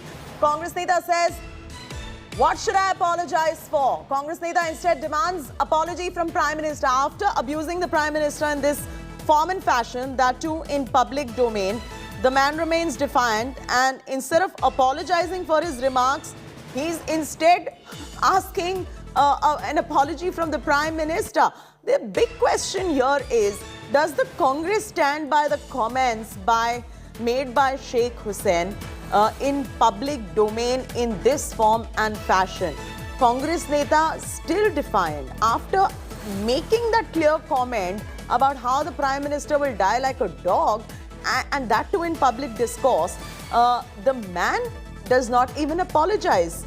We are getting some reactions coming in, and also we will play this soundbite again for you because he's denying it. He just spoke to Nabila right now, says I have not spoken something of this nature. So we will play that out again for you to prove it to you exactly what he has said. नहीं, मैंने तो ऐसा कोई FIR होने वाली बात, ऐसी कोई दर्ज होना चाहिए, ऐसा कोई बात तो मैंने बोला नहीं। जो भी ये पार्टी के हित में, पार्टी लाइन के ऊपर मैंने भाषण दिया पूरा, और मैंने अब आखिरी की बात कौन से सेंटेंस को बोल रहे हैं तो मुहावरे के रूप में मैंने वो पेश किया। क्या ये मुहावरा है कि मोदी कुत्ते की मौत मरे? ऐसे मुहावरे बोले जाते हैं ना, ऐसे बहुत सी चीज़ें बोली जाती है, वही मुहावरा मैंने बोला।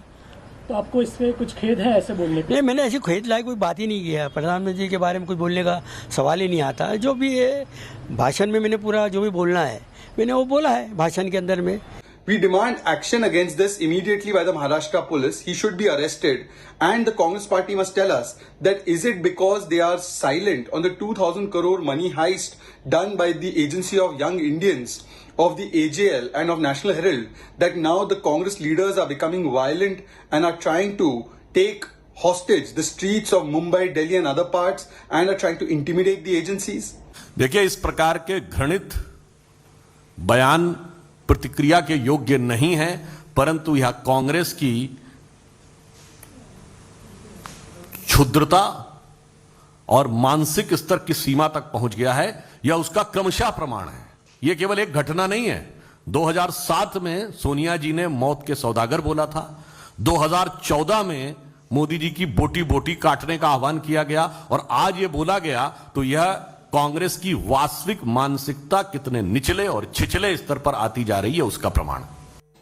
Kamlesh is now joining us live for the very latest. Kamlesh, we heard what Sheikh Hussain said. Whatever he denies or does not deny, it is on record what he has said. So even if he wants to say, I never said something of this nature, it is there on record. The point here is, one, will he apologize? B, the larger question, does the Congress stand by these comments?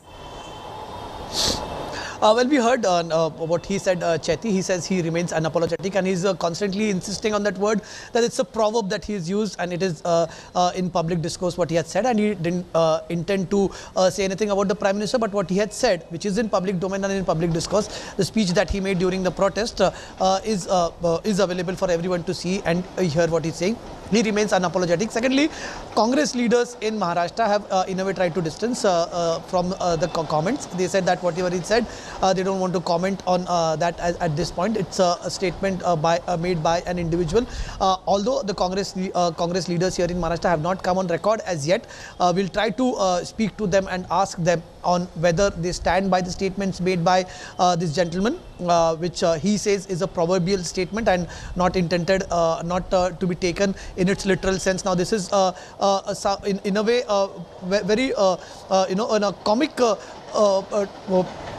It's a comic defense of what he had said, the statement made by him.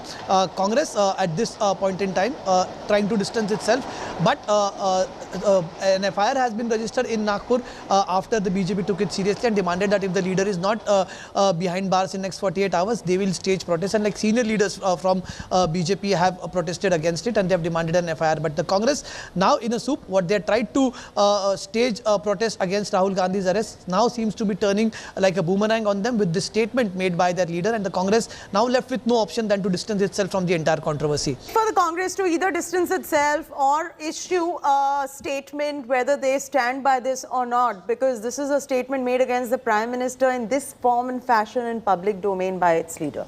Anyway, we've got some breaking news coming in. Let's cut straight across to it.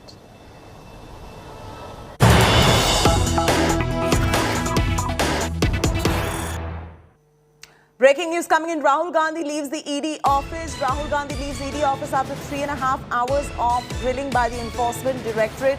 This is his third day of grilling. In fact, last night he left the ED office way past 11:30 p.m.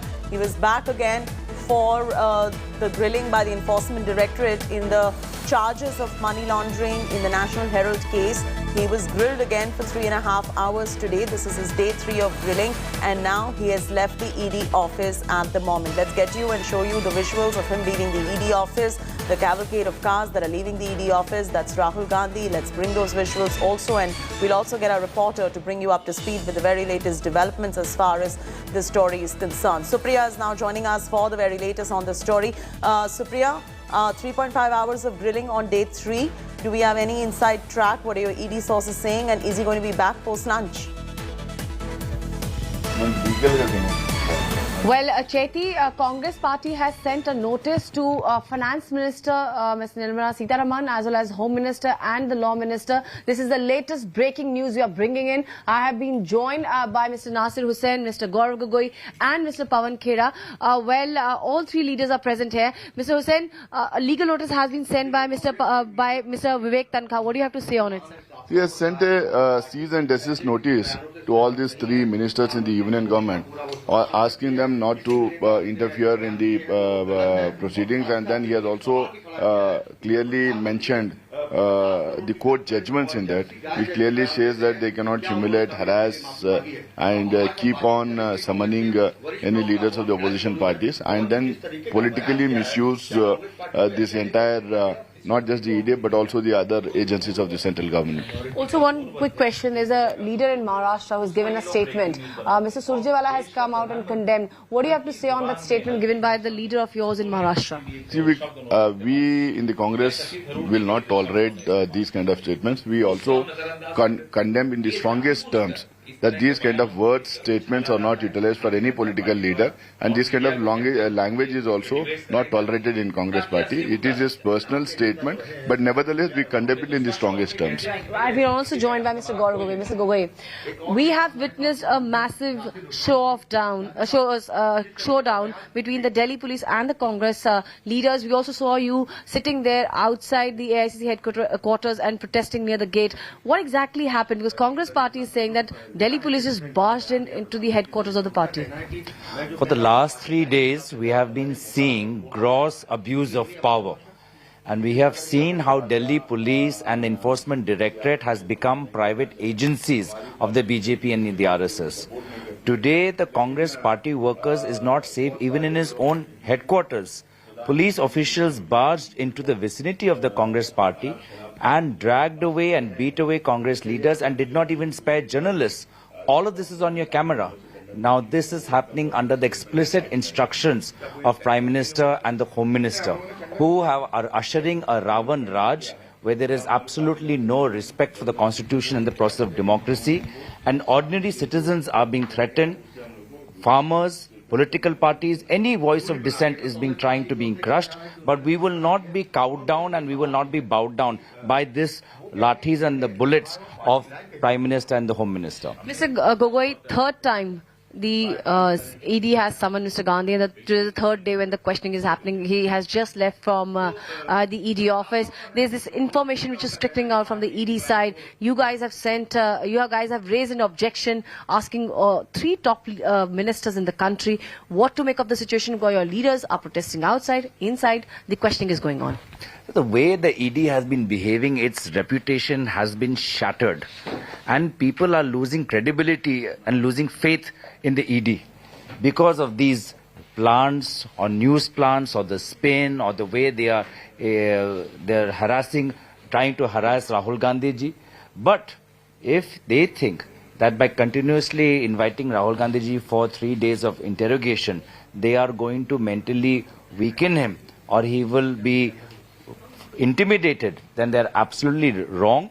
The resolve of Indian democracy, the resolve of the Indian people, the resolve of the Congress party is stronger than before. The more you try to crush us, the more we will become stronger. Well, Mr. Pawan Khera, sir, first and foremost, what happened today? What do you have to say? Because Delhi police is saying nothing happened. We didn't enter the premises. You people have done a full-fledged press conference, released the videos. The Delhi police has entered the premises. On the other side, Delhi police is doing a press conference saying nothing happened. It happened right in front of all of you. Your cameras have captured it. They entered, we all saw it. They entered the premises, beat up our workers and some journalists, roughed them up, dragged some of our workers. This is unprecedented. I've been living in this city for 22 years. I've never seen a scene like this. Also, Mr. Khera, what do you have to say? Because at various places today, your leaders have been house detained in Delhi. A lot of leaders who are trying to enter, including Mr. Pilot, just have been detained. People are not being allowed to enter the AICC headquarters. What to make of it? You have been living in Delhi. You were part of the Delhi government during Sheila Dikshit era. What to make of the situation? Barricades have been put, roads have been closed, people are not being allowed. Your staff members were not being earlier allowed to enter the AICC headquarters. What do you have to say about that, sir? Never before has Delhi seen such crushing of democracy which we are witnessing today. The last 3 days we've been struggling to reach our own office. Now, under what law? We've been asking the cops, please show us your instructions. Where is the order? They have no written order. Under what law can they stop me from entering my office or stop Mr. Gaurav Gogoi from entering his office? Why are they doing this? Why are they afraid? What are they afraid of? Well, this is what the Congress party has to maintain on the entire matter, Chethi. This is the latest coming from the Congress headquarters, because outside it has turned into a fortress. Yeah. The Akbar Road, the Janpath, as well as that of the nearby area between the India Gate and the Khan Market. Oh, no, absolutely. Thank you so much, Supriya, for getting all those reactions from the Congress leaders as well. Now, after back-to-back questioning on Monday and Tuesday, Rahul Gandhi was summoned for the third day by the ED. Rahul Gandhi reached the ED office and was accompanied by Priyanka Gandhi Vadra for the third day. Massive ruckus erupted outside the AICC headquarters and outside the ED office in solidarity with Rahul Gandhi. Images captured dozens of Congress leaders and workers in a tense standoff with Delhi police and other security personnel outside the party's headquarters on Akbar Road. One video showed women protesting on the roads, surrounded by police officers with lathis and shouting, Rahul Gandhi Zindabad. Cops were seen detaining several Congress netas while several protesters entered into a scuffle with the cops. The Congress leader has been questioned for 20 hours already since Monday. And according to ED sources, Rahul Gandhi has been evasive and tutored by lawyers. ED officials questioning Rahul are not satisfied with the answers of the former Congress president.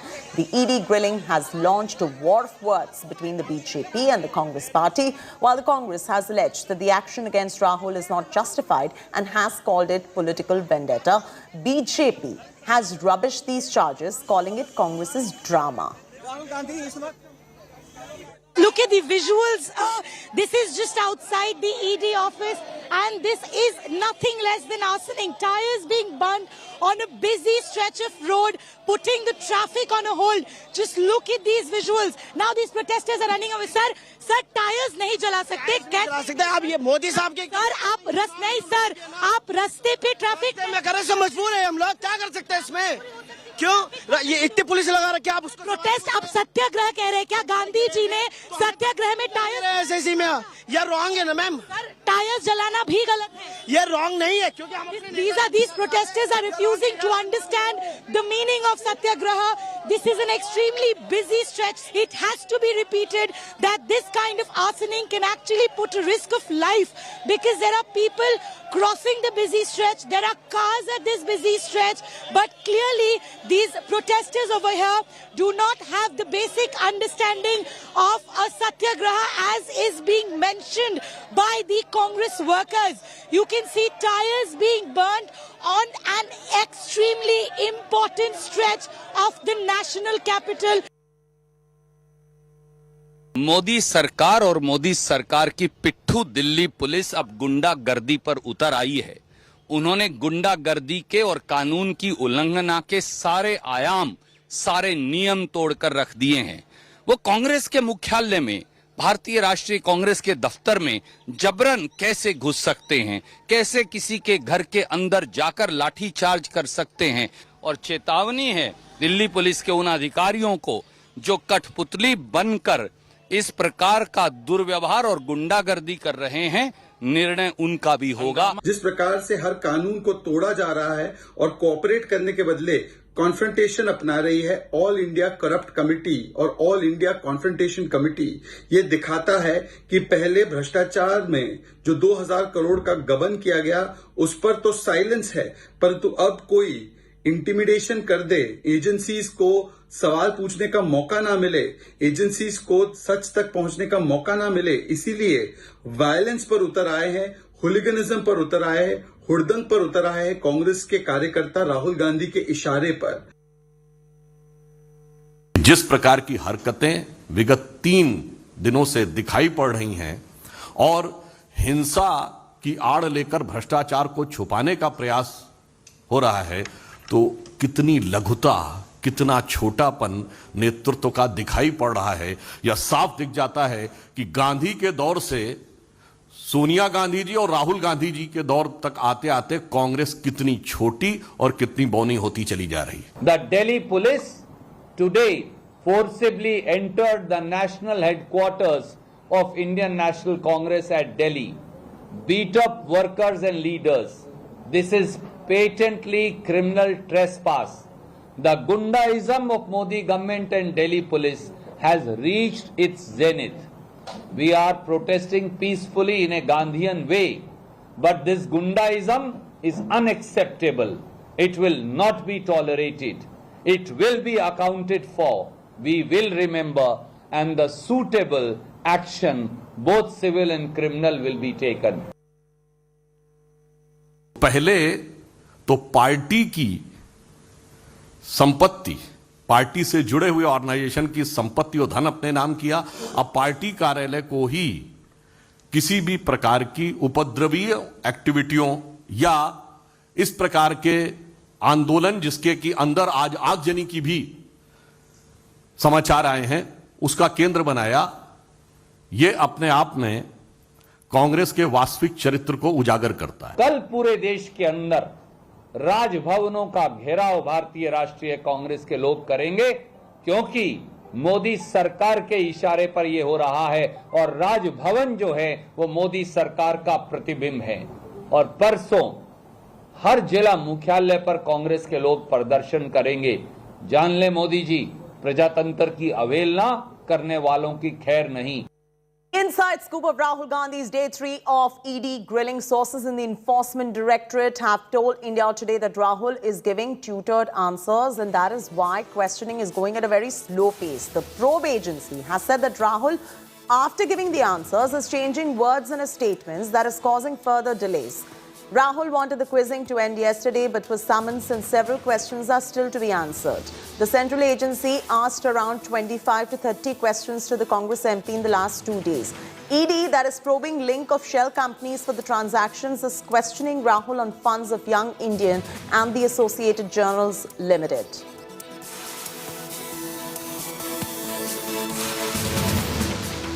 Heat continues to mount on Rahul Gandhi with another company, Dotex, now thrown into the mix. The BJP earlier dredged up Dotex, claiming that it is a Hawala company with links to the Gandhis. India Today has probed this Kolkata-based company to decode the link between Dotex and the National Herald case. The charge against Gandhis is that ₹1 crore of loan was taken from Dotex. But upon our investigation, the Kolkata-based company we found out that the Kolkata-based company is registered but with no physical office, only a 3-room guest house. Smriti Irani claimed that Dotex Merchandise Private Limited is linked to a Hawala entry operator in Kolkata that gives out checks in exchange for cash. The political showdown has peaked when Smriti Irani alleged the company is linked to all the Gandhis. The building that you can see in front of us is named Akash Deep. It's at number 5 Lower Rawdon Street, which is a very prime location of Kolkata. The area over here that you see, the property, it is a residential complex. However, Dotex Merchandise Private Limited is registered over here. Now, the investigation is on. However, to know whether Dotex, is for real or not, we arrived over here, India Today arrived over here, and what we found was that yes, at the 4th flank, at the 3rd floor, is a particular flat, rather apartment, where this is the registered property of Dotex India, Dotex Merchandise Private Limited. Now, when we went there, it did not look like an office. It was a guest house. It is a 3 BHK guest house. We spoke to the caretaker, who stated that people do come over here, the owners do come over here at certain times. However, when we went over there, no one apart from the caretaker was here. What he mentioned was that this is Dotex office for the past 20 years, and he has been working over here as a caretaker for a long time. However, it did not look to us like a registered office of a merchandise company. With camera person Kiranjit, this is Suryagni Roy for India Today, Kolkata. Dotex Merchandise Private Limited, हवाला entry operator Kolkata से संबंधित है, जो cash के बदले check देती है, जिसकी ट्रांजैक्शंस पर फाइनेंशियल इंटेलिजेंस यूनिट का रेड फ्लैग है। जो कांग्रेस के कार्यकर्ता आज दिल्ली में एकत्रित हुए हैं, वो राहुल गांधी जी से पूछिए कि गांधी खानदान का संबंध डोटेक्स मर्चेंडाइज प्राइवेट लिमिटेड से क्या है।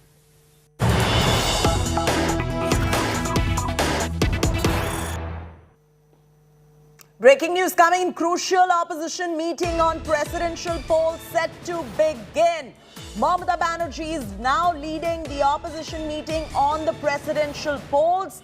Akhilesh Yadav, Randeep Surjewala, Jairam Ramesh, Mallikarjun Kharge, Mehbooba Mufti, Omar Abdullah, Kumaraswamy, Priyanka Chaturvedi, they all arrive for this crucial meeting, which is an opposition meeting on the presidential polls, the upcoming presidential polls. Paulami Saha breaks the story first on India Today. Do we have her with us? All right, Paulami joins us now. Paulami, what I noticed is that names from TRS is missing. BJD, AIMIM, Aam Aadmi Party. Where are the leaders from these particular parties? If this is a crucial meeting of the opposition parties, I see these party leaders amiss, and please correct me if I'm wrong. Well, Chetty, that's right. There have been, of course, notable arrivals over here at the Constitution Club in Delhi of political parties and their representatives who've come in for this very crucial meeting, which has been called by West Bengal Chief Minister and Trinamool Congress Chief Mamata Banerjee. But there are notable exceptions as well. The Aam Aadmi Party, which has been hobnobbing with the TMC for a while, seems to have cordial relations, is missing from this meeting. The TRS, again, is missing from this meeting. Earlier this morning, when we spoke to our sources within the TRS, we were told that the TRS doesn't want to be seen on the same platform with the Congress. Remember that the TRS is in fact facing off against the Congress party at the state level in Telangana, and also because it harbors national ambitions, it sees the Congress as its primary opponent in that contest against the Bharatiya Janata Party, because of which it has decided and chosen to stay away. The BJD, again a notable exception over here, has a sizable chunk of the votes in these presidential elections, with it 43,000 of those votes. But we also do believe, again, while it has not been officially stated or confirmed by the BJD, we do believe that the BJD is likely to side with the Bharatiya Janata Party and the NDA. So the BJP has already sworn allegiance to the NDA faction as far as these presidential elections are concerned, because we know that Odisha Chief Minister Naveen Patnaik was in Delhi on a couple of occasions of the last couple of weeks. He met with the Prime Minister, and during the course of those meetings, there's a possibility that the BJD has already sworn allegiance and, of course, has given its support to the NDA. So these are some of the notable exceptions. As far as the YSRCP goes, Mamata Banerjee did not extend an invitation to the YSRCP, again a party which is believed to, in fact, is considered a fence sitter on most occasions. But we do believe that as far as these elections go, the YSRCP is likely to support the NDA's candidate. So while there are notable exceptions, we do know that Sharad Pawar is in there, the Congress has sent its representatives in there, and as far as the Aam Aadmi Party is concerned, what they're saying is we're waiting for the name of the candidate to be announced, and after that we will take a call, we'll make a decision as to whether we want to support that candidate or not. All right, thank you so much, Paulami, for those extensive updates right there. We'll keep going back to Paulami Saha for updates coming in from this crucial meeting. We're slipping into a short commercial break here on India Today. But when we return, up next, Kerala gold scam fallout simmers. BJP takes to the streets against Pinarayi Vijayan.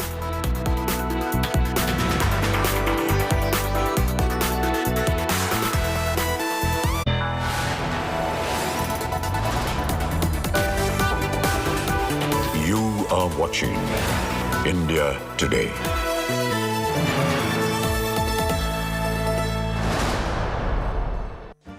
Make your media plan smarter with India Today Live TV on your connected devices. Amplify your brand with 100 million smart internet viewers. To advertise, mail us at sales@aajtak.com or call 9999892171.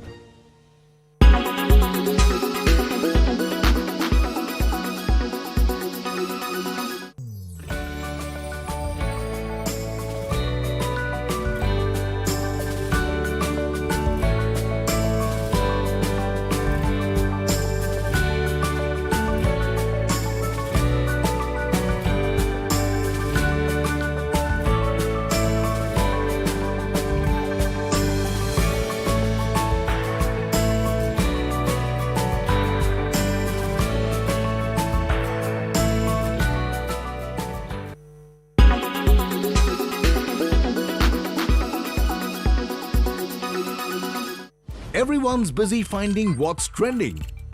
You're busy finding out why. India Today, for those who research before reacting. Download the India Today app now. Make your media plan smarter with India Today Live TV on your connected devices. Amplify your brand with 100 million smart internet viewers. To advertise, mail us at sales@aajtak.com. Make your media plan smarter with India Today Live TV on your connected devices. You are watching India Today. You are watching India Today.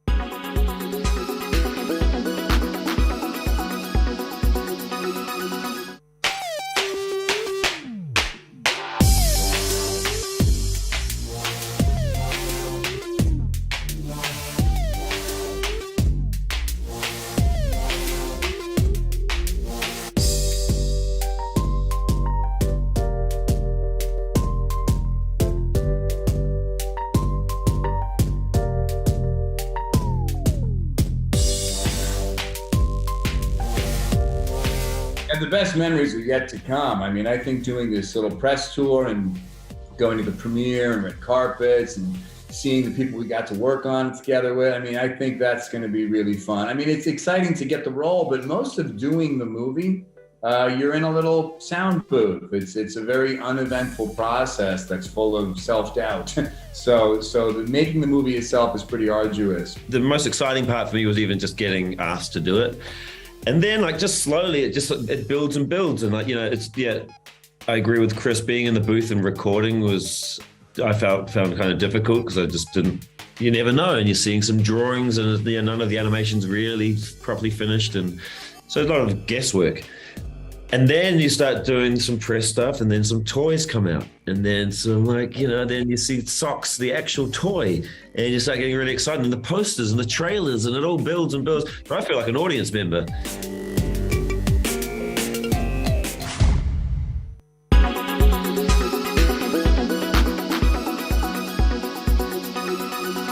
Make your media plan smarter with India Today Live TV on your connected devices.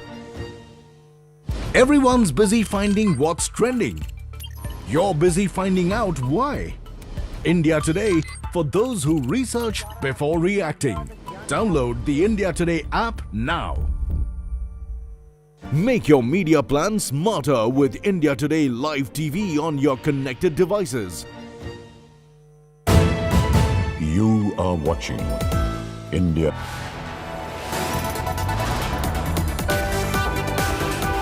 You are watching India Today.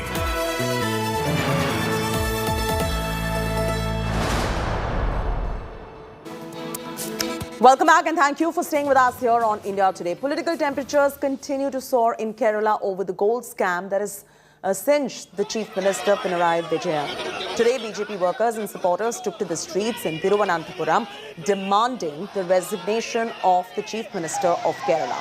This is coming in after the main accused in the scam, Swapna Suresh, alleged the involvement of the Chief Minister, his wife and daughter in the scam.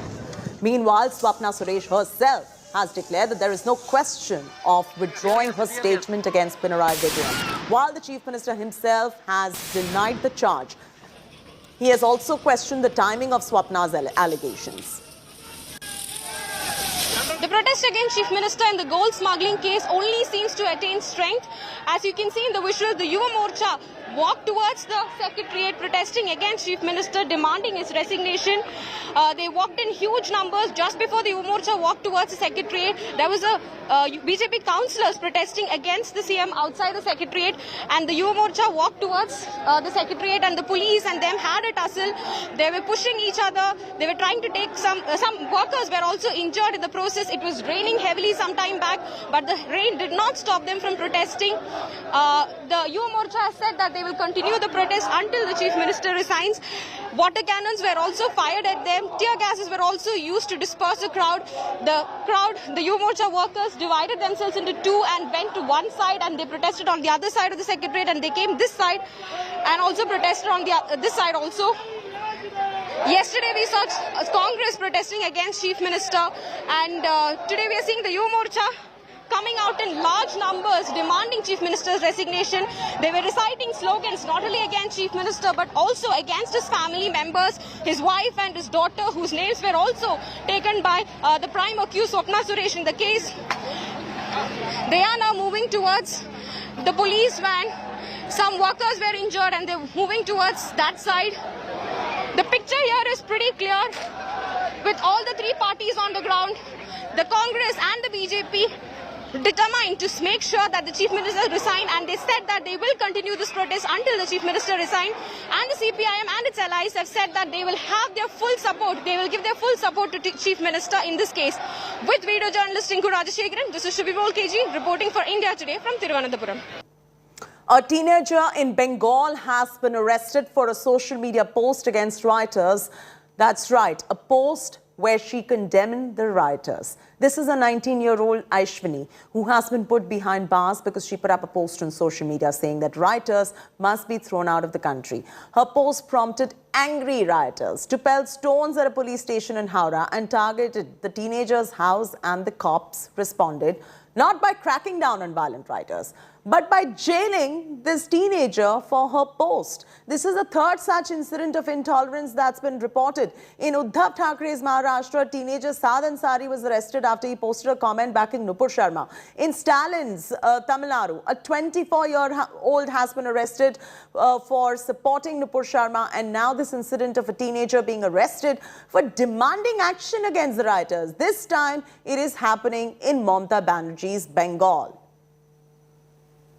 এখানকার মুসলিমরা এসে এরকম করে অত্যাচার করে বাড়ি ভাঙচুর, অনেক কটা বাড়ি ভাঙচুর করেছে, এভাবে ভাঙচুর করেছে, ওকে গ্রেফতার করেছে, গ্রেফতার করে নিয়ে গিয়ে ওকে অ্যারেস্ট করে গিয়ে বহরমপুরে ওই তো ওই সব লিখেছে, হ্যাঁ ফেসবুকে যেগুলো লিখেছে সেইগুলোর অনুসারে ওকে গ্রেফতার করেছে। এটা তো ভালো জিনিসই লিখেছে, এটা তো খারাপ কিছু লেখেনি। এটা খারাপ কি লিখেছে? খারাপ কিছু যদি লিখতো, যে যদি কোনো উল্লেখ করে কিছু যদি লিখতো, যদি যে কোনো সাম্প্রদায়িক দল বা কোনো ভাই সাহেব মুসলমান, হ্যাঁ এই হিসাবে যদি ও লিখতো তাহলে এটা আলাদা ব্যাপার ছিল। এটা তো ঠিকই লিখেছে, এটাতে কিছু খারাপ কিছু লিখিনি। এটা পুলিশ তো পরে এসেছে, আমরা যখন মানে এরকম ইয়ে হয় ভিতরটায় তালা মেরে আমাদের তখন বাড়ি ছেড়ে চলে যেতে হলো, প্রাণটা চলে যাওয়ার মতন হয়েছিল। মানে আমরা তখন সব তালা মেরে মানে ভিতরে এই আমার এটা জায়ের বাড়িতে গিয়ে আমরা আশ্রয় নিই। আমি তো ভেবেছিলাম যে আমরা আর বাঁচতে পারবো না, মানে যা অবস্থা হয়েছিল যে পরের দিন যে আমরা বাঁচবো, আত্মীয় স্বজন ফোন করছে, মানে আমাদের কি গিয়েছে আমরা জানি, এইটুকুন বলতে পারবো। আর কিছু কি বলবো দাদা। তারপরে তো পুলিশ যদি না আসতো ওই 10 মিনিটে, যে আরো অনেক কিছু হতে পারত। পুলিশ হয়তো 1 ঘন্টা 1.5 ঘন্টা পরে এসছে পুলিশ। এই যে কাঁচ এগুলো মিটার, তারপরে এই যে দরজা তো মানে আর 10 মিনিট যদি হতো দরজা ভেঙে ওরা ভিতরে ঢুকে পড়তো। বাপরে, আমরা লাইট দিয়ে দরজা বন্ধ করে আমরা ঘরে ছিলাম বসে, লাইট ফ্যান বন্ধ করে ঘরে বসছিলাম। কতক্ষণ ধরে চলে এই পরিস্থিতি? 1 ঘন্টা 1.5 ঘন্টা তো হবে, 1 ঘন্টা 1.5 ঘন্টা হবে। পুলিশ আসেনি? পুলিশ সব শেষ হওয়ার পর রাত্রে পুলিশ এসছে। India Today's Ritik now gets you a ground report on how rioters targeted a police station in Howrah after Ashwini's post slamming these violent protesters. We are at the Beldanga police station, which is the second spot of the violence which erupted on Saturday. Now we are showing you as the glass windows of this particular police station has been completely demolished, and several glass windows have been broken because of the stone pelting, and now a heavy police deployment has been done in that particular area. Situation in Rajinagar as well as in Beldanga is simmering. The internet suspension has been has been going on, and we are given to understand at least 6 people have been arrested as of now for their alleged involvement in this violence. And as we can see that a police vehicle has been deployed at the entry point of the police station, which is why that they can take the force forward if any sporadic violence erupted or news of any sporadic violence coming from any parts of Rajinagar or in Beldanga. With camera person Tapush Barry, this is Ritik from Murshidabad for India Today. Man arrested for supporting Nupur Sharma's controversial remarks. Former ABVP man arrested for social media posts supporting Nupur Sharma's controversial video and reiterating it. Cybercrime unit of Coimbatore police arrested 24-year-old Karthi from Senanur for sharing Nupur Sharma's controversial video. with the comment, and I quote, "We'll repeat this every day. What did Nupur Sharma say wrong? She only said what was written," unquote. Cases for promoting communal enmity and breaching IT Act have been registered against Karthi, while the post has been deleted. Earlier, a 19-year-old youth, Saad Ansari, was assaulted and arrested for posing beheading threat against Nupur.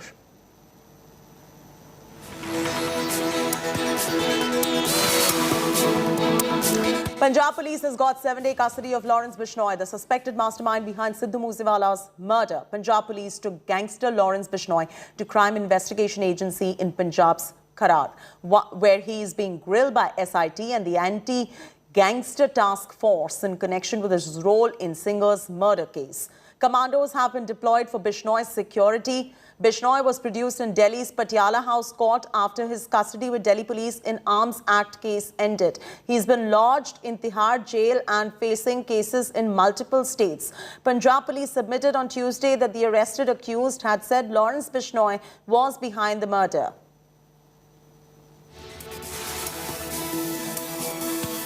Gangster Lawrence Bishnoi has been brought to this CIA police station in Mohali. He was escorted by nearly 100 cops in 24 vehicles, which also included 2 bulletproof vehicles. Punjab police got a 7-day custody of this gangster who was brought on 1-day transit remand. He was produced in the Mansa court, which remanded him to police custody. Though the gangster during the Delhi police questioning has not confessed that he is behind Sidhu Moosewala's murder conspiracy, but Punjab police is suspecting that he is the mastermind. During this 7-day questioning, police will try to find out answers to various questions. Whether the conspiracy to kill Sidhu Moosewala was hatched in the jail? What is the connection of Goldie Bharat? Was Goldie Bharat hired by the Lawrence Bishnoi or anybody else is involved in this murder? Police will try to find out answers to these questions. With camera person Aman Gupta, this is Manjeet Sehgal in Mohali for India Today. अभी भी जो पूरी conspiracy है सिद्धू मूसेवाला की, उसका खुलासा अभी तक नहीं हो पाया है। शायद इसी वजह से, चूंकि पंजाब पुलिस के पास ये जांच थी, इसलिए मास्टरमाइंड बार-बार लॉरेंस बिश्नोई को बताया जा रहा था। दिल्ली पुलिस ने भी अपनी जांच में ये बताया कि लॉरेंस बिश्नोई ही सिद्धू मूसेवाला की हत्या का मास्टरमाइंड है। लिहाजा पंजाब पुलिस ने लॉरेंस बिश्नोई की कस्टडी ली है। 7 दिन की पुलिस कस्टडी मिली है। जो भारी भरकम सुरक्षा आप देख पा रहे हो, क्योंकि अदालत ने भी कहा था कि लॉरेंस बिश्नोई की सुरक्षा पुख्ता की जाए, एश्योरेंस दिया जाए, क्योंकि लॉरेंस बिश्नोई ने भी अदालत में दिल्ली के ये अपनी आशंका जताई थी कि उसका एनकाउंटर हो सकता है या विरोधी गैंग के लोग उसे पंजाब में मार सकते हैं, जिसके बाद कोर्ट के आदेश के बाद आप देख पा रहे हैं किस तरह की सुरक्षा व्यवस्था है। अब यहाँ पर लॉरेंस बिश्नोई से एसआईटी के जो अधिकारी हैं वो पूछताछ करेंगे कि सिद्धू मूसेवाला की हत्या में कौन कौन लोग शामिल हैं, किस तरह से इस पूरे हत्याकांड को अंजाम दिया गया। कैमरामैन अंकित खंडेलवाल के साथ अरविंद ओझा, मोहाली। लॉरेंस बिश्नोई को 7 दिन की कस्टडी में आपके पास रखा गया है, किस तरह की उसकी सिक्योरिटी है अभी? देखिए, सिक्योरिटी तो हम उसकी जो जैसे कोर्ट ने एडवाइस किया हुआ है उसकी प्रॉपर हम सिक्योरिटी लगा रहे हैं और लगाई भी हुई है। तो अभी तो जो इन्वेस्टिगेशन है वो एसआईटी में ही करेगी उसको। फिलहाल उसकी जो हम सिक्योरिटी ही लगा रहे हैं उसको। तो किस तरह की सिक्योरिटी है? क्या कमांडो देख सकते हैं? बिल्कुल सिक्योरिटी उसकी इसके लिए जो है सफिशिएंट सिक्योरिटी हम कर रहे हैं। उसमें कमांडो भी है, उसमें लोकल है, उसमें हमारी जो पैरामिलिट्री है वो भी है। तो सिक्योरिटी एसआईटी के अधिकारी अभी आ गए? बिल्कुल आ रहे हैं। Punjab police has got the custody of suspected mastermind behind Sidhu Moosewala's murder, Lawrence Bishnoi. India Today has exclusively accessed information about the questions Punjab police plans to ask the gangster during his interrogation. Here's a report. Lawrence Bishnoi, the suspected mastermind behind Sidhu Moosewala's murder, is in Punjab police's custody. The Patiala House Court in Delhi gave Bishnoi's custody to Punjab police on Tuesday. Bishnoi had cited threat of encounter by the state police. इनको सामने से जो है पूरी assurance देनी पड़ेगी, बाकायदा affidavit दाखिल करना पड़ेगा। ये मेरी डिमांड है, जिसके अंदर बाकायदा हर 12 घंटे में इसका मेडिकल हो और इसको बाकायदा बुलेट प्रूफ गाड़ी में लेके जाया जाए। इसकी पूरी जान माल सुरक्षा की जाए। इसके साथ में सीनियर पुलिस ऑफिसर जो हैं इस पूरे ऑपरेशन को वॉच करें। इसको जहाँ से लेके जाना है तो ड्यूली हैंडकफ और शैकल्स यानी प्रॉपर हथकड़ियाँ और बेड़ियाँ लगा के ले जाया जाए और उसी में प्रोड्यूस किया जाए, जिससे कि कल पंजाब पुलिस को या किसी को कोई एक्सक्यूज ना मिल सके कि इसने भागने की कोशिश की। हमारी ये कुल डिमांड है कि हमें हथकड़ियाँ बेड़ियाँ लगा के ले आ जाए। India Today has exclusively accessed information about the questions Punjab police plans to ask the gangster during his interrogation. Bishnoi will be grilled on the motive for the murder. The police will ask Bishnoi about the shooters who pumped 18 bullets into Moosewala. They will also interrogate him on murder threat allegedly issued to Bollywood superstar Salman Khan. Bishnoi will be grilled on his connection to the Canada-based gangster Goldie Brar, who had taken responsibility for Moosewala's murder. The police sources have claimed the murder case is cracked. Bishnoi's interrogation will be key for the police to build a solid case in the Moosewala murder. Bureau Report, India Today.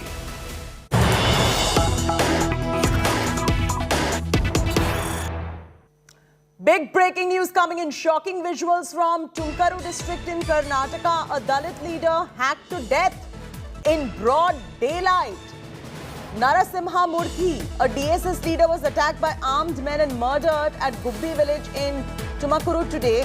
Police have now visited the spot and started the investigation. We'll bring you the latest as far as where the investigation stands and who they suspect the perpetrators of this murder are. But this is a big shocking news coming in at the moment. A Dalit leader murdered in broad daylight. He's been hacked to death in Tumkaru. Questions arising on the law and order situation in Karnataka as well. Questions arising on who the perpetrators were, or why this crime was committed and who committed this crime, and where does the investigation stand. We'll continue following up on this story because the details will continue to emerge. The story is just breaking at the moment and the visuals are out about Dalit leader being hacked to death in broad daylight in Karnataka. Narasimha Murthy, DSS leader, attacked by armed men and murdered at Gubbi village in Tumakuru today.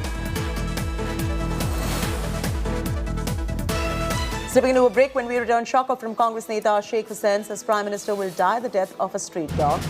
FIR registered. Details in just a bit.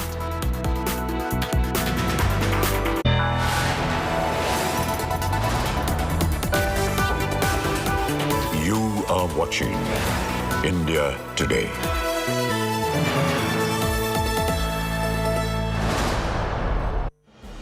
India Today TV wins big at NT Awards 2022.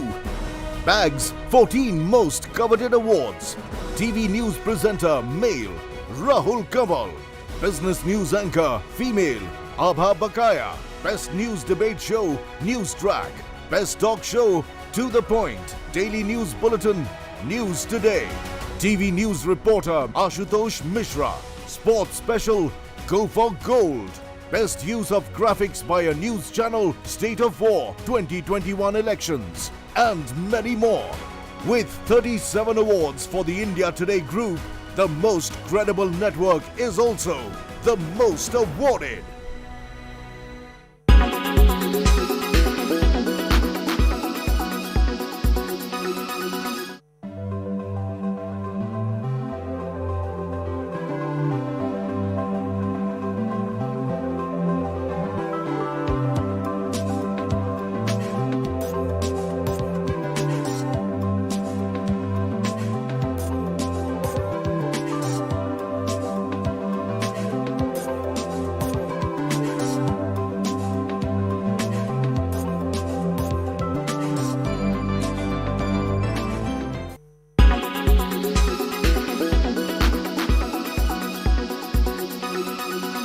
Make your media plan smarter with India Today Live TV on your connected devices.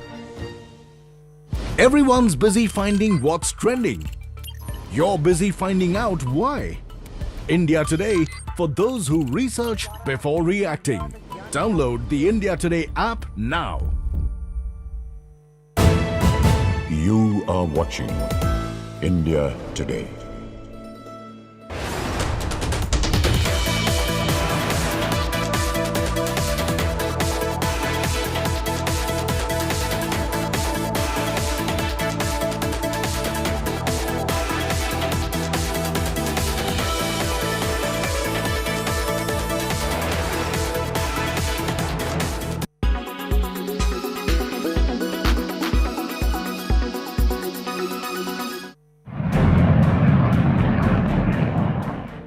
The Indian Air Force plans to build around 100 advanced fighter jets in India. This effort will be part of the Modi government's Make in India initiative. For the first time, Indian currency will be used to make payments for almost 70% of the project. The Indian Air Force has also said that 96 out of these jets will be built indigenously while the rest will be imported.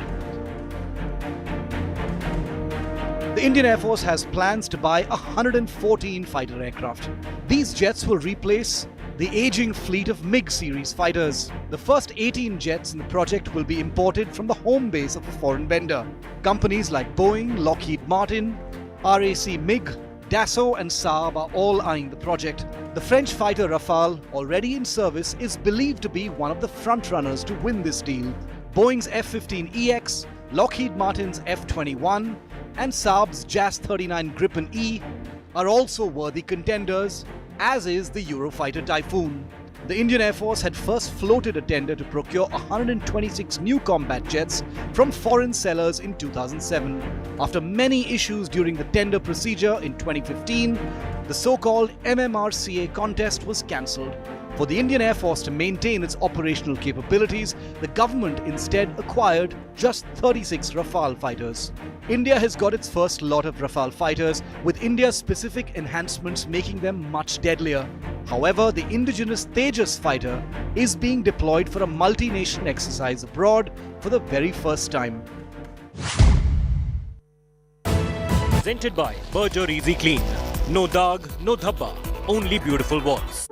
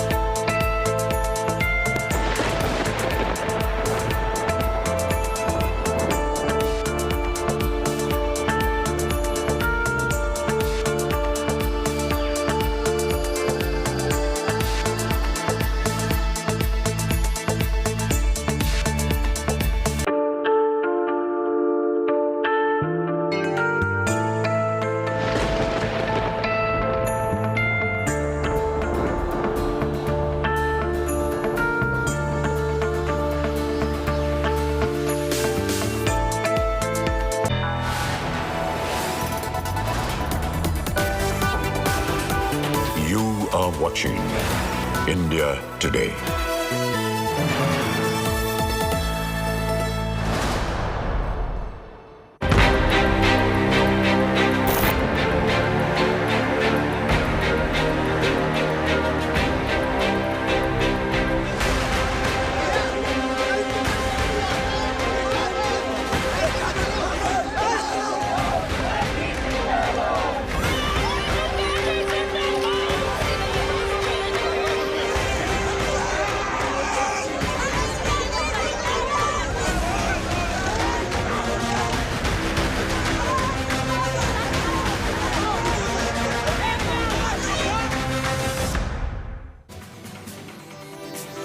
Very good evening and thanks so much for being with us here on India Today. I'm Chaiti Narula bringing you all the top stories. Let's start with the headlines first. Shocker from Congress Neta Sheikh Hussain amidst party satyagraha for Rahul, says Prime Minister will die the death of a street dog. FIR registered against defiant Neta who refuses to apologize. जो काम करना है वो छोड़कर ये फालतू के काम करना बंद करो, नहीं तो नरेंद्र मोदी तेरा वही हाल होगा। फिर आप क्या बोलेंगे कि जैसे कुत्ते की मौत होती है ऐसे नरेंद्र मोदी की मौत होगी। Day 3 of Rahul Gandhi's grilling. ED sources say Rahul's tutored answers slowing down questioning. Congress cadres set tires ablaze outside ED office in BVIP, Delhi.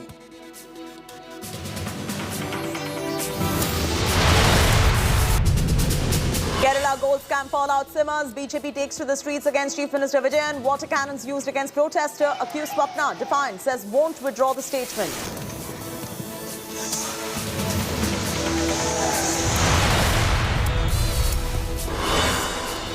Big blow to Mamta's Resina race. AAP and TRS skipped the meeting. Pawar says no to be the joint opposition nominee. Left proposes Mahatma's grandson, I beg your pardon.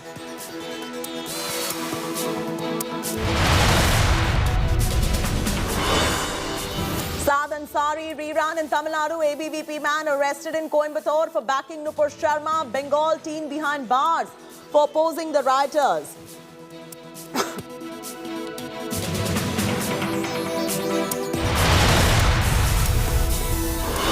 Singer Moosewala murder secrets set to unravel. Punjab cops get gangster Lawrence Bishnoi's custody. Murder threat to Salman Khan also being probed.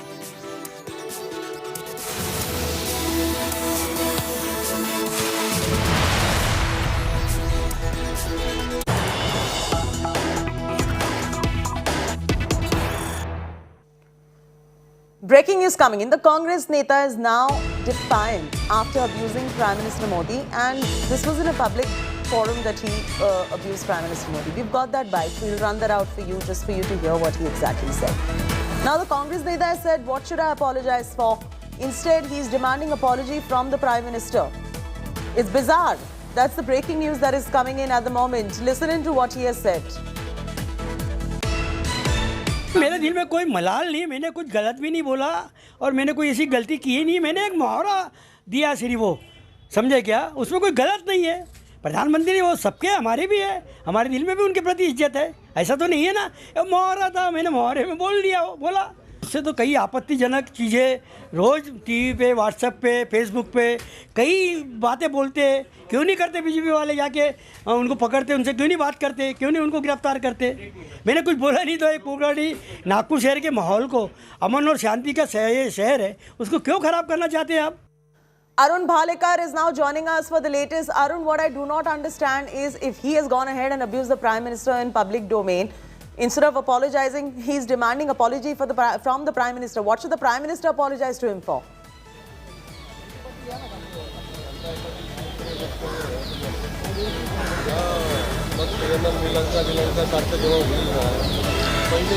Yes, after this controversial statement made by Sheikh Hussain in Nagpur yesterday, today Congress, all the Congress leaders actually hit the roads and they were protesting near Gandhi Bhavan, which is a party office in Kolaba in Mumbai. We can see all the Congress leaders have gathered here and they were also protesting against Prime Minister Narendra Modi and BJP and the alleged attack which has happened at the Delhi headquarters of Congress. We've spoke to the party president of Maharashtra, Nana Patole. He very conveniently has cornered the party's stand from the statement which is being made by Sheikh Hussain. Nana Patole says that he doesn't have any idea about any such remark made about PM Modi, but if the FIR has been registered, he is saying that the Maharashtra is doing its job, police is doing its job, and the investigation will take its due course and no one will be spared. At the same time, Nana Patole is also trying to again point out that how Nupur Sharma had made remarks and how India has to apologize to the Arab countries. So again, they are not anywhere in the apologizing mood, and we can see that they are still aggressively protesting on the streets of Mumbai. All right, thanks so much for joining us with those details right there. A Maharashtra Congress Neta's abusive rant against the Prime Minister is a new low in Indian politics. While participating in a satyagraha in support of Rahul Gandhi, Congress leader Sheikh Hussain declared that the Prime Minister will die like a street dog. As Congress cadres burned tires in the capital, its netas spewed venom in Nagpur. Hussain has now been booked. He's charged under IPC section 294 that relates to obscene acts and 504 IPC for intentional insult with intent to provoke breach of peace. BJP has slammed this hate speech by the Congress neta. We're getting some reactions listening. Party का हर एक कार्यकर्ता, चाहे वो बड़ा हो या छोटा हो, वो राहुल गांधी के साथ में है, वो कांग्रेस के साथ में है, यहाँ पर डरता है, वो इस तरह से लेट गए हैं। नरेंद्र मोदी तुमको लोगों ने देश को विकास करने के लिए दिया है। 70 साल में कांग्रेस ने किया, उसी को बेच कर तुम देश चला रहे हो। तुम कुछ कर नहीं रहे, ये फालतू के काम करना बंद करो, नहीं तो नरेंद्र मोदी तेरा वही हाल होगा। फिर अब क्या बोलेंगे कि जैसे की मौत होती है ऐसे नरेंद्र मोदी की मौत होगी। We demand action against this immediately by the Maharashtra police. He should be arrested, and the Congress party must tell us that is it because they are silent on the 2,000 crore money heist done by the Agency of Young Indians of the AJL and of National Herald that now the Congress leaders are becoming violent and are trying to take hostage the streets of Mumbai, Delhi and other parts and are trying to intimidate the agency. देखिए, इस प्रकार के घृणित बयान प्रतिक्रिया के योग्य नहीं है, परंतु यह कांग्रेस की क्षुद्रता और मानसिक स्तर की सीमा तक पहुंच गया है, यह उसका क्रमशः प्रमाण है। यह केवल एक घटना नहीं है। 2007 में सोनिया जी ने मौत के सौदागर बोला था, 2014 में मोदी जी की बोटी बोटी काटने का आह्वान किया गया और आज यह बोला गया, तो यह कांग्रेस की वास्तविक मानसिकता कितने निचले और छिछले स्तर पर आती जा रही है उसका प्रमाण। After back-to-back questioning on Monday and Tuesday, Rahul Gandhi was summoned for the third day by the Enforcement Directorate. Rahul Gandhi reached the ED office and was accompanied by Priyanka Gandhi for the third day. Massive ruckus erupted outside the AICC headquarters and outside the ED office in solidarity with Rahul Gandhi. Images captured dozens of Congress leaders and workers in a tense standoff with Delhi police and other security personnel outside the party's headquarters on Akbar Road. One video showed women protesting on the road surrounded by police officers with lathis and shouting, "Rahul Gandhi Zindabad." Cops were seen detaining several Congress netas while several protesters entered into a scuffle with the cops.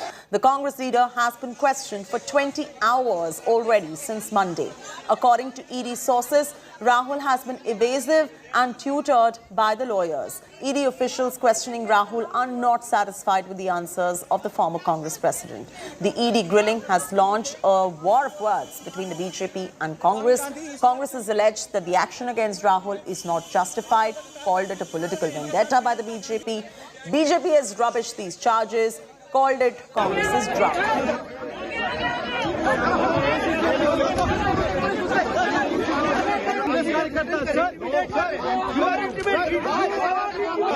जिस प्रकार की हरकतें विगत 3 दिनों से दिखाई पड़ रही हैं और हिंसा की आड़ लेकर भ्रष्टाचार को छुपाने का प्रयास हो रहा है, तो कितनी लघुता, कितना छोटापन नेतृत्व का दिखाई पड़ रहा है। यह साफ दिख जाता है कि गांधी के दौर से सोनिया गांधी जी और राहुल गांधी जी के दौर तक आते आते कांग्रेस कितनी छोटी और कितनी बौनी होती चली जा रही है। The Delhi police today forcibly entered the national headquarters of Indian National Congress at Delhi, beat up workers and leaders. This is patently criminal trespass. The Gundaism of Modi government and Delhi police has reached its zenith. We are protesting peacefully in a Gandhian way, but this Gundaism is unacceptable. It will not be tolerated. It will be accounted for. We will remember, and the suitable action, both civil and criminal, will be taken. पहले तो party की संपत्ति, party से जुड़े हुए organisation की संपत्ति और धन अपने नाम किया।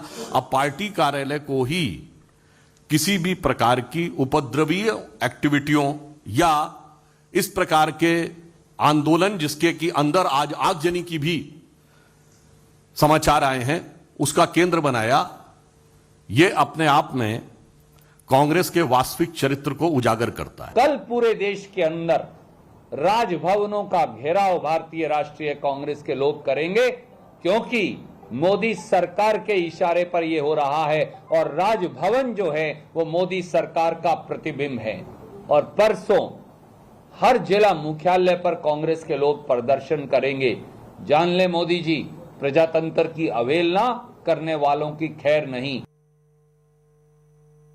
मोदी सरकार और मोदी सरकार की पिट्ठू दिल्ली पुलिस अब गुंडागर्दी पर उतर आई है। उन्होंने गुंडागर्दी के और कानून की उल्लंघना के सारे आयाम, सारे नियम तोड़कर रख दिए हैं। वो कांग्रेस के मुख्यालय में भारतीय राष्ट्रीय कांग्रेस के दफ्तर में जबरन कैसे घुस सकते हैं, कैसे किसी के घर के अंदर जाकर लाठीचार्ज कर सकते हैं।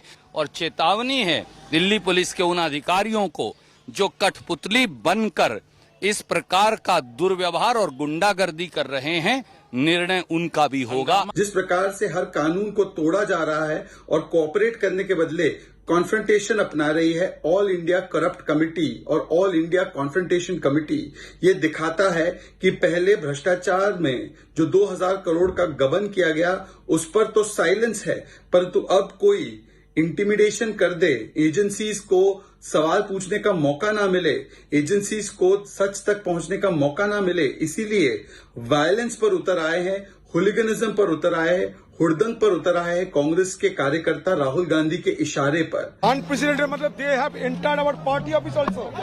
Someday they may come to our house inside and started torturing us. What is this? Party मुख्यालय के अंदर पुलिस दाखिल हुई। ये तो आप देख रहे हैं कांग्रेस कार्यकर्ता तानाशाही की चरम सीमा पर पहुंच चुके हैं। ये क्या चाहते हैं ये पता नहीं। ये क्या बनाना रिपब्लिक बन गया क्या? कि यहाँ आप ये क्या हमारे प्रजातंत्र की कोई कुछ बचे नहीं। You can stop me from going to my office. All India Congress Committee office. But whether you can stop me from going to Parliament, I'm going to the Parliament and I will protest against this injustice, the insult to the Parliament members by Amit Shah and the cabinet. ये लड़ाई सत्य के लिए है, इसीलिए हम सत्याग्रह कर रहे हैं। किसी ढंग से वो हमारे नेता को, हमारे पार्टी को डिमोरलाइज करने के लिए, हरासमेंट करने के लिए ये कोशिश कर रहे हैं, लेकिन हम बड़े मजबूत हैं। इनके प्रश्नों से, इनके डराने से हम डरने वाले नहीं। टारगेट किसको बनाएंगे? आज देश का तमाम विपक्षी पार्टियां मान गई, देशवासी मान गए, एकमात्र राहुल गांधी है जो मोदी जी और उनकी सरकार का मुकाबला कर रहा है। अब तो जितने आप लोग लिख रहे हैं आर्टिकल उसमें आने लग गया है एक व्यक्ति का नाम राहुल गांधी जो लगातार मुकाबला कर रहा है और उन्हीं को मोदी जी, अमित शाह जी टारगेट बनाए हुए हैं। तो मैं तो केंद्र सरकार से मांग करता हूँ, ईडी से भी ये मांग करता हूँ कि वहाँ सारे मीडिया हाउस के कैमरा लगा दिए जाए, जो सवाल उसके हैं और राहुल जी जो जवाब दे रहे हैं पूरा देश सुने, जाने, समझें और वो तय करें कि सच क्या है। यदि हमने नेशनल हेराल्ड को बचाने का अपराध किया तो हम अपराधी हैं। क्यों नहीं मोदी शाह जी फैसला दे देते हैं? इतनी भूमिका क्यों बांध रहे हैं? आपने पूरी दिल्ली को जाम करके रखा हुआ है, हर जगह पे जाम रखा हुआ है, इतना भय क्यों? हम तो सारी महिलाएं सिंपल तरीके से शांति से लाइन बना के ईडी ऑफिस तक जाना चाह रहे थे। ये इतना भय किस लिए है? आज इस तरह की लोकतंत्र में ये राजतंत्र किस लिए चलाया जा रहा है? Breaking news coming in. Sachin Pilot detained by the police from outside the Enforcement Directorate office is what we're picking up at this point of time. He was detained amidst huge protests that broke out in the national capital over Rahul Gandhi's questioning by the Enforcement Directorate in an alleged money laundering case linked to the National Herald newspaper. In fact, we'll get you more details in terms of what really happened over there, but you can see Sachin Pilot being detained right there. He's been surrounded by cops and there was a Congress protest outside the ED office and Sachin Pilot has been detained now from outside ED office.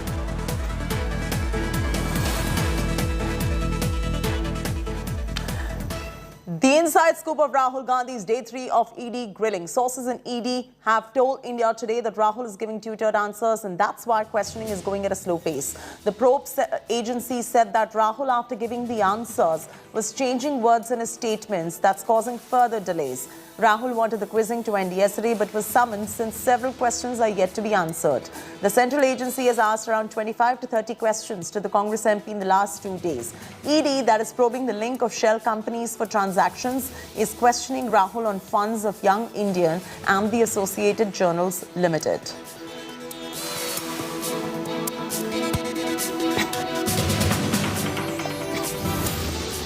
The heat continues to mount on Rahul Gandhi with another company, Dotex, now being thrown into the mix.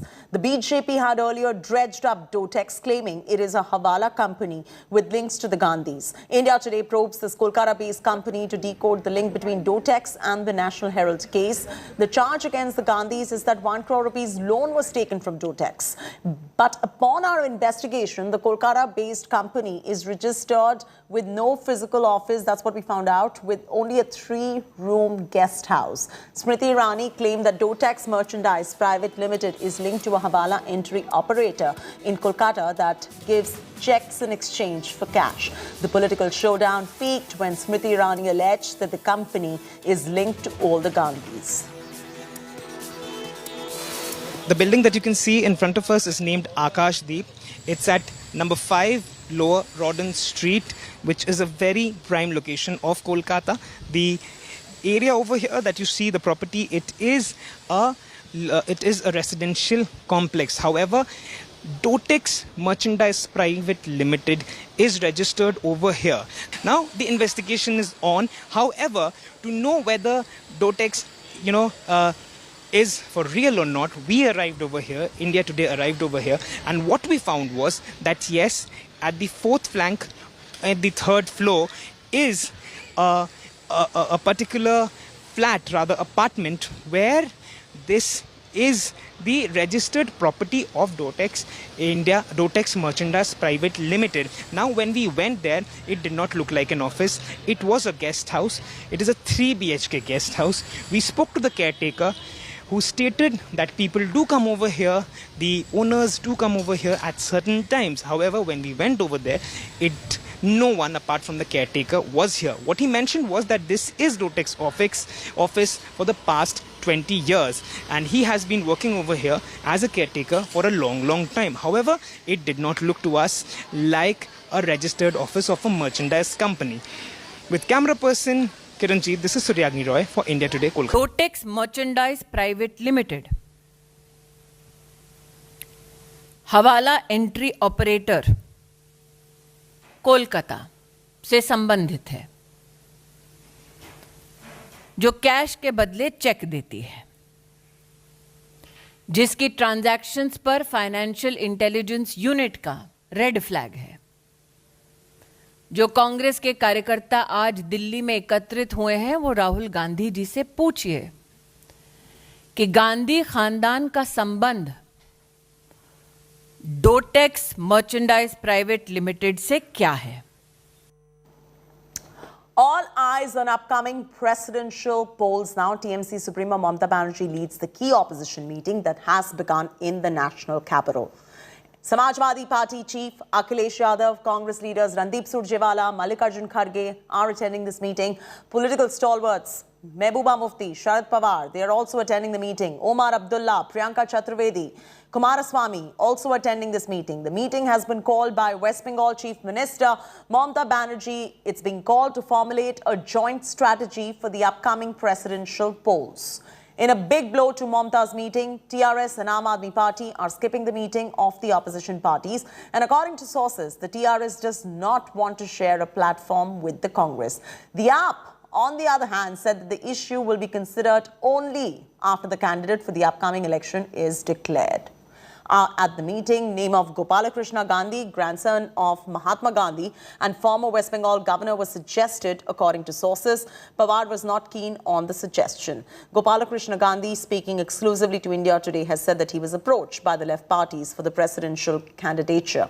He added that he needed some time to take a call on such a crucial decision.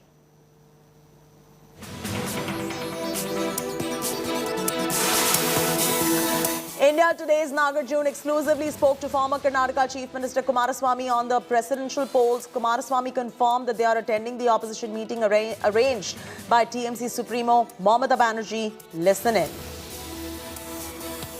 Sir, the JDS also is attending the meeting today called by several national leaders.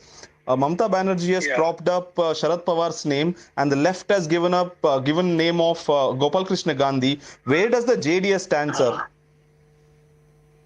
No, we don't know. Actually, Madam Mamata Banerjee invited father and myself.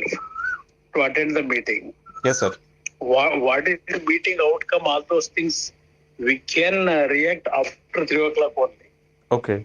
After the meeting. Now we have no idea about what is their decision, the outcome of the meeting also. Okay.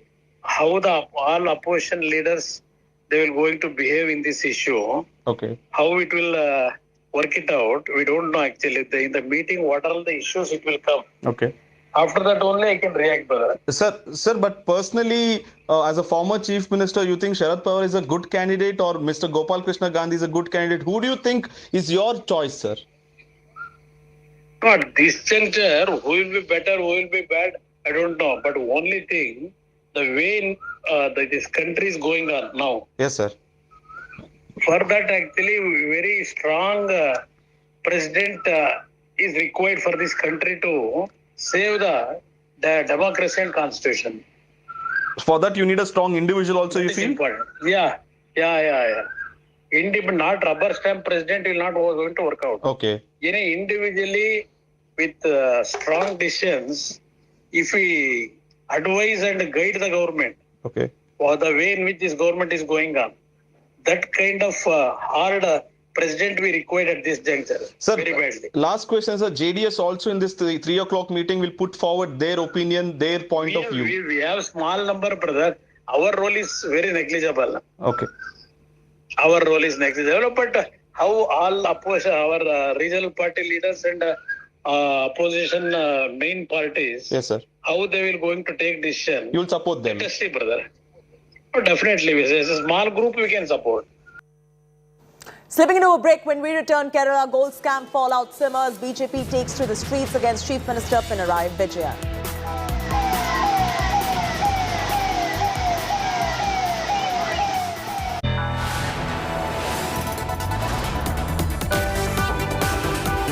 You are watching India Today.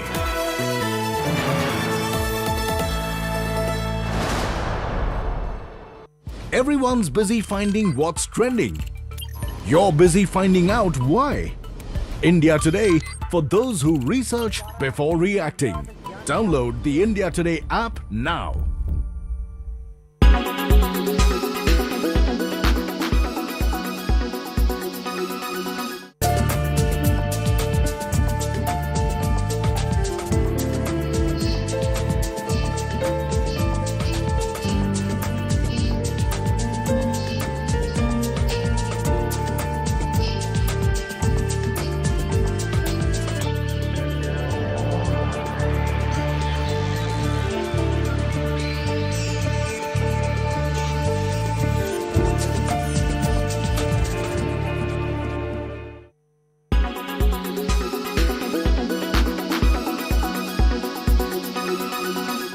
Everyone's busy finding what's trending.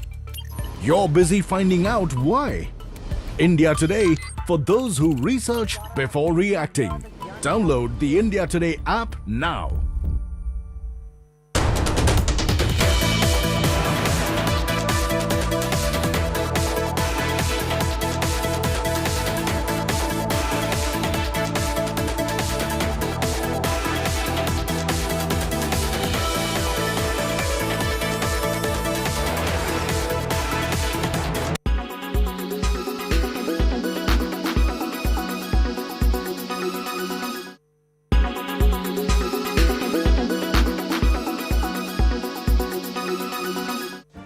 Make your media plan smarter with India Today Live TV on your connected devices. Amplify your brand with 100 million smart internet viewers. To advertise, mail us at sales@aajtak.com.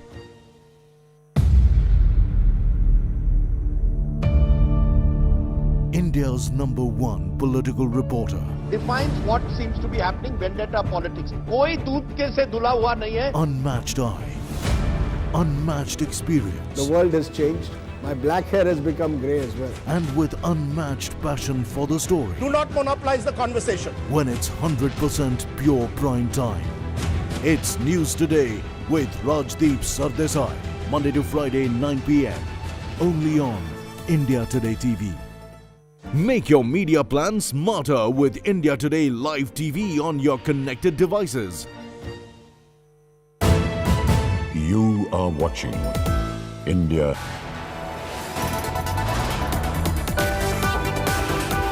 You are watching India Today.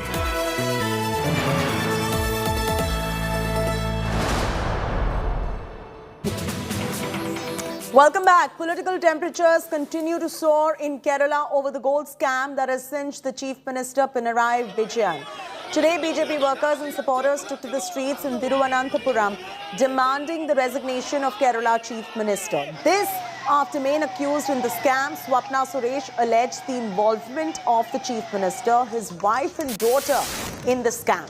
Meanwhile, Swapna Suresh herself has declared that there is no question of withdrawing her statement against Pinarayi Vijayan, while the Chief Minister himself has denied the charge. He has also questioned the timing of Swapna's allegation. The protest against Chief Minister in the gold smuggling case only seems to attain strength. As you can see in the visuals, the Yuva Morcha walked towards the Secretariat protesting against Chief Minister, demanding his resignation. They walked in huge numbers. Just before the Yuva Morcha walked towards the Secretariat, there was a BJP councillors protesting against the CM outside the Secretariat, and the Yuva Morcha walked towards the Secretariat, and the police and them had a tussle. They were pushing each other. They were trying to take some workers were also injured in the process. It was raining heavily some time back, but the rain did not stop them from protesting. The Yuva Morcha has said that they will continue the protest until the Chief Minister resigns. Water cannons were also fired at them. Tear gases were also used to disperse the crowd. The Yuva Morcha workers divided themselves into two and went to one side, and they protested on the other side of the Secretariat, and they came this side and also protested on this side also. Yesterday we saw Congress protesting against Chief Minister, and today we are seeing the Yuva Morcha coming out in large numbers demanding Chief Minister's resignation. They were reciting slogans not only against Chief Minister but also against his family members, his wife and his daughter, whose names were also taken by the prime accused Swapna Suresh in the case. They are now moving towards the police van. Some workers were injured and they're moving towards that side. The picture here is pretty clear with all the three parties on the ground, the Congress and the BJP, determined to make sure that the Chief Minister resign, and they said that they will continue this protest until the Chief Minister resign. And the CPIM and its allies have said that they will have their full support. They will give their full support to Chief Minister in this case. With video journalist Tinku Rajashekharan, this is Shubhibol KG reporting for India Today from Thiruvananthapuram. A teenager in Bengal has been arrested for a social media post against the writers. That's right, a post where she condemned writers. This is a 19-year-old Ashwini who has been put behind bars because she put up a post on social media saying that writers must be thrown out of the country.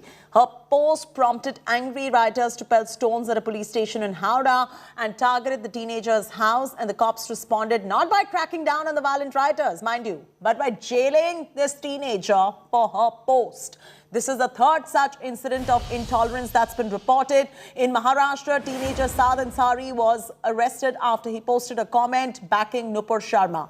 In Tamil Nadu, a 24-year-old has been arrested for supporting Nupur Sharma. And now this incident of a teenager being arrested for demanding action against writers, this time in West Bengal.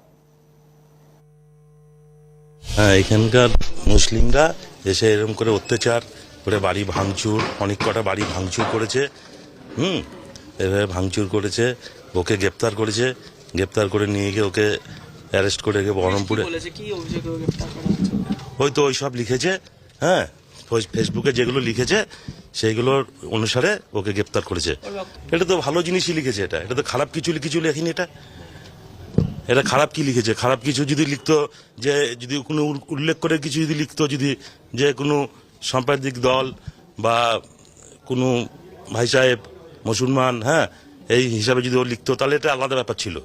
এটা তো ঠিকই লিখেছে, এটা তো কিছু খারাপ কিছু লিখিনি। এটা পুলিশ তো পরে এসেছে, আমরা যখন মানে এরকম হয় ভিতরটায় তালা মেরে আমাদের তখন বাড়ি ছেড়ে চলে যেতে হলো, প্রাণটা চলে যাওয়ার মতন হয়েছিল। মানে আমরা তখন সব তালা মেরে মানে ভিতরে এই আমার এটা জায়ের বাড়িতে গিয়ে আমরা আশ্রয় নিই। আমি তো ভেবেছিলাম যে আমরা আর বাঁচতে পারবো না, মানে যা অবস্থা হয়েছিল যে পরের দিন যে আমরা বাঁচবো, আত্মীয় স্বজন ফোন করছে, মানে আমাদের কি গিয়েছে আমরা জানি, এইটুকুন বলতে পারবো। আর কিছু কি বলবো দাদা। তারপরে তো পুলিশ যদি না আসতো ওই 10 মিনিটে, যে আরো অনেক কিছু হতে পারত। পুলিশ হয়তো 1 ঘন্টা 1.5 ঘন্টা পরে এসছে পুলিশ। এই যে কাঁচ এগুলো মিটার, তারপরে এই যে দরজা তো মানে আর 10 মিনিট যদি হতো দরজা ভেঙে ওরা ভিতরে ঢুকে পড়তো। বাপরে, আমরা লাইট দিয়ে দরজা বন্ধ করে আমরা ঘরে ছিলাম, বসে লাইট ফ্যান বন্ধ করে ঘরে বসছিলাম। কতক্ষণ ধরে চলে এই পরিস্থিতি?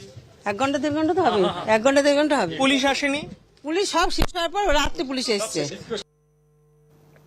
India Today's Ritik gets you a ground report of how rioters targeted a police station in Howrah after Ashwini's post slamming these violent protesters. We are at the Beldanga police station, which is the second spot of the violence which erupted on Saturday. Now we are showing you as the glass windows of this particular police station has been completely demolished, and several glass windows have been broken because of the stone pelting, and now a heavy police deployment has been done in that particular area. Situation in Rajinagar as well as in Beldanga is simmering. The internet suspension has been has been going on, and we are given to understand at least 6 people have been arrested as of now for their alleged involvement in this violence. And as we can see that a police vehicle has been deployed at the entry point of the police station, which is why that they can take the force forward if any sporadic violence erupted or news of any sporadic violence coming from any parts of Rajinagar or in Beldanga. With camera person Tapush Barry, this is Ritik from Murshidabad for India Today.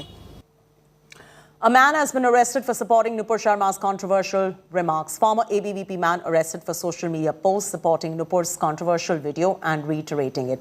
Cybercrime unit of Coimbatore police arrested 24-year-old Karthi from Sananur for sharing Nupur Sharma's controversial video, with the comment, and I quote, "We'll repeat this every day. What did Nupur Sharma say wrong? She only said what was written," unquote. Cases for promoting communal enmity and breaching IT Act have been registered against Karthi, while the post has been deleted. Earlier, a 19-year-old youth, Saad Ansari, was assaulted and arrested for opposing beheading threat against Nupur.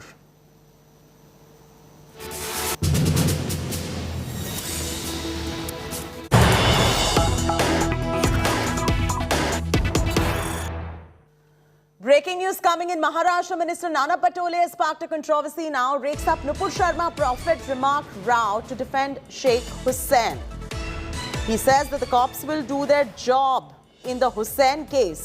But for Nupur Sharma's remark, India had to issue an apology to Arab nations. Listen in to Nana Patole.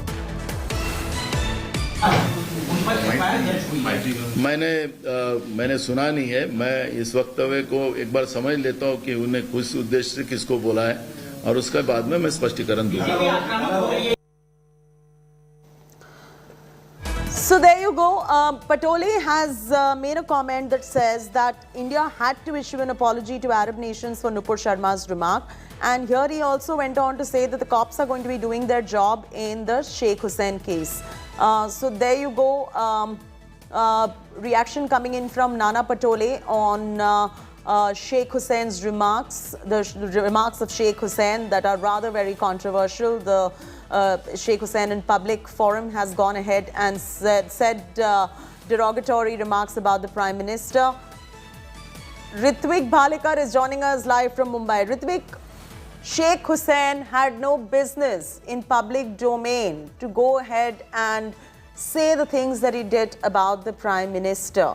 As far as that particular action against Sheikh Hussain is concerned, and under which sections has he been booked, can you bring us up to speed? And secondly, you've got Nana Patole talking about the fact that cops are going to take action against, against Sheikh Hussain. But in case of Nupur Sharma, India had to issue an apology against the Arab nations.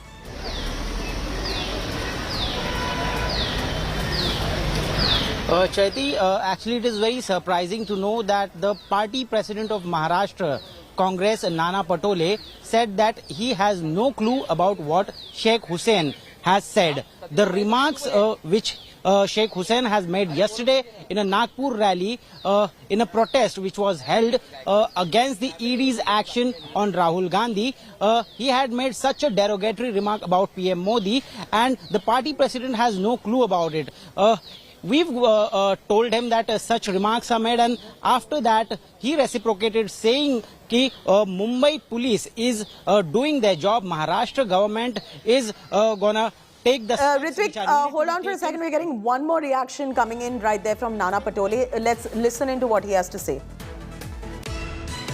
मुझे पता नहीं है, सरकार ने FIR दर्ज किया तो हमारी सरकार जागरूक है, अगर गलत है तो गलत को गलत करती है, समझती है। लेकिन निपुण शर्मा के केस में पहले आपने माफी मांगा आखाती देशों से, जो आखाती देश हमारे दिए हुए पे उनका काम चलता था, हमारे संस्कार से बड़े हुए, वो हमारे संस्कार से बड़े हुए, वो देश को हमने माफी मांगा और माफी मांगने के बाद कार्रवाई कर रहे हैं।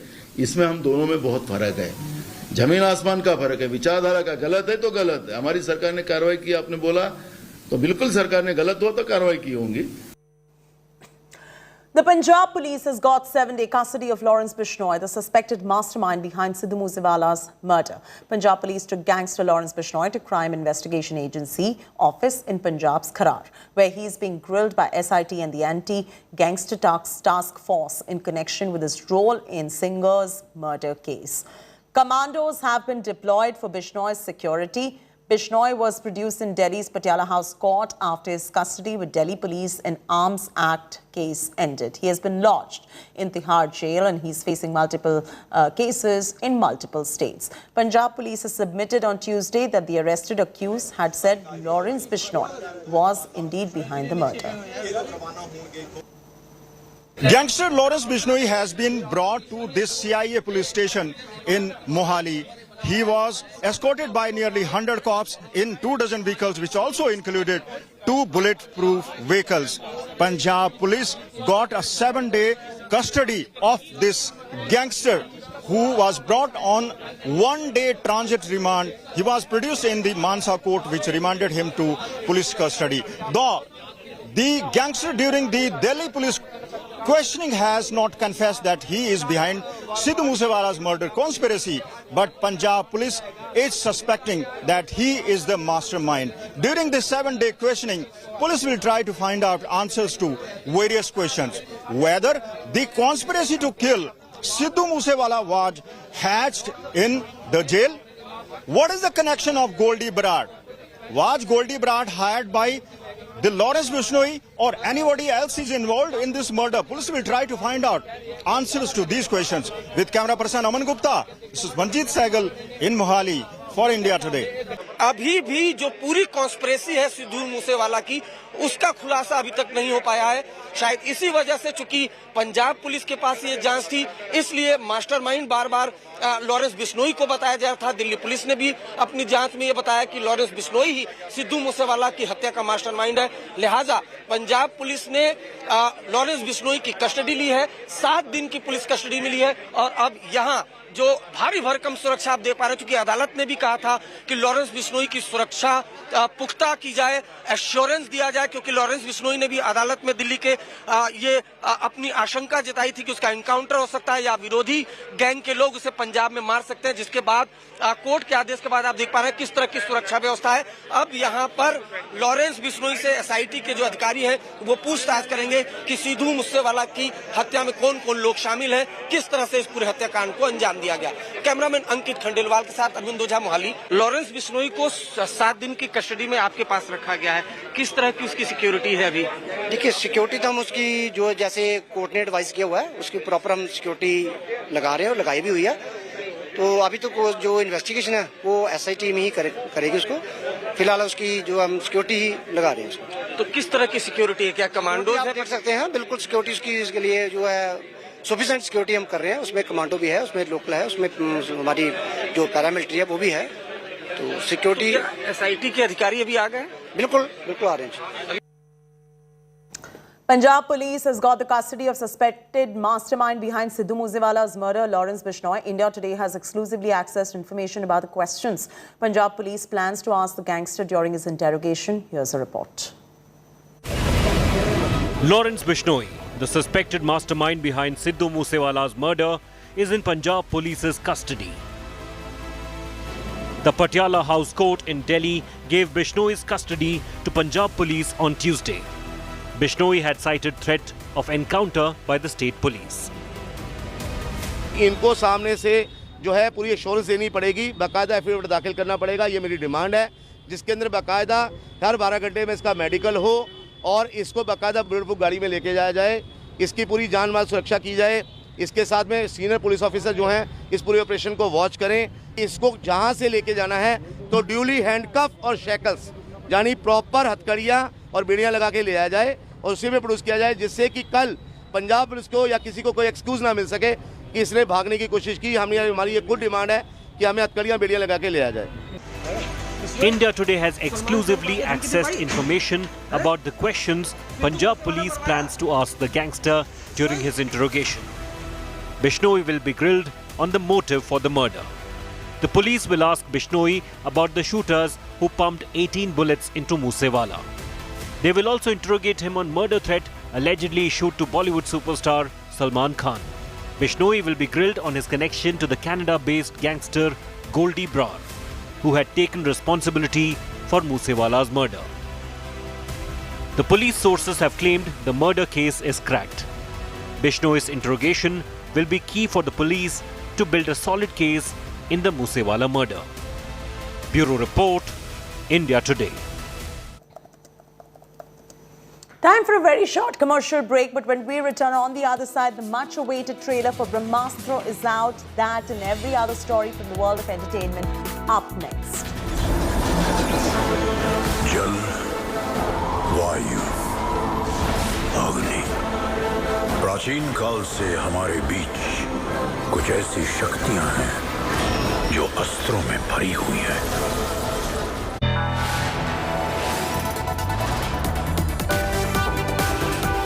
You are watching India Today.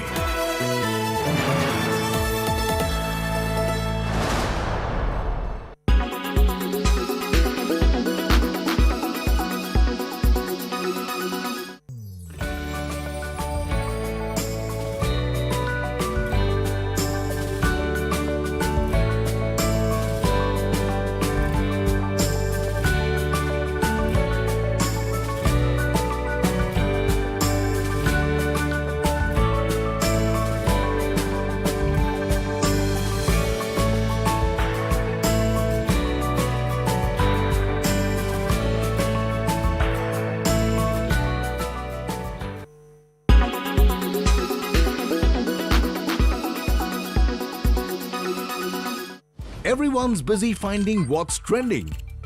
You're busy finding out why.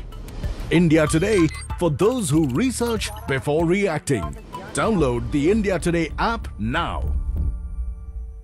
Make your media plan smarter with India Today live TV on your connected devices. You are watching India Today. Ketiki Chitale has spent 1 month and counting in jail for a social media post on Sharad Pawar. One of her friends will be joining me at 5:30. A young woman named Aishwini has been in jail for the last many days for asking for rioters in Bengal, those who'd been protesting against Nupur Sharma, to be thrown out of the country. She's still in jail.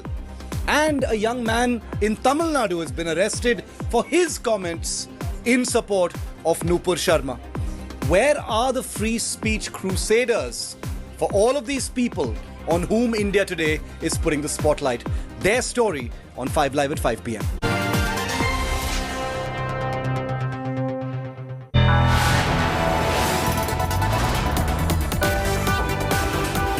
You are watching India Today.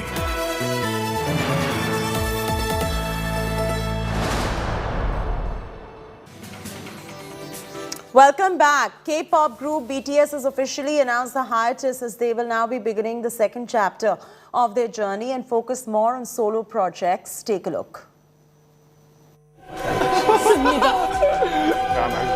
K-pop group BTS has officially announced a hiatus as a group during a festa dinner that premiered on YouTube.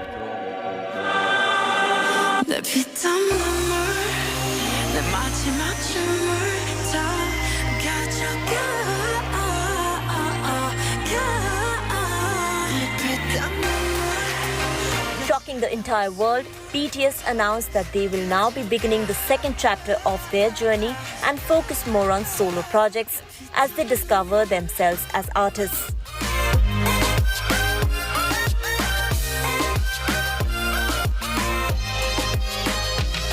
The group also spoke about their future plans for solo projects and also explained to fans that they need time to take an extended break.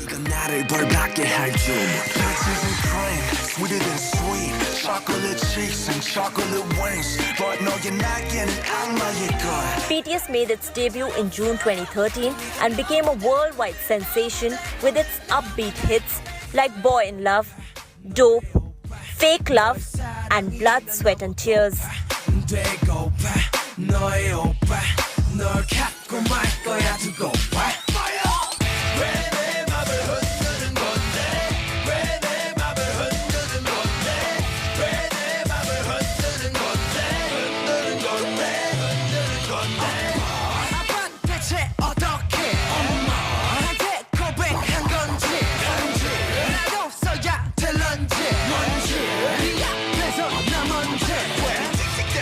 The boy band has also delivered several chartbusters including Dynamite, Permission to Dance and Butter.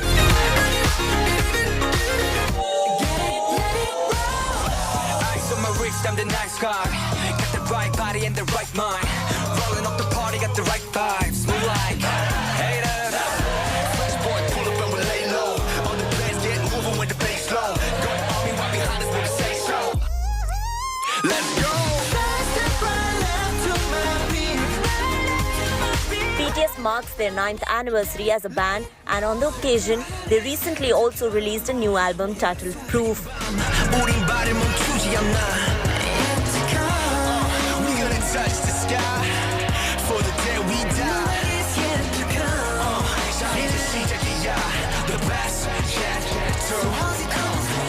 The group became the first Asian band to win Artist of the Year at the American Music Awards.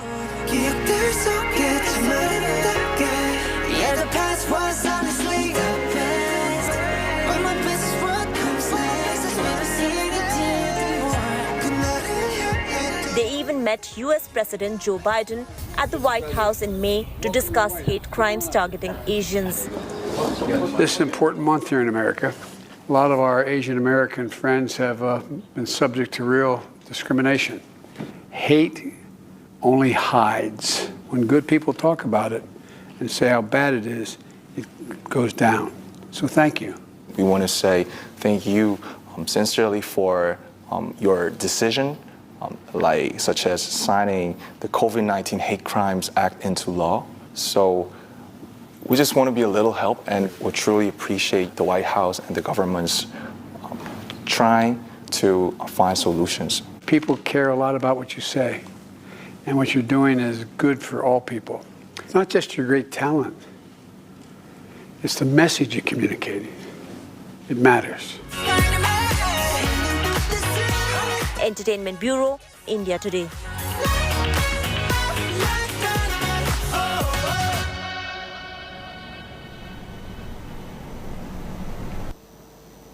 And the trailer of Ayan Mukherjee's much-anticipated film Brahmastra is finally out, headlined by the newlyweds Ranbir Kapoor and Alia Bhatt. The film promises love, light and never-seen-before visual effects for the audience. Let's take a look at it. अग्नि प्राचीन काल से हमारे बीच कुछ ऐसी शक्तियां हैं जो अस्त्रों में भरी हुई है। ये कहानी है इन सारे अस्त्रों के देवता की, ब्रह्मास्त्र, और एक ऐसे नौजवान की जो इस बात से अनजान है कि वो ब्रह्मास्त्र की किस्मत का सिकंदर है, शिवा।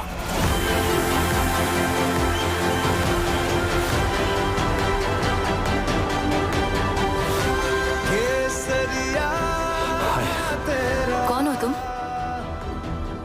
दूंगा। Time now for a special news segment for the hearing impaired.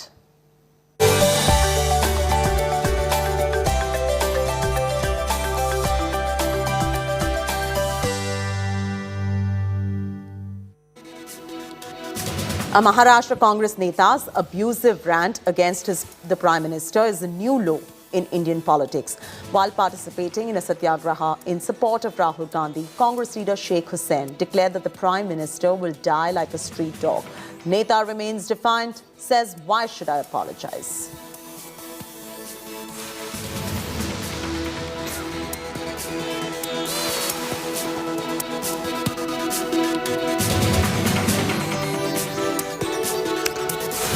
Massive ruckus erupted outside Congress headquarters and outside the ED office as Rahul was grilled for third consecutive day by ED. Dozens of Congress leaders and workers were engaged in intense face-off with the Delhi police. Race to Raisina gets intense as Bengal Chief Minister Mamata Banerjee chairs an all-important opposition meeting in Delhi. Top leaders like Akhilesh, Mallikarjun Kharge, Omar Abdullah, Mehbooba Mufti attend the meeting.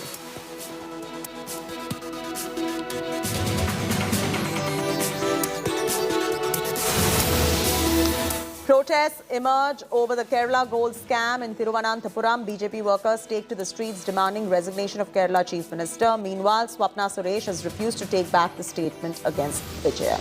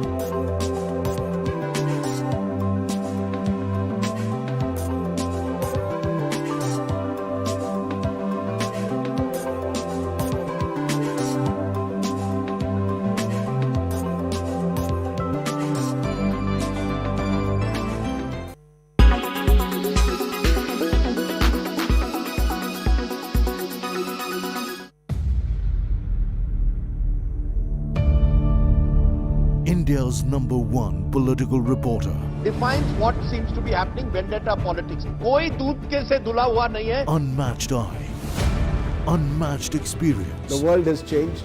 My black hair has become grey as well. And with unmatched passion for the story. Do not monopolize the conversation. When it's 100% pure prime time. It's News Today with Rajdeep Sardesai. Monday to Friday, 9 p.m. Only on India Today TV. Make your media plan smarter with India Today Live TV on your connected devices. You are watching India Today. Dr. Ketiki Chitale has spent 1 month and counting in jail for a social media post on Sharad Pawar. One of her friends will be joining me at 5:30. A young woman named Aishwini has been in jail for the last many days for asking for rioters in Bengal, those who'd been protesting against Nupur Sharma, to be thrown out of the country. She's still in jail.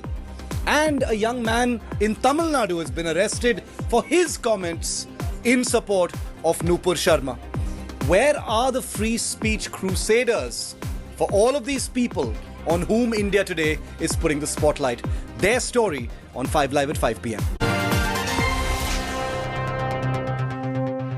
So sorry.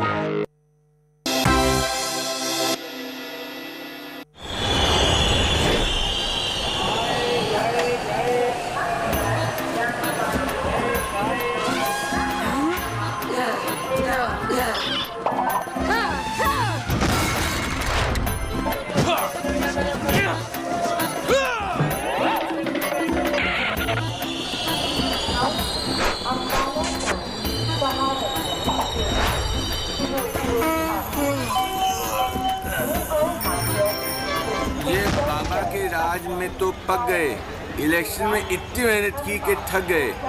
तुम तो चाय पिलाओ मियाँ, आजमगढ़ से हाय आदमी को जिताओ मियाँ। जी चाय लाया। चाय पहले यहाँ आएगी मियाँ, क्योंकि यूपी के सीएम हम हैं। मैं कह रहा था बाबा जी, चाय तो आप ही पहले पी लो, लेकिन आजमगढ़ में झंडे हम ही गाड़ेंगे। रामपुर से करेंगे आपकी हार की शुरुआत, फिर धीरे धीरे यूपी से उखाड़ेंगे। चाय भी हम पियेंगे और यूपी में भी हम रहेंगे। जनता की मोहब्बत से हम यहाँ डंडा गाड़ के रहते हैं।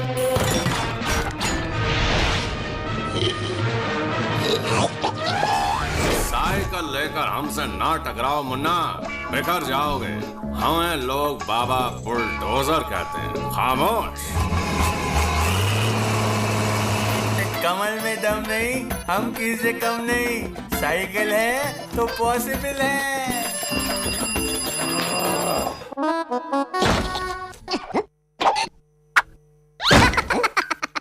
Presented by Berger Easy Clean. No dog, no dhabba, only beautiful walls.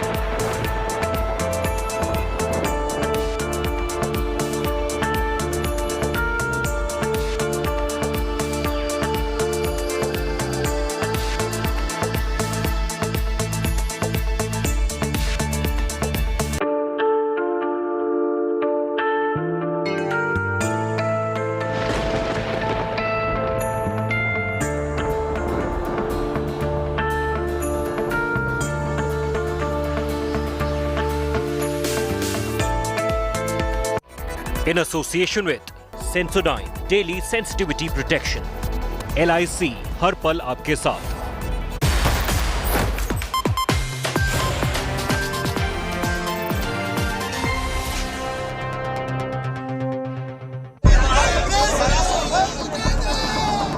Congress कुत्ते की मौत attack on prime minister Modi.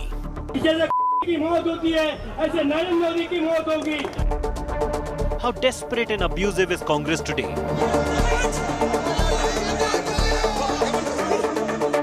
Dhakka Mukhi and Dhua in capital.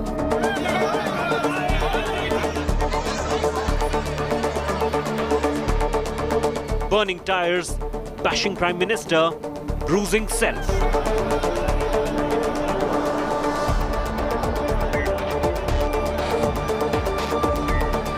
India stunned by Congress's desperate priorities.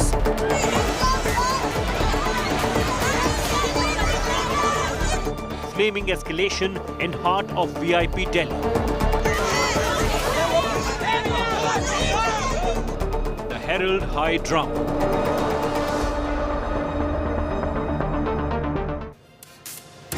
Abuse arson has translated into total chaos. Between Delhi, Nagpur, Bengaluru and other places, the Congress's support for one man, Rahul Gandhi, has resulted in some pretty terrifying stuff. Abusive language used for the Prime Minister, tires being burnt in VIP Delhi. We'll tell you the whole story of what happened, what went down, the big questions and much more. I'm Shiv Arur. This is 5 Live and these are the headlines. Day 3 of Rahul Gandhi's grilling. Enforcement Directorate sources say Rahul's tutored answers are slowing down questioning. Congress cadres set tires ablaze outside the Enforcement Directorate office in VIP Delhi. This is what scenes look like this morning. Meanwhile, the Kerala gold scam fallout simmers. BJP takes to the streets against Chief Minister Vijayan. Water cannons used against protesters. Accused Swapna Suresh defiant, says will not withdraw my statement.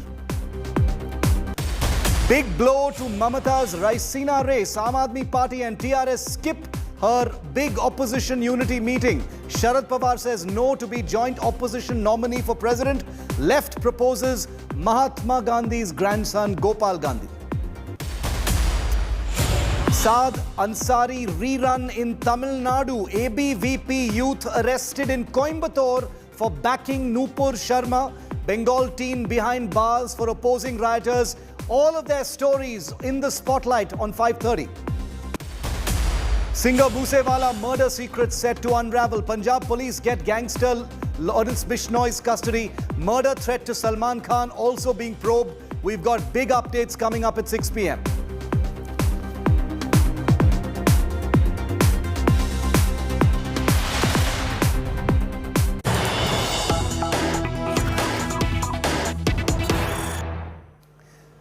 And before we get to the main story, we've got some breaking news on the grilling of Rahul Gandhi on day 3 of the Enforcement Directorate operations in the Herald scandal. We've got exclusive inside track on what Rahul Gandhi is being asked on day 3 of questioning. Enforcement Directorate officials have told India today that Young Indian is a not-for-profit company incorporated under the special provisions of the Companies Act and that not a single penny has been taken out of it, is what Rahul Gandhi's side has said.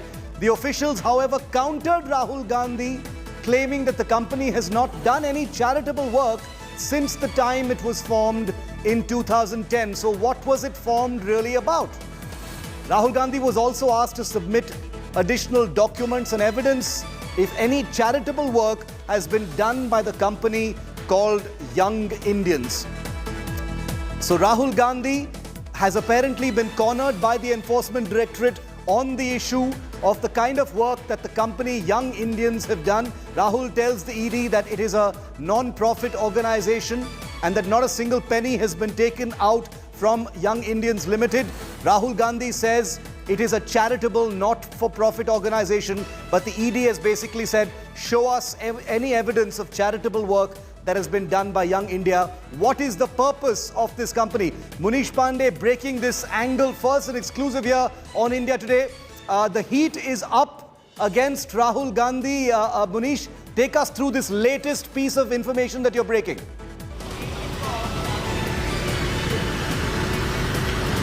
Yeah, well, Shiv, so far Rahul Gandhi has been questioned for almost 25 hours by the Enforcement Directorate, and most of the questions are pertaining to the functioning of AJL and Young Indian. Now, as far as Young Indian is concerned, remember Rahul Gandhi was one of the directors of Young Indian and also 38% shareholder of that company. So ED is focusing their questions and their investigation on Rahul Gandhi's association specifically with Young Indian. Now what ED sources have told us that Rahul Gandhi was asked specifically that if it is a non-profit company, not-for-profit company, then why was there no charitable work done by this Young Indian Private Limited? This question was asked to Rahul Gandhi. Rahul Gandhi has explained when he was asked that why did you become the director of Young Indian Private Limited? Why did you hold share of 38% in this company? Rahul said that this is a not-for-profit company. It means that it was formed under Section 25 of Companies Act. No person can use a single penny.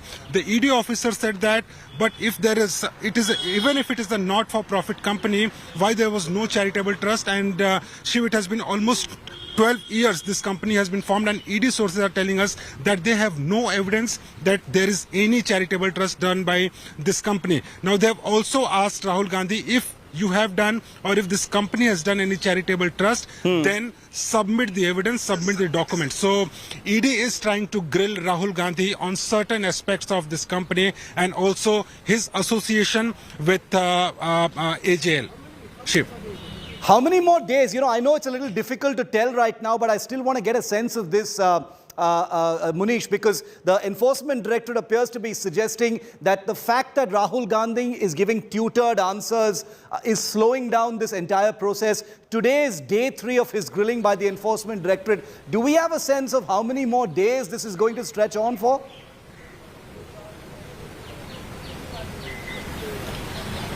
Yeah, well, Shiv, The questioning is happening for the entire day. Yesterday he was questioned for almost 10 hours. Day before yesterday he was questioned for almost 8.5 hours.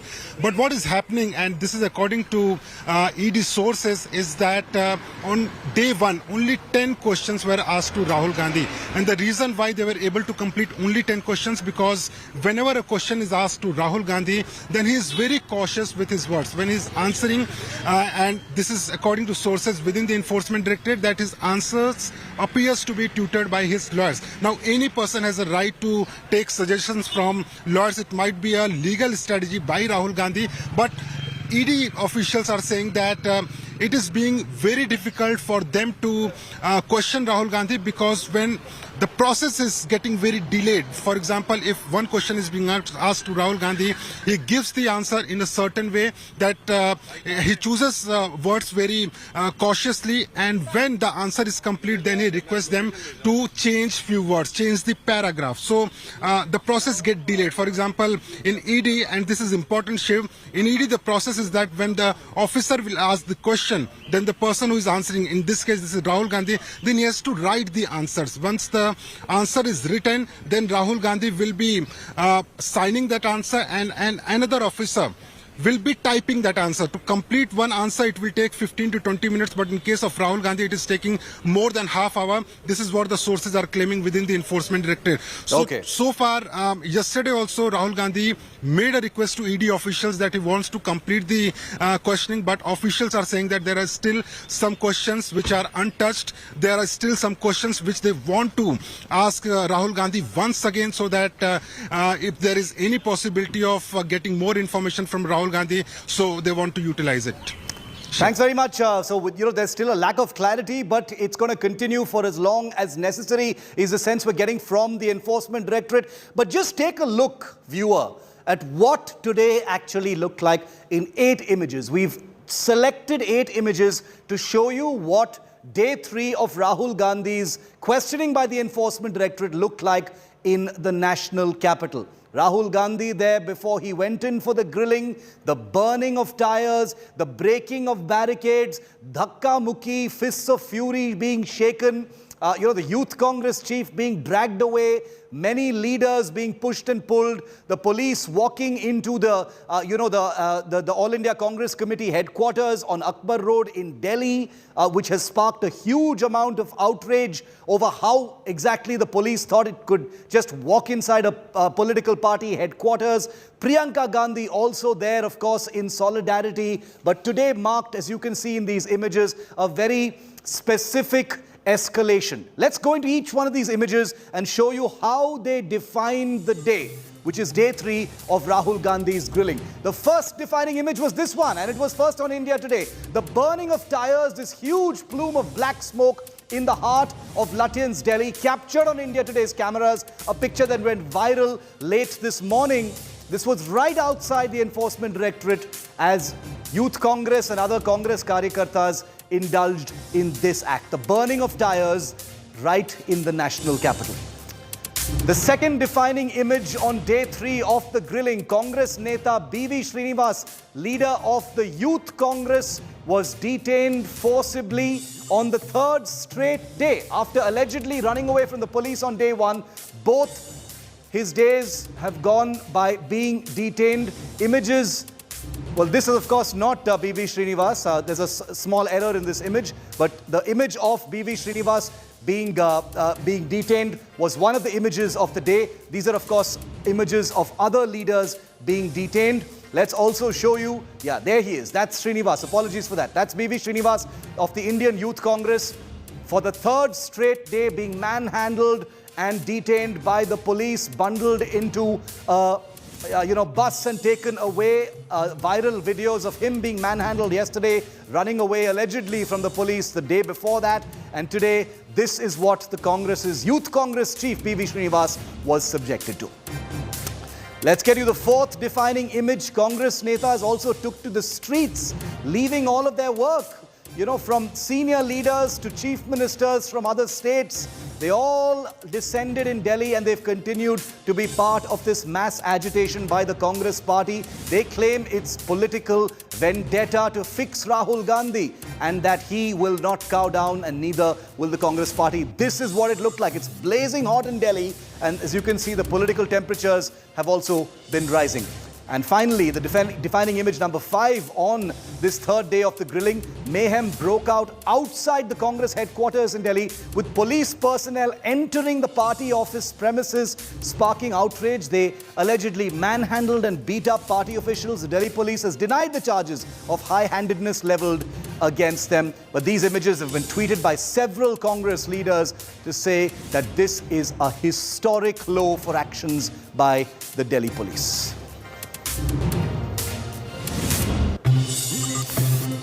And let's show you once again how things escalated in a most dramatic manner from around noon today, from the burning of those tires to people spilling out onto the streets in large numbers, disruptions of traffic, and a real law and order situation in the heart of Delhi. Here's how day 3 of Rahul's grilling played out in Lutyens, Delhi.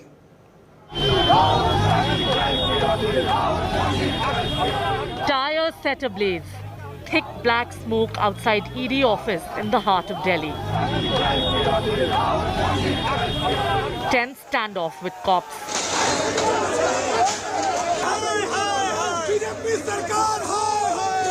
Fiery standoff, unruly protest and fisticuffs, and raging Congress cadre, all for Rahul Gandhi.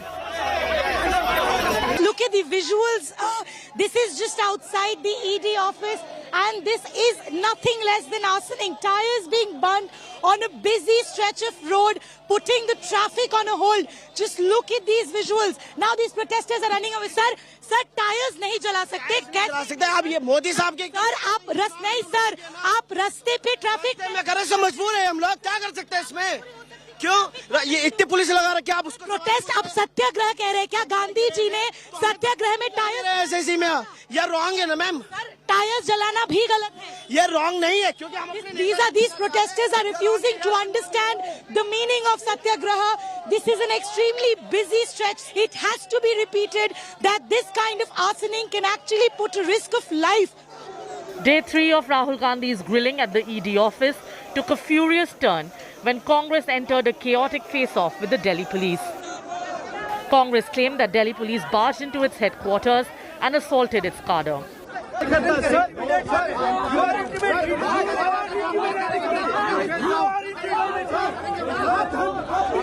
Images captured dozens of Congress leaders and workers in a tense standoff with Delhi police and other security personnel outside the party's headquarters on Akbar Road. राजनीतिक दल का कार्यालय है और उसमें police घुसे और वहाँ लाठीचार्ज करे, तो ये साहस दिल्ली पुलिस की नहीं हो सकती.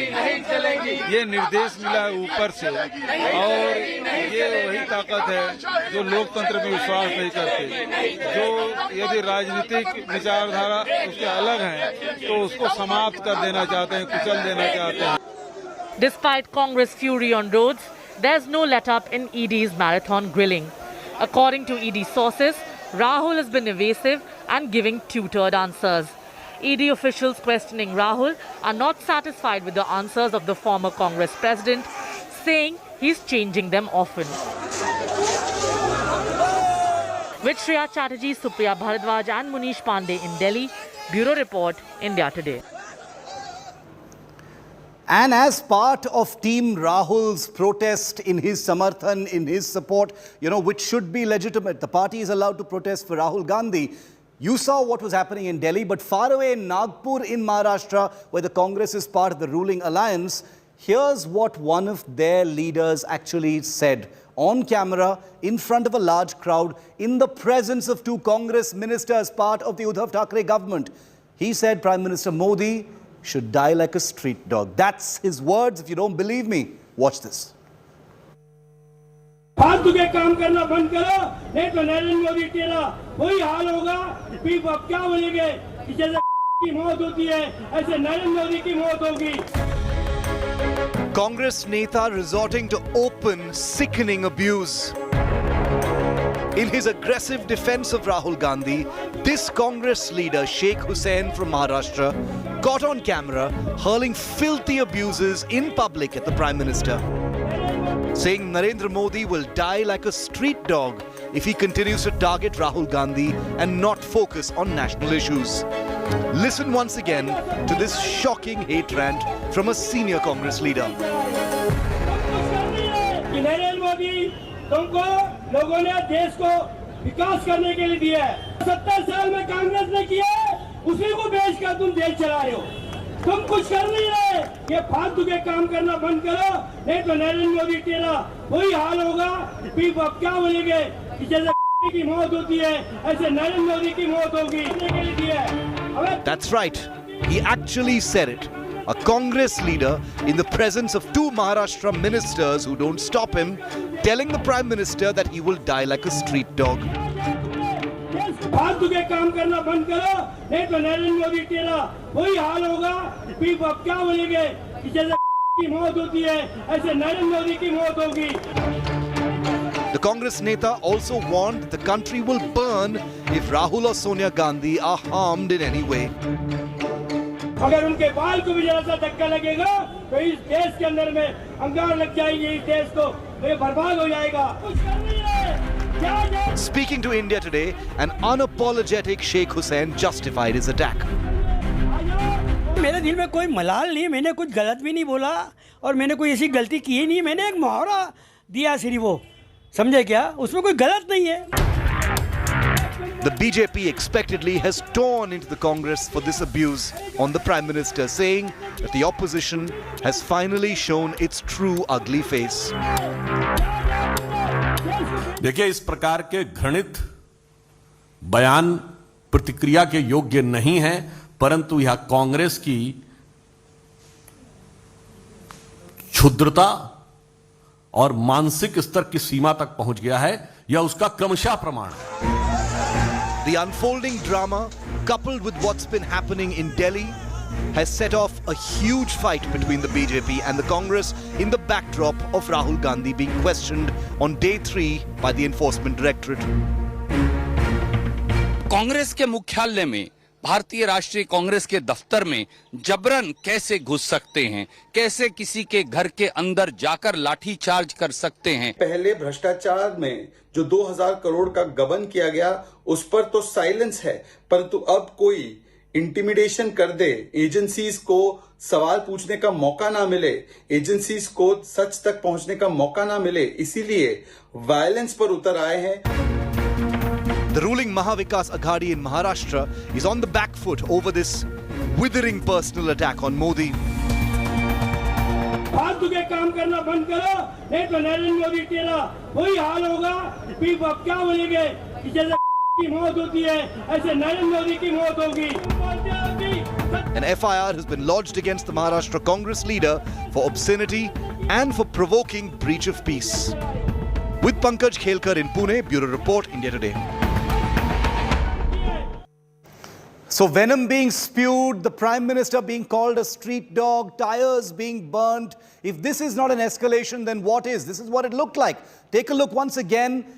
If anyone needed reminding whatsoever of what day 3 of the Congress's protests have looked like in this country, all of this is about Rahul Gandhi Samarthan.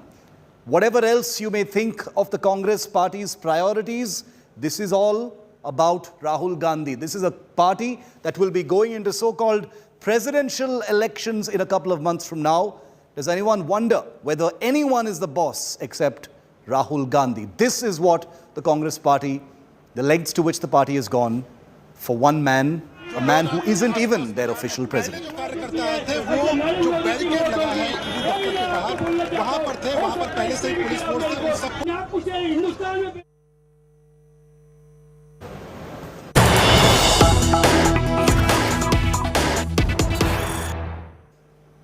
And things are actually going to escalate even further than the images that you've seen here, because the Congress's big national escalation in support of Rahul Gandhi is coming up tomorrow. The Congress has just declared that they demand action against the cops for what happened at the party office, that they will protest across the country. They're going to expand their protest to a pan-India protest, and they will also be gherawing Raj Bhavans, that is the House of Governors, in different parts of the country. Gherao Raj Bhavans and an expansion in the Congress's protests is on the cards for later today as well as tomorrow. So therefore, it becomes very clear, viewer, that the Congress's protest for Rahul Gandhi is all set to get a whole lot bigger and more aggressive. Listen in to Randeep Singh Surjewala of the Congress Party. The Delhi police today forcibly entered the national headquarters of Indian National Congress at Delhi, beat up workers and leaders. This is patently criminal trespass. The Gundaism of Modi government and Delhi police has reached its zenith. We are protesting peacefully in a Gandhian way, but this Gundaism is unacceptable. It will not be tolerated. It will be accounted for. We will remember, and the suitable action, both civil and criminal, will be taken. कल पूरे देश के अंदर राजभवनों का घेराव भारतीय राष्ट्रीय कांग्रेस के लोग करेंगे, क्योंकि मोदी सरकार के इशारे पर यह हो रहा है और राजभवन जो है वो मोदी सरकार का प्रतिबिंब है। और परसों हर जिला मुख्यालय पर कांग्रेस के लोग प्रदर्शन करेंगे। जान ले मोदी जी, प्रजातंत्र की अवहेलना करने वालों की खैर नहीं। Let's go across to India today. Supriya Bharadwaj on the phone line with us on this information coming in that the Congress's protests in favor of Rahul Gandhi are going to expand big time. Supriya, Raj Bhavans are going to be gherawed tomorrow. The protests are going to expand to other parts of the country. Can you give us a picture of what it's going to look like? Well, Shiv, this escalation will start from today itself. What we are hearing is that Congress is going to hold press conferences across the country today itself as far as what happened, the way Delhi police entered into their headquarters in the national capital. Now, the Congress party has released videos, they have given out a statement, and they have said, they have claimed that Delhi police entered their police headquarters, their headquarters, and Delhi police also took some of their leaders out. They have detained them. There was a massive showdown between the Congress leaders and workers who were present there and the Delhi police officials. After that, what we are hearing now is that there will be press conferences across the country. Tomorrow, there is this call that in the entire country, in each state where the Raj Bhavans are, Congress leaders and workers are going to gheraw them and are going to protest. They are saying because governors represent the central government, so the protest is against the central government, and they will be going all out and protesting. And day after tomorrow, they are going to protest at the district levels and at the block levels. So now the battle the battle is not just confined to Delhi, it is going down to ground zero, that is at the booth and the district levels also. So this is going to be a massive protest which Congress party plans in next 2 days. And what we are hearing is that in Delhi also, they are saying that they will continue protesting the way they are. Now, just a couple of minutes back, Sachin Pilot was detained, and now also we are hearing that there are leaders who are trying to reach AFC headquarters, senior leaders who are being detained at the moment. Supriya, thanks very much. Keep tracking that story. It's going to become bigger. That's the big message from the Congress party. We've got some breaking news coming in from the race to the president's post as well.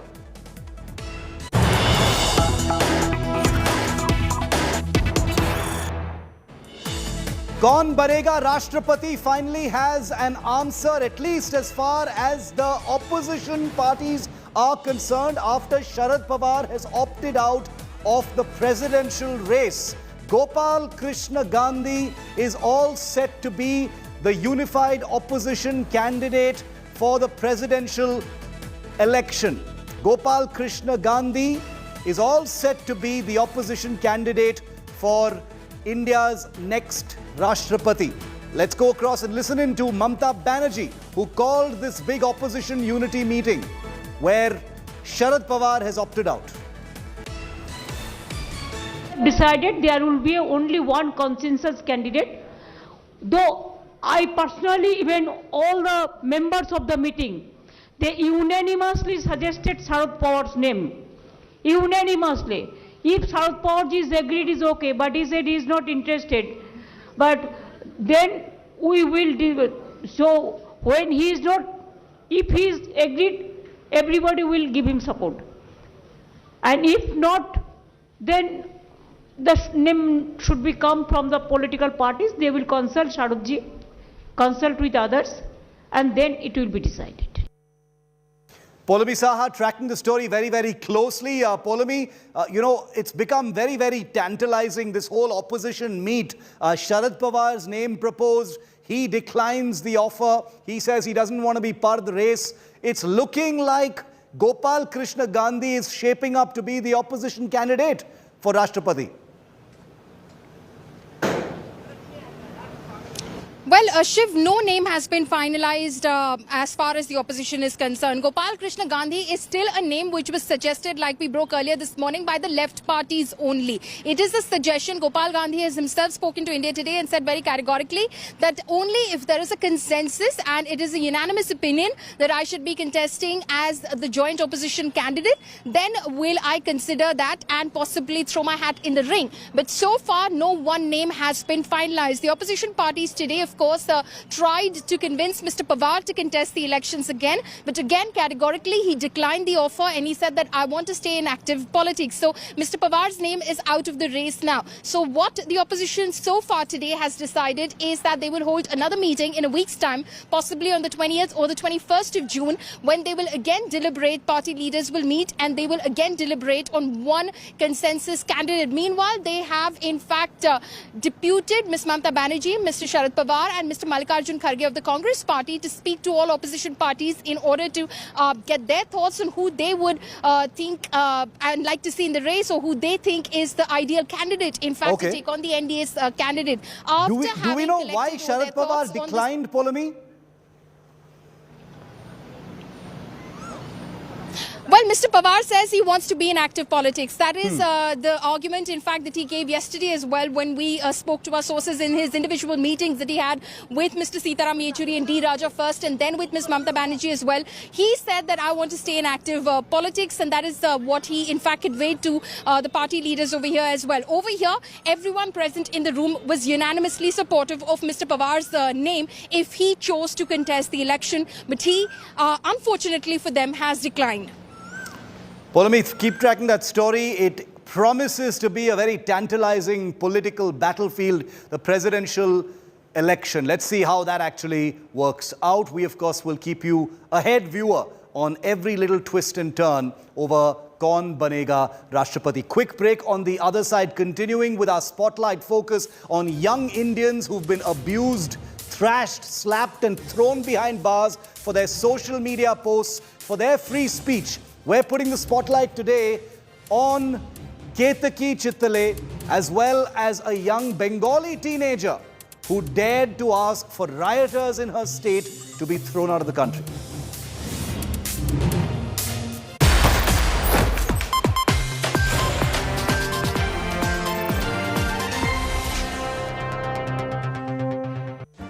Make your media plan smarter with India Today Live TV on your connected devices. Amplify your brand with 100 million smart internet viewers. To advertise, mail us at sales@aajtak.com or call 9999892171.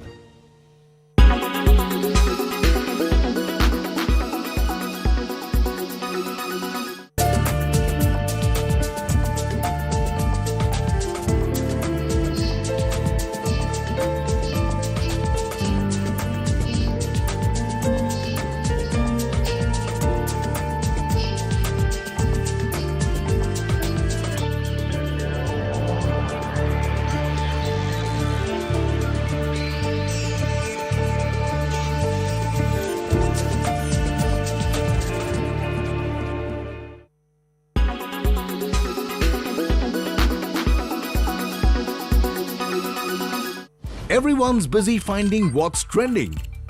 You're busy finding out why. India Today, for those who research before reacting. Download the India Today app now. Make your media plan smarter with India Today live TV on your connected devices. Amplify your brand with 100 million smart internet viewers. To advertise, mail us at sales@aajtak.com. Make your media plan smarter with India Today live TV on your connected devices. You are watching India Today.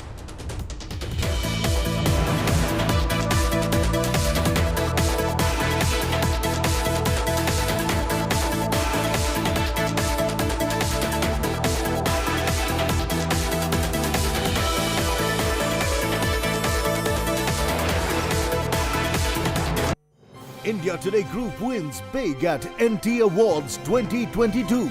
Bags 5 coveted awards in digital categories. Mobile application by a news channel, Aaj Tak. Most popular social media TV news brand, Aaj Tak. News channel website, India Today. Social contribution by a news network, India Today. Strongest digital footprint of a news network, Aaj Tak. India Today Group, the gold standard of journalism.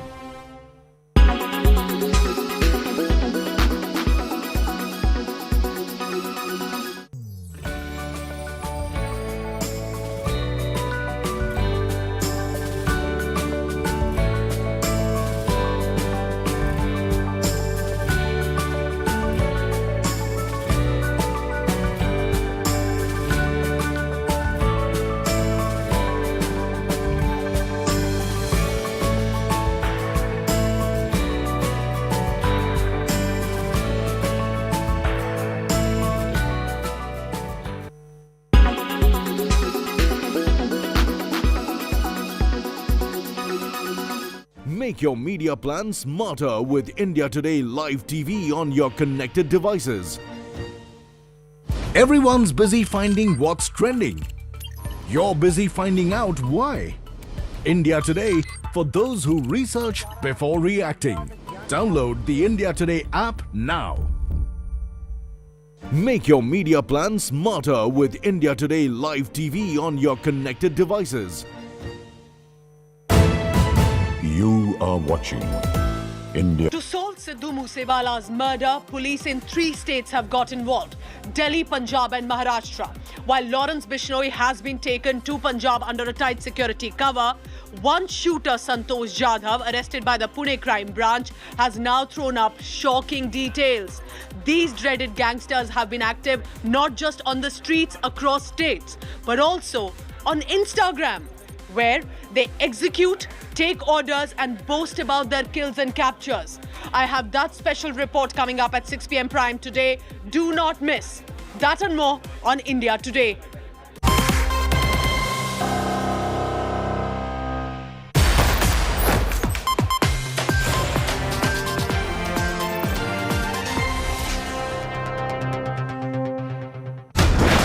Maharashtra, Tamil Nadu and now Bengal.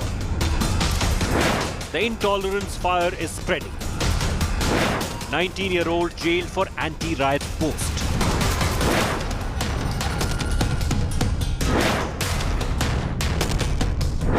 She condemned rioters, got jailed.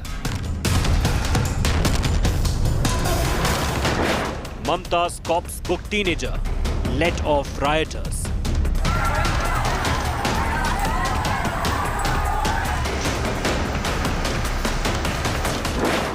Speak up for Bengal's Ashwini. India against intolerance. It's absolutely incredible. 19-year-old Ashwini in Mamta Banerjee's Bengal speaks out against rioters who are causing violence in Bengal in the wake of the Nupur Sharma comments about the Prophet. She wanted the rioters thrown out of India. Well, guess what happened? Her house was attacked, the police station was stoned, and Ashwini was put in jail, where she continues to remain behind bars. The latest young Indian face that has exposed the hypocrisy of free speech crusaders nationwide. From Ketaki Chittale to Saad Ansari to Nikhil Bhamre. Ashwini is the latest.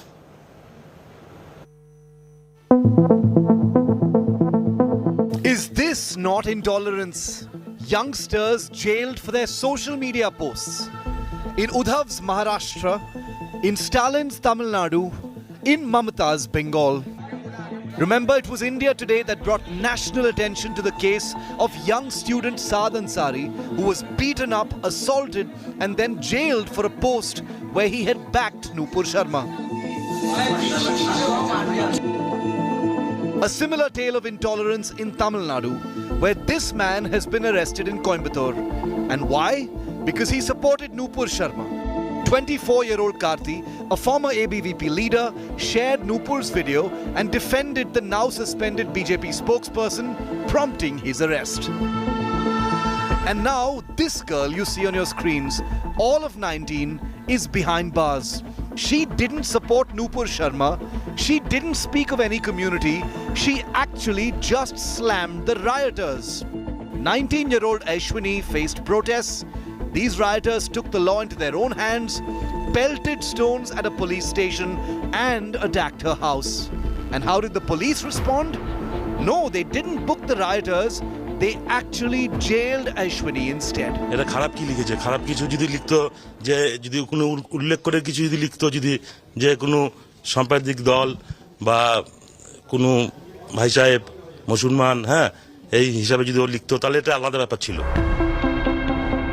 So what did Ashwini say in her post? She simply demanded that these rioters who resorted to violence in her state should be sent out of India, prompting violence on the streets of Howrah. Stones were pelted, pointing the locals' residents, and as you can see, that this is the road connecting National Highway to this locality. Several houses were damaged. We can see that the stone were pelted, pointing towards the glass windows. যা অবস্থা হয়েছিল যে পরের দিন যে আমরা বাজবো আত্মীয়স্বজন phone করছে মানে আমাদের কি গিয়েছে আমরা জানি এটুকুন বলতে পারবো আর কিছু কি বলবো দাদা তারপরে তো পুলিশ যদি না আসতো ওই 10 মিনিটে যে আরো অনেক কিছু হতে পারত. The BJP meanwhile has condemned this crackdown on a teenager and offered legal help as well to Ashwini's family. Mobs surrounded her house and the police arrested her rather. So in the same matter, the state said that sometimes it is safe to stay in the jail. So regarding the same, I have made my submissions and the Honorable Court has taken cognizance and they have asked the state to file a report regarding her arrest. So the matter will be taken up soon. The very same political leaders who have time and again spoken of the BJP's intolerance and exposed the ruling party now stand guilty of maintaining a symbolic silence, of shining examples of intolerance in their own states, at least as much as those they accuse of displaying the same intolerance. But India Today will continue to highlight these stories of hypocrisy and fight for these youngsters who've been punished for voicing their views. With Ritik Mondal in Kolkata, Bureau Report, India Today.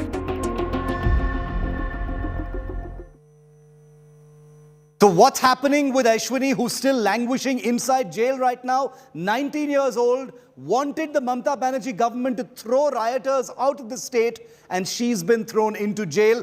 India Today's Ritik Mondal has been tracking the story. Ritik, what is the current situation in the case? Ashwini has become the new face, or rather should I say the latest face of a young Indian who's been penalized for free speech.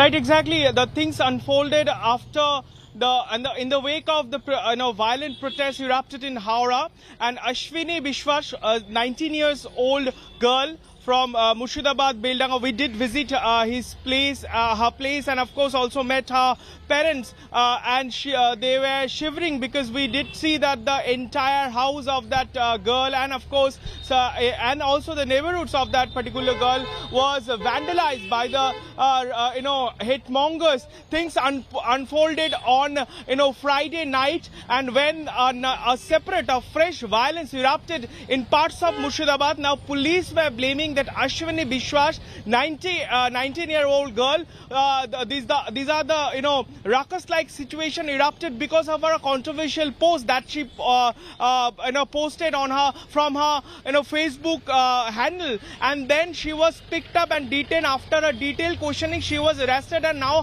has been sent for 5 days jail custody. Now we also met her parents and they absolutely deny that for having any indulgence of a kid in the creating this ruckus. But also we also met the parents and also the neighbors, and they also alleges that her house, which is at a stone throw distance of from Beldanga police station. Now we also did filed reports that how the police were also targeted that evening, and they were absolutely helpless to rescue that girl, and she was arrested. So word of words have been also erupted. And let me also conclude with this updates that the demands for Nupur Sharma's arrest have been also raising in parts of in the other parts of Kolkata and as well as the states, and many non-political spectrums, they are also taking out rallies even today to demanding their raising their voice, demanding the arrest of Nupur Sharma. Ritik, thanks very much for getting us that update on Ashwini. The BJP has stepped in. They want to provide her with some kind of legal support. But the fact is, this young woman is still in jail. All she wanted was action against rioters who are ruining her state. Now let's tell you from east, let's take you west to the story of Ketaki Chitale, the Marathi actor who yesterday marked 1 month, 30 days behind bars for a social media post attacking apparently Sharad Pawar. This Marathi actor has been in jail for the last 1 full month. She was thrown behind bars because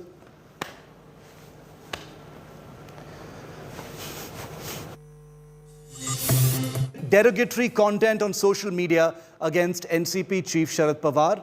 She was arrested on the 14th of May and continues to be in jail even as we speak. And here are some of the other faces of young Indians who've been thrown behind bars. Now there's an ABVP youth from Coimbatore who supported Nupur Sharma, who's been arrested. Saad Ansari, who did not criticize Nupur Sharma, was slapped. He's still behind bars. The continuing jailing of young Indians who are simply speaking their minds. The real rioters, nothing's happening with them, but young Indians who merely express an opinion are all being thrown behind bars. Ketaki Chitale, who took on Sharad Pawar in a social media post. She's had many controversies before as well. She's been rude, she's been outspoken. But does she deserve to spend 1 month behind bars for a social media post against Sharad Pawar, continuously attacked by one of the ruling allies of the Mahavikas Aghadi, with all the free speech crusaders of the Uddhav government have their fingers on their lips as far as Ketaki Chitale is concerned. Live today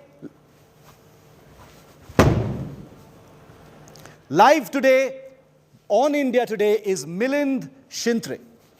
He's a Marathi actor. He happens to be Ketaki Chitale's friend. Milind, thank you very much for being with us here on India Today. Your friend Ketaki Chitale has been in jail now for the last 1 month, 31 days to be precise. She was arrested on May the 14th. Yesterday was 1 month since her arrest. She has strongly spoken out for herself in court, in hearing after hearing, saying that she refuses to apologize, that she has done no wrong. What is on your mind right now, Milind?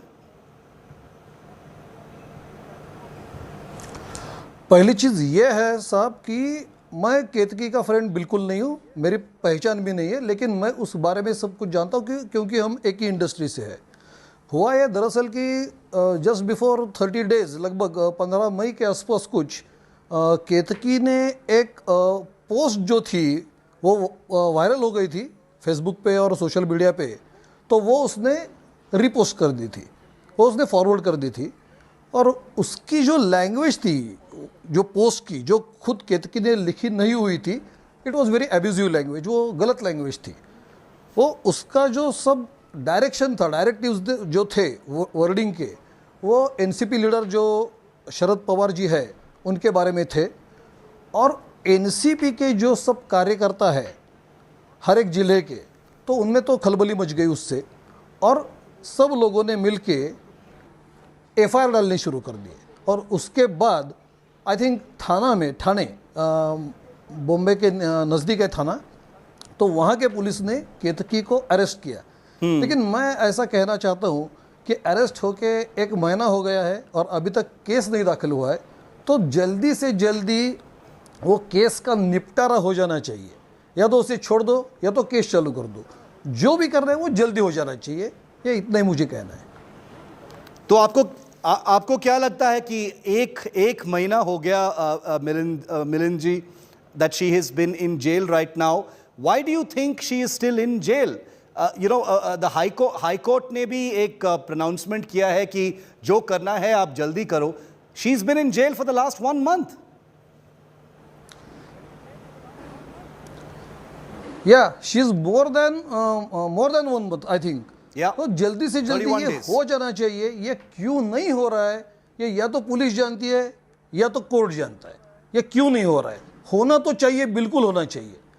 क्या है, महाराष्ट्र में ऐसी थोड़ी बहुत परंपरा है कि जहां आर्टिस्ट एक्सप्रेस कर देता है, वो गलत हो सही हो उसको वो सही लगता है। एक सीनियर राइटर थे हमारे यहाँ पे, विजय तेंदुलकर साहब थे, तो वो ही was a great player, right. So Vijay Tendulkar ने कहा था उस टाइम कि अगर मेरे हाथ में गन होता तो मैं मोदी को मार देता था। तो इतना बड़ा स्टेटमेंट हो जाने के बाद ना तो विजय तेंदुलकर को अरेस्ट मिला, ना तो जेल हुई, कुछ भी नहीं हुआ। क्यों नहीं हुआ? क्योंकि इंडिया में फ्रीडम ऑफ एक्सप्रेशन है। ये जो फ्रीडम ऑफ एक्सप्रेशन है, ये हर आर्टिस्ट चाहता है कि ये उसे मिले। लेकिन इस केतकी के केस के बारे में मैं ये कहना चाहूँगा कि उसने जो पोस्ट फॉरवर्ड किया, उसकी जो लैंग्वेज थी वो अच्छी नहीं थी। चाहे विचारधारा अलग हो सकती है एक आदमी की, मैं ऐसा आदमी हूँ कि मुझे आपकी विचारधारा अच्छी नहीं लगती, आप ऐसे कि आपको मेरी विचारधारा अच्छी नहीं लगती, लेकिन अगर मुझे एक्सप्रेस करना है भले आपके खिलाफ हो, तो मेरी लैंग्वेज जो है वो अच्छी होनी चाहिए, वो सोबर होनी चाहिए। तो वो लैंग्वेज का प्रॉब्लम है, ऐसा मैं मानता हूँ। लेकिन फिर भी कुछ भी हो जाने दो, 1 महीना तक उसे जेल में रुकाने का कोई पॉइंट ही नहीं है। अगर रोकना है तो केस चालू कर दो, अगर केस नहीं चालू कर रही है तो छोड़ दो। इतनी सिंपल सी बात है। मिलिंद, बहुत लोग फ्री स्पीच के बारे में बात करते हैं, ज़्यादातर महाराष्ट्र के नेता लोग बहुत बात करते हैं फ्री स्पीच के बारे में। क्या आपको लगता है कि शरद पवार और उद्धव ठाकरे, आदित्य ठाकरे, ऐसे leaders, they should come out and say something? I mean, she is an actor, she is a public face, she is popular, she is been in jail for the last 1 month.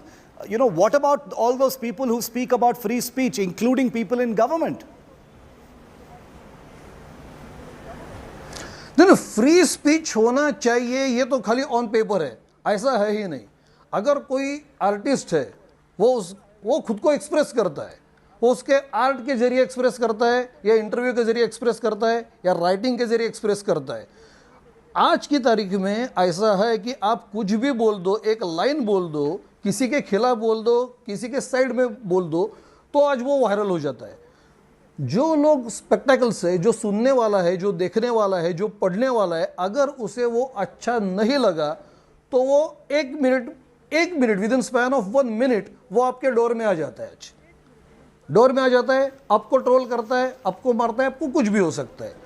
इस case में, केतकी के case में ऐसा नहीं हुआ।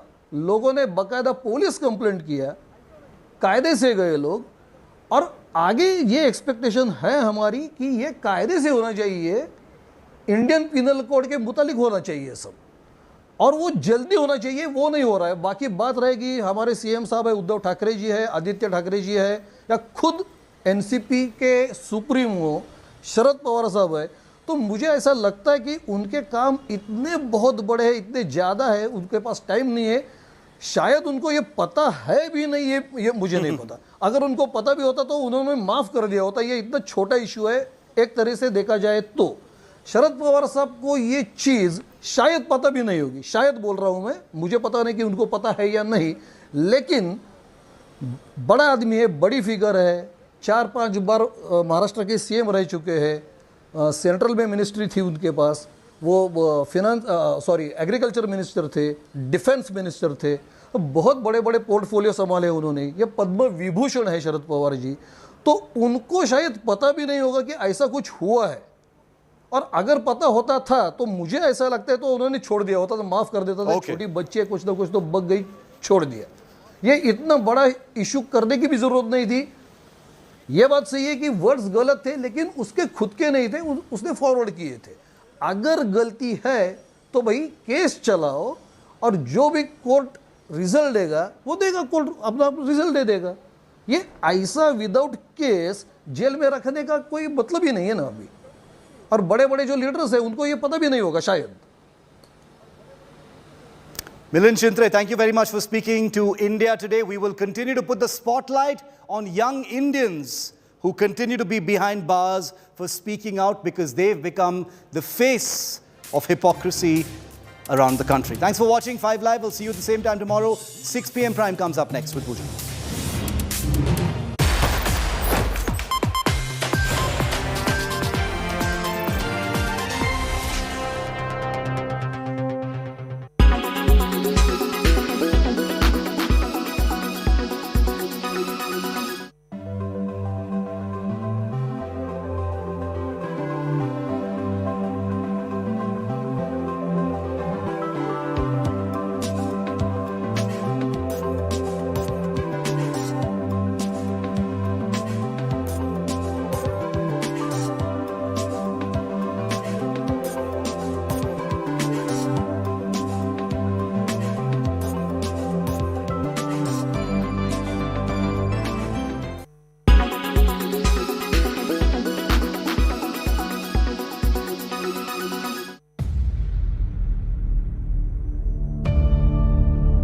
India's #1 political reporter. Defines what seems to be happening, vendetta politics. कोई दूध के से धुला हुआ नहीं है. Unmatched eye, unmatched experience. The world has changed. My black hair has become grey as well. And with unmatched passion for the story. Do not monopolize the conversation. When it's 100% pure prime time. It's News Today with Rajdeep Sardesai. Monday to Friday, 9 p.m. Only on India Today TV. Make your media plan smarter with India Today Live TV on your connected devices. Everyone's busy finding what's trending. You're busy finding out why. India Today, for those who research before reacting. Download the India Today app now.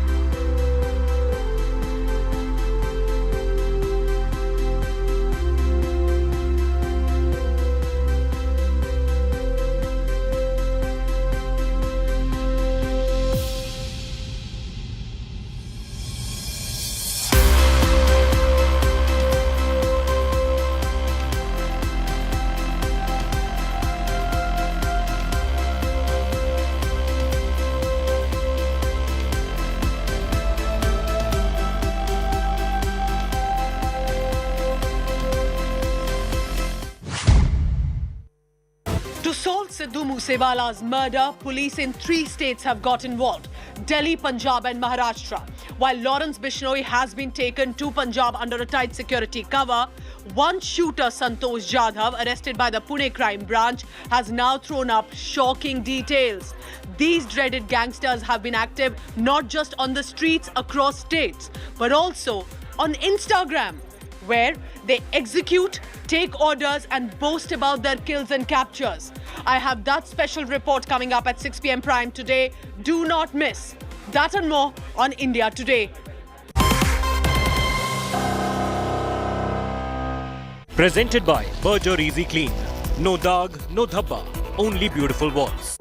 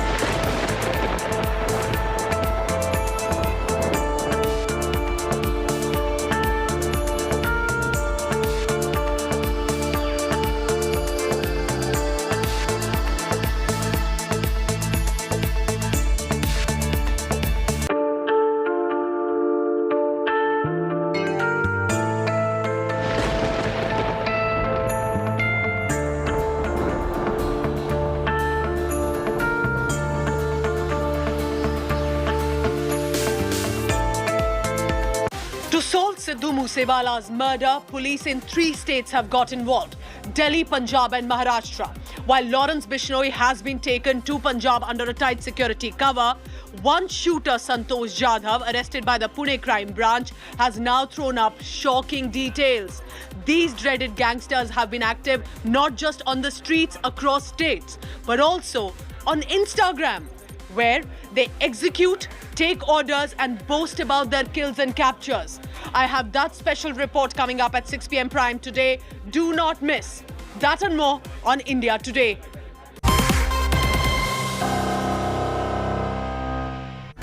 Co-presented by PolicyBazaar.com. Co-powered by introducing Motorola Edge 30. Co-powered by Philips Beard Trimmer.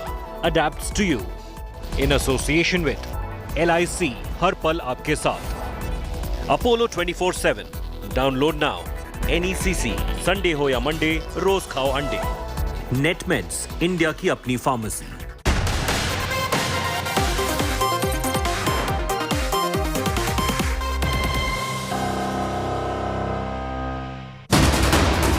The Lawrence Bishnoi Troop Files. पहले हमारे पूर्वज पीतल में पानी भरते थे और अब बात हमारी है, हम पीतल ही भर देते हैं. Revealed Moosewala blood trail.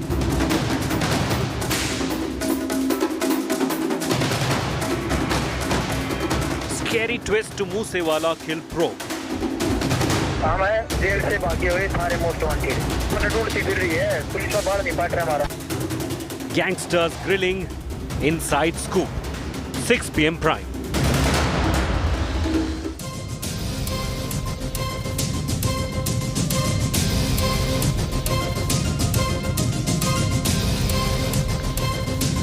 Good evening and welcome. I'm Pooja Shali. You're watching 6 p.m. Prime. Next half an hour, stay tuned because what I'm going to tell you about the Sidhu Moosewala murder investigation concerns us all. It's not an isolated case because these gangsters are closer than you think. Let's begin first with the headlines.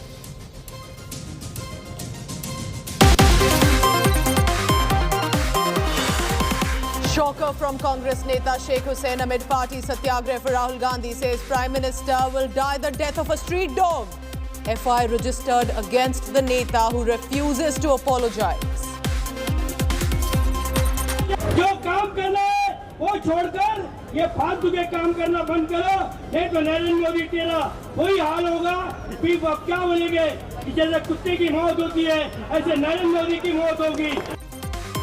It's day 3 of Rahul Gandhi's questioning by the ED. Sources of the ED say Rahul's tutored answers are slowing down the questioning. Congress cadres, meanwhile, as you can see, set tires ablaze across the national capital, Delhi, where protests erupted, specifically outside ED office in the VVIP zone of New Delhi.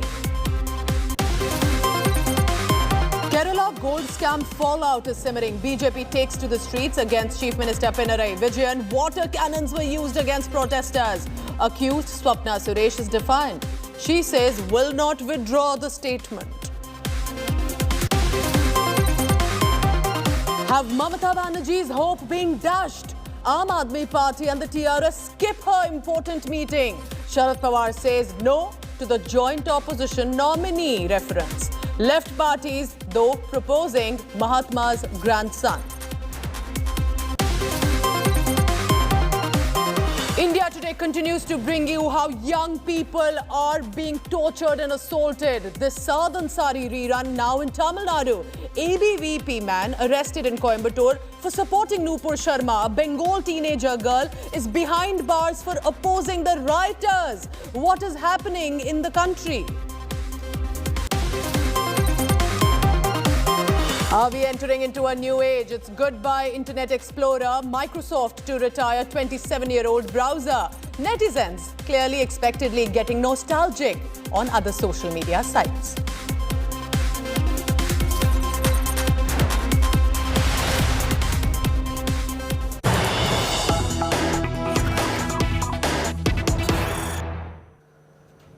We have big breaking news coming in. This is with regard to the Salman Khan threat letter case. Now investigation appeared to be back to square one because it turns out that Saurabh Mahakal, who was an arrested accused, gave wrong information to Mumbai police about Salman Khan's threat letter case. So it's just getting twists and turns.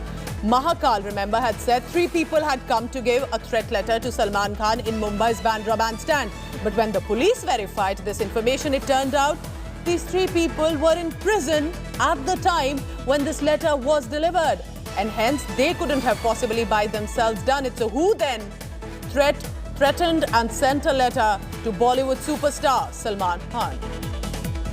Let's go across directly to my colleague Arvind Oja on the same. Arvind, because you've been tracking this case of Sidhu Moosewala and all the twists and turns here, why this specific threat letter and investigation is not working?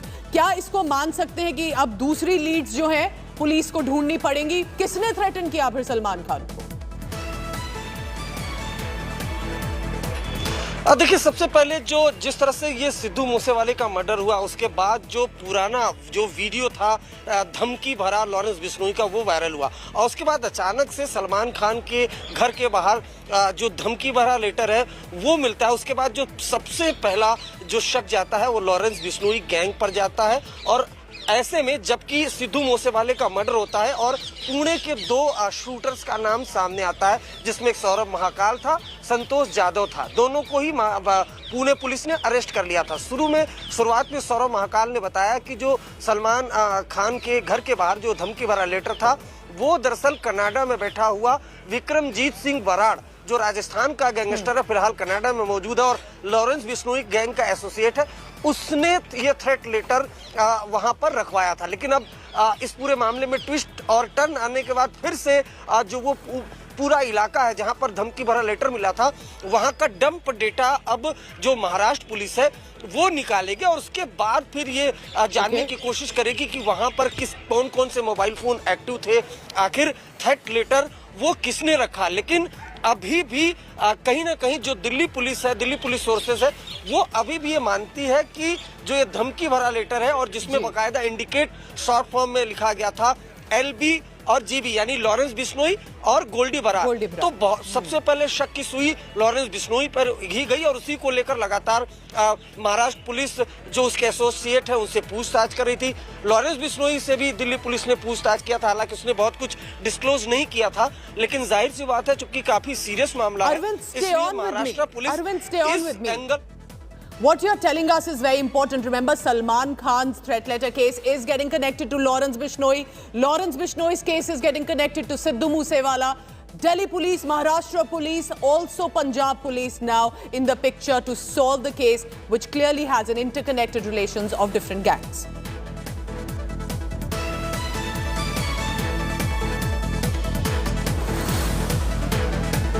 So the Punjab police has finally got the custody of gangster Lawrence Bishnoi for the next 7 days. So the gangster has now been given top-notch security because there's clearly a threat also to his life that he had also claimed while he was behind bars. Now here's what you need to know, all the details about the high-profile security, the questioning and lots more. Big news, take a look. A bulletproof car, 100 policemen standing guard, and heavily armed commandos. This is the top-notch level of security for the grilling of dreaded gangster and suspected mastermind of the Sidhu Moosewala murder. Gangster Lawrence Bishnoi being grilled by Special Investigation Team and Anti-Gangster Task Force personnel after the Punjab police got his custody for 7 days. This gangster who was brought on one-day transit remand, he was produced in the Mansa court which remanded him to police custody. Though the gangster during the Delhi police questioning has not confessed that he is behind Sidhu Moosewala's murder conspiracy. किस तरह की security है, क्या commandos आप देख सकते हैं, बिल्कुल सिक्योरिटी की इसके लिए जो है सफिशिएंट सिक्योरिटी हम कर रहे हैं, उसमें कमांडो भी है, उसमें लोकल है, उसमें हमारी जो पैरामिलिट्री है वो भी है. India Today had earlier tracked the gangsters' high security convoy. ये सारी चीजें जल्दी पंजाब पुलिस ने इसलिए की क्योंकि एक तो ये गाड़ियों का काफिला काफी लंबा है. पंजाब पुलिस की अपनी 12 से 15 गाड़ियां हैं. इसके अलावा लोकल जिस जगह से ये गुजर रहे हैं वहां की लोकल एस्कॉर्ट इन्हें मिल रहा है और 50 से ज्यादा सुरक्षा कर्मी है. The Punjab police are trying to unravel the Moosewala murder plot and trace the Lawrence Bishnoi gang's sharpshooters who actually pulled the trigger in Mansa, Punjab. The death threat letter to Salman Khan may also come up for probe. Bishnoi, Salman Khan को आपने धमकी दिलवाई? हैं? Sidhu Moosewala मरवाया?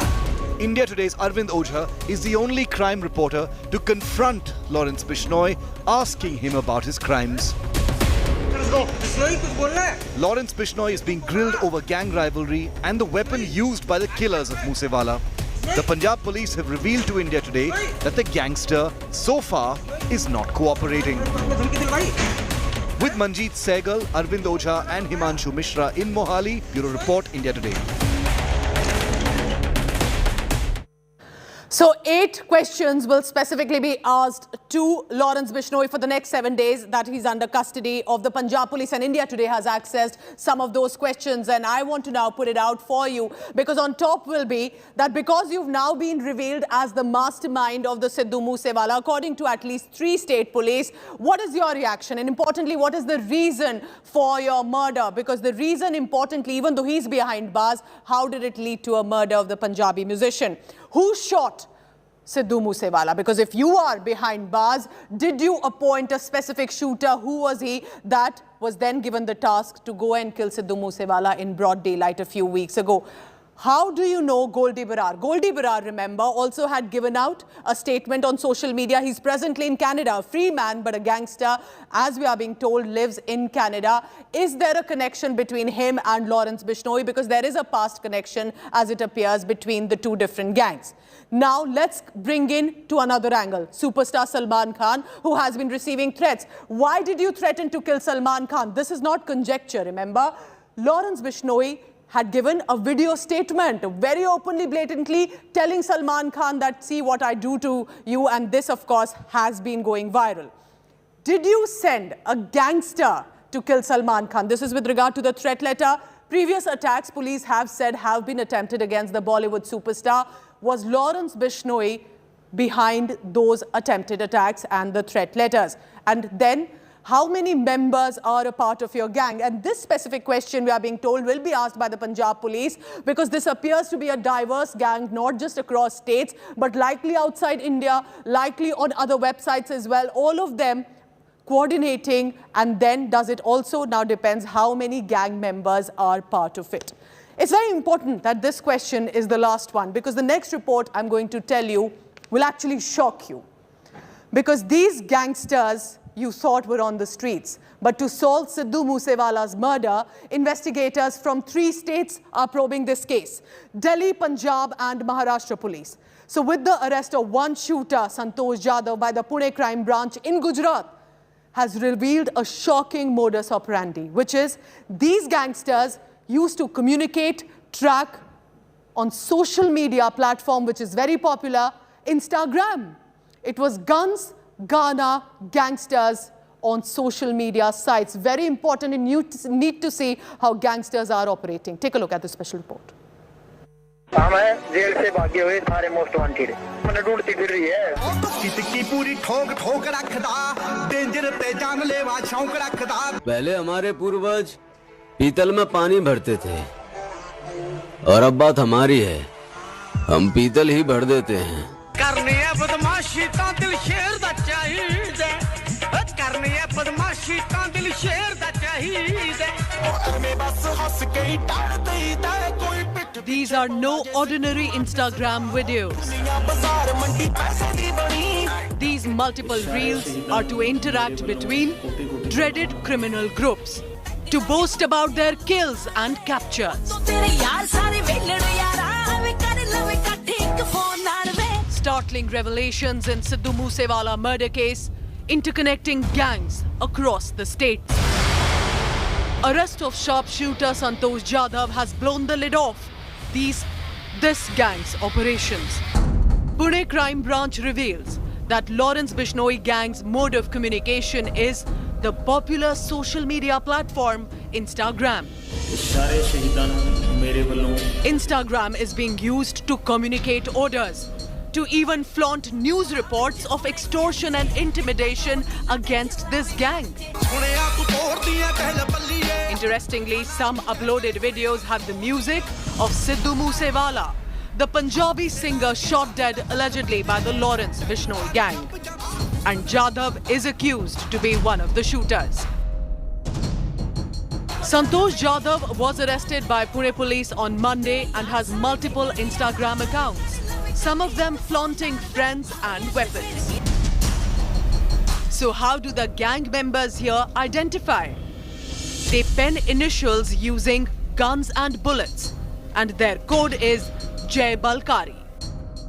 The police are investigating further accounts to identify these gang members, that whether on Instagram or even YouTube. Mumbai Police Crime Branch, which is investigating Bishnoi gang's alleged threats to Salman Khan, are now also trying to trace previous attempted attacks against the Bollywood superstar. So today's dreaded gangs are operational not just on the streets, but also across the virtual space to target people and spread the word. That is, till the time law of the land catches up with them. Bureau Report, India Today. Let's go across now to my colleague Arvind Ojha, who's tracking all the latest on that. Arvind, at this point, many would believe Instagram जैसा जो social media platform है, उस पर आप fun pictures, video, time pass के लिए डालते हैं. ये तो gangsters हैं. ये उसी से coordinate, track, execute करते हैं. तो किस तरह से social media sites को use किया जा रहा है? और दूसरी बात, investigators इसको कैसे देख रहे हैं? जी बिल्कुल, मैं आपको ये चीज़ें बताऊं डिटेल्स, उसके पहले मैं आपको ये भी दिखाना चाहता हूं कि देखिए मोहाली का ये वो जगह है, आप देख पा रहे हैं जो पंजाब पुलिस के कमांडोज हैं वो जहां पर खड़े, उसी के ठीक अंदर लॉरेंस बिश्नोई है. उससे पूछताछ फिलहाल जो एसआईटी और एंटी गैंगस्टर टास्क फोर्स है उसके ऑफिसर्स कर रहे हैं. और आप देखिए कि कितना सेंसिटिव ये मैटर है और किस तरह का ये खतरनाक गैंगस्टर है कि 24 घंटे यहाँ पर पंजाब पुलिस के कमांडोज वो तैनात है. उसके अलावा हैवी सिक्योरिटी फोर्स है. और जैसा पूजा आपने बताया, दरअसल ये जो गैंगस्टर है इनके अलग अलग सोशल मीडिया अकाउंट है और कई सारे फेक अकाउंट है जिसमें लगातार जो इनके गुर्गे हैं वो वीडियोस अपलोड करते रहते हैं. बहुत से ऐसे गैंगस्टर है जैसे लॉरेंस बिश्नोई, वो तिहाड़ जेल या दिल्ली के किसी जेल में होता है, वहां से उसकी एक पिक्चर क्लिक की जाती है और वो सोशल मीडिया पर अपलोड की जाती है. इसके जरिए ये गैंगस्टर अपने फॉलोअर्स बढ़ाते हैं और उसके बाद जब कोई उसमें से बहुत ज्यादा डेस्परेट सेपरेट बंदा दिखता है। उसके बाद उसको बाकायदा जो सिग्नल ऐप है उसमें ले आया जाता है, उससे बातचीत की जाती है।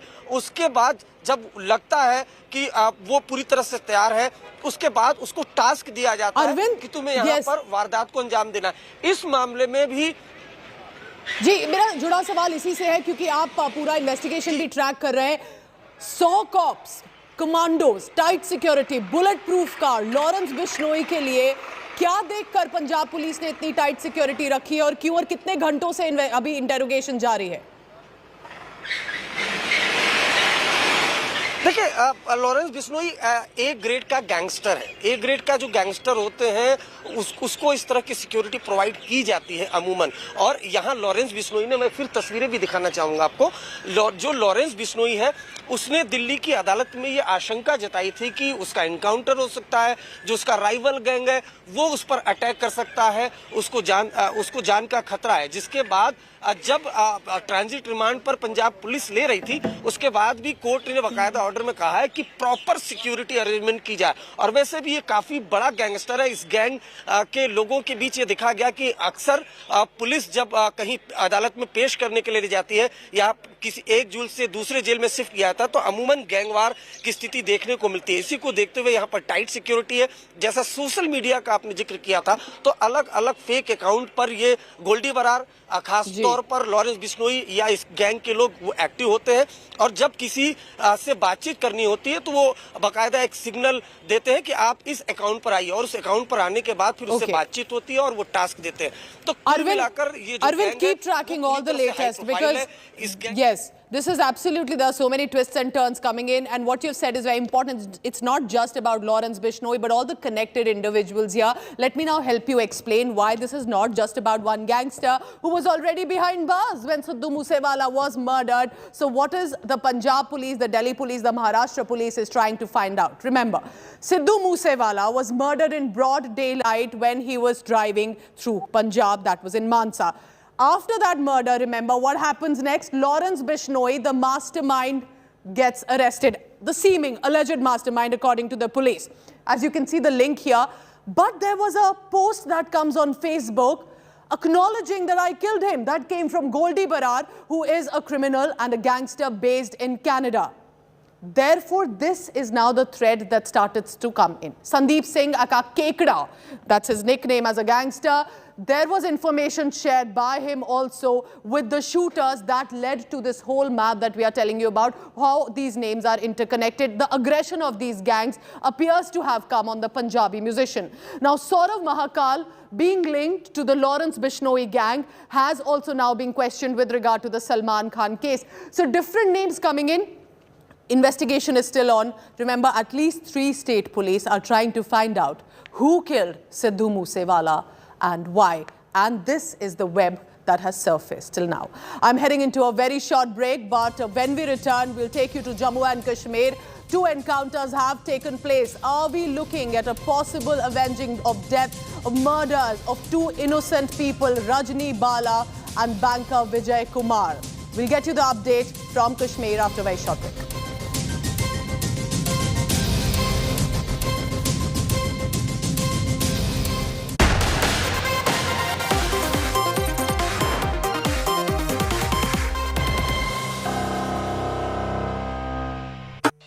India Today Group wins big again. Bags 37 awards at the NT Awards 2022. Aaj Tak triumphs with 18 awards. India Today TV with 12 awards. Aajtak.in and IndiaToday.in with 5 awards. And Good News Today with 2 awards. Making the group proud once again. India Today Group, the gold standard of journalism.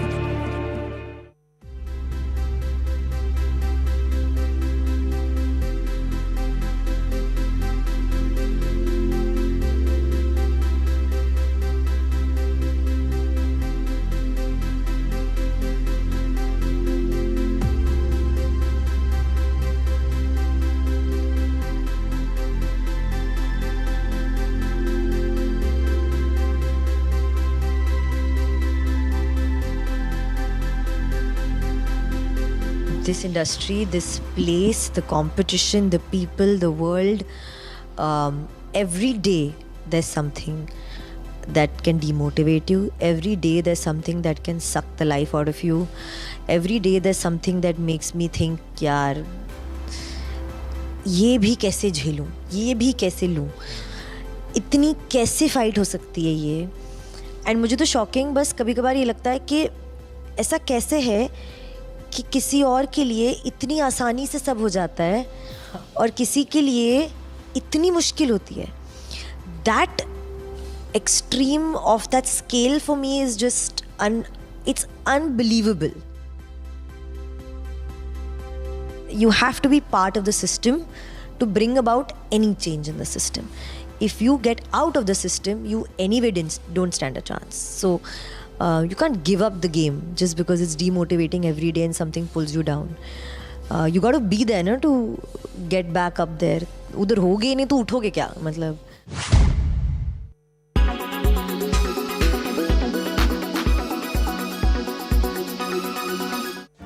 Make your media plan smarter with India Today Live TV on your connected devices. Amplify your brand with 100 million smart internet viewers. To advertise, mail us at sales@aajtak.com. Make your media plan smarter with India Today Live TV on your connected devices.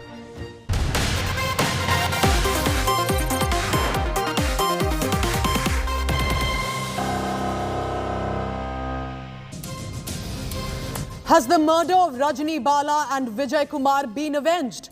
In an encounter in Kulgam in Kashmir that broke out earlier and resumed today morning, 2 local terrorists affiliated to Hizbul Mujahideen have been involved. We're also being told that they are the same 2 terrorists who had also attacked school teacher Rajni Bala, who was shot dead, remember, in Kulgam on 31st May. Another encounter took place in Shopian after CCTV footage was analysed of killing bank manager Vijay Kumar from point blank range. That shocking killing there on your screen. Now it appears this man, the identity of the killer was confirmed as Jan Mohammed Lone. Both these terrorists, Lone and Tufail Ganai, another one, have been neutralised because they killed Vijay Kumar, an innocent bank manager. His picture there on your screen. So this is what is coming up as information. Let's listen into what the police officials are saying. The person who did the killing of a very young, handsome manager of a bank, Vijay Kumar from Rajasthan on 2nd of June was identified right on the day this killing took place. We were looking for him, we were after him, and I'm happy to say that last evening this John Muhammad Lone of Lashkar-e-Toba has been killed. Along with him, his associate, who is of course from Jaish-e-Mohammed and was working with him, Tufail Ganai, has also been eliminated in the encounter last night. We believe that this innocent killing of Vijay was a burden on everyone's mind who was involved in the security operators, and it's good that he's been utilized in this operation. Joining me in this telecast is my colleague Ashraf Wani from Srinagar. So Ashraf, it appears that there were 2 encounters in Shopian and Kulgam. What is the latest update coming in from that? Have the terrorists who killed innocent people, have they been neutralized? So far the Kulgam encounter, Puja, is still underway, as the police officials are saying that there is a hideout in the Kulgam orchards which are very dense. For the safety and security of the security persons, they are not pursuing towards that operation, but they have started the combing operation in the area, and soon they are going to get those 2 Hizbul Mujahideen militants who are believed responsible for the killing of Rajni Bala, the school teacher. She was killed in a school premises on 31st of May, and in fact another encounter which took place in the Shopian, that is over 2 Lashkar-e-Toba militants, including Jan Mohammed Lone, who was responsible for the killing of banker Vijay Kumar from Rajasthan in Kulgam district, has been killed in that encounter. In fact, I spoke to Inspector General of Jammu and Kashmir Police today morning. He clearly said that the strategy has been changed and we have the clues of all those militants who were responsible for the targeted killings, and one by one they are going to neutralize them. And in fact, so far they have killed 3 those hybrid militants who were responsible for the targeted killings among the 6 civilians here in the Kashmir Valley during the last 2 months. Okay, Ashraf, thank you so much for updating us, and we'll be tracking the latest coming in from Jammu and Kashmir. Now, let me take you through perhaps now a good news coming your way. This is about 5 days on, more than 100 hours later. 10-year-old boy Rahul Sahu has been brought out alive from an open bore well in which he had fallen. Now, importantly, with this good news, we also hope that he recovers soon. Remember, this is the non-stop rescue efforts due to which this young boy has been now out and is recovering. This story comes from Chhattisgarh.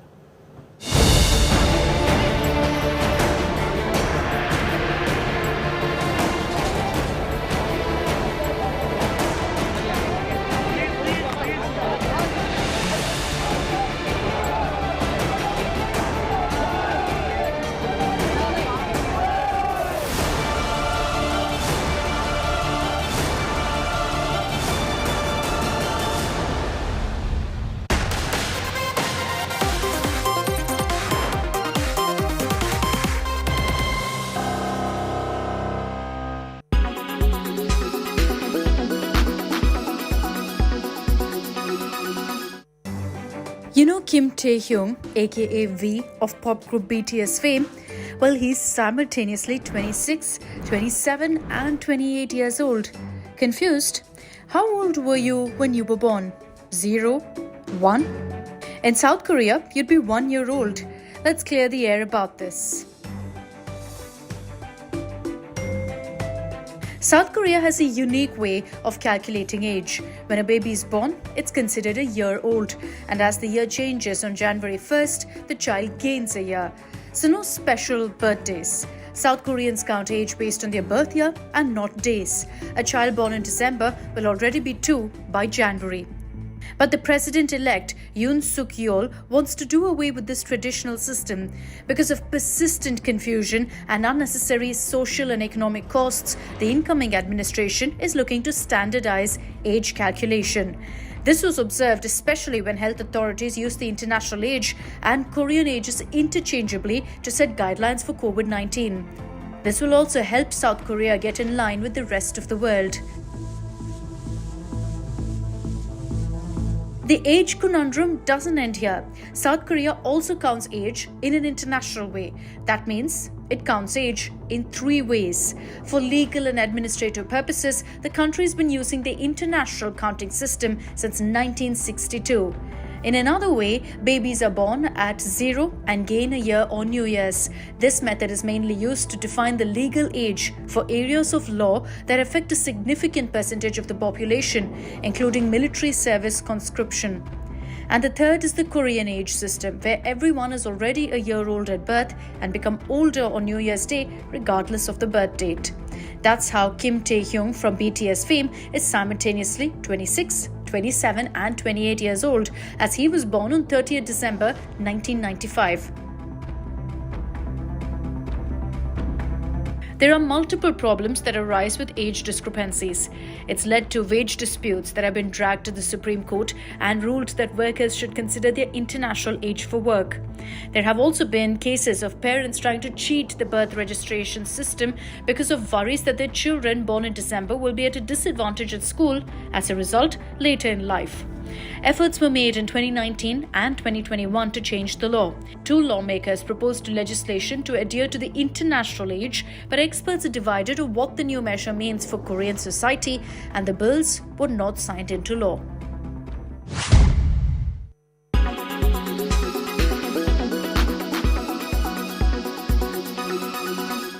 Everyone's busy finding what's trending. You're busy finding out why. India Today, for those who research before reacting. Download the India Today app now. Make your media plan smarter with India Today Live TV on your connected devices. You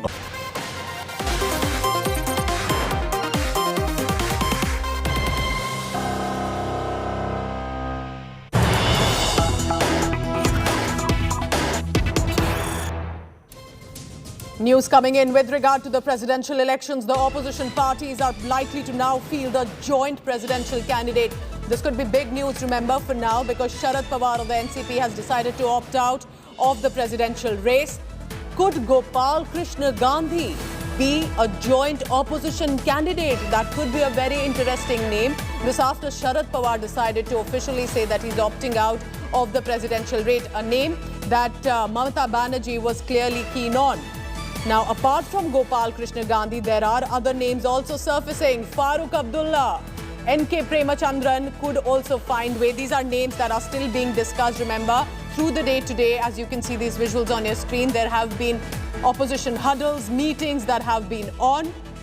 But it also has its share of controversy where the Aam Aadmi Party and the TRS decided to skip the meeting. But all we have decided, there will be only one consensus candidate. Though I personally, even all the members of the meeting, they unanimously suggested Sharad Pawar's name. Unanimously. If Sharad Pawarji is agreed, is okay, but he said he is not interested. But then we will deal with. So when he is not, if he is agreed, everybody will give him support. And if not, then the name should be come from the political parties. They will consult Sharadji, consult with others, and then it will be decided. So all eyes will now be on the upcoming presidential polls, because in the key opposition meeting today led by Mamata Banerjee, the Bengal Chief Minister, it was decided that the opposition party will together, jointly, field a presidential candidate. So Sharad Pawar's name was initially suggested. Mamata Banerjee of the TMC was very keen on it, but the NCP chief has opted out of the presidential race. And as you can see now, after the meeting, Mamata Banerjee claimed that these presidential elections are a prelude to the upcoming 2024 Lok Sabha polls. So, the Samajwadi Party chief Akhilesh Yadav, who all attended, including Congress leaders Randeep Surjewala, Mallikarjun Kharge, attended the meeting. Political stalwarts Mehbooba Mufti, Sharad Pawar also attended the meeting, and Omar Abdullah, Priyanka Chaturvedi of the Shiv Sena, H.D. Kumaraswamy also were part of the meeting. Now, the meeting was called by Mamata Banerjee, called to formulate a joint strategy for the upcoming elections. But there was a controversy and a setback to Mamata Banerjee. What happened? The TRS and the Aam Aadmi Party skipped this important meeting of the opposition parties to decide a presidential candidate. According to sources, the TRS did not want to share the stage with the Congress party. So there's also an internal scuffle of these political parties. The Aam Aadmi Party, on the other hand, led by Arvind Kejriwal, said the issue will be considered only after the candidate is officially declared. So at the meeting, what were the names that did come up? Gopal Krishna Gandhi. This is after Sharad Pawar said no. Gopal Krishna Gandhi, remember, is the grandson of Mahatma Gandhi, and former West Bengal governor was also suggested. Now, Gopal Krishna Gandhi, speaking exclusively to India Today, has said that he was approached by the left parties for the candidature, but has added that he needed time to take a call on such a crucial decision. Are we looking at possibly a joint candidate, Gopal Krishna Gandhi? आज का meeting में महत्वपूर्ण चीज यही है कि हम लोगों ने हर important political parties they send their representation, और बहुत सारे सीनियर लोगों ने भी आए थे. आप पहले कभी नहीं देखा अखिलेश और मुफ्ती जी, all they came this meeting. So there are so many party, even CPM, CPI, RSP, Congress, the Shiv Sena, the DMK, like this, so many party, NCP, Trinamool Congress, all they were there. So only 1-2 party may be left out because they have some reason, maybe they are busy or sometimes. But all we have decided, there will be only one consensus candidate. Though I personally, even all the members of the meeting, they unanimously suggested Sharad Pawar's name. Unanimously. If Sharad Pawarji is agreed, is okay, but he said he is not interested. But then we will deal with. So when he is not, if he is agreed, everybody will give him support. And if not, then the name should be come from the political parties. They will consult Sharadji, consult with others, and then it will be decided. But today is the beginning, and I think it is good after so many months We opposition, we sat together, and next also we'll sit together because in our country the bulldozing is going on. There's a consensus that there will be a joint opposition candidate. Everybody is also in consensus that it should be Sharad Pawarji. Sharad Pawarji has actually said that he doesn't want to give up his political life right now.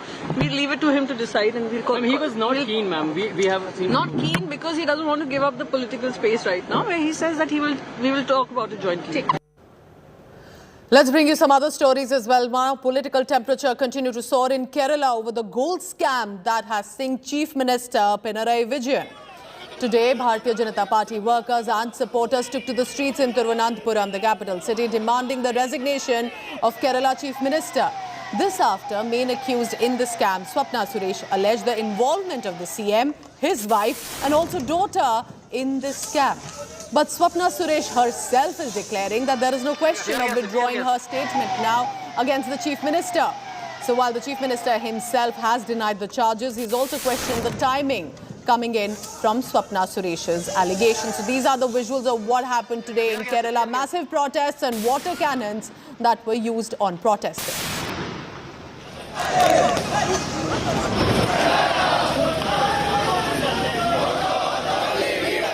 Joining me on this telecast is my colleague Shibimol KG from Thiruvananthapuram. Shibimol, what exactly happened? Because I could see water cannons being used and a lot of protesters also being detained.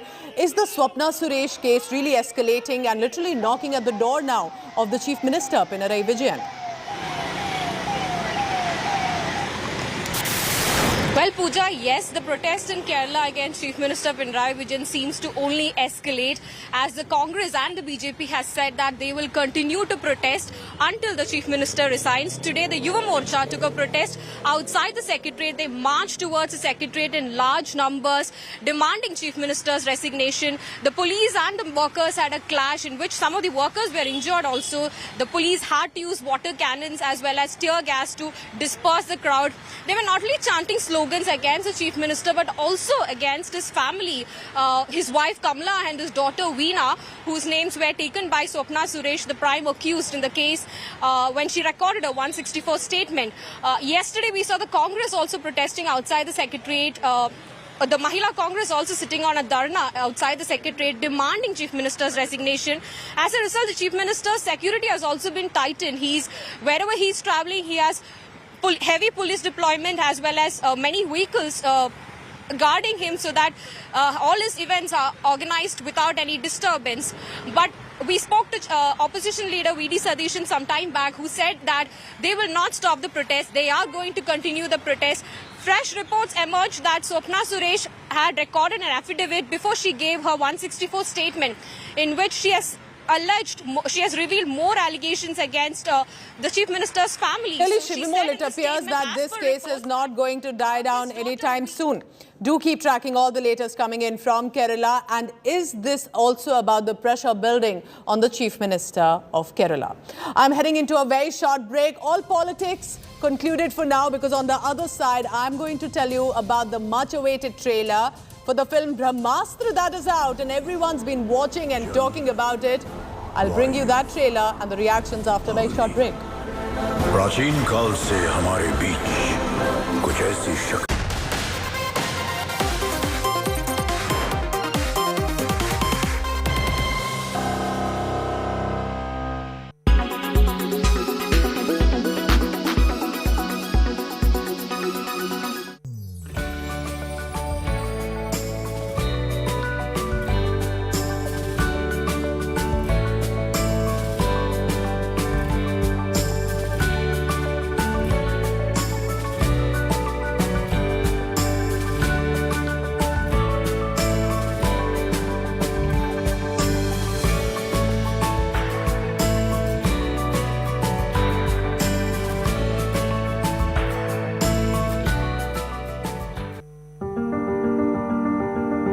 Last week was marked by terrible news of popular actor Mahima Chaudhary getting diagnosed with breast cancer. She's come out in the open talking about her illness.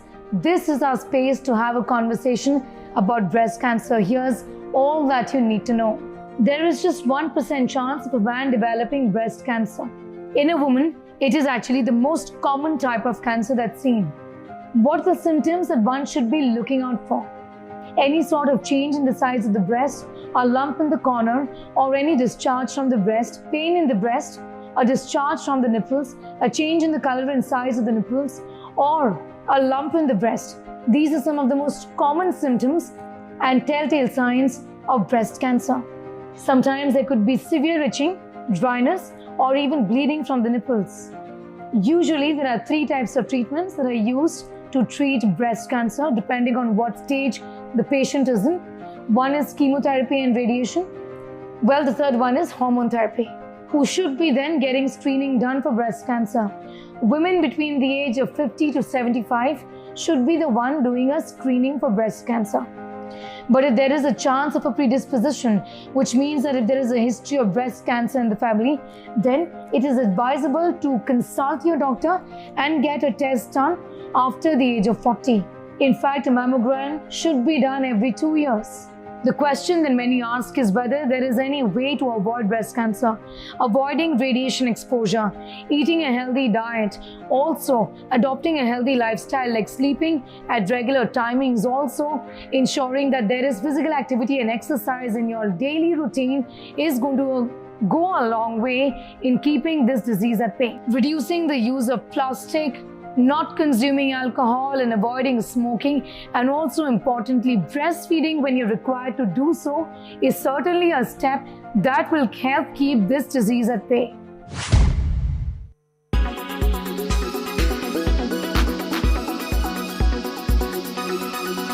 Make your media plan smarter with India Today Live TV on your connected devices. You are watching India Today. You are watching India Today.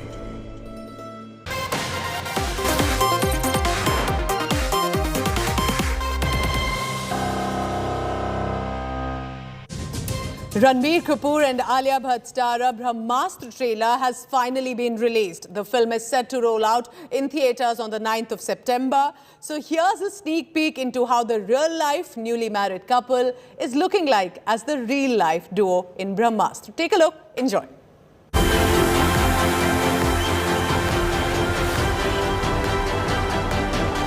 There is love. कौन हो तुम? क्या हो तुम?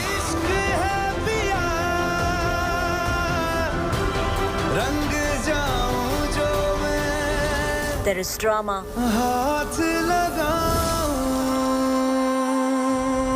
शिवा, तुम्हारा हाथ? ईशा, मैं आग से जलता नहीं. कुछ रिश्ता है मेरा आग से. आग मुझे जलाती नहीं. There is action.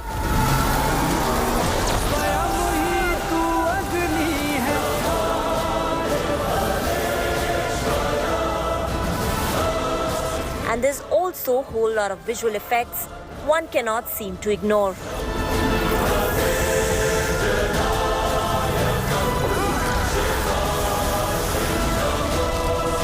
Yes, this is the trailer of Brahmastra Part 1 Shiva.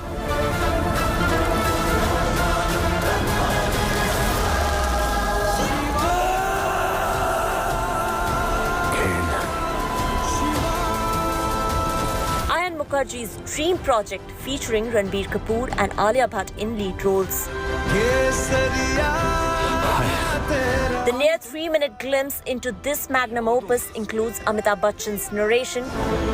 Jal, Vayu, Agni.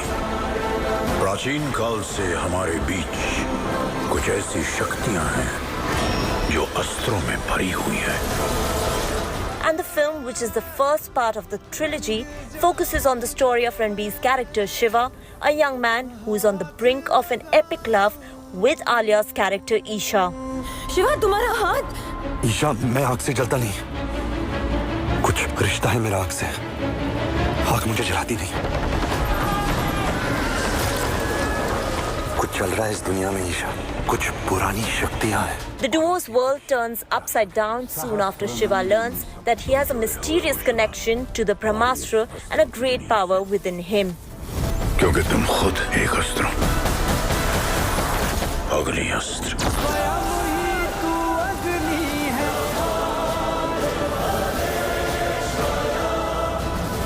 A day before the makers dropped this trailer, lead pair Ranbir and Alia shared a video message for fans expressing their excitement.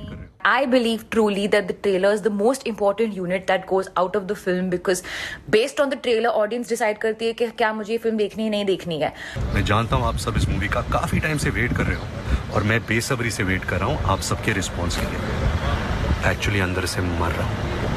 I don't even know if I'll ever get an opportunity to be a part of a film like Brahmastra. Interestingly, Brahmastra will roll out in theatres on September 9th in 5 languages, including Tamil, Malayalam and Kannada. प्राचीन काल से हमारे बीच कुछ ऐसी शक्तियां हैं जो अस्त्रों में भरी हुई हैं. And while Big B has voiced for the Hindi version, कहानी है इन सारे अस्त्रों के देवता की, ब्रह्मास्त्र. megastar Chiranjeevi came on board to lend his voice for the Telugu version. The makers had in fact also shared this behind-the-scenes video ahead of the trailer release.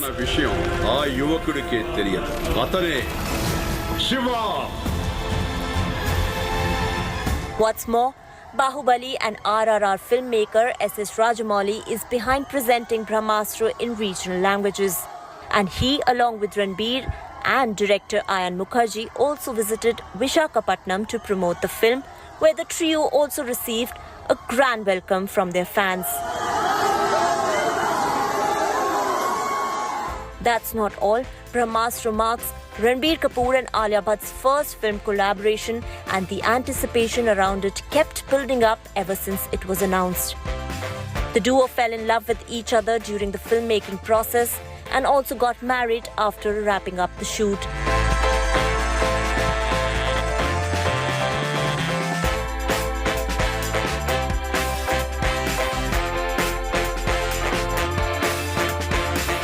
Makers of Brahmastra all while also kept fans on tenterhooks by releasing one glimpse at a time, that too on perfect occasions. Case in point, this love song titled Kesariya.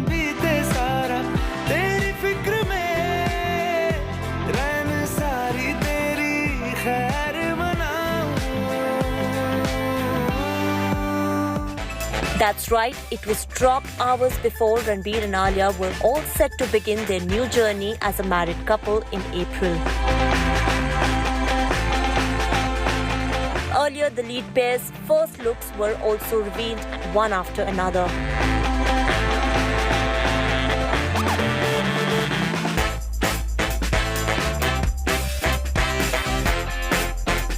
While Ranbir's character Shiva was unveiled at a grand event in Delhi. What is R? What is R? What are you asking me? I said, what is R? Why do these people keep asking R? जवाब दो. क्या जवाब दूँ? जो भी सही है, जो भी ट्रूथ है. ट्रूथ ये है कि R मेरे लाइफ का सबसे बड़ा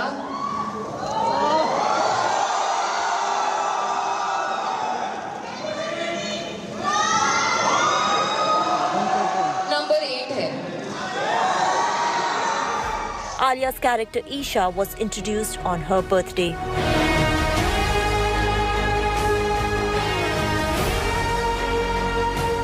Brahmastra also features Amitabh Bachchan, Nagarjun and Moni Roy in pivotal roles, and their respective first looks were also released by the makers in the similar fashion.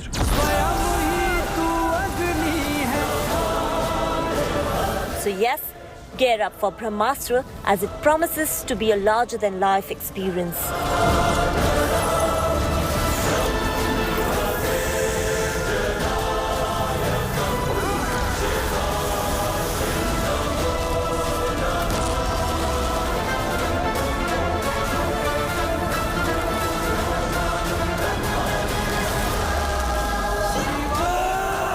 Entertainment Bureau, India Today.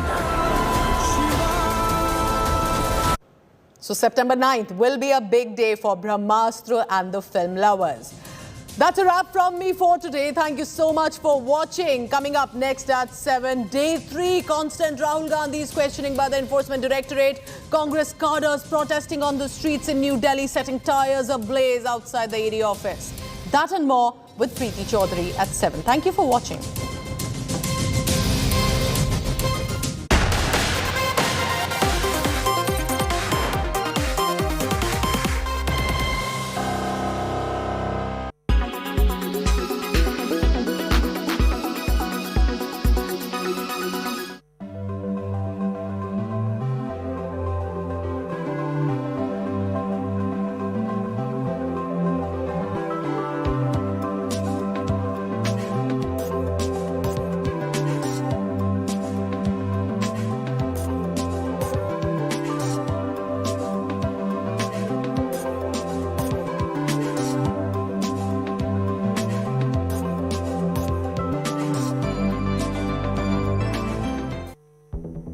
It takes no time to gulp up juice, milk or shakes in a Tetra Pak. But it takes up to 200 years for the plastic straws to be decomposed. So from July 1st, the government has banned single-use plastic items in the country. But companies like Coca-Cola, Amul and PepsiCo haven't welcomed this ban. Amul is India's biggest dairy product producer in India. The managing director of the group, R.S. Sodhi, wrote to the government to delay the plastic ban. The letter to Prime Minister Modi said that the move will negatively impact the farmers. He also added that it will hamper milk consumption in the country. This is because Amul sells billions of small dairy cartons with plastic straws every year. Similarly, fruity producer Parle Agro has sought a 6-month deferment to the ban to set up local manufacturing capabilities. The ban will hurt the production and sale of small packs of juices and milk for a market estimated to be worth $790 million. Action Alliance for Recycling Beverage Cartons represents major drinks companies like Coca-Cola. It said companies were considering importing paper straws from China, Indonesia and other nations in light of the upcoming ban. Single-use plastic, as the name suggests, can only be used once before being thrown away. These are usually not disposed of properly, making it difficult to recycle. Items like plastic sticks in balloons, flags, ice creams, earbuds, and items such as plates, cups, straws, and cigarette packets will be banned. More than 34 lakh tons of plastic waste was generated in 2019-20 and 30.59 lakh tons in 2018-19 in India. Since it doesn't decompose, it contaminates land, water, and air. Burning isn't a solution either because it releases harmful and toxic gases. Kenya banned single-use plastic bags. United Kingdom introduced a tax on plastic bags in 2015. China has announced to ban non-degradable bags by 2022. With India joining the queue, it is yet to be seen how the ban will pan out, with major industries resisting it.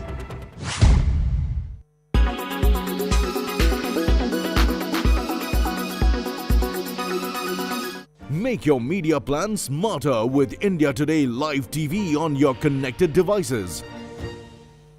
Make your media plan smarter with India Today Live TV on your connected devices. Oh, sorry.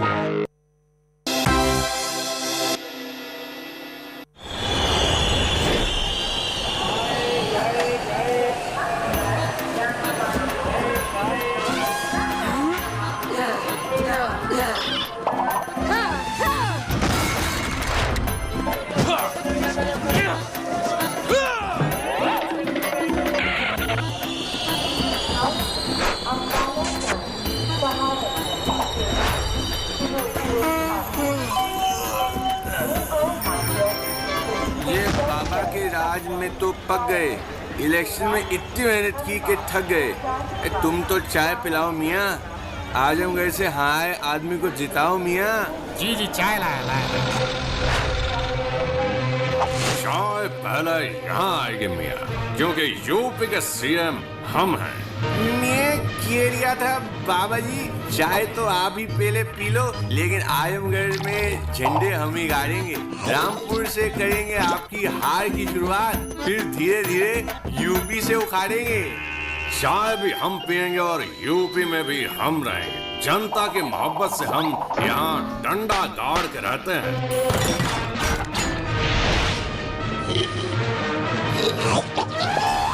Cycle लेकर हमसे ना टकराओ मुन्ना, बिखर जाओगे। हमें लोग बाबा bulldozer कहते हैं। खामोश। कमल में दम नहीं, हम किसी से कम नहीं। साइकिल है तो पॉसिबल है।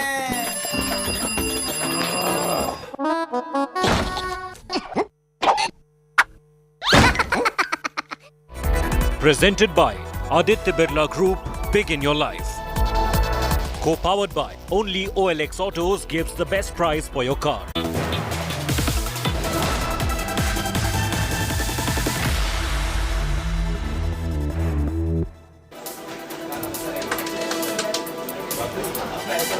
You're watching 7 at 7. I'm Nabila Jamal taking you on the roundup of the day's news. First, the headlines. Shocker from Congress Neta Sheikh Hussain amid party satyagraha for Rahul Gandhi. says Prime Minister will die the death of a street dog. FIR registered against defiant Neta who refuses to apologize. जो काम करना है वो छोड़कर ये फालतू के काम करना बंद करो, नहीं तो नरेंद्र मोदी तेरा वही हाल होगा। फिर आप क्या बोलेंगे कि जैसे कुत्ते की मौत होती है ऐसे नरेंद्र मोदी की मौत होगी। Day 3 of Rahul Gandhi's grilling. ED sources say that Rahul's tutored answers slowing down questioning. Congress cadres set tires ablaze outside ED office in BBIP Delhi. Kerala gold scam fallout simmers. BJP takes to the streets against Chief Minister Pinarayi Vijayan and water cannons used against protesters. Accused Swapna Suresh defiant says won't withdraw her statement. And a big blow to Mamta's Raisina race. Up in the TRS skip her meet. Pawar says no to be the joint opposition nominee. The left proposes Mahatma's grandson. And Saad Ansari rerun in Tamil Nadu. ABVP man arrested in Coimbatore for backing Nupur Sharma. Bengal teen behind bars for opposing those rioters. Singer Sidhu Moosewala's murder secret set to unravel. Punjab cops get gangster Lawrence Bishnoi's custody. Murder threat to Salman Khan now being probed.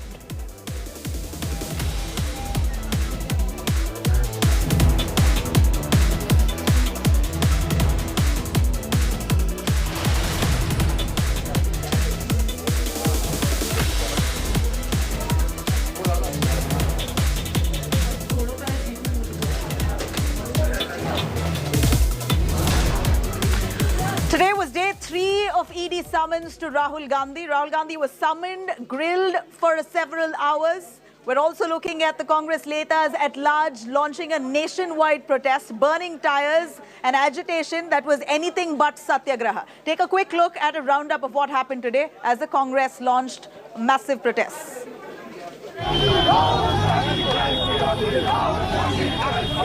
Tires set ablaze. Thick black smoke outside ED office in the heart of Delhi. Tense standoff with cops.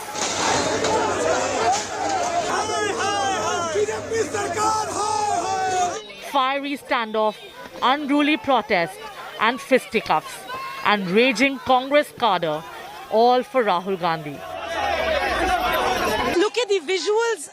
This is just outside the ED office, and this is nothing less than arsoning. Tires being burned on a busy stretch of road, putting the traffic on a hold. Just look at these visuals. Now these protesters are running away. Sir, tires nahi jala sakte.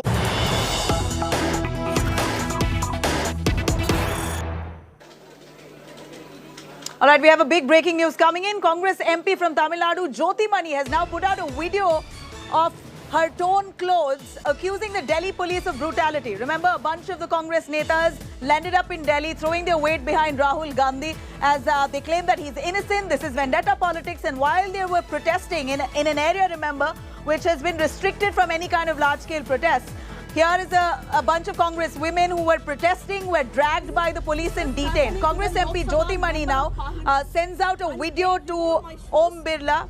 The speaker shows her torn clothes in the video, accusing the Delhi police of brutality. I have Jyoti Mani joining me right here on India Today. But let's have a quick listen what Jyoti Mani said right after she was detained and allegedly abused by the police. And also we are trying to buy water from outside. Honorable Speaker, so this is your member of Parliament, Ms. Jyoti Mani from Karur, Tamil Nadu. Delhi police has brutally behaved with us yesterday and today as well.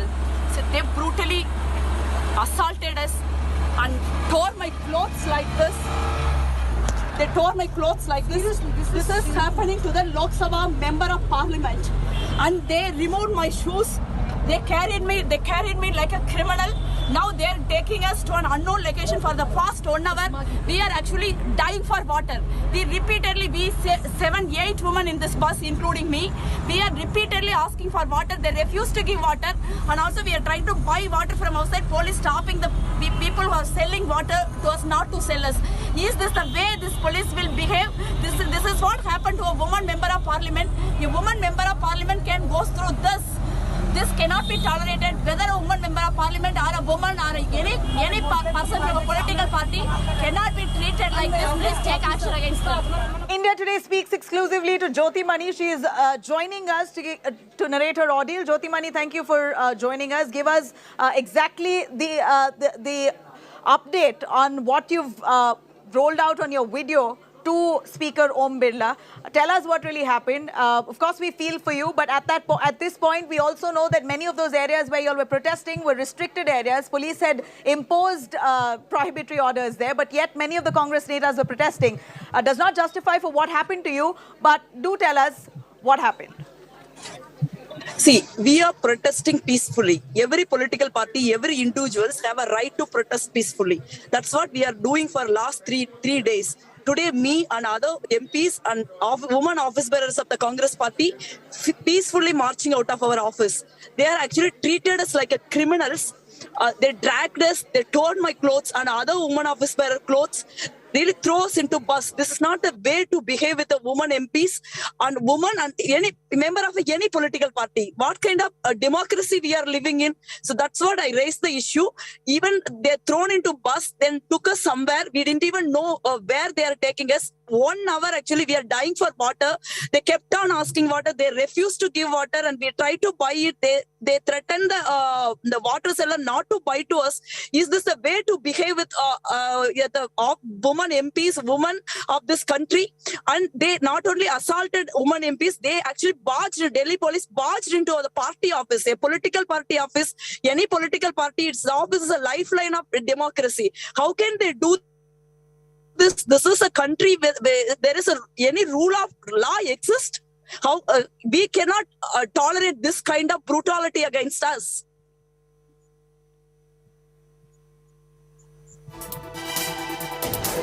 You know, at this point, what we know, we see your video, you seem very agitated. What's the action you're expecting? Because we know the Congress is also launching a nationwide protest tomorrow. You all are marching towards the Raj Bhavan, condemning police brutality. Do you think anything is going to come out of this? Have you got a word of assurance from Om Birla? See, my floor leader, Mr. Adhiranjan Chaudhary ji, has taken this issue to Honorable Speaker. I think the land will be prevailed. We are also will launch a complaint. See, you just see what we are doing. See, you asking our leader Rahul Gandhi to appear before ED without any basis. We are the last 3 days. My party is asking for what is the scheduled offence? Where is the FIR? Show us the FIR. Despite actually illegally asked to appear before the ED, as a law-abiding citizen, my leader Rahul Gandhi goes and appear before the ED while his mother is in the hospital. Till midnight, 12 o'clock, they made him to sit in the ED. As a son, he has no duty to take care of his mother. Despite that, he is going and sitting. We are actually in support of our leader. We are protesting. This is don't think this happening only the Congress leader, Mr. Rahul Gandhi. It can happen to any opposition leader. It can happen to any individual in this country. This is no longer a fight of Rahul Gandhi or the Congress party. This is a fight of the country. We are fighting this out in the street. We will continue to fight this out in the streets. All right, Jyoti Mani, thank you very much. We hope you're all right now. Thank you for joining us. We know that the Congress has already declared a nationwide protest tomorrow as they're going to be marching towards the Raj Bhavan. Quickly shifting focus to a comment made by a Congress neta in Maharashtra. Absolutely distasteful. Sheikh Hussain, who's a Congress neta, spoke on a public platform wishing death to Prime Minister Modi. Quite shocking. In fact, he's attracted several sections of the IPC as an FIR has been filed against him. Let's have a listen. फालतू के काम करना बंद करो, नहीं तो नरेंद्र मोदी तेरा वही हाल होगा। फिर अब क्या बोलेंगे कि जैसे की मौत होती है ऐसे नरेंद्र मोदी की मौत होगी। Congress Neta resorting to open, sickening abuse. In his aggressive defense of Rahul Gandhi, this Congress leader, Sheikh Hussain from Maharashtra, got on camera hurling filthy abuses in public at the Prime Minister, saying Narendra Modi will die like a street dog if he continues to target Rahul Gandhi and not focus on national issues. Listen once again to this shocking hate rant from a senior Congress leader. Narendra Modi तुमको लोगों ने देश को विकास करने के लिए दिया है। 70 साल में कांग्रेस ने किया, उसी को बेचकर तुम देश चला रहे हो। तुम कुछ कर नहीं रहे, ये फालतू के काम करना बंद करो, नहीं तो नरेंद्र मोदी तेरा वही हाल होगा। अब क्या बोलेंगे कि जैसे की मौत होती है ऐसे नरेंद्र मोदी की मौत होगी। That's right. He actually said it. A Congress leader in the presence of two Maharashtra ministers who don't stop him, telling the Prime Minister that he will die like a street dog.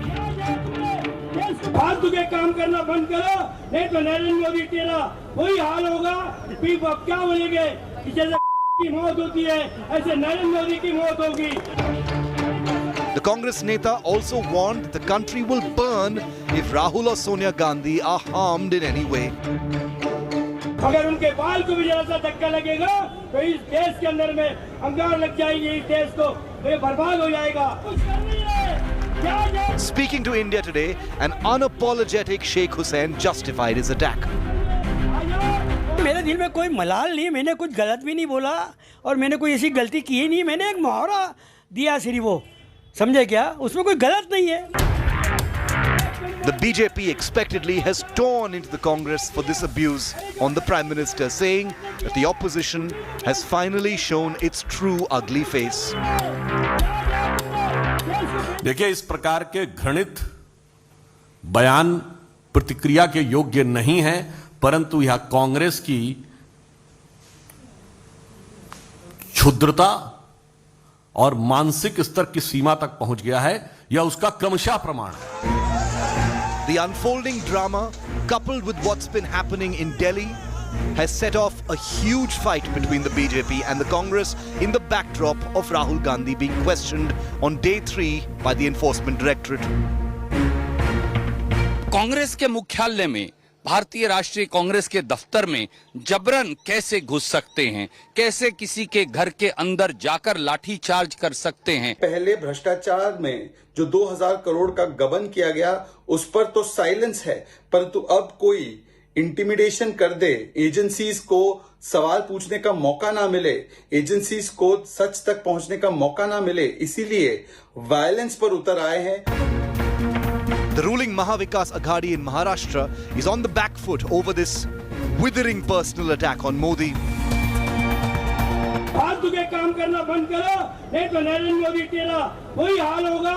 अब क्या बोलेंगे कि जैसे की मौत होती है ऐसे नरेंद्र मोदी की मौत होगी। An FIR has been lodged against the Maharashtra Congress leader for obscenity and for provoking breach of peace. With Pankaj Khelkar in Pune, Bureau Report, India Today. Just a day after Saad Ansari, a young 19-year-old engineering student was arrested for merely putting up a post in support of Nupur Sharma, or rather condemning all the death threats she received. We're looking at similar instances that happened in West Bengal as well as in Tamil Nadu. Let's have a quick look on this intolerance that we see rampantly. Is this not intolerance? Youngsters jailed for their social media posts. In Udhav's Maharashtra, in Stalin's Tamil Nadu, in Mamata's Bengal. Remember, it was India Today that brought national attention to the case of young student Saad Ansari, who was beaten up, assaulted, and then jailed for a post where he had backed Nupur Sharma. A similar tale of intolerance in Tamil Nadu, where this man has been arrested in Coimbatore. And why? Because he supported Nupur Sharma. 24-year-old Karthi, a former ABVP leader, shared Nupur's video and defended the now suspended BJP spokesperson, prompting his arrest. And now, this girl you see on your screens, all of 19, is behind bars. She didn't support Nupur Sharma. She didn't speak of any community. She actually just slammed the rioters. 19-year-old Aishwini faced protests. These rioters took the law into their own hands, pelted stones at a police station, and attacked her house. And how did the police respond? No, they didn't book the rioters. They actually jailed Aishwini instead. এটা খারাপ কি লিখেছে, খারাপ কিছু যদি লিখতো, যে যদি কোনো উল্লেখ করে কিছু যদি লিখতো, যদি যে কোনো সাম্প্রদায়িক দল বা কোনো ভাই সাহেব মুসলমান, হ্যাঁ, এই হিসাবে যদি ও লিখতো, তাহলে এটা আলাদা ব্যাপার ছিল। So what did Aishwini say in her post? She simply demanded that these rioters who resorted to violence in her state should be sent out of India, prompting violence on the streets of Howrah.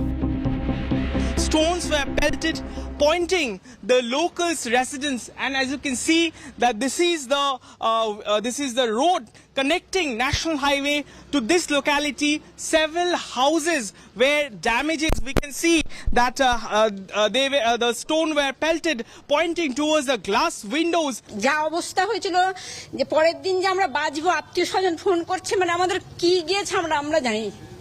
এইটুকুন বলতে পারবো, আর কিছু কি বলবো দাদা। তারপরে তো police যদি না আসতো ওই 10 মিনিটে যে আরো অনেক কিছু হতে পারত। The BJP meanwhile has condemned this crackdown on a teenager and offered legal help as well to Ashwini's family. A mob surrounded her house and the police arrested her rather. So in the same matter, the state said that sometimes it is safe to stay in the jail. So regarding the same, I have made my submissions and the Honorable Court has taken cognizance and they have asked the state to file a report regarding her arrest. So the matter will be taken up soon. The very same political leaders who have time and again spoken of the BJP's intolerance and exposed the ruling party now stand guilty of maintaining a symbolic silence, of shining examples of intolerance in their own states, at least as much as those they accuse of displaying the same intolerance. But India Today will continue to highlight these stories of hypocrisy and fight for these youngsters who've been punished for voicing their views. With Ritik Mondal in Kolkata, Bureau Report, India Today. Meanwhile, the Punjab police has finally got 7-day custody of dreaded gangster Lawrence Bishnoi. And the irony here, Lawrence Bishnoi gets top-notch security as he claims threat to life.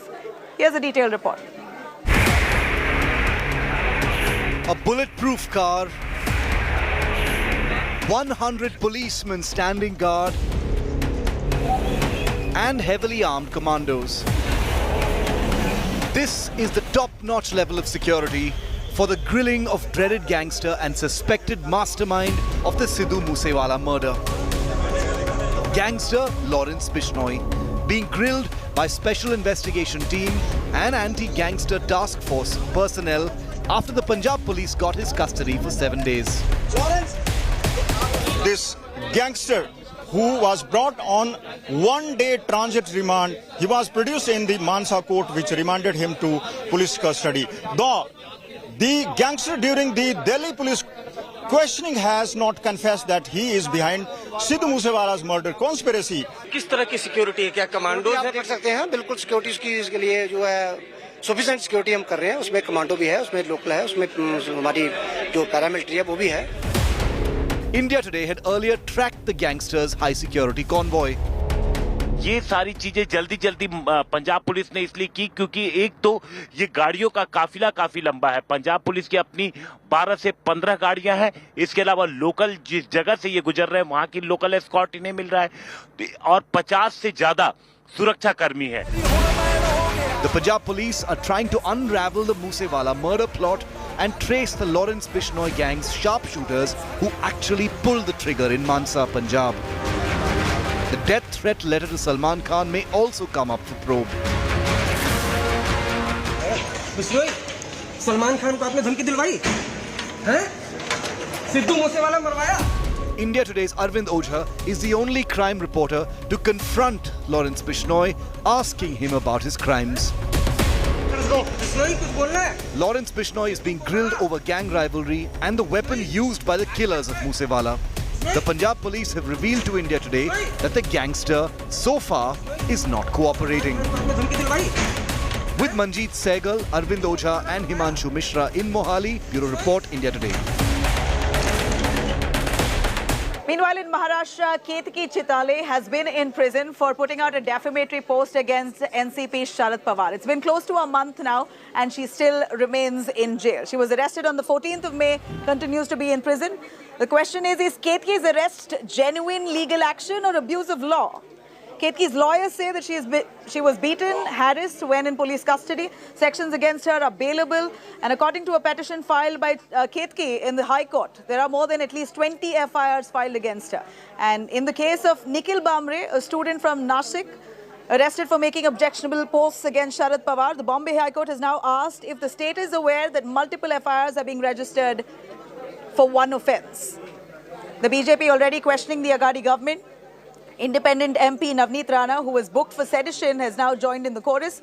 Rana has asked why no action taken when women MPs are trolled with vulgar slurs. जो महाराष्ट्र में ठाकरे सरकार पहले दिन से एक mafia, drug mafia से ऊपर, कोई भी विरुद्ध में बोलेगा तो जेल में भेजा जाएगा, ये उद्धव ठाकरे शरद पवार का सूत्र है। अब केतकी चितड़े हो या दूसरा हो नौजवान है, उसको महीना महीना जेल में रखना, ये सिर्फ ड्रग माफिया के ऊपर वाले माफिया की ठाकरे पवार सरकार ही कर सकती है। Legal instructions are there. Because keep her behind bar. Yes, keep her behind bar. And this is not a way. What the message you are giving in the society? This is for a single forwarded post. And what is about her liberty or fundamental rights? She was abused. She was beaten in the police custody. She have filed a complaint in the Kalamboli police station, but no single FIR registered till then. Means some power is there in that poem she forwarded. Some power is there. So every NCP leader is going and lodging FIR against her, and police also registering that FIR. This is a clear misuse of power. All right, we're slipping into a short break. On the other side, we're going to take you through a fact-check video that's masquerading as a truth. Stay with us.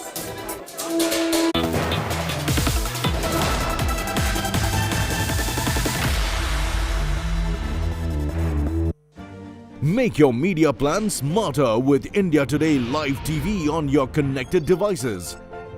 Amplify your brand with 100 million smart internet viewers. To advertise, mail us at sales@aajtak.com or call 9999892171.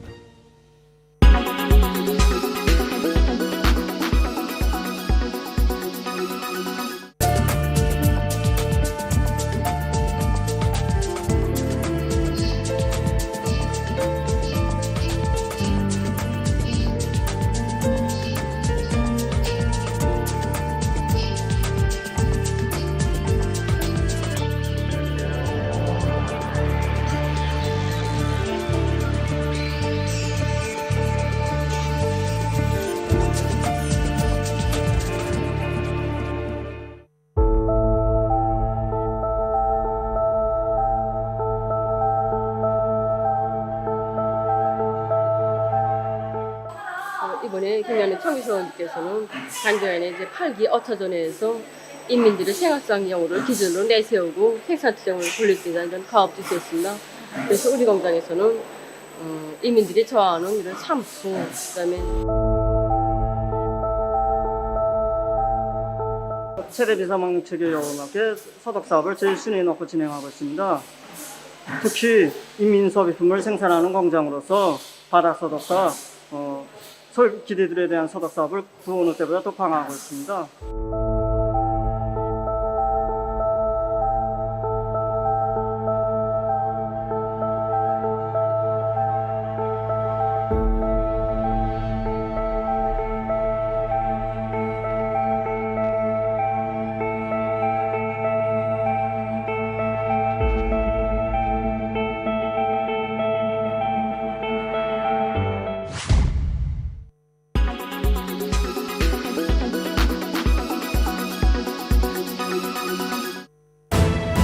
You are watching India Today.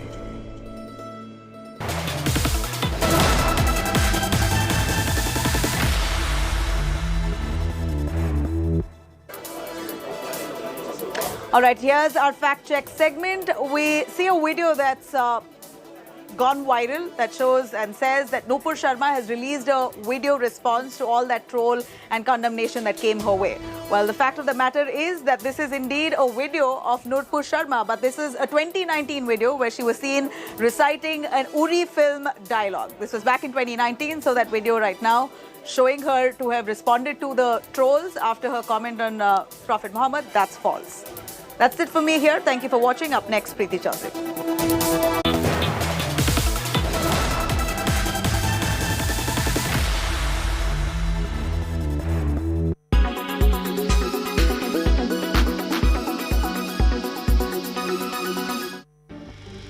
Himalayan glaciers are melting rapidly because of climate change. And this should concern you. Why? Because the Himalayan glaciers supply water to India's usable water sources. If the glaciers melt at this rate, devastations are inbound. Now let's see what is going on there. Himalayan glaciers have been shrinking for 5 decades, but now that process has sped up. The rising temperature and precipitation change are the likely causes. Data says that temperature anomaly around parts of Uttarakhand and Himachal will hit up to 3 degrees during May. So the Himalayas are on the front line of climate change. Studies say that the higher altitude, the faster the temperature changes. So a higher altitude area could experience warming up of up to 4 to 5 degrees Celsius by 2100. For instance, the region's annual average surface air temperature has increased from 0.1 to 0.2 degrees Celsius.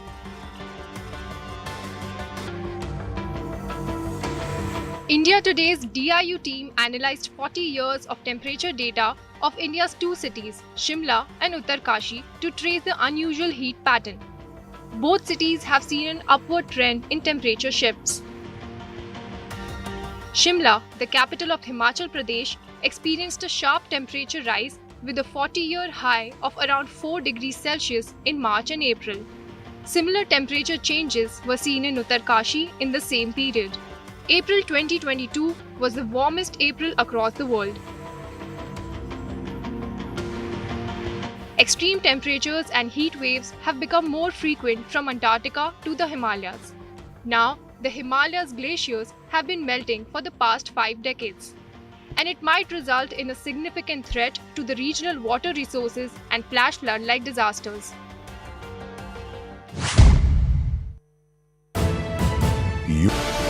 Fiery twist to Congress Krodh for Rahul. Flaming escalation in the heart of VVIP Delhi. Congress's satyagrah with burning tires. As Rahul's grilling continues for the 3rd day, Congress's kutte ki maut attack on Prime Minister Modi. Burning tires, bashing PM, bruising self, the big focus on Newstrack. The call for opposition unity when it comes to the president election in India was mooted, put forth by TMC's Mamata Banerjee. Many netas boycotted the event. The opposition, more divided than united. What exactly went down in the meeting? Has a certain set of the opposition decided to come together to put forth a joint candidate? All of that behind the scenes action right here on To The Point this evening.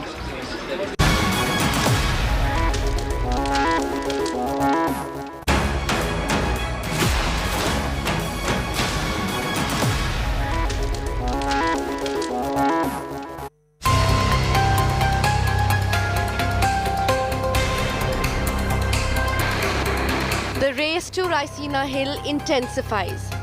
Bengal Chief Minister Mamata Banerjee is the first of the bloc, taking the initiative to stitch a united opposition front.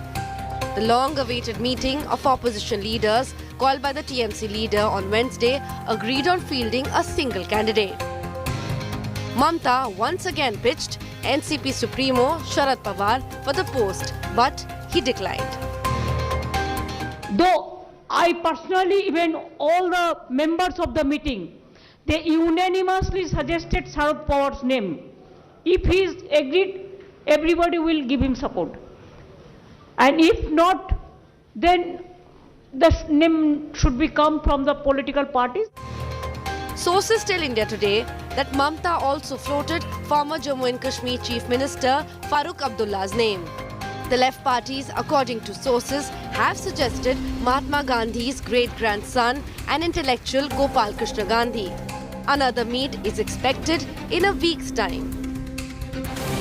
The meeting was attended by Sharad Pawar, Samajwadi Chief Akhilesh Yadav, Congress leaders Randeep Surjewala, Mallikarjun Kharge and PDP's Mehbooba Mufti among others.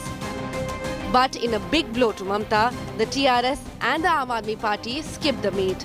According to sources, the TRS did not want to share a platform with the Congress. All they were there. So only 1-2 party may be left out because they have some reason, maybe they are busy or sometimes. But all we have decided there will be only one consensus candidate. Mamta Banerjee's meet to unite the opposition has also exposed the fault lines within.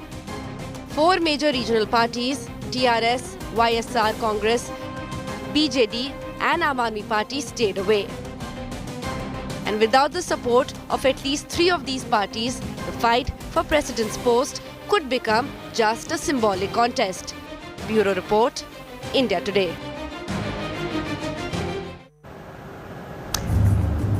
Good evening, viewers. You're watching To The Point. I'm Preeti Chaudhary. Well, this is how the day panned out today with what you just saw. It was a meet called by Mamta Banerjee, mooted to get the opposition together when it comes on consensus where the president's elections are concerned. There were certain parties which skipped it. There were 2 candidates which whatever opposition was present, that opposition united and built consensus on 2 names. Both the names fell out because number 1 was Mr. Sharad Pawar's name. He has refused. The second name mooted was Farooq Abdullah's name. His son Omar Abdullah refused.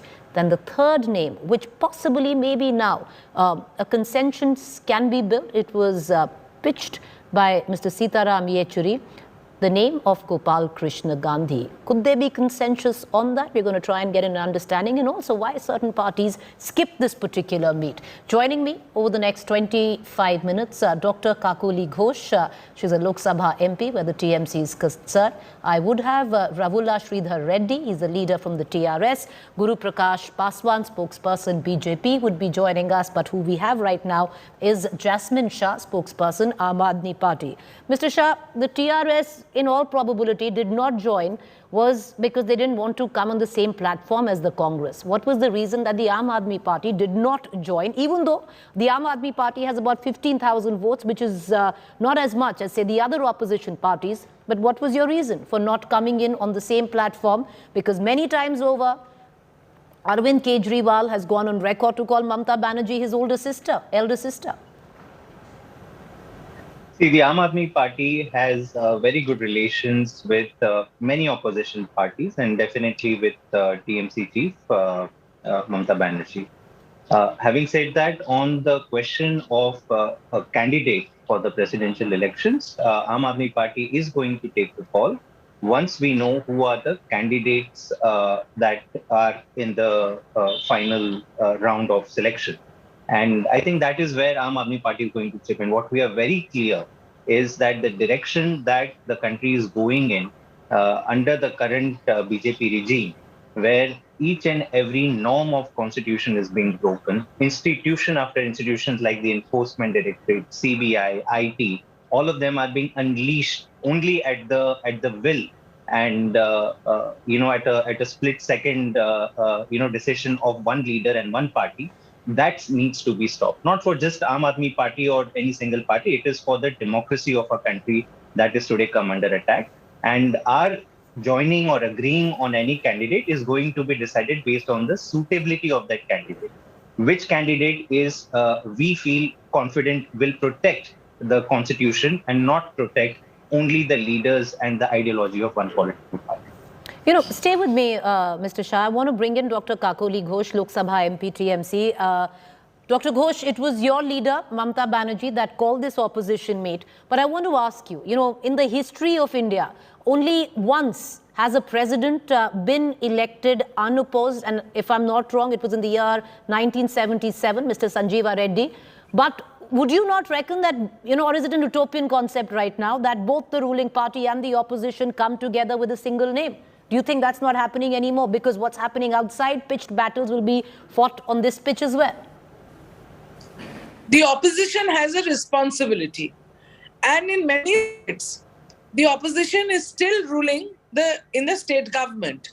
If you speak of West Bengal, BJP has fared very badly in the last assembly election. That proves that the people of India, they don't want to see BJP at the power anymore, at the helm of power anymore.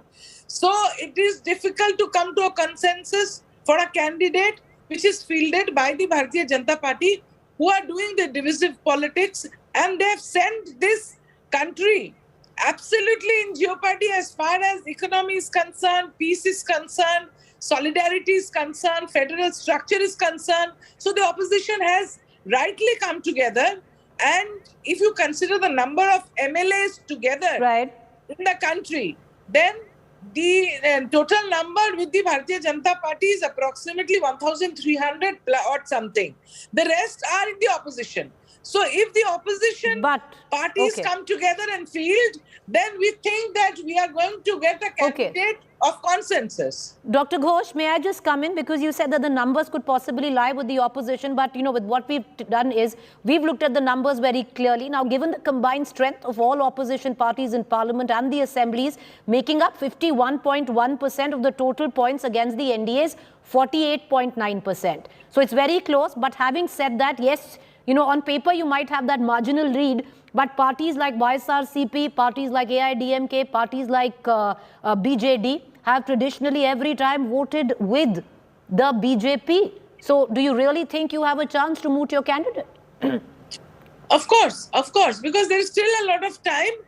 And in an election of this stature, I think the opposition parties will again sit together and they will come up with a candidate who will be voted as our Rashtrapati ji, who will at least show us the proper light of guidance as far as the constitutional provisions are concerned, which are being trampled upon by the present regime. But Dr. Ghosh, right now, at least number-wise, because like I said, traditionally parties which are looked on as opposition, which are being counted in the numbers that you suggest, have traditionally voted for the BJP. The AIDMK is very openly saying they'll go with the BJP, even though they might have 15,000 votes. But a party like YSRCP with 43,000 votes is could decide to go with the BJP. But stay with me. I want to bring in the TRS into this conversation. I have Mr. Sridhar Reddy with us. Sir, my question is, number one, lots of speculations that the TRS did not want to join this meeting today because the Congress was there. Is that the reason why TRS didn't come? First, let me be very clear, Preeti, that we are not hurry taking decisions now. If somebody does a unilateral meeting before, without consulting and finalizing the meetings like this. Number two, we want to make it very clear. We don't want to be a part of any meeting that Congress will be a part of it, basically. Because Congress is a principal opposition in Telangana for us. At the same time, they made it very clear they don't want to be a part of the meetings where TRS is present. And today, Congress failed both as a ruling party and opposition in this country today.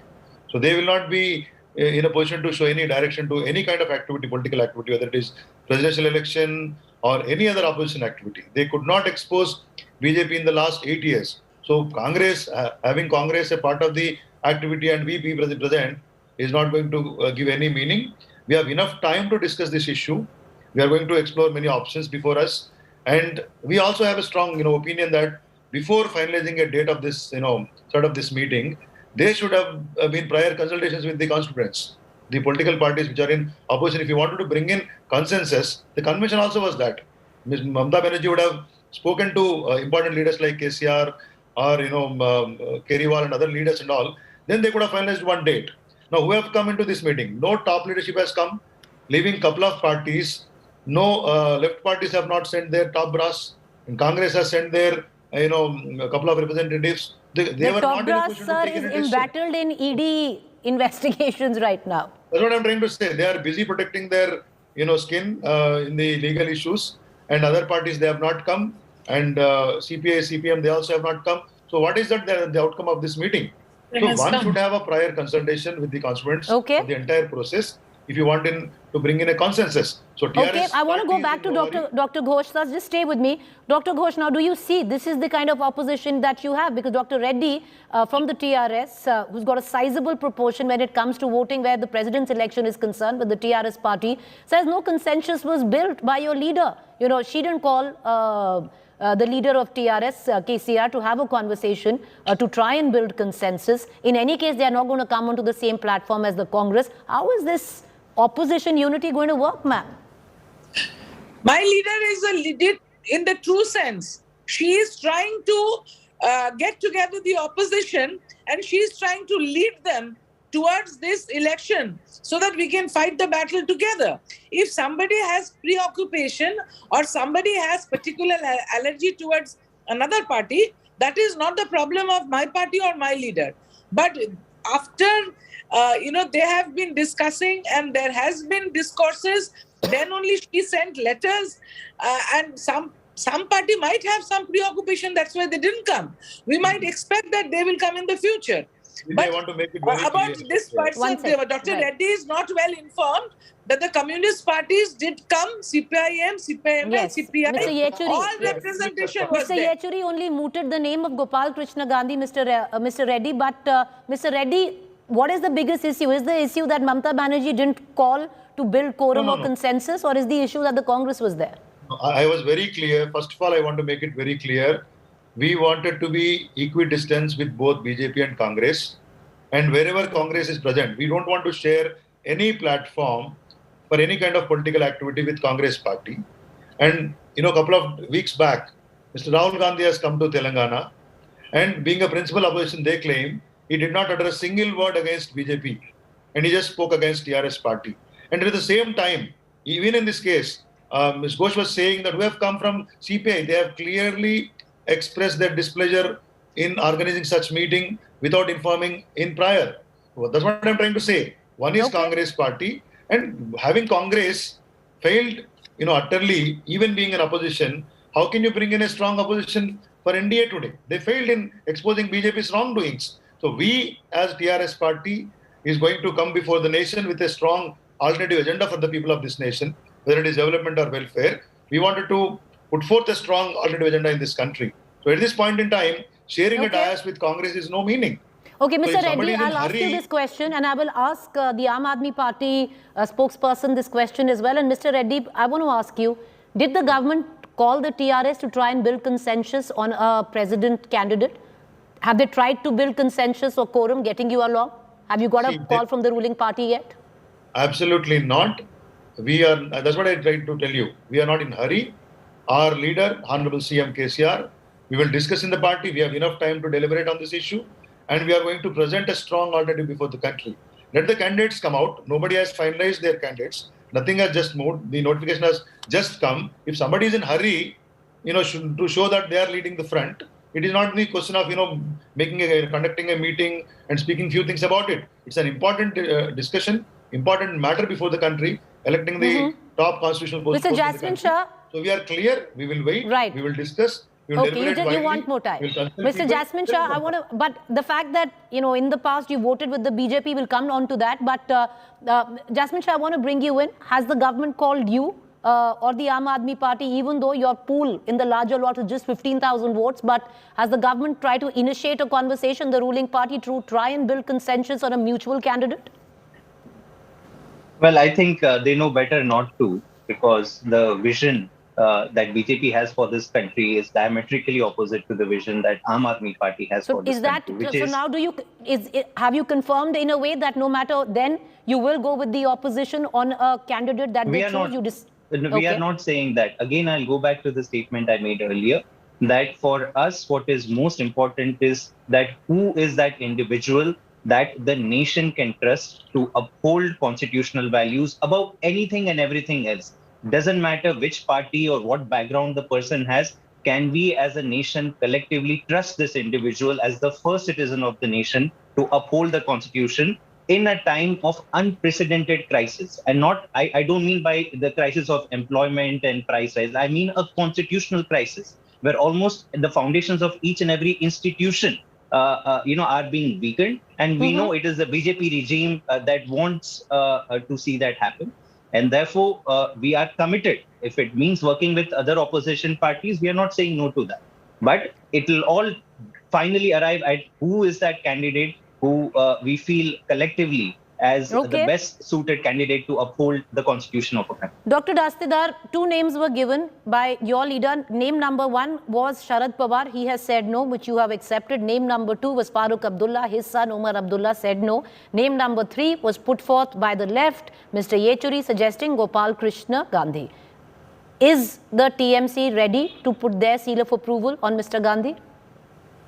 Only time will tell. We have to discuss every party, every political party will discuss in their party, inside the party forum, and they will come up with a name and a consensus, and then only it will be announced. Because this is a very serious matter.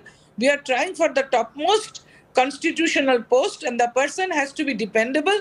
The person has to uphold the constitution of India laid by our forefathers, not being unfriendly towards the constitution as is happening now. So this will take time, and people-friendly, constitutional-friendly name will come out with which all parties will agree, and then only we will go for the election. All right, okay. Mr. Reddy, I'll bring you in on this. You say you're equidistant from the BJP of late. Your leader, KCR, has criticized the BJP, especially Mr. Modi, in a big way. But I'll take you back to the 2017 presidential elections, sir. At that point of time, the NDA did not have the numbers to pull in with their candidate. It was you who helped the NDA at that point of time. You voted with the BJP. The TRS went with the BJP. Could that happen again this time? No, absolutely not. That was a different situation, wherein, the political dynamics are different then. Now it is totally different. The BJP has failed this country. We have a strong, our CM also has presented this many times before the nation, that BJP failed this country in all aspects. So there is no question of supporting BJP. At the same time, we are equidistant with Congress. That's what I'm trying to say. And as many other speakers were saying, you are electing a person for a top constitutional post of this country. So there is no hurry. We will definitely have wider consultations before we express our opinion, and who should be the candidate, and what could be, our priority, and what we are going to do on this. Basically, as somebody was saying that, the trustworthiness, the upholding the constitutional values, being friendly with all the parties and all that, they all should be there. At the same time, I repeat, we have enough time. We will discuss widely. We have many parties. AAP is there. There are so many other parties. There will be many options coming up. There will be many, options coming up. But sir, AAP really doesn't have that kind of votes, right? It would hope to in all of this. But I'll ask you, that question again. And one thing you're saying, the TRS this time around is very clear, because 2017 you voted for the BJP. No matter what, the TRS is not going to go with the NDA this time? That's what I'm trying to say. I clearly said we are equal in distance with both the parties. So if the Congress decides to go with the opposition, Mr. Reddy... Let the candidate come out, consensus candidate come out. Let the things come forward. What's going to happen in the days to come? We have enough time. We will discuss it. There is time. That's what I'm trying to say. There is no hurry. We are not in hurry. The other question, sir, I'd ask you is, if the Congress decides to go with the united opposition, will that stop the TRS from going with the united opposition? Let's see how it goes, because we are very clear. We don't want to share any platform with Congress party. But the nation's priority also is there. We want a strong candidate. We want a trustworthy, and then a person who can uphold the values of the Constitution should be there as the president of this country. So let's see how it goes. We have enough time. There is no hurry now. The TRS is urgency. Right. Well, your party has itself in a rather peculiar position, because you don't want to go with the BJP. You are very clear of that. 2017 you did, not now. But you don't want to go with the Congress as well. Congress, meanwhile, attended this meeting and is ready to come up with a mutual candidate. Dr. Kakoli Ghosh, I'll bring you in again. How do you think you'd be able to dissuade the likes of YSRCP and BJD, which have always gone with the BJP and the NDA in big ticket decisions? See, if they are saying they will not go with the opposition if Congress is there, then like you asked, then are they going to go with the NDA and the Bharatiya Janata Party then? I made it very clear. Ulterior motive. I made Is it the very ulterior clear. motive? We do not have any doubt. Dr. Ghosh, yes, I'll put that question, I don't ma'am. see any anchoring part of Mr. Reddy, Dr. Ghosh is trying to attribute an ulterior motive because you might, under the garb of not going with the Congress, go with the NDA. This is up to them to attribute any sort of motive. We are very clear. I made it very clear many a times, even in this discussion. We are equidistant to both BJP and Congress. They both, as ruling and opposition parties, have failed in their duties, failed this country, failed in meeting the aspirations of this country's youth, country's farmers, country's every section of the society. So we are going to present a strong alternative agenda before the nation in the very short future. So these parties are not going to meet the aspirations of this country. So at this point in time, the presidential election is a different situation. We will definitely, present our option in a very short notice before the nation, and it will be a appropriate thing. So we don't want. That's what I'm trying to say. We are not in hurry. Why should you be hurry? Is there any urgency that you have to immediately take a decision and tell something? Dr. Ghosh, why are you in a hurry? Consensus has to be built, quorum needs to be sought. Why in such a spectacular hurry? I'll come back to that question again. How are you going to now try and dissuade the likes of the BJD and the YSRCP to vote in your favor? They've never done so on big ticket decisions, madam. Not in my favor, in favor of the country, in favor of the Constitution of India, in favor of the consensus candidate. It's not that they are voting in favor of my party or my leader, but my leader is taking the fight ahead, and she is in the true sense, she is leading the country and she's trying to get together. It takes time to form consensus. She's in touch with 19 parties. She's written to them. She's had dialogue with them. She's still discussing with them so that we can go for this fight together. All the parties put together and fight this menace of the Bharatiya Janata Party, who are destroying this country, who are, the likes of agencies, different agencies are being unleashed on the opposition leaders, and Dr. they are being harassed. If you just criticize them, then you will be harassed, and if you just oppose them for their policies, you will be harassed.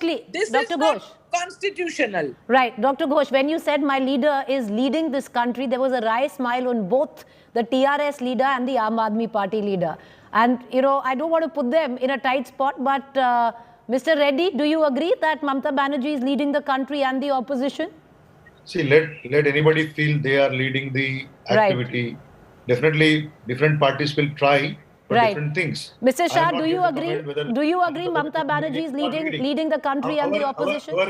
Our priority is not that whether who is leading and who is not leading. Here I am very clear when you ask me about the election, I made it very clear. Right, sir. So I need to quickly, yes. Mr. Shah, do you agree?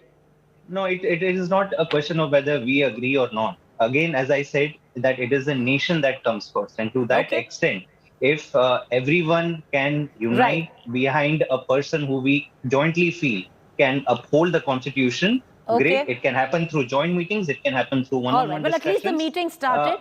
And on that note, I'm really short on time. I apologize for coming in. But thank you all. Thank you, Dr. Ghosh. Thank you, Mr. Reddy and Jasmine Shah for joining us. It's rather interesting, viewers, how it's all going to pan out. But when we talk about fissures within the opposition, this debate was a prime example of just that. Thank you. Keen eye on the president's elections and the candidates mooted by both the government and the opposition. In an utopian world, there would have been a joint candidate, but not anymore. Up next is Rahul Gandhi.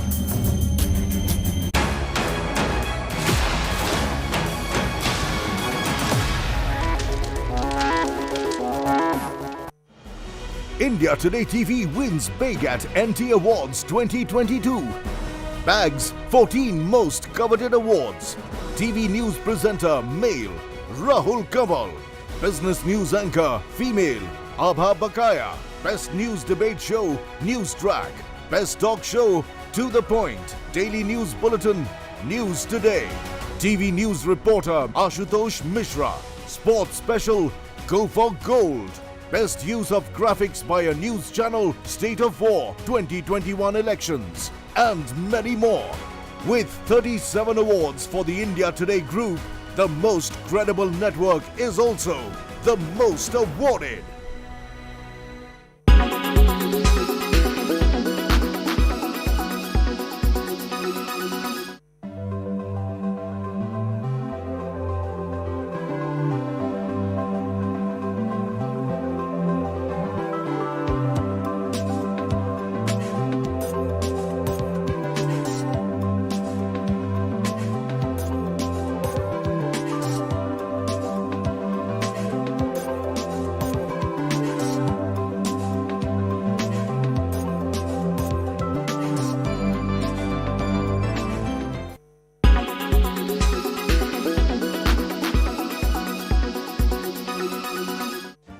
Make your media plan smarter with India Today Live TV on your connected devices. Amplify your brand with 100 million smart internet viewers. To advertise, mail us at sales@aajtak.com.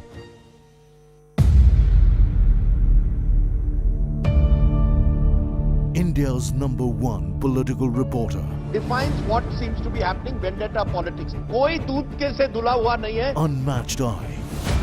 Unmatched experience. The world has changed. My black hair has become grey as well. And with unmatched passion for the story. Do not monopolize the conversation. When it's 100% pure prime time. It's News Today with Rajdeep Sardesai. Monday to Friday, 9 p.m. Only on India Today TV. Make your media plan smarter with India Today Live TV on your connected devices. Make your media plan smarter with India Today Live TV on your connected devices.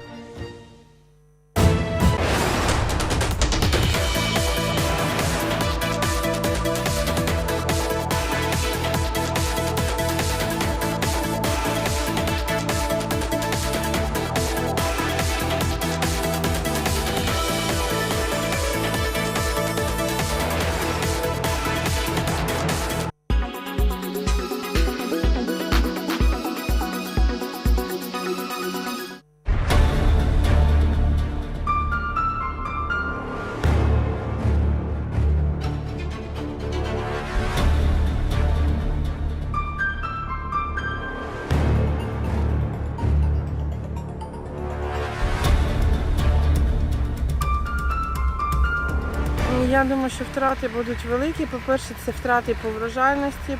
По-друге, це баланс втрати по грошах, бо сьогодні немає експорту, немає куди вивозити, немає реалізації зерна саме. І це дуже скажеться на всіх подальших, адже для того, щоб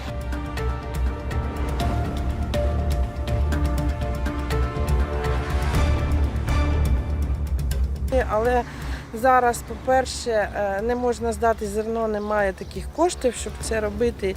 І, по-друге, спеціалісти, які зазвичай це роблять, не базуються в Миколаївській області. І ми дуже недалеко від зони обстрілів, і тому доволі таки нема бажаючих їхати.